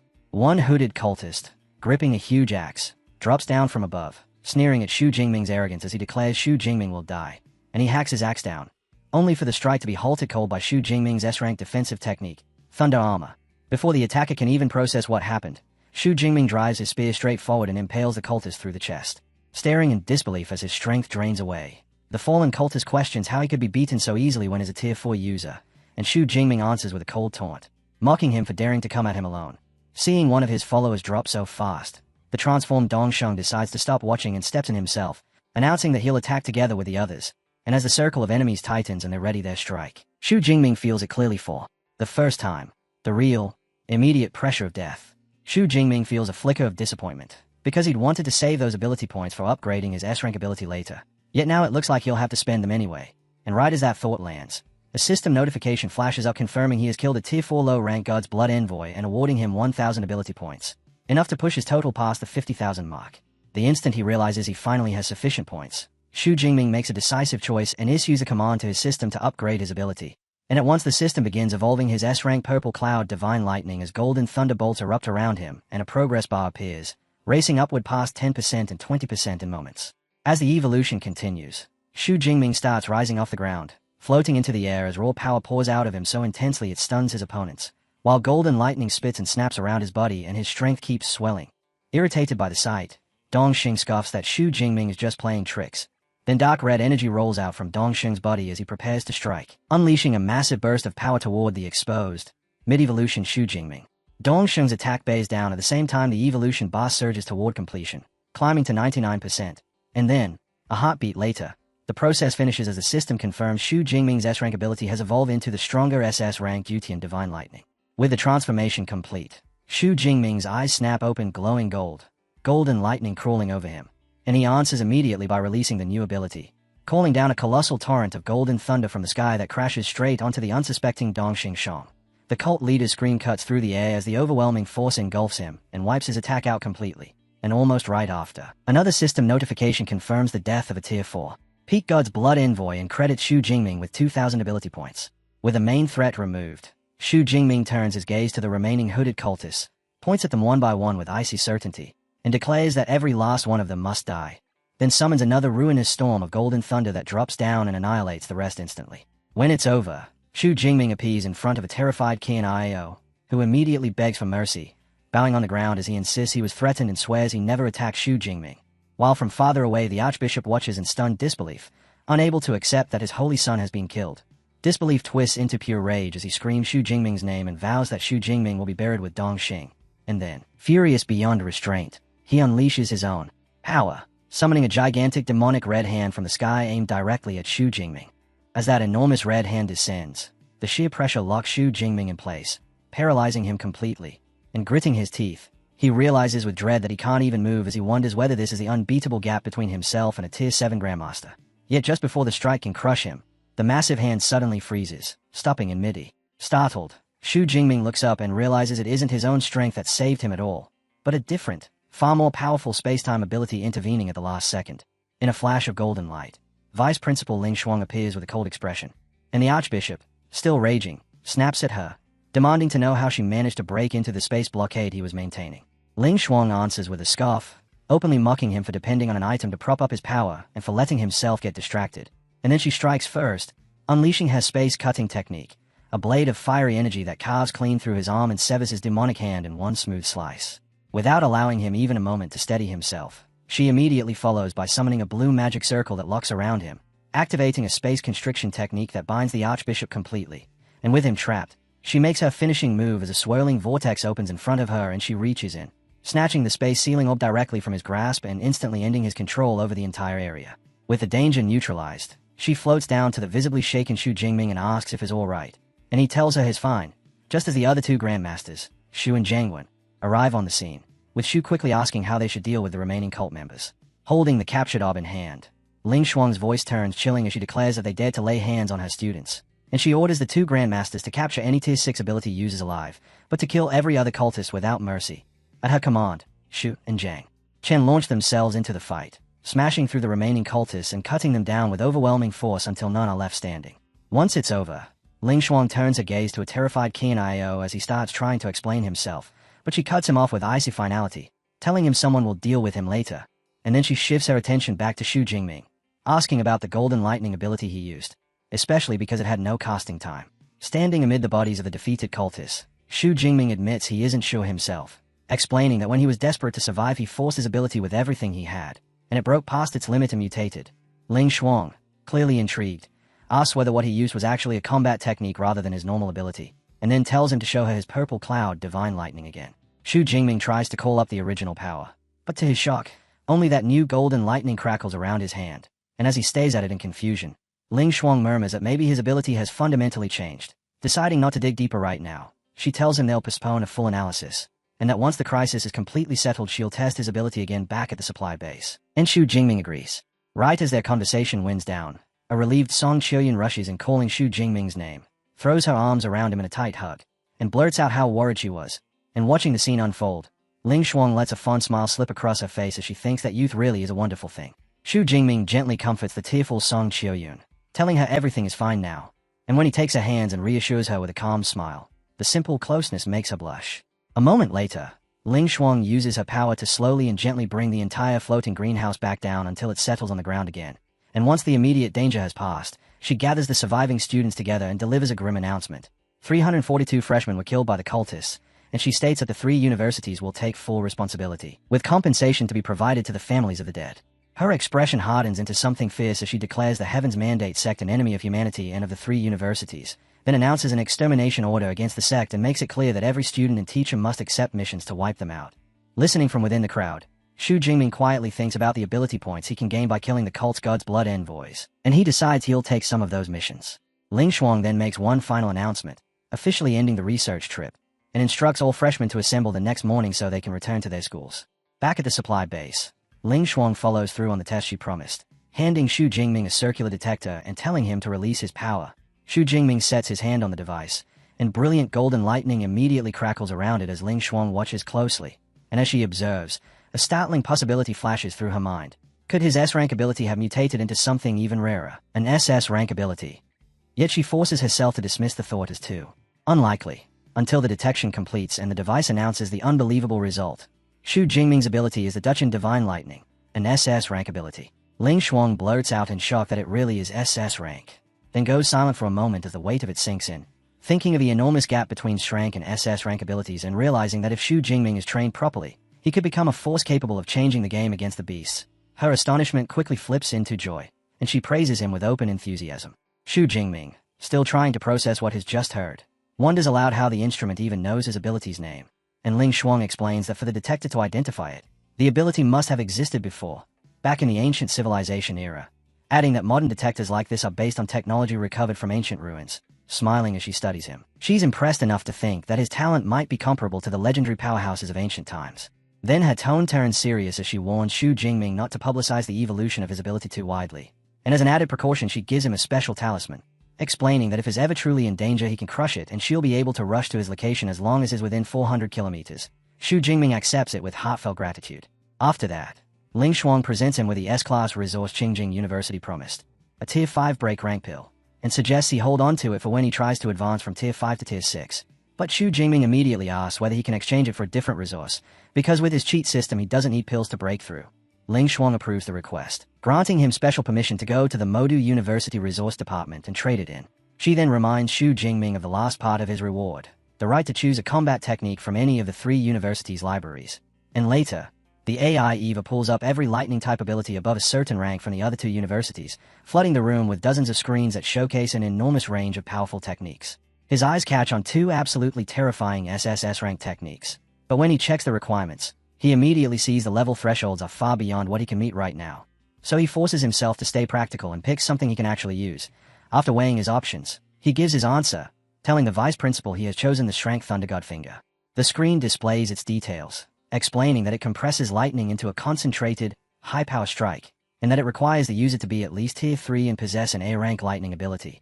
Ling Shuang cautions him that learning a technique from another university won't be easy, yet Xu Jingming answers with complete confidence that it doesn't matter, because he believes the 6,000 ability points he has will be enough. And seeing how sure he is, Ling Shuang smiles and approves the selection. As Xu Jingming turns to leave, she watches him with quiet awe, thinking about the absurd advantages he's carrying, and she concludes that if he's allowed to keep growing, humanity will gain another peerless powerhouse. Back in his private training room, Xu Jingming sits cross-legged and prepares to examine what he's become, then tells his system, Deep Blue, to open his attribute panel, and the display confirms everything at once. He is a low-rank Tier 3 user. He holds an SS rank ability, Duty and Divine Lightning, and he has 6,359 ability points. Golden lightning dances around his hand as he reflects on the fact that it took 50,000 ability points to push his ability from strength to SS rank, and he admits to himself that this new lightning is even harder to control than before, so he decides his next priority will be training ability control. With a determined expression, he looks ahead, anticipating the day that effort finally pays off. That evening at the supply base, a group of civilians crane their necks and point in amazement at a cool-looking aircraft gliding in without any propellers, recognizing it as an advanced anti-gravity craft recovered from civilization ruins. And as the sleek, disc-shaped vehicle descends and touches down with eerie smoothness, a ramp extends and a lone figure steps out, a stylish man with long white hair, who declares with easy confidence that he has arrived for Xu Jingming. The onlookers jolt in surprise at the strange newcomer, but deciding that fewer people should even know he's here, the white-haired man snaps his fingers, and in an instant the civilians' attention goes blank as they forget him completely and drift into casual chatter about movies and dinner.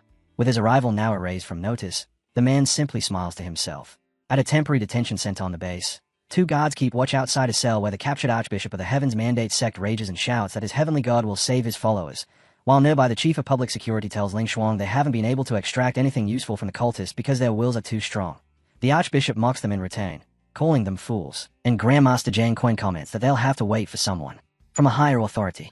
Ling Shuang agrees with Grandmaster Jiang Quen, saying the person they're waiting for should arrive soon, and almost immediately after, the white-haired man steps into the hallway, making Ling Shuang tense the moment she senses the weight of his aura. The man remarks that has kept them waiting, and a startled Ling Shuang hurriedly greets him with respectful restraint, calling him Lord Lu and asking why he came in person. He answers that it was necessary, because the Heavens Mandate sect has resurfaced, and even as Ling Shuang listens, she can't help silently wondering why someone as significant as Liu Yushan, a Tier 9, martial saint with terrifying power, would personally appear here at all. Liu Yushan begins the interrogation at once, and when he turns his gaze on the Archbishop, one eye blooms with a purple aura as he demands to know whether the man is the sect's head.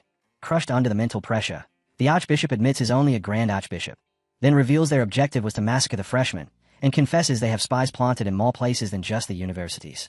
10 minutes later, Lu Wangshan explains that the questioning was only a partial success, because the Archbishop's memories were altered by another powerful user, blocking him from learning the locations of their strongholds or the real identity of the sect's true leader, and he concludes that the sect is clearly preparing a larger conspiracy. Then he pivots, saying he now needs to see Xu Jingming about the recent evolution of his ability. Xu Jingming is summoned into a private room together with Vice Principal Ling Shuang, and after inviting him to sit, she introduces him to Lu Wangshan, a member of the Great Xi'an National Council, leaving Xu Jingming genuinely stunned, not least because he hadn't even noticed there was another person in the room. As Liu Yushan greets him, Xu Jingming is instantly pinned by an immense, crushing pressure from the man's gaze, and his body reacts before his mind can catch up as he instinctively calls up Golden Lightning to push back against that overwhelming force.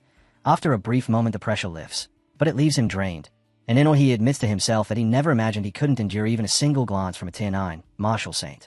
Liu Yushan then compliments him, saying it's rare for a Tier 3 user to withstand his gaze at all, and that Xu Jingming's will is exceptionally firm, and Xu Jingming, humbled by the difference between them, bows deeply in respect.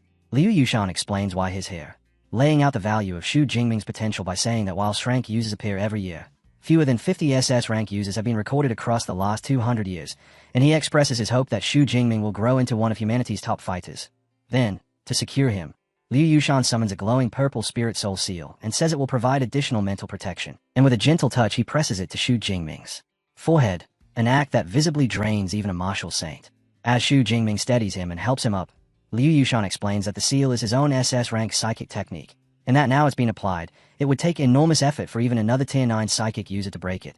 Liu Yushan then prompts Xu Jingming to thank the counselor, and Xu Jingming immediately does, voicing his gratitude without hesitation. Liu Yushan waves off Xu Jingming's thanks, saying he only asks that once Xu Jingming is strong enough, he repay Great Xia by killing more enemies, and Ling Shuang can't resist teasing that plenty of Tier 8 Grandmasters would beg for a gift like that.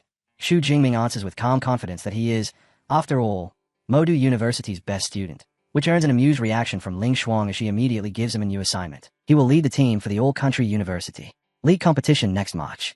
Xu Jingming goes completely speechless and hurriedly reminds her that is only a freshman, but she tells him not to slack off because she has already reserved his spot.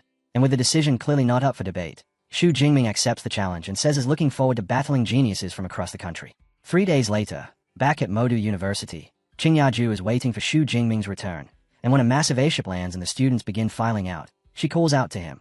Xu Jingming and Song Xiuyan greet her, and Song Xiuyan sincerely thanks Qingyaju for the life-saving pills, after which Qingyaju proudly invites them all to a celebratory meal. As they walk together, she asks Xu Jingming whether he brought back the rare herb she wanted, and he confirms that he did, teasing that the hole is so big she might not even be able to handle it. While from farther away, Vice Principal Ling Shuang hovers in mid-air watching them with a smile, thinking to herself that Xu Jingming is lucky with women, and that since stronger people produce stronger children, having multiple partners is good for humanity. Then her mind drifts to her own history and she lets out a sigh about still being single in her 30s. Later, inside a decorated room, Zheng Chuan stares in wide-eyed amazement at the enormous pile of rare herbs Xu Jingming has delivered, and she asks in disbelief whether he emptied the entire Devil's Cave, but Xu Jingming answers evenly that very few users can even make it to the middle section of the cave, adding that if he'd stayed longer, he could have gathered even more. Looking slightly overwhelmed, Zhang Chuan sighs, realizing she's about to be extremely busy. Xu Jingming then rises to leave, explaining that he needs to head to the university's resource department to exchange an S-class resource he received, and not long after he arrives at the Grand Resource Department building where he tells the AI Eva to list all the S-class resources he can trade for his 7th grade breakthrough pill. Holographic screens bloom into existence around him, displaying a long selection of powerful items, and surprised by the range, he asks Eva which choice would most improve his lightning control. Eva presents a single recommended option, an S-Class Thunderhaze Secret Realm Pass, which grants entry to a specialized training area, and the location immediately grabs Xu Jingming's attention because Hdong City is close to his hometown, yet has never heard of any such place. Eva explains that the Secret Realm appeared 8 to 7 years ago and was seized by the Thunderhaze Martial Arts Hall, and that it's now a restricted zone kept hidden from the public. Curiosity rising, Xu Jingming asks whether there are beasts inside, and when Eva confirms there are, and that most of them can control lightning, Xu Jingming lets a confident smirk form as he realizes this pass is the perfect resource for him. He locks in his decision, and the pass materializes straight into his palm. Back on campus, Xu Jingming receives a phone call about a society exchange meeting scheduled for that afternoon, and the voice on the other end greets him as Vice President Xu, a title he only just picked up after joining the Meteor Society a few days earlier on his senior's recommendation. So he pauses, a little taken aback that responsibilities are already landing on him, yet he still agrees to show up, thinking that a gathering where students from different departments trade experiences actually sounds interesting and worth attending. When Xu Jingming meets his master, Zhongshan stares at him in outright astonishment and asks whether he has already stepped into Tier 3, and Xu Jingming answers with a calm smile that he broke through during the research trip. Zhongshan, still looking stunned, sets a hand on his shoulder and jokes that Xu makes smashing through a Tier 3 bottleneck sound as effortless as eating and drinking. Then, eager to see what has changed, tells Xu Jingming to come to the training room so he can examine what his body has become after absorbing the god's blood. Inside the training room, Xu Jingming releases a raging torrent of crackling golden lightning while his master watches, and the sight immediately throws Zhongshan into confusion as he voices the question that jumps out first: why the purple cloud divine lightning is shining gold instead of its usual blue-purple, before realizing it isn't only the color at all, because the ability's aura feels completely different. Xu Jingming answers evenly that Vice Principal Ling Shuang should have already informed him, then tells his master the truth. His ability has evolved into the SS rank Duty in Divine Lightning. The words hit like a strike of their own, and Zhongshan blurts out in disbelief that an S-rank ability can evolve into SS rank, finally understanding why Ling Shuang called the day before, and hinted his disciple had a surprise. Once the initial shock settles, Zhongshan warns that handling an SS rank ability is far more difficult than using an S-rank one, so Xu will need much more practice. Xu Jingming nods, says he has exchanged for a Thunder Secret Realm Pass, and needs to get ready, and Zhongshan agrees that the Secret Realm is an excellent training ground for Lightning-type users. Yet before that, he insists on checking Xu's physique, telling him to activate his Thunder Pulse state. Xu Jingming agrees without hesitation, ready for the inspection, and the moment he activates it his body is swallowed in golden lightning as the transformation takes hold, his hair and eyes glowing with power. Zhongshan watches with clear approval, saying the foundation of Xu Jingming's indestructible body has strengthened dramatically and has reached the level of a high-rank Tier 2 user, and adding that it is now mixed with the aura of a Beast Emperor-level bloodline. With that, Xu Jingming understands why his physique alone can stand on par with the S-rank user Qian Io, and Zhongshan, satisfied with what he's seen, tells his disciple to rest, explaining that only real combat will truly expose his body's current state. The dean runs through his other disciples in his mind as potential opponents, only to dismiss them one by one as unsuitable, until a thought catches him off guard. His junior brother, Jingming, now looks stronger than even the rest of his senior students. 10 minutes later, the butler, Uncle Fu, announces that the person he's summoned has arrived, and a muscular senior student with a mohawk, Zhongshan, steps forward, visibly tense, wondering to himself why the dean, the showman as he privately calls him, is looking for him again. Convinced he must be in trouble, he freezes until Zhongshan calmly reassures him, explaining that this isn't punishment at all, just a request for a purely physical combat training session with his disciple, Shu Jingming. Zhongshan blinks in surprise and asks whether a fight with only physical strength wouldn't be the same as bullying Shu Jingming. But the dean cuts it off immediately, telling him to use his full strength and promising he will be watching the entire time. With that assurance, Zhongshan accepts, rolling his shoulders and cracking his knuckles, then tells his junior that since the dean ordered him to go all out, he won't be polite. As they square up, Zhongshan turns to his butler and asks who he thinks will win, and Uncle Fu answers that although Shu Jingming is stronger overall, in a contest of pure physique Zhongshan should take it. Zhongshan disagrees, acknowledging that Zhongshan is indeed a powerful peak Tier 3 A-rank user, yet adding that what his disciple has been through is something no one could easily imagine. Out on the training floor, Zhongshan settles into a fighting stance, activates his A-rank B-style ability, and transforms into a large, fearsome grey wolf. And in that hulking form he thinks to himself that since his opponent is an S-rank user favored by both the dean and the vice principal, he should probably hold back so he doesn't injure him. The moment the fight starts, the transformed Zhongshan warns his junior to be careful and drives a heavy punch forward, only for Shu Jingming to meet it head-on, their fists colliding with a thunderous impact that jolts Zhongshan so hard he staggers backward in shock, struggling to accept what just happened as the thought races through him. He's a peak Tier 3 user with an A-rank ability, so even while holding back, he should have crushed his opponent. Shu Jingming, looking almost innocently puzzled, asks whether his senior didn't use his full strength, and Zhongshan immediately understands his error, admitting to himself that he underestimated him. Unwilling to lose, Zhongzhan throws his head back and releases a fierce howl while gathering power, and Shu Jingming answers a display with nothing more than a smirk. They rush each other again, and the room fills with the sound of a rapid, brutal exchange. Powerful punches fired and answered in quick succession, each impact echoing off the walls as neither gives ground. While Dean Zhongshan watches from the side and dissects what he's seeing, noting that Shu Jingming's blood is flowing faster than Zhongshan's thanks to that unknown beast emperor blood, and concluding that despite the gap in rank, their physical strength has ended up roughly equal. With the fight stuck in a clear stalemate, the dean decides it's time to intervene, calling out to Shu Jingming and granting him permission to activate his Thunderpole state. Hearing that, Zhongshan immediately panics and protests that he is already being suppressed, but Shu Jingming's body is already crackling with golden lightning as he forces his power even higher, and Zhongshan can only turn toward him, tense and pleading, asking Brother Jingming to go easy on him. Shu Jingming, now shining with overwhelming strength, just smiles and agrees. A few minutes later it's finished, with Zhongshan sprawled on the floor, panting hard in exhaustion, while Shu Jingming kneels beside him and offers him a vial filled with red liquid, explaining that their sparring session gave his teacher some inspiration and thanking his senior for the help. Zhongshan takes it gratefully and declares that if anyone online ever questions Shu Jin's name, he'll be the first one to stand up and defend him. While Zhongshan catches his breath, Shu Jingming asks Uncle Fu when his teacher might come out of meditation, and Uncle Fu tells him there's no telling, because it could be hours or it could stretch into days. As they wait, Shu Jingming's phone suddenly beeps, and when he answers is surprised to hear Vice Principal Ling Shuang, who tells him that the people from Jing University have arrived with the original copy of the S-rank combat technique, Thunder God Finger, and instructs him to come to the Battle Technique Library to pick it up. From a room packed with books, Ling Shuang decides she'll come collect him herself. In the next instant, a golden portal snaps open beside a startled Shu Jingming, and Ling Shuang steps out, saying nothing as she clamps a hand on his shoulder and yanks him through, holding him off his feet while Zhongshan and Uncle Fu can only stare in surprise. They reappear inside a decorated room where a man is seated on a sofa, and Ling Shuang, still holding Shu Jingming suspended, introduces him as Magic City University's S-rank student before introducing the man as Teacher Chen Lin from Jing University. Once Shu Jingming is back on his feet, he bows with respect, and the man smiles as he returns the greeting, addressing him as Student Shu.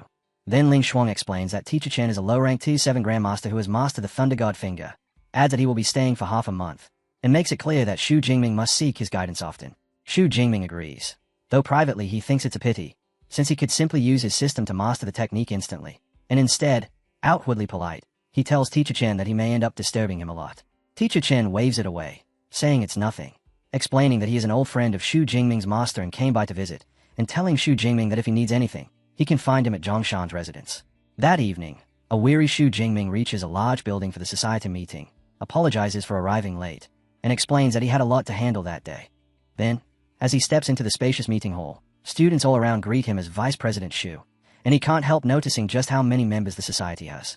A young man with purple hair waves him over and invites him to take a seat in the front aisle, and as Shu Jingming sits down, the young man introduces himself as Vice President Du Liangping, then immediately marvels at how absurdly fast Xu Jingming has reached Tier 3, even predicting that he'll be the next president. Xu Jingming shows no interest in that kind of talk and simply asks what the meeting is actually about, which makes Du Lian Jiping's face turn serious as he explains that it concerns the mission tied to the Heaven's Mandate sect. He adds that the sect must have a death wish to attack the freshman team, then asks pointedly whether Xu Jingming is truly planning to accept the mission. Xu Jingming answers without the slightest hesitation that of course he is.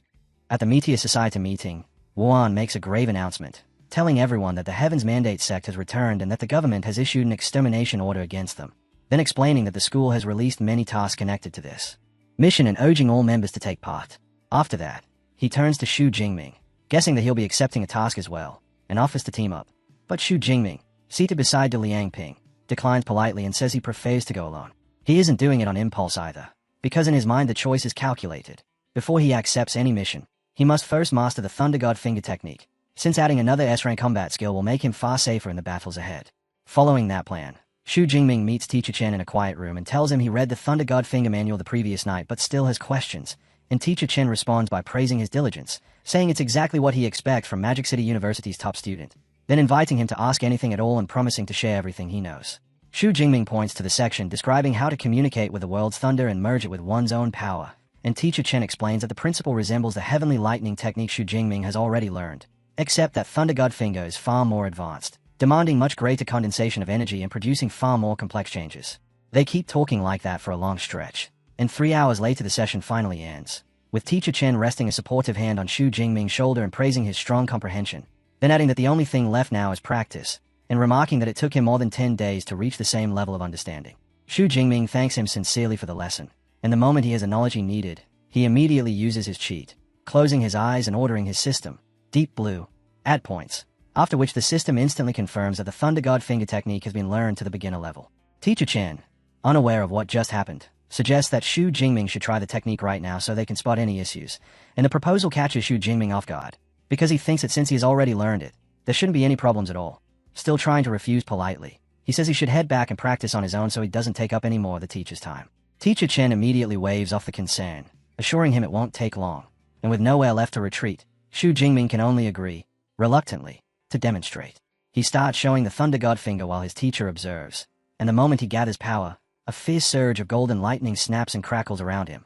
Teacher Chen watches with a pleased, satisfied smile, thinking that his student's opening stance is flawless, even noting to himself that plenty of outstanding students can't even stabilize that starting posture for the first 2 months. But as Xu Jingming continues, Teacher Chen's satisfaction shifts into surprise, because he can clearly see that Xu Jingming has already completed the second step as well, communicating with the world's thunder, and the memory flashes through his mind that Jing University's best student needed 4 months to reach that point, making him instinctively assume the next, most difficult segment should be completely out of reach.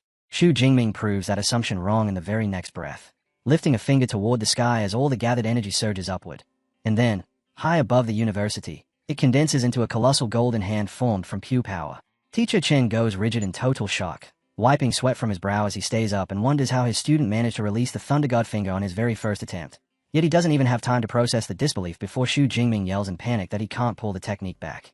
The massive golden hand begins to drop, heavy with ruin, threatening the campus below, and Teacher Chen reacts without hesitation, drawing on his own strength as blue lightning crackles around his fingers. He fires a concentrated beam straight at the descending hand, and the two forces meet with a tremendous explosion high in the air, the collision dispersing the danger and neutralizing the strike before it can land. With the crisis over, Teacher Chen confirms that the energy was real and that Xu Jingming truly did release the Thunder God Finger, then immediately advises him to work on control, warning that if that blow had actually struck, the entire area would have suffered. Xu Jingming lets out a nervous laugh, openly relieved that Teacher Chen was there, then lifts the still glowing scroll and suggests that since he has already learned it, he should return the manual. Teacher Chen can only look baffled as a slightly embarrassed Xu Jingming says he'll hurry back to practice, and then quickly leaves. Alone, Teacher Chen lets out a sigh as he stays down at the manual, reflecting on the sheer, unbelievable talent of old Zhongshan's new disciple and calling him a monster in his heart, even thinking that if Xu Jingming weren't Magic City University's treasured S-rank student, he would do everything he could to poach him for Jing University. Later, walking along a campus street, Xu Jingming turns a moment over in his mind and measures the Thunder God Finger's power, concluding it's terrifying, so much so that weaker Tier 5 users probably couldn't block it. Yet he also recognizes the glaring drawback, because a single use just burned through nearly half of his Jutian Divine Lightning energy. Realizing he needs a way to recover his strength, he pulls out his phone and gives the AI Eva a command. Open the store. I want to buy pills for recovering ability power. But just as he's about to start shopping, a familiar voice calls his name. Xu Jingming turns and sees Song Qiuyun, so he asks what she's doing here, and she explains that she spotted a gigantic lightning finger over the villa area and immediately guessed it had to be him. Curious, she presses him about what new skill he picked up, and he tells her he has mastered the S-rank Thunder God finger for the Heaven's Mandate Sect task. At that, a faint blush creeps onto her cheeks as she asks what level the task is. But the moment Xu Jingming says it's an S-rank mission involving one of the sect's branches, her expression sinks, because she realizes a high mission like that is beyond her. Disappointed, she tells him she can't go, that all she can do is stay at school and wish him the best. Xu Jingming then asks whether she isn't taking a task of her own, and she says she wants to, but she hasn't been able to find suitable teammates, so he suggests she look for senior sister Song Qiuyun. Agrees at once, decides to go find her immediately, and invites him along, and he says yes, adding that he also needs to talk with Zheng about pills, after which the two of them head off together.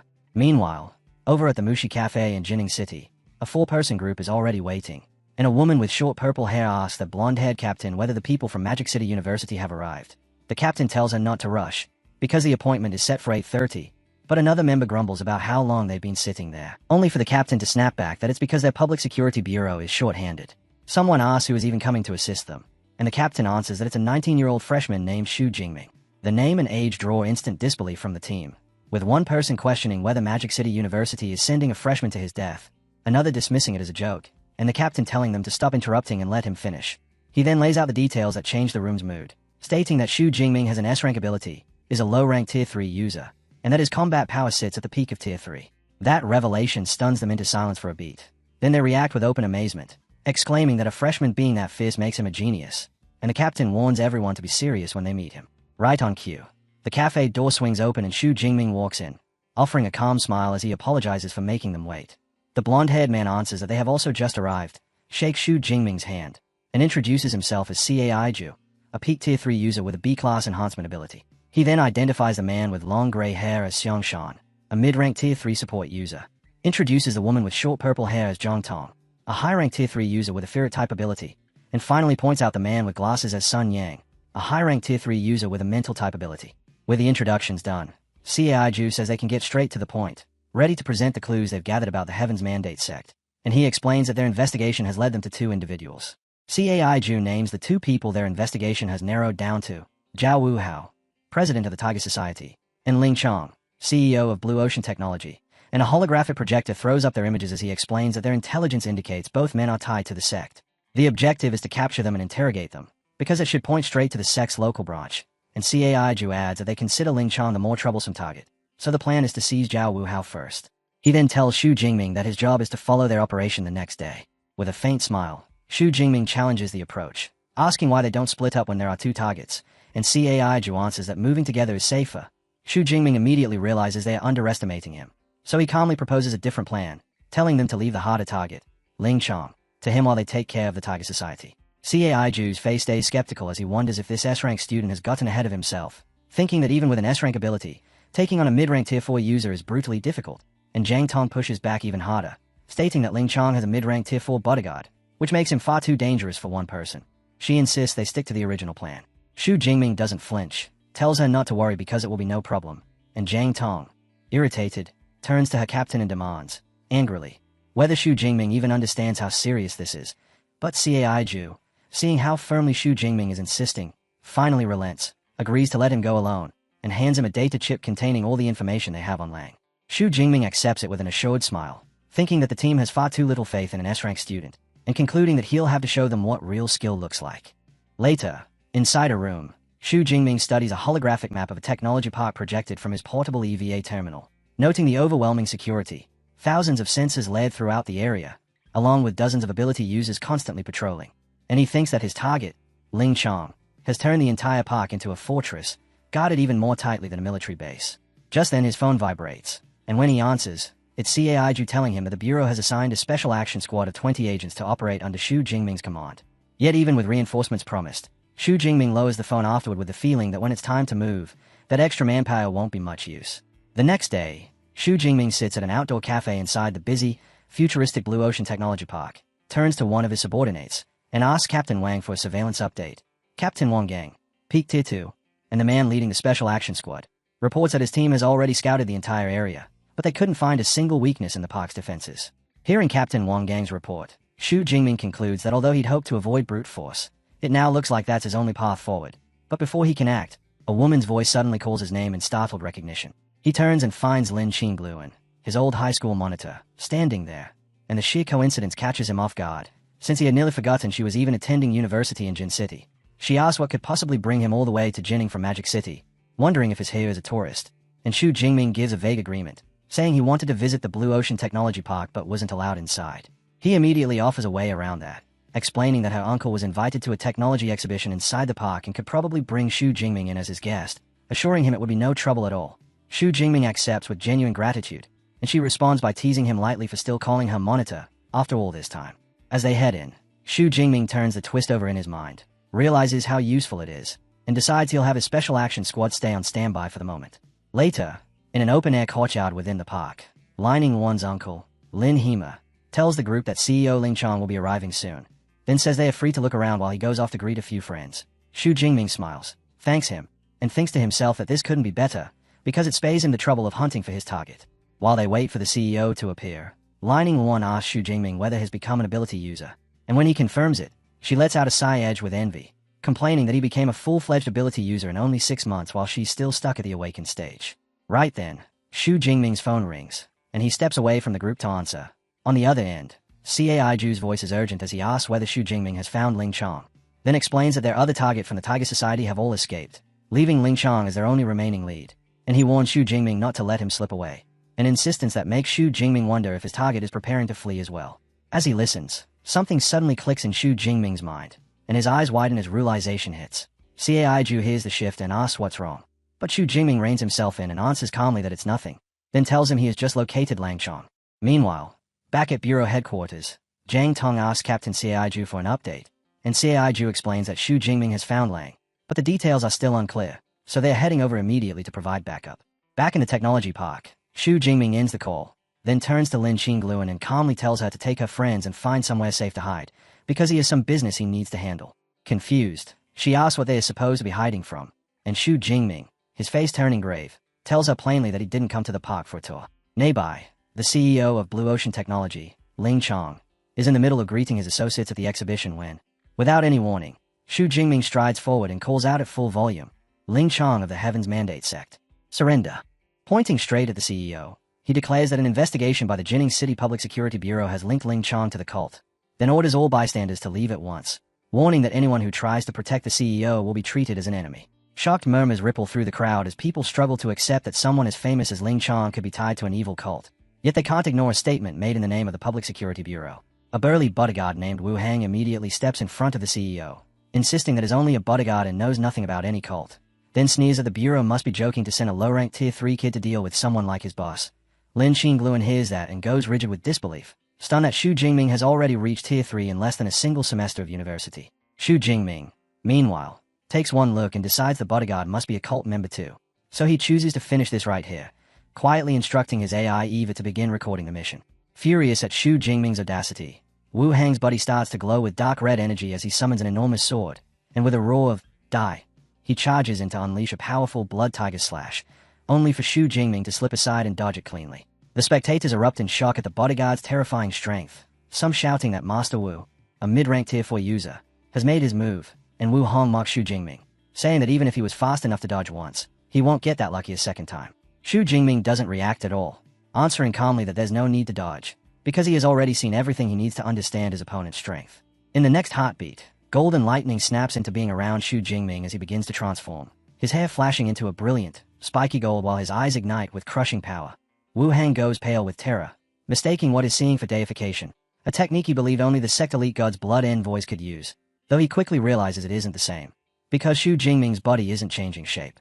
Calling his opponent stubborn, Xu Jingming lifts his hand and condenses a vicious bolt of thunder, then throws a spear of pure golden lightning that crashes into Wu Hang's chest with devastating force, dropping the bodyguard instantly as he collapses to the ground, defeated in a single strike. Off to the side, Lin Haimar stands frozen in total shock, then turns to his niece and asks whether the person who just took down Master Wu in one shot is really her old classmate. Lin Qingluan nods, admitting she's just as stunned by how unbelievably strong he's become, and Ling Chong, watching his strongest bodyguard get dropped that effortlessly, starts to panic as he wonders when the Public Security Bureau managed to recruit a monster like this. He doesn't waste a second. He He turns and bolts, trying to flee. But the transformed Xu Jingming only scoffs and says, "Too late," then reaches out and releases a technique called Thunder Prison. In the blink of an eye, tendrils of golden lightning burst up from the ground and knit themselves into a cage, sealing the fleeing CEO inside. And Xu Jingming lands in front of him with eyes glowing ominously. He coldly tells Lang Chong that his bodyguard is dead, then warns him not to do anything stupid, because otherwise Xu Jingming can't guarantee he'll be brought in for questioning in one piece. Trapped in the blazing lightning, Ling Chong stays in shock, unable to believe the Public Security Bureau has someone this bloodthirsty, and as he demands to know what's going on, Xu Jingming answers by slamming a sphere of crackling energy into him. The man immediately foams at the mouth and drops unconscious. Chapter 47. The other guests and staff caught inside the Thunder Prison erupt into panic, shouting to be released and insisting they aren't cultists, but at that moment a special action squad in black suits rushes onto the scene. Xu Jingming, now returned to his normal form, faces the crowd alongside his squad and announces, "No one can leave until an investigation is done," warning that anyone who tries to run will be treated as a cult member. He adds that the Bureau won't wrong an innocent person or allow a criminal to slip away, and the crowd falls silent. When CAIJU's team reaches the technology park, the scene they find is strangely calm, with no visible signs of a fight, so CAIJU assumes they arrived too late and the mission has failed. He curses under his breath, thinking they've lost their only lead to the sex branch, then grabs a squad member and demands to know whether Ling Chong escaped. The agent tells him everything is under control, that the park is secured and Ling Chong has already been captured. And CAIJU, baffled, points out that the squad shows no evidence of a battle at all. The agent admits they don't know the details either, explaining that when they arrived, Officer Xu had already handled everything and they were only assigned the cleanup. The explanation leaves CAIJU's team stunned, and they blurt out in disbelief how it could possibly be resolved when a mid-rank Tier 4 bodyguard was there. But then they find the bodyguard, Wu Hang, lying lifeless. CAIJU crouches to examine the corpse, realizing with a chill that Xu Jingming didn't just defeat a mid-rank Tier 4 user, he killed him in a single hit. And in the same breath he understands just how badly he underestimated this S-rank student, feeling grateful he hadn't offended him earlier. Just then Xu Jingming walks up, and Captain Kai thanks him for his hard work, openly admitting that his squad would have been helpless here, and even promising to buy him a drink once the mission is over. But Xu Jingming waves it off, saying their priority now is interrogating Ling Chong to locate the Heaven's Mandate sex branch, with Ling Chong chained. Sun reports what he found through his mental probes. The branch is out in the suburbs of Jining City, with roughly 200 cultists, and their strength isn't light either, including 3 low-rank Tier 4 guards blood envoys and 1 mid-rank Tier 4 envoy, plus a number of weaker members besides. Xu Jingming, hearing that, smiles as if he's just been handed good news, pleased to have finally located them, because to him every envoy is simply a massive pile of ability points waiting to be taken, while CAIJU reacts in the opposite direction, frowning at the lineup of strong enemies and asking what they'll do about reinforcements. Xu Jingming answers with complete confidence that reinforcements aren't needed, that he can handle it himself, and urges them to move out immediately. They travel along a path cutting through a lush forest, and once they reach the area, Sun Yang explains that the branch is hidden, telling everyone to relax so he can share his vision with them. As Xu Jingming's eye begins to glow, Xu Jingming can't help noting to himself how ridiculously useful mental abilities are. Then the shared vision snaps into place, revealing their target clearly, a massive gate, magically concealed, embedded directly into the side of a mountain. Crouched among the trees and staring at the hidden entrance, CAIJU asks Zheng Tong whether she can blow apart the alloy gate with her fire ability, but she admits it would be extremely difficult, and at that point Xu Jingming steps forward and says he'll try, pulling out a Tier 3 ability recovery pill. Golden lightning immediately begins crawling over him as he transforms, and CAIJU can only let out a quiet sigh, thinking bitterly that his so-called elite squad looks useless standing beside an S-rank student like this. In that transformed state, Xu Jingming releases a terrifying strike, calling down a gigantic golden finger from the sky that slams into the mountain gate and detonates, shattering the alloy barrier in a massive explosion. The shockwave sends Captain CAIJU and Zheng Tong stumbling backward, and they can only stare, speechless, wondering if they are dreaming as they question whether this is really the kind of power a Tier 3 user is supposed to possess. Xu Jingming returns to his normal form with a small smile, thinking that the first time he tried this move his teacher stopped it, but this time he finally witnessed its true destructive force, and with that regret finally answered. He tells Captain Kai that the gate has been breached and that he'll go in first. Spear in hand, he orders Eva to activate combat follow mode, then charges into the fortress alone, and CAIJU, wrenching himself out of his stunned paws, transforms into his leopard-like beast form and barks orders for the squad to follow. He assigns 10 people to remain outside to prevent any escapes, while he leads the rest charging in behind him. Inside the fortress, alarms immediately scream through the halls and the cultists fall into frantic motion, but Priest Wang forces order onto the panic, rallying them to grab their weapons as he declares that their heavenly god is eternal and will grant them strength. He assures them that the agents are nothing compared to their mighty Tier 4 god's blood envoys, then whips them into a killing mood, urging them to slaughter any intruders. And the cultists answer in a chanting roar of heavenly, God eternal. That chant doesn't even finish, because a blur of golden lightning slices straight through their ranks, and before anyone can properly react, Priest Wong is already smashed aside and sent flying. Xu Jingming drops into their midst like a strike of judgment, landing with his fist slamming into the ground, then looks up with a cold, mocking edge and apologizes for interrupting their rally, asking them where the God's blood envoys are. The cultists explode in rage, hurling insults at him and mocking the nerve of a mere low-ranked Tier 3 user, and one of them whips the others into motion, insisting they can crush him easily as long as they swarm him together. When they rush in, Xu Jingming only scoffs, telling them they are wildly overestimating themselves, and with a single word, perish, he draws a violent storm of golden lightning out of his hands, the surge swallowing the charging cultists whole. The raw current cooks through them, and what's left standing stays in terror at the carnage. One cultist, shaking so hard he can barely breathe, drops to his knees and surrenders, begging for his life, and Xu Jingming, face icy, agrees to spare him for now while demanding to know where the God's blood envoys are. The terrified man blurts out the answer at once, saying the envoys are at a blood pool located in the deepest part of the mountain, and Xu Jingming simply replies that he understands. Then, immediately afterward, he electrocutes the very cultist who surrendered. The remaining cultists recoil in horror, shouting at him and demanding why he would kill someone who had already given up. But Xu Jingming holds lightning crackling in his hand, lets a sinister grin spread across his face, and asks, "When did I promise not to kill you if you surrendered?" At that, the remaining Heaven's Mandate sect members break down and plead for mercy, claiming they were only bewitched into joining. Yet Xu Jingming doesn't budge. He orders his AI, Eva, to scan their identities, then scoffs coldly at their talk of innocence. Eva's scan comes back exposing them as wanted fugitives guilty of heinous crimes, murder, drug dealing, and more. And as the truth lands, Xu Jingming's eyes ignite with golden lightning. He challenges their claims, tells them to die, and releases a brutal electrical discharge that wipes them out so completely they're disintegrated. Just then Cai Ju and Zhong Tong arrive, stunned by the destructive power they just witnessed, and Xu Jingming turns toward Cai Ju as Cai Ju asks about the blood pool where the bishop and the God's blood envoys are supposed to be. Xu Jingming confirms it's real, explaining that it's a place used to breed the envoys. They push deeper and soon find a gruesome laboratory, lined with tanks where humanoid shapes float suspended in glowing blue liquid, and Xu Jingming, furious, realizes the sect is experimenting on humans, declaring that scum like this can't be allowed to live. Cai Ju recognizes the facility as the blood pool and immediately deduces it must tie back to their other target, Zhao Wuhao. Before they can move further, a bald, heavily muscled man appears at the head of a squad of cultists, fixes his eyes on Cai Ju, points at them, and threatens, they will all die there. Xu Jingming answers with a relaxed, confident smirk as he sizes them up and notes aloud that the strongest among them is only a peak Tier 3 user, then mocks them by asking where the God's blood and voice are. The bald leader, furious, roars that they don't need their strongest members to handle him and lunges, but Xu Jingming drops him effortlessly with a single spear of thunder, and one of the cultists screams in shock that their leader, Bishop Xiao, is dead. In the next breath, that same cultist tries to save himself by offering Xu Jingming a high-ranking position within the sect, only for Xu Jingming to reject it on the spot. He doesn't let them breathe for even a second, instead sneering as he tells them their so-called intelligence network is a joke, because they didn't even realize is the one who killed their holy son, and that single sentence hits like a bomb. What little is left of the cultists immediately loses all composure, panic flashing across their faces as they finally recognize him as the S-rank student from Magic City University, and turn to run for their lives, only for Xu Jingming to raise his hand, and casually electrocute several of the mid-flight. Cai Ju cuts in right away and tells him to leave a few alive so they can interrogate them later, and as he watches Xu Jingming's clean, ruthless efficiency, Cai Ju can't help thinking to himself that Xu Jingming fights more like a professional killer than a student. Xu Jingming accepts the call without argument, then declares that they'll move on into the blood pool, and before anyone advances he bends down to Bishop Xiao's body, takes an access card, and uses it to unlock a large metal door.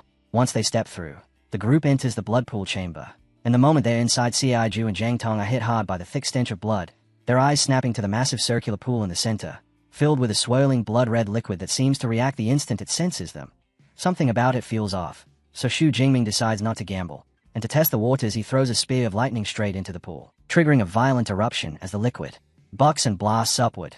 But even then he isn't satisfied, so he summons multiple spears of thunder and drives them into the pool one after another in a relentless barrage.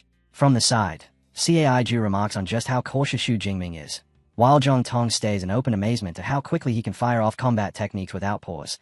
And then the entire chamber is shaken by a furious roar surging up from the pool as a huge lion-like beast man explodes out of the blood, shouting at them to stop. 3 more beast-like figures spring out after him to back him up, including one that looks like a pig, and Xu Jingming studies them with quiet precision, immediately judging the lineup as 3 low-ranked Tier 4 users and 1 mid-ranked Tier 4 user, then telling his team to stay back and not interfere. The lion-like leader fixes on Xu Jingming and storms forward, spitting fury as he accuses these humble humans of daring to mock them, and Xu Jingming shoots back that they don't seem to consider themselves human either.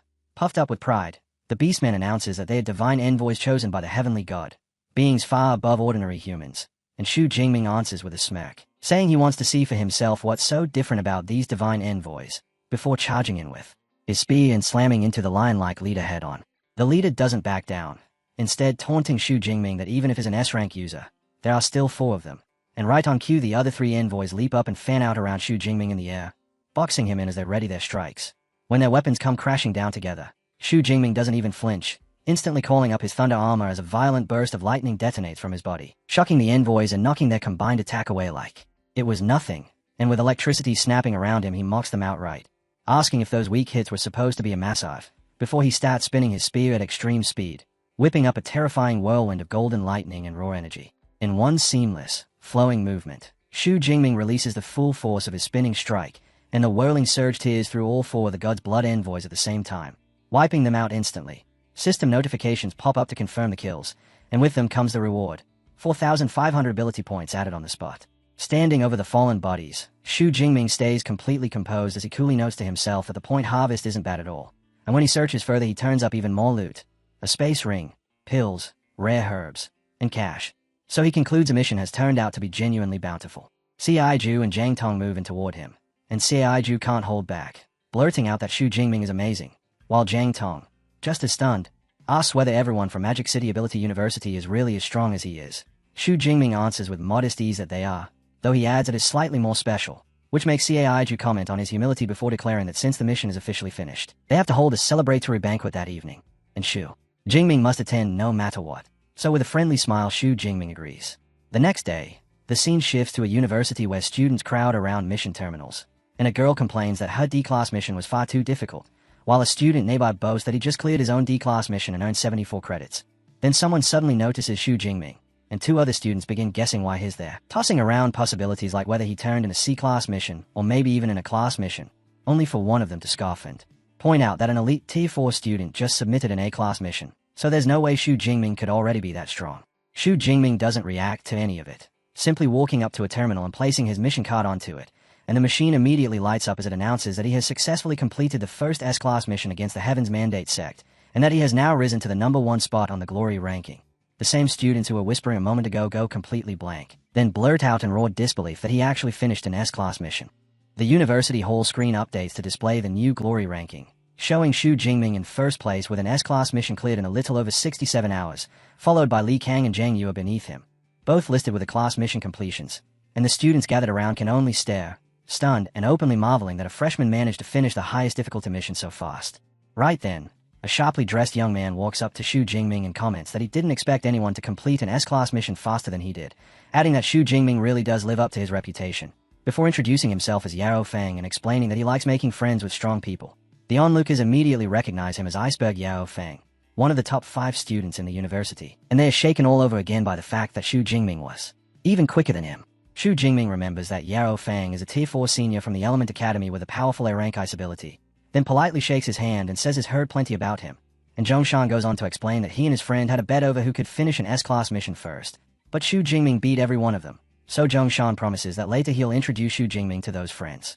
Xu Jingming agrees, and as he does, he can't help wondering whether this counts as finally being acknowledged by the school's elite, and after some time passes he chooses to visit his master, Zhongshan, before taking on yet another mission. When he reaches a grand, traditional residence, he finds his teacher there along with his senior brother, Liu Ming. So he greets them properly and asks Zhongshan whether he's made any progress improving the indestructible thunder body technique, only for Zhongshan to answer that he's managed to uncover just a single clue so far. Liu Ming immediately turns the conversation toward Xu Jingming, congratulating his junior brother for not only finishing an S-class mission, but also becoming friends with the famous Yao Feng. And when Xu Jingming hasn't even asked how he knows, Liu Ming explains that he read it on the school's official website. From there, he starts speculating that since Xu Jingming completed an S-class mission alone, he might even be given a slot in the upcoming National University League. Zhongshan then reveals that Vice Principal Ling Shuang has already confirmed it. Xu Jingming has a reserved place for the league, and Liu Ming is so stunned he can barely process it, immediately realizing his junior brother is about to become the first freshman in the university's history to participate. Zhongshan doesn't let the moment linger, instead instructing Xu Jingming to do a live combat session with Liu Ming. And once they move into the training room, Liu Ming looks Xu Jingming in the eye and tells him he won't hold back. With both of them set and waiting, Zhongshan Ganyan starts the match, and the instant it begins they each unleash their power. Liu Ming transforms first, a fierce aura of turquoise lightning flaring violently around him, and Xu Jingming answers in kind, his own presence swelling as powerful golden lightning crackles and surges over his body. And the moment Liu Ming senses the sheer scale of Xu Jingming's strength, he decides he has to finish this fast, so he lunges straight in, and Xu Jingming meets him head-on. Their first collision detonates into a spectacular explosion of energy, and the fight tears forward at full intensity. But despite how fierce it is, just 3 minutes later it's finished. Liu Ming, drained to the point he can't stay standing, drops to one knee on the ground and admits defeat. Xu Jingming tries to be humble about it, suggesting his senior brother must have let him win. But Liu Ming refuses to accept that excuse, insisting he didn't go easy at all and calling Xu Jingming a monster. And instead of sulking, Liu Ming is suddenly overjoyed, practically buzzing as he declares that he absolutely has to go to the National University League to watch the matches. Zhongshan then praises his disciple's victorious performance, asks Xu Jingming what he plans to do next, and even promises he'll approve any leave Xu Jingming need from his classes. Xu Jingming answers that he intends to focus on completing missions, and inside his own mind he reflects that hunting God's blood envoys is a far more efficient way to farm ability points than hunting ferocious beasts. 1 month later, a group of students gathers in the university hall to look over the final results of the glory ranking, and to everyone's disbelief, the freshman Xu Jingming has taken the top position with 3 S-class missions, 6 A-class missions, and 4 B-class missions, with Kong Shu and Zhongshan listed behind him. The students trade stunned murmurs, and one of them can't help remarking on how even a powerful senior like Kong Shu still ended up beaten by a freshman. Xu Jingming arrives at the award ceremony still wondering what reward he's about to receive, and the moment he walks in, other students notice him and are shocked to discover that he has already advanced to mid-rank tier 3. Everyone around Xu Jingming can only gape at how absurd his growth has been, pointing out that his climb from being an awakener to this level in only half a year, and saying that kind of speed has even earned him a brand new nickname, the Thunder Emperor. Zhongshan strolls up wearing a smile, clearly amused, and teases Xu Jingming about his new title. But Xu Jingming, instantly flustered, brushes it off and tries to dismiss the whole thing as nonsense. Zhongshan doesn't linger on it, instead turning to introduce him to Bloodhand Shindongling. And the moment she faces him she looks him over from head to toe, then compliments his tough physique and says he really is worthy of being called the Thunder Emperor. Right after that, she asks why the 2 girls who are usually with him aren't here today. Xu Jingming explains that they are busy getting ready for exams, and that he also needs to head back and study, which makes Zhongshan pause as it hits him again that Xu Jingming is still only a freshman. At that moment, a man in a suit steps forward to begin distributing the awards, and once the room settles, he announces that for taking first place on the glory ranking with 978 kills of Heaven's Mandate sect members, Xu Jingming will receive 1 S-class resource along with 3,000 credits. The crowd reacts instantly, stunned by the sheer kill count, with people calling him a savage and saying he's even more ruthless than the infamous Blood Shandong. Even Shindongling looks taken aback, openly admitting that she killed fewer than 500 cultists, and Xu Jingming, still calm, simply explains that 2 of his missions led him straight to sect branches, which is why the numbers ended up so high. The official then hands over the S-class resource, a bottle containing 10 grade 6 Guiyuan pills, and encourages Xu Jingming to aim for first place again the next time around. Afterward, Zhongshan leans in with a suggestion, telling Xu Jingming that instead of grinding missions so desperately, it would be easier to get together with Song Xiuyun, since her family is a powerful clan. But Xu Jingming rejects the idea without hesitation, firmly stating that he doesn't like the thought of living off a woman, and thinking to himself that no connection could ever be faster than his own deep blue system. Later on, in a private room, Xu Jingming sits down and starts mapping out what to do next. And as he remembers his teacher's guidance, he decides his next step should be cultivating a fist technique, believing it would be a strong addition to what he already has. He flips through a holographic menu, makes his choice quickly, and selects the Thunder Dragon Fist, an A-class technique, deciding he'll use his system to upgrade it to the beginner level first and then go find his teacher to test it out. He's barely finished committing to the plan when his phone suddenly rings, and when he checks it, he sees its vice principal Ling Shuang summoning him to her residence. Once he arrives, he's immediately startled by a change he can sense in her. He finds her seated on an ornate sofa and asks directly whether she's advanced in her cultivation, and Ling Shuang answers with a faint smile, complimenting him on how sharp his perception is. Xu Jingming offers his congratulations right away, genuinely amazed at what she's achieved, and in his mind he recalls that the other 2 vice principals are already in their 50s and still haven't advanced, yet Ling Shuang, who looks much younger, has already stepped ahead of them, making him wonder just how old she actually is. To his shock, Ling Shuang gently scolds him, telling him it isn't polite to casually guess a woman's age, and Xu Jingming goes stiff, flustered and suddenly panicking as he blurts out a question. Can she read minds? The moment the words leave his mouth, Xu Jingming realizes what he's just done, and inside he panics at the thought that has practically exposed his own mind. He remembers Vice Principal Ling's reputation for strictness, and fear spikes as he imagines himself about to suffer the fury of a terrifying Tier 8 Grandmaster. Ling Shuang, however, only smiles and calmly explains that she doesn't have any mind-reading techniques at all, because what's really happening is far more straightforward. Once someone reaches Tier 8, their spirit becomes so powerful that even the tiniest shifts in emotion can't escape their eyes. With that, she advises a narrow-leaved Xu Jingming not to reveal too much expression in front of high-ranking ability users, and he quickly agrees, secretly glad that she doesn't seem angry. Then, catching him completely off guard, she tells him she's 34 years old, not the old woman he'd pictured in his head, and she even pauses for a moment, questioning why she's explaining so much to a student in the first place. Xu Jingming can only stare in astonishment before blurting out how unbelievably young she is, especially since the average age of Tier 8 Grandmasters is 4 to 6. He adds that his own teacher, Yang Gian, is already over 50 and still only at the peak of Tier 7, but Ling Shuang waves away the flattery and smoothly shifts the topic, asking what he plans to do over the upcoming winter break. Xu Jingming tells her he intends to return to Jiangnan and train inside the Thunder Secret Realm for a full month, and right after saying it he turns to his AI, Ava, asking for the straight-line distance to the Secret Realm.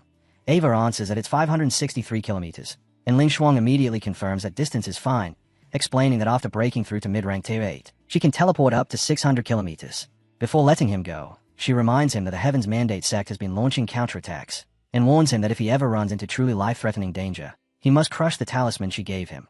Xu Jingming feels steadied by that promise, thinking her existence is like a solid shield guaranteeing his survival, and he quietly resolved to cultivate with everything he has so he can live up to her expectations. Later, back at his master's residence, Xu Jingming begins practicing the Thunder Dragon Fist, and as he throws his strikes, a torrent of crackling energy surges out, taking the shape of a ferocious thunder dragon that charges forward before detonating in a massive explosion of force. Zhongshan watches with clear satisfaction and tells him he's already grasped the fundamentals, then explains that the technique's core lies in ability control and punching speed, because the tighter and more condensed the ability, and the faster the fist, the greater the damage it produces. After that, Zhongshan hands his disciple a grade 6 protective talisman and explains that it can withstand attacks from anyone below a Tier 7 Grandmaster for 3 minutes. And Xu Jingming accepts with sincere gratitude while noting internally that an item like this, a relic of an ancient civilization, is unbelievably rare. The dean then offers to send him the contact number of a graduated senior named Jiang Luo, who has been transferred to the Thunder Secret Realm as a supervisor, hoping that connection will make everything more convenient. And Zhongshan follows it up by warning Xu Jingming to stay cautious, since the realm is more than 500 kilometers away and he believes Vice Principal Ling Shuang can't teleport that far. Xu Jingming simply answers, calm and certain, that Ling Shuang has already broken through to mid-rank Tier 8, and that she can now teleport up to 600 kilometers. The news hits Zhongshan so hard he's momentarily stunned, and once he finds his voice he can only comment on Vice Principal Ling Shuang's terrifying pace of advancement, calling her the university's #1 S-rank user. Then, regaining his composure, he points out that Xu Jingming's relationship with the Vice Principal must be unusually good for Xu Jingming to have learned such critical news ahead of everyone else. And he adds that with her watching over him, he can finally rest easy. 2 days later, Xu Jingming arrives at the Jinghu community in Jiang City, where his aunt Xu Jingming, his uncle Tang Daiwen, and his cousin Tanji greet him with warm enthusiasm, and his aunt immediately notes that he's gotten taller. Xu Jingming tells them he brought gifts, and later, once they are gathered in the living room, he produces a box and opens it to reveal 3 stunning rings. Tang Kai is instantly wide-eyed, blurting out that they're space rings and that she's only ever seen one before, at her mentor's place, and Xu Jingming explains that each of these rings has a capacity of 1 cubic meter, which only makes Tanji even more astonished as she points out that this is actually larger than her mentor's ring. But Tang Dane reacts at once, firmly telling her to put it down because they can't possibly accept something so valuable, and his uncle follows up by explaining that a single ring is worth at least 50 million, an amount that represents decades of their family's savings. So even Tanji agrees with her father that the gift is simply too expensive.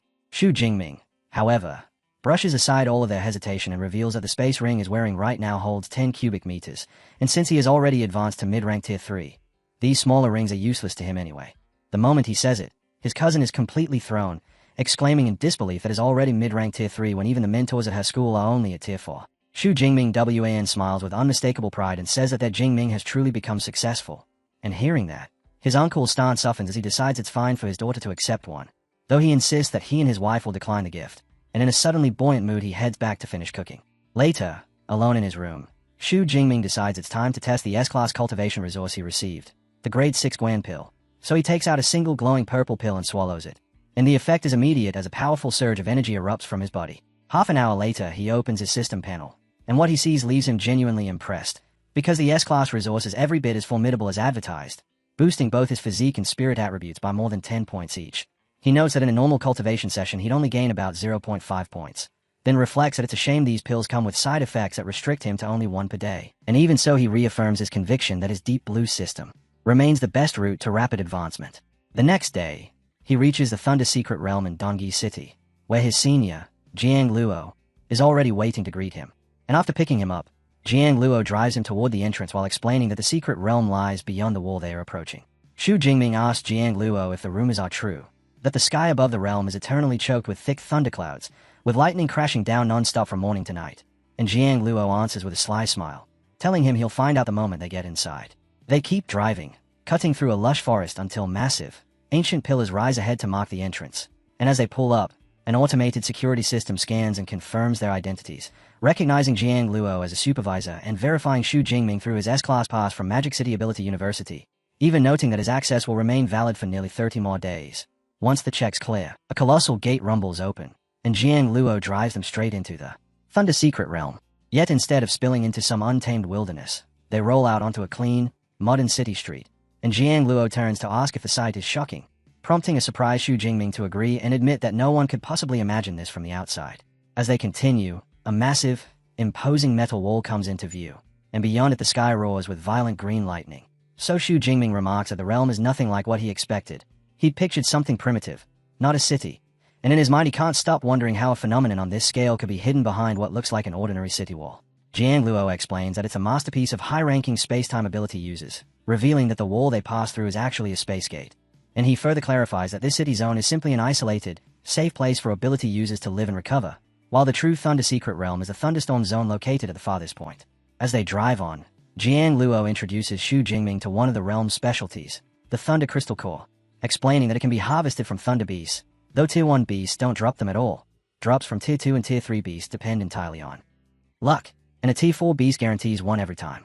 Then, as a welcoming present, he hands Xu Jingming a top-grade Tier 4 Thunder Crystal Core and explains that the simplest way to use it is to crush it and use the released lightning to temper the body.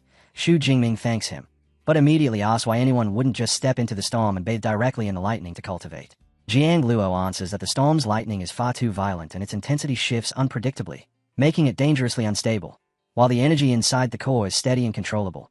And he also warns Xu Jingming that Thunder Beasts are stronger than normal beasts, and that both the beasts and the lightning grow more terrifying the closer one goes to the storm center. When they near the living quarters, Jiang Luo suggests Xu Jingming should rest for the night. But Xu Jingming, too eager to slow down, says he can't wait and wants to head in immediately. Amused by that impatience, Jiang Luo agrees to see him off, thinking to himself that it's no wonder Xu Jingming's teacher speaks so highly of an S-rank user who works this hard. Meanwhile, the scene cuts to a dark, gloomy chamber where a cloaked member of the Heaven's Mandate sect kneels before his leader, the Lord Archbishop, and reports that the student from Magic City University, Xu Jingming, has slaughtered over 1,000 sect members and wiped out 2 branches in just 1 month. He adds that Xu Jingming is currently inside the Thunder Secret Realm and asks for instructions. The Lord Archbishop responds that since Xu Jingming possesses an S-rank ability, any action they take must be a one-hit kill, and he decides he'll report the matter to the general leader. But even as he does, his final order is unmistakably clear.